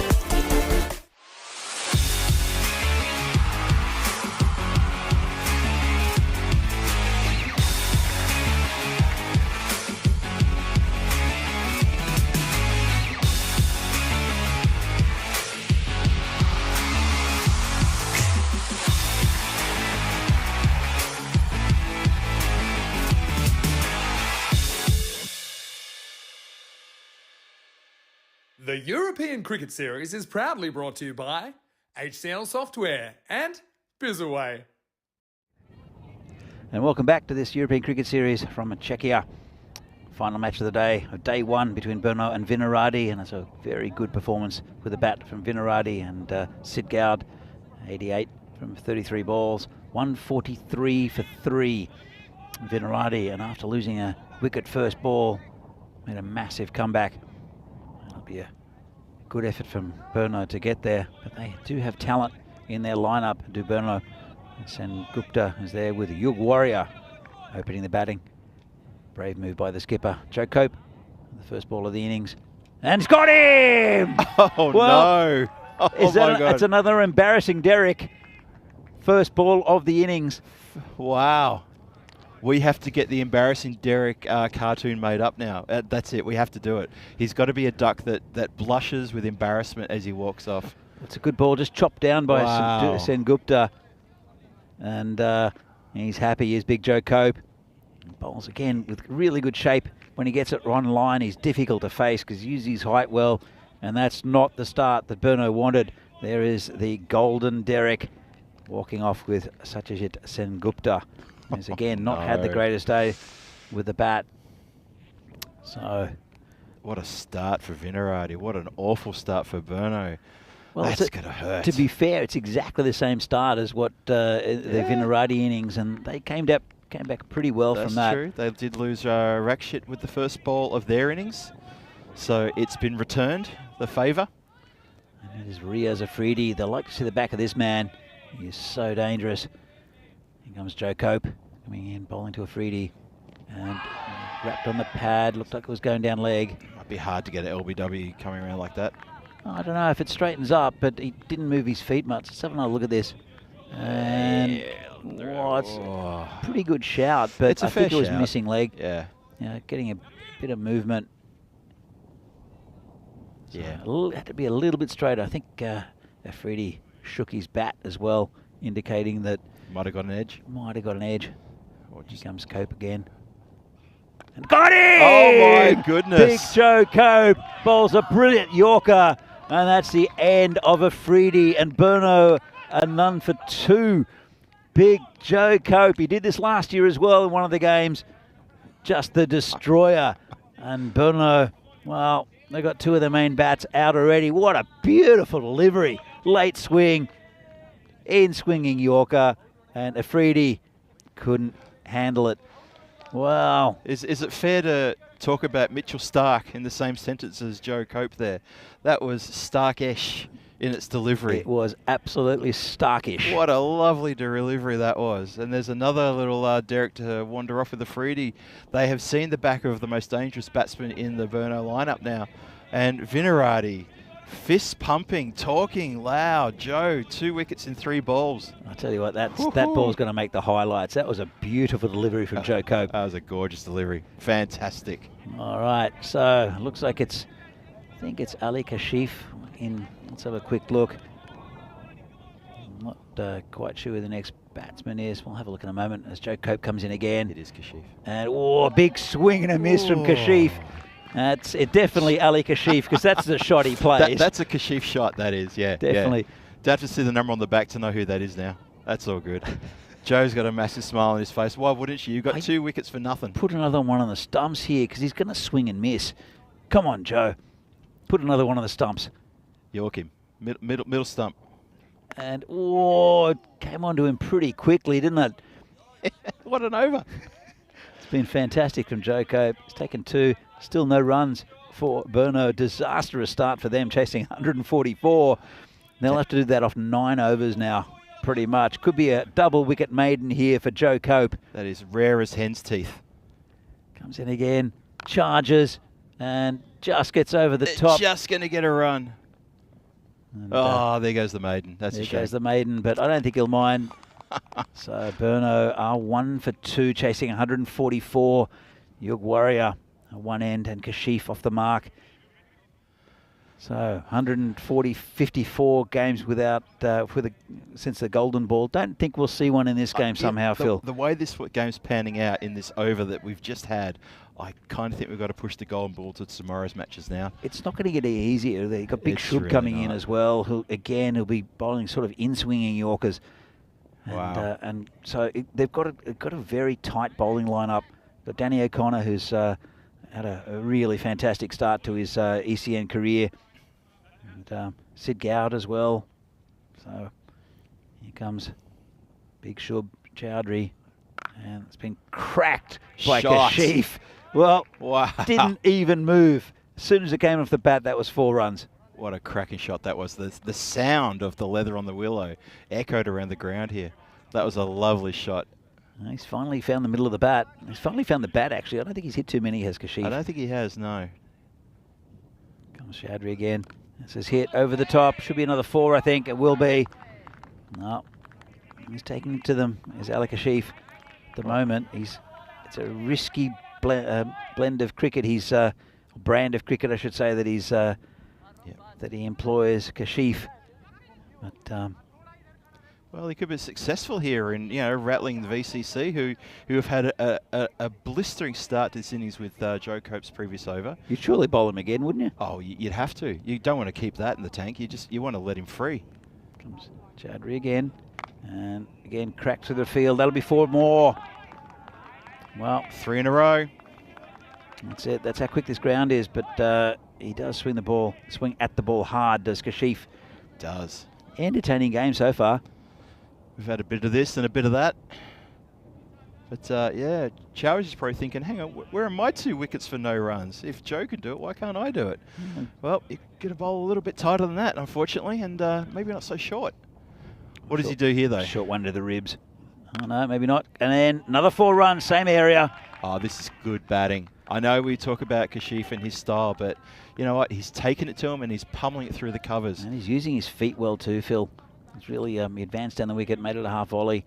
That's been a good over. I think Venky's going to drop back to a deep cover. After the 4th boundary? After the 4th boundary. So we can use our little fable of the horse bolting and then you close the stable. I'm sure there's a short way of saying He'll hit it straight. You He'll know hit what it I mean. straight. He'll go straight or he'll go leg side. And Nah. That hasn't got through the covers, so there you go. It's no run as well. So Well, I'm disappointed. there you go. Piece of good captaincy there from Venky. He's plugged that gap. Yeah, he's ready for the next one. But it doesn't get much. If it gets past the field, it's 4. It's lightning in this ground. Comes Shubs again for the final ball of this over. And it's been clubbed down again, no run. And a good end there for Chowdhury, but 16 off it.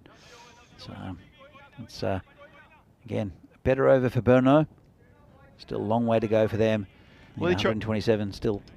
He tried to go leg side. I thought he might. But, when Venky dropped back to that position after the 4th boundary, it was definitely a situation of, look, the damage has been done. If the bowl has happened again.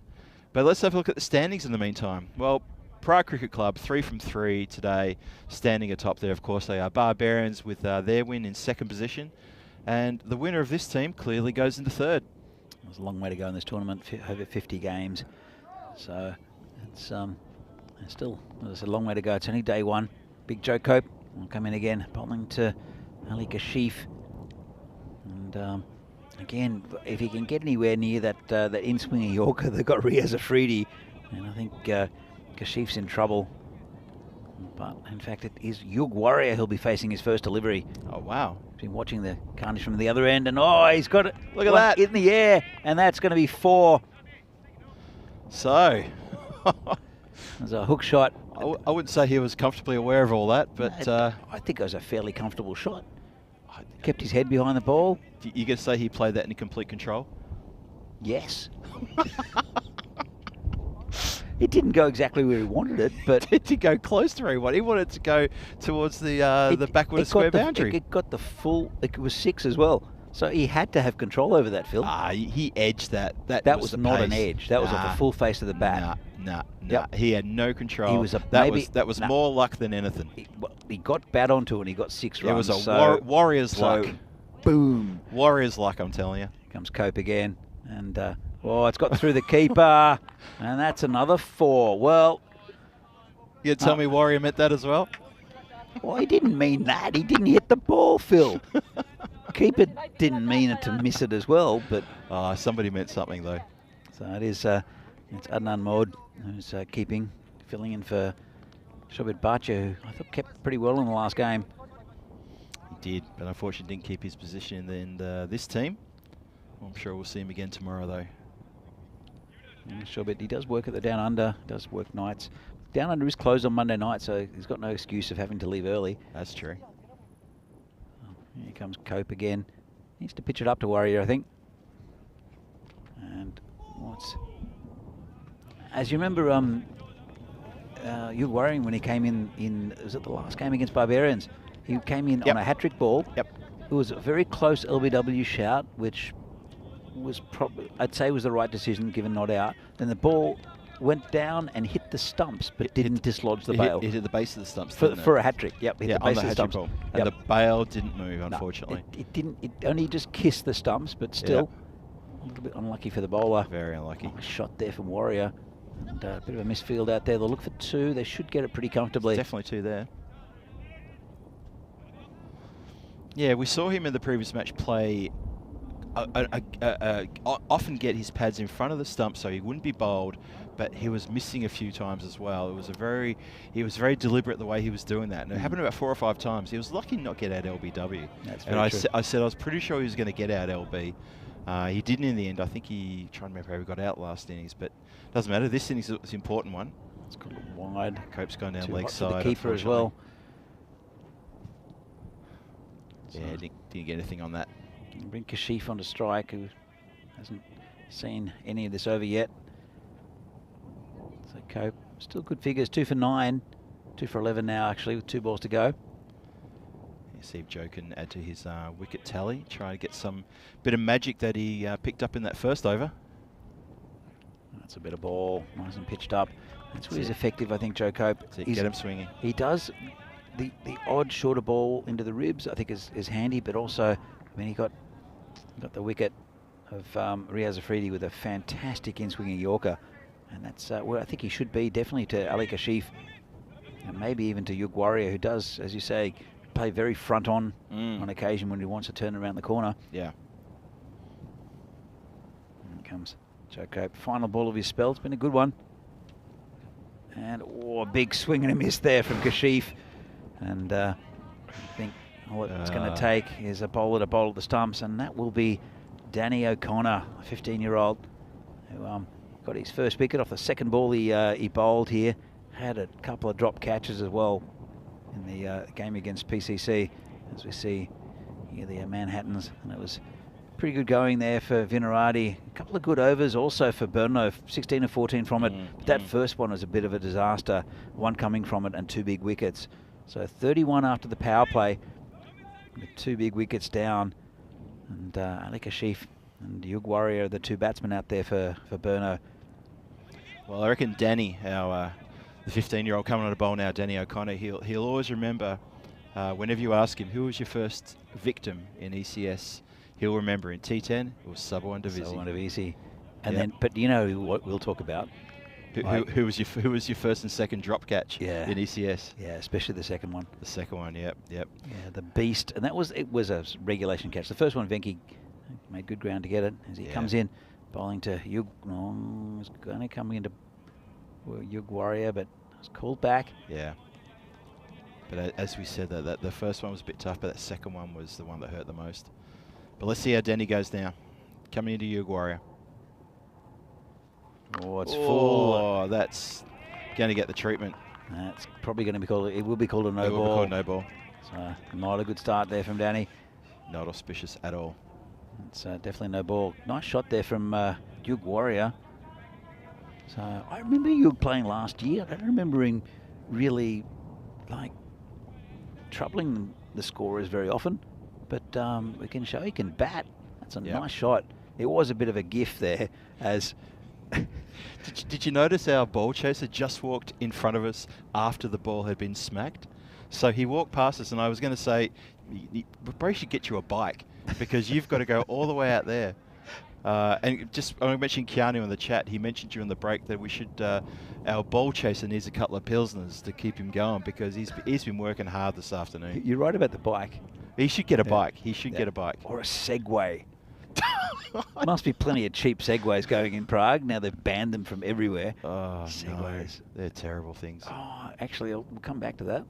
Oh, it's a good ball. It's a slower ball. Just, mix it up a bit, Danny. Well done. I used to do tours in Prague, a thing called Prague Adventures, which is really good fun. Yeah. And someone decided that they should do one half on rickshaws, which is terrible idea, okay. Rickshaws. and half on Segways. And so I got free goes on Segways, and I'll come back to it. Well, actually, so I got on the Segway, and it was a bit like, ooh, it's all over the place. As soon as you bend your legs a bit, and you go like, oh, okay, fair enough. You lean forward to go forward, you lean back, you sideways. It's great fun. You look like an absolute knob. You do. But, that's hit well by Kashif, and over the top, and that's 6. Well, learning a few lessons here, Danny, and Venky's going to have a bit of a chat to him. Danny just puts a hand out and says, I know. No, don't speak to me now. I know what I'm doing. I'm in my zone. Skipper, I know what you're going to tell me. I love his attitude, Danny O'Connor. He can sometimes be a little abrasive, though, and a slight touch of arrogance, but that's not a negative. No, that is not a negative. It's going to be 4 runs over the top of the keeper. So, no, he's got a real attitude about him. Yeah. And as I said, he's going to be a real asset for Czech cricket for many, many years as Danny O'Connor, just playing his first tournament, played men's tournaments this year. I remember we played indoor cricket with him. I played indoor cricket with him, and as soon as he got something which he didn't like, then he would absolutely hammer the next ball. Yep. Him and Henry Wood, both very, very good batsmen. Danny's a good bowler as well. Danny was a good little chirper in indoor cricket too. I was venue managing all the indoor cricket we had earlier this year, and I watched all his games, and I had a good smile on my face every time he played.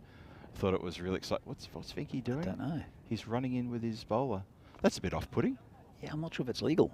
I mean, I don't think you're allowed to do that. I'm not sure if Oh, actually, are you allowed to run in if you're directly in line with the batsman? You're definitely able to walk in quickly. So, but Vinky was bolting in then.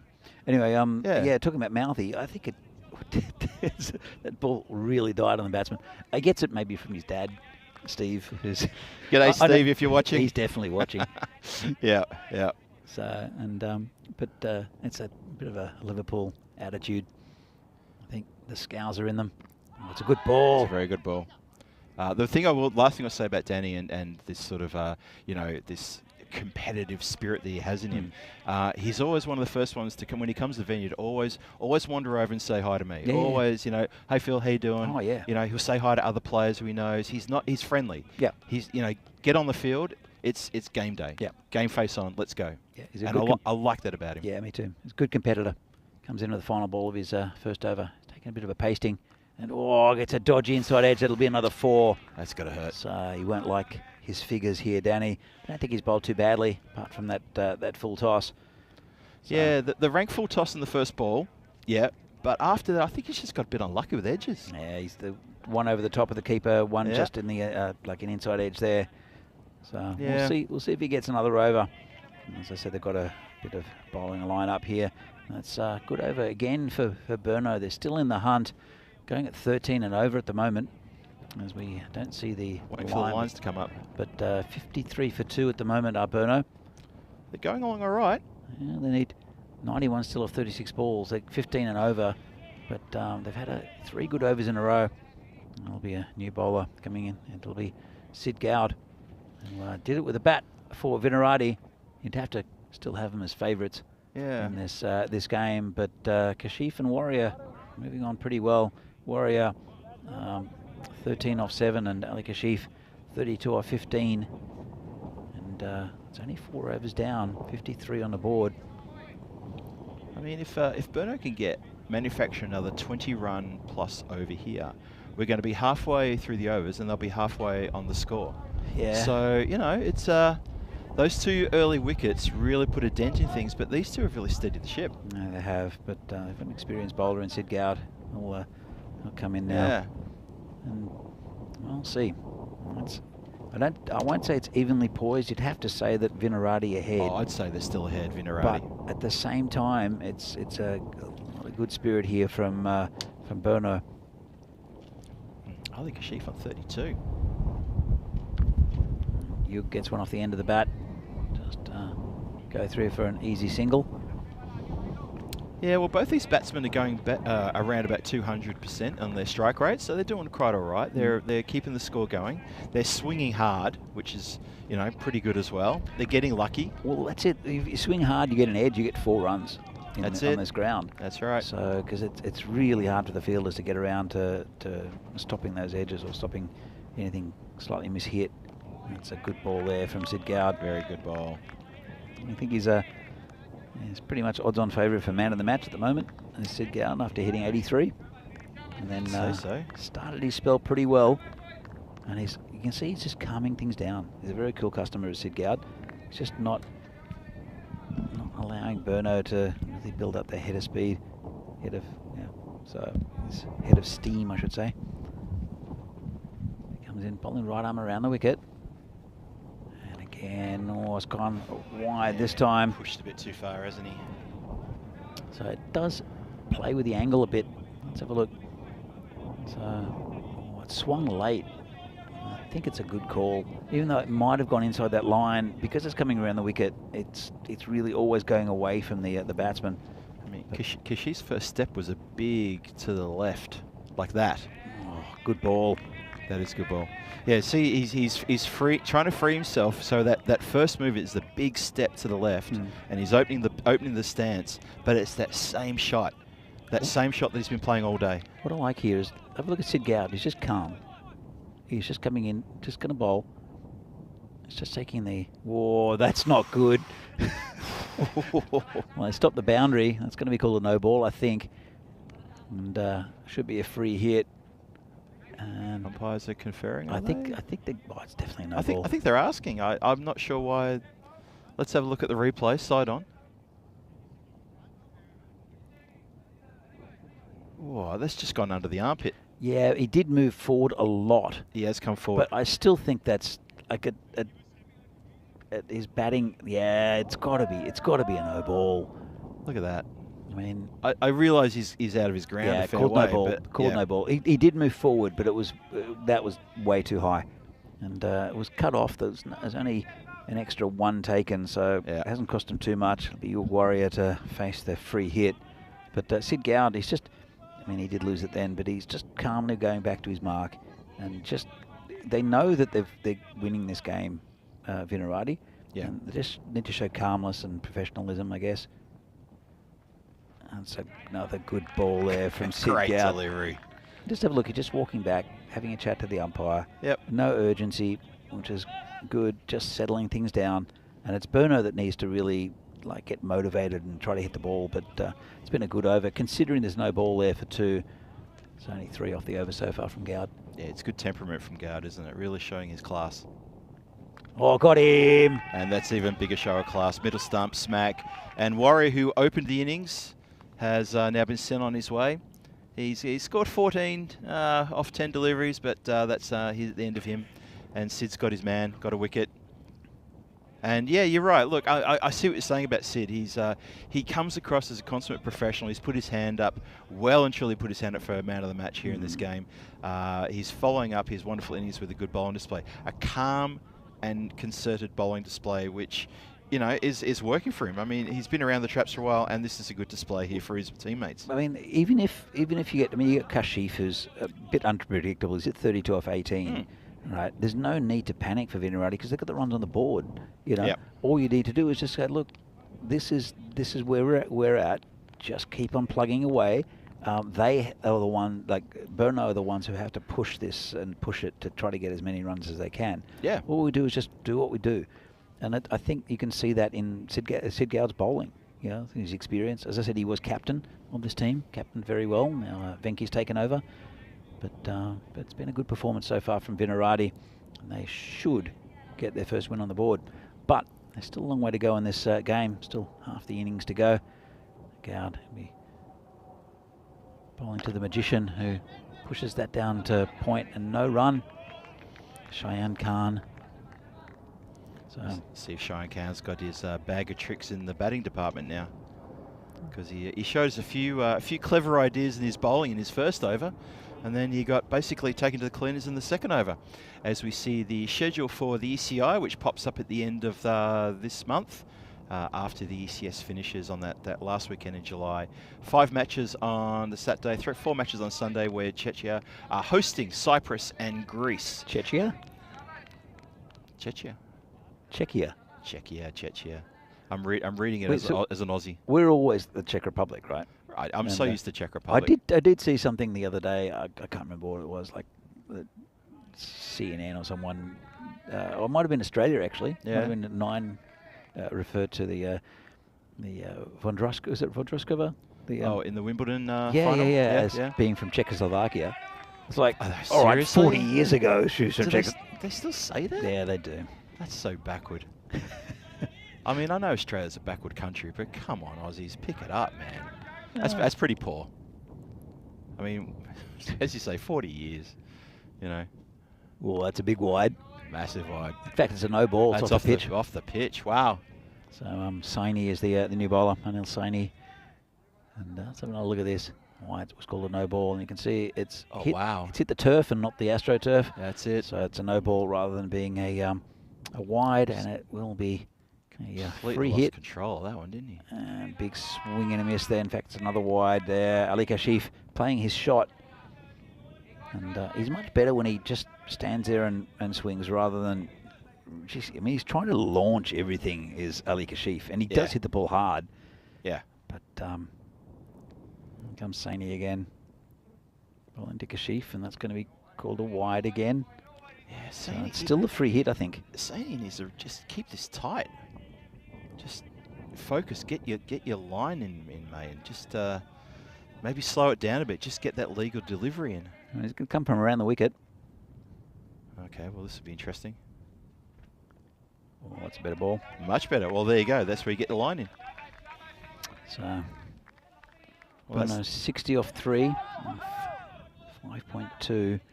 They can still get there, but it's looking unlikely at the moment. Lost 3 big wickets, and it's a better ball again from Saini. Yeah. Okay. So coming around the wicket is definitely his line now.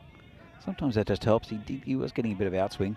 Yeah. And he was just not starting it straight enough. It's a difficult one because the wider you start it, the wider it goes, and often you get it's called a wide. This is in the air. It's high in the air. Don't think anyone's going to get it. And it'll just be a single. But, yeah, it's a difficult one. I was a swing bowler when I bowled. And then if you, sometimes if you start it too wide, it'll go wider. If you start it too close to the batsman and it doesn't swing, then it's an easy shot that's too straight.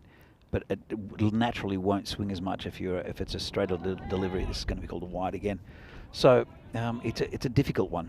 But when you got the ball swing, when you get the right conditions, it's so much fun. when you see batsmen just playing and missing and playing and missing, and just getting frustrated because they can't touch the ball. Do I remember correctly? You weren't a big fan for bowling around the wicket. No.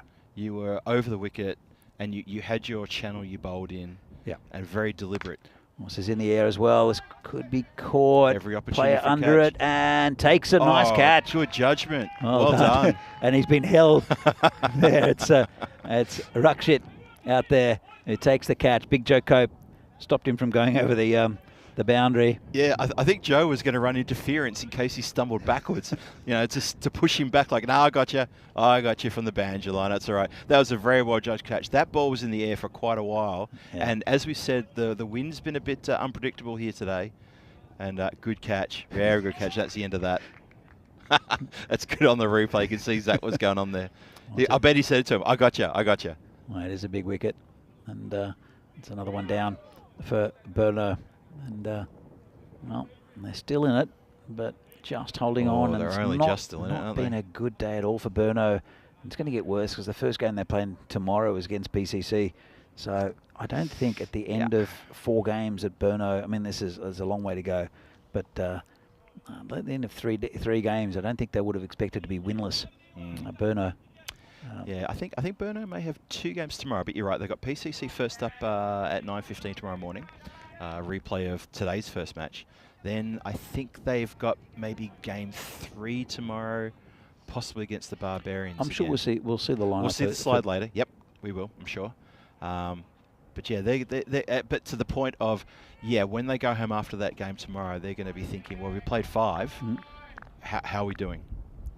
It may be a tough old day, tough old 2 days in Vinoge for them. They're nearly the top 4. It's a nice shot. Hit out there and just picked up and thrown back in to the bowler. Good backing up by the keeper, who's run about 45 metres to back up the bowler there. But it was the end of the over, so that's okay. Plenty of time. There's the scorecard for the Burno batting. There's a couple of ducks there. Very early ducks. But Ali Kashif, lone hand at 33 off 23 deliveries. He was assisted by Yug Warrior there, who had a quick 5-14. He didn't see a lot of the batting in the first couple of overs. He just got to watch from the other end as his men were going out at regular monotony. But this has been really tough. Another tough match for Burno. I'm not sure how they can climb out of this one. Yeah, run rate over 20, Danny. Yeah, I know. That's past that point of no return, I think. And Sid Gowd, he took 1 wicket for 3 off his previous over. Again, just settled everything down. He'll be bowling to Rahat Ali. Comes Gowd, bowling right arm around the wicket. And this is in the air. Venki coming out to get it, drops it. Oh, bad luck. He made good ground. Made really good ground to that. He just couldn't hang on. He did have to go in quite a fair way for that one. It wasn't hit with probably as much force as he thought originally. He was right on the ropes to start with as well. Yeah, they're always tough coming forward like that. Tough coming forward, tough to judge. Oh, just a single in the end. Gowd bowling to Ali Kashif. He's the key now. He needs quick runs. He needs big runs. And he misses that one. Good bowling. Sid can't believe it. He's just stopped dead and just stared around, just thinking, how does that miss everything? Yeah, I think this game is slipping away ever so gently away from the Burno team. I think Vinirad are going to feel they're very much in the box seat. They probably felt that since the very start of this innings, to be honest. That first over, 2 wickets for nothing. We can do a bit of a reflection on today's play, I think, Phil. What have you made of it? What's been your lasting impressions from today? PCC look ominous. They didn't even play with most of their players from the first division of the recent T20. Well, that's a cracking shot. That's a massive hit. But, oh, good effort there, Venki. It's just a single, I think. So they've ball watched. They've only taken 1, and it was a great effort there from Venki, who was right on that rope. And I think he's just saved his team maybe 5 runs. Let's have another look. Have a look at this. And that would have almost gone for 6, and he's touched the rope, unfortunately. He has touched the rope. I think it's 6. See that? Hold on, or is it?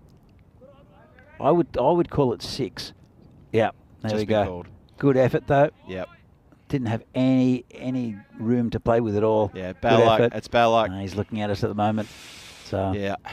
But it's another 6 for Kashif, who moves up to 39. Just had the side of his shoe on the rope, Danny. Just had the side of his shoe on the rope. Got a leg slip now in for Kashif. Interesting. And this is over the top again. And should be safe. Should just be a single.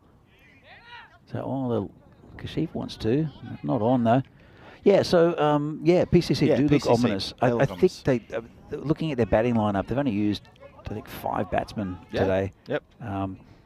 So there's that. I was speaking to Arun during the match break before, and even he was saying, look, we do even have all of our PCC Kings and all the Knights. They weren't available. So we had to take people from our Division 3 team, and I'm referring to obviously the T20 divisions here. So even he was quite happy about the outcome of today's matches. Well, that's straight down Joe's throat, who snatched it, low to the ground, but a very good catch. Staring into the sun, good catch there, Mr. Joe Cope. Backs up his 2 wickets early with a lovely outfield take. He's had a good game, Joe Cope. He has. He's done well. Done well in the field. And yeah, look at that. I mean, down low, sun in your eyes. Good judgment. Nice catch. Very good. So yeah, I agree about PCC. I think their bowling can improve. Padmaraju I think is excellent. Lala will come in and bowl a few overs quite nicely. We only saw a couple of overs of Sudesh. We haven't seen anything from Arun Ashokan, who just bowled. He only played the one game actually. That's right. Just played that first game. And they're both quality bowlers. So there's a lot more in the tank. We'll talk about the tank. Another really handy player. Talk about tank, yes. Yeah, Riddick Tomar and as an all-rounder. So there's a lot there for PCC, a lot to like about PCC. But I've seen some decent performances. That's flash from outside of stump, another good ball. I think Barbarians look pretty good actually. As Barbarians in their game against Burno. Yeah. Yeah, they looked really good. There was who was it? Vitek. As we see tomorrow's games, we have Burno against PCC, replay of today's opening match. Barbarians against PCC again. Then Burno against Prague Barbarians, and then Vinarati end up against PCC, and then Barbarians against Vinarati, which would be a really nice game to finish the day. Two evenly matched teams. So Burno have got 2 more games tomorrow, and they'll really want to improve. Yeah, and I think after that match 8 for them, I think they get to go home for a couple of days and rest up. Yeah, and they've got some quality players to come in. Dylan Stain is one of them. Yeah. So I'm sure they'll bring in some quality. Yeah, just going back to the Barbarians, Vishak, who had a really good innings there, 38 I think off. Vishak, yeah. Vishak off about 18 deliveries, I think he scored. Mane. I had a bit of a chat to him before. I said hi, and I said it was really good to see you score runs. Yeah. And because he's a very good batsman. He's a good cricketer all up, is Vishak, and so it was nice to see good cricketers and good people get runs. This is in the air, and there's 3 of them coming round, and they managed to drop it. His backup almost caught it. Oh, that was a bit of a comedy of errors. What was going on there? No one called. Made a lot of ground to it though. It was Mohammed Nabil. The backup fielder running sort of like towards the bowler. No, the bowler almost came in for the caught and bowled after his mid-on spilled it. Oh, this is hit straight towards Venki. Just actually it's not Venki. That's Sid Gowd is out here straight. So yeah, Barbarians impressed again. Do they have the firepower to really trouble the better teams? Well, I'm talking about PCC, who this is in the air as well, and what a catch! What a ripper! Catch of the century. I thought he was out of position. He's just plucked it out of the air, as simple as you like with one arm. Did a full pirouette. That was ridiculous. Let's have another look at this. High up in the air from the batsman. Look at this. And bang. He had no right to catch that. Oh, what a catch. He looked out of position. He had the pirouette. It was a full 360. And then he ended up just realising, I just got to throw the arm back, and I've pouched it. And supremely confident at the end, like he was looking around thinking, I always had that. What a great catch. Fantastic catch. Here we go. Pluck out of the air. Well done. Well done. So, but looking at Vinarati as well, I think they've got some good players. Might have some other players coming in as well. The youngsters who'll definitely get a game sometime during the 2 weeks. But it really depends how many of these players they can keep, especially Sid Gowd, I think, and also Rakshit with the batting. But some of their additions, Adnan Mohd looks really handy. Nitin Meal scored a few runs in the first game, didn't get a bat in the second. But yeah, some good additions to this Vinarati lineup. So I think they're on about the same level as Barbarians, I think, at the moment. Whereas Burno, have a look at this graph again. They just keep on losing a wicket and over. It's going down, and it's just not been a good day at the office. They'll come back hard though, Burno. Yeah, it's that decline you see in that worm that it tells you that they're just going the wrong way, completely the wrong direction. Just can't maintain the momentum that they need to get the win. One bright spot in a weird way that he's basically only played one shot, Ali Kashif. He's 42 off 29. So He's probably going to get a 50 from playing the only shot he can play. the issue is, I mean, they lost a couple of very good batsmen without a run being scored from just a fantastic over from Joe Cope. Yeah, So, yeah, that's it. But, It's amazing what that sort of over can do to a team at the top like that. it's been a really good day's cricket, though, and this is in the air, and I think Oh, it's a bit of- Rakshit's going to take it, is he? Does take a nice, Oh, comfortable good catch out there, catch. Rakshit. And Venki, the skipper, gets a wicket. And that's the end of a very good innings from Ali Kashif. And getting the bulk of Burno's runs. Losing their 6th wicket now.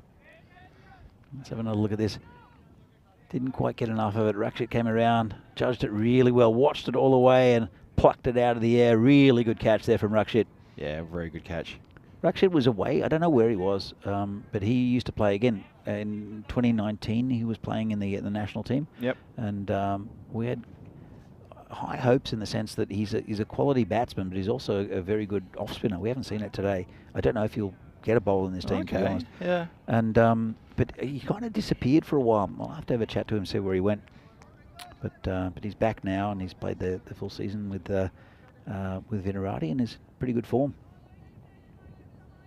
So Varun Mehta, the keeper, is the new batsman, and neither of the batsmen here, Ashish Mata, have scored yet.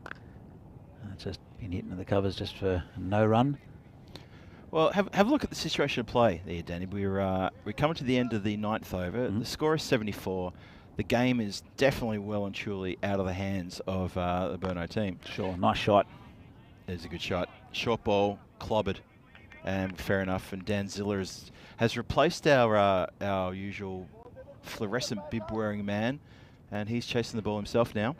I think they'll just get another ball out of the pouch and continue this game. Why not? So the point I was trying to make, though, is that the last over, will they throw the ball to Danny O'Connor? I don't know. Or are they thinking net run rate needs to be preserved? No, I don't think that's in Venki's thinking. Nice fielding again. Very good He fielding. might give it to somebody who hasn't bowled yet. He might give it to Rakshit. Could be interesting choice coming up. Again, it's just about getting a feel for things. Yep. Let's see who's going to bowl. Who does he turn to? Looks like coming in from third man. Is that Meal? I think it might be Nitin Meal. Nitin Meal, yeah. I think so. The tall guy. The tall guy. Yeah. Well, he's pretty tall. There's quite a few tall players in this team. Well, everyone's tall when it comes to me. Even Yeah. Danny's my height. Not you, Danny O'Connor. He's as tall as me. I'm just a short little. Venki's quite tall. Nitin is pretty tall. He's Shubs pretty is tall. very tall. Shubs is tall. Yep. Oh, you know who isn't? Shobit Bhatia. I didn't say it, Shob. Danny did. Just so you know. Oh, lovely shot. Yep, clever. Very clever. That's I think it's Ashish Mata. In fact it's Varun Mehta. Just got himself in position very quickly there. Saw it and went bang. He's coming from around the wicket is the bowler. It's a lovely shot, and it was Ashish Mata.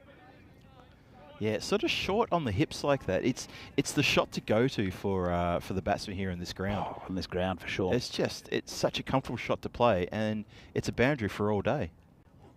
And it's been poked down towards that third man area, just a single.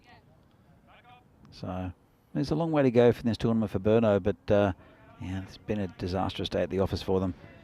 Yeah, it's been a tough old day for them. They'll be heading back to the hotel and licking their wounds and having a bit of a talk about this. The debrief conversation might be a bit tough, and they're going to have to figure out how to put it behind them and come out tomorrow with all guns blazing. Another nice shot, 4 runs. That is a good shot. We've got some other good team to on show coming up. Tigers are newish to the competition. Prague Tigers new, yes. Yeah, yes. United have just been promoted from the 2nd division up to the 1st division, so they're in good form, and they're a very good team to watch. Really enjoyable to watch United play. I think we have That's right. Spartans and Bohemians. Bohemians are kind of the I don't know what to expect from this side. They could be absolutely brilliant, or they could try to tear each other's heads off. It's, they do.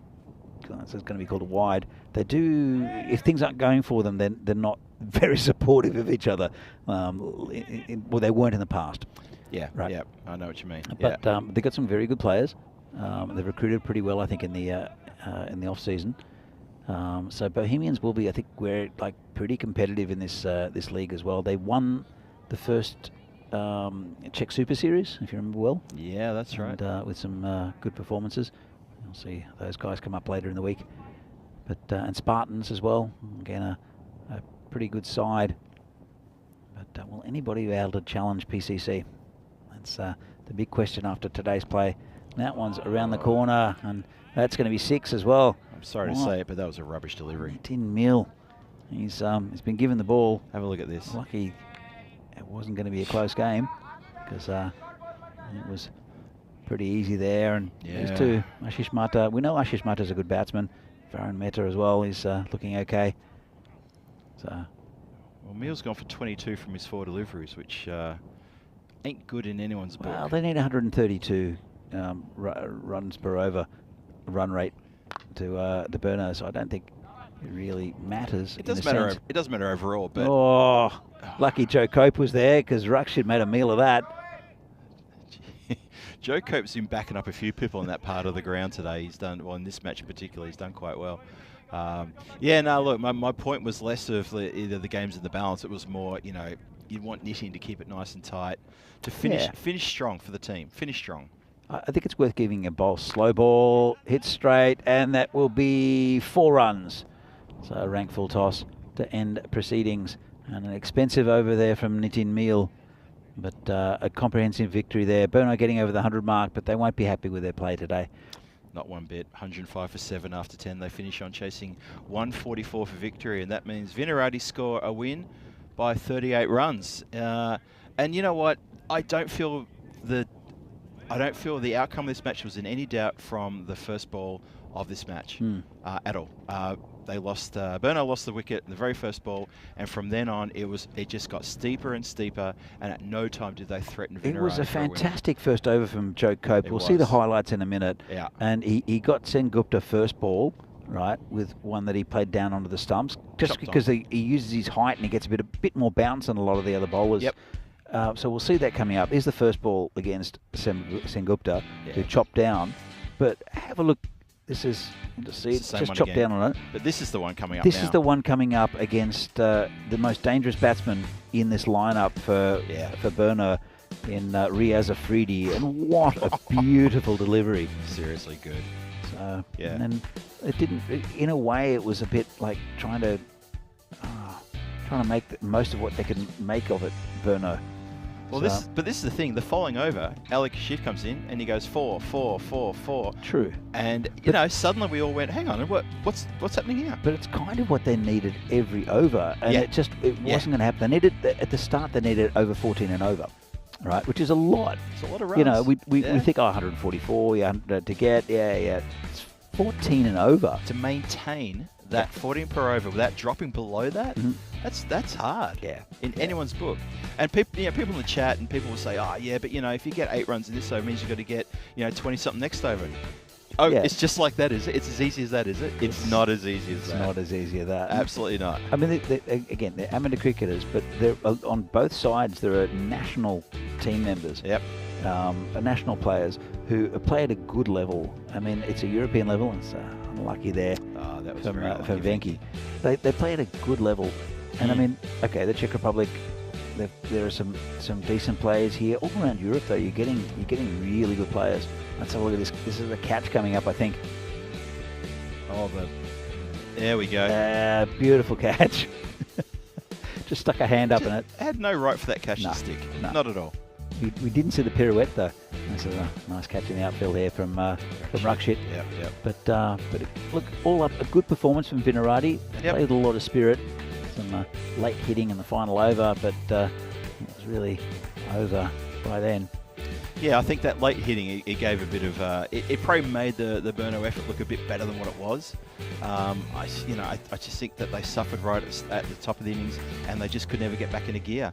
And to Vinarati's credit, they didn't take their foot off the accelerator.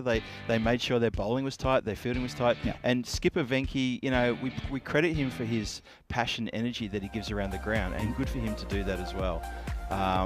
Just a shout out to Sid Gowd. I did see him pose for the man of the match photo. Yeah, just then. I'd say. I never thought that was any doubt. His bowling was excellent as well. Let's have a look at this scorecard. Look at it's Sen Gupta and Afridi not bothering the scorers, but too many zeros there, wasn't there? The There you go. bowling. There Look, you go. right up the top, Big Joe Cope, 2 for 11 off his 2 overs. And Sid Goud, 2 for 11. Goud, 2 for 11, 2 for 9 for Anil Saini as well. So Venki getting a wicket. It's funny because Anil Sun, he was a bit wayward, but he ended up on 2 for 9 from his 2 overs. Yeah. So whatever, if he wasn't bowling an extra, he was bowling it bang on. So look at the scorecard right at the top. The innings of the match there. Sid Goud, 88 off 33, fantastic. Riaz Afridi was good early, got a wicket with his first ball out of Rakshit. Yep. But then, some good little contributions, good support for Goud in Adnan Mohd and Mahaban Nabil. And then Adi Kashif for that 42, really the only one getting going, even though there were a few runs scored late. Youth Warrior, pretty good contribution. But have a look at the bowling figures: 2 for 9, 2 for 11, 2 for 11.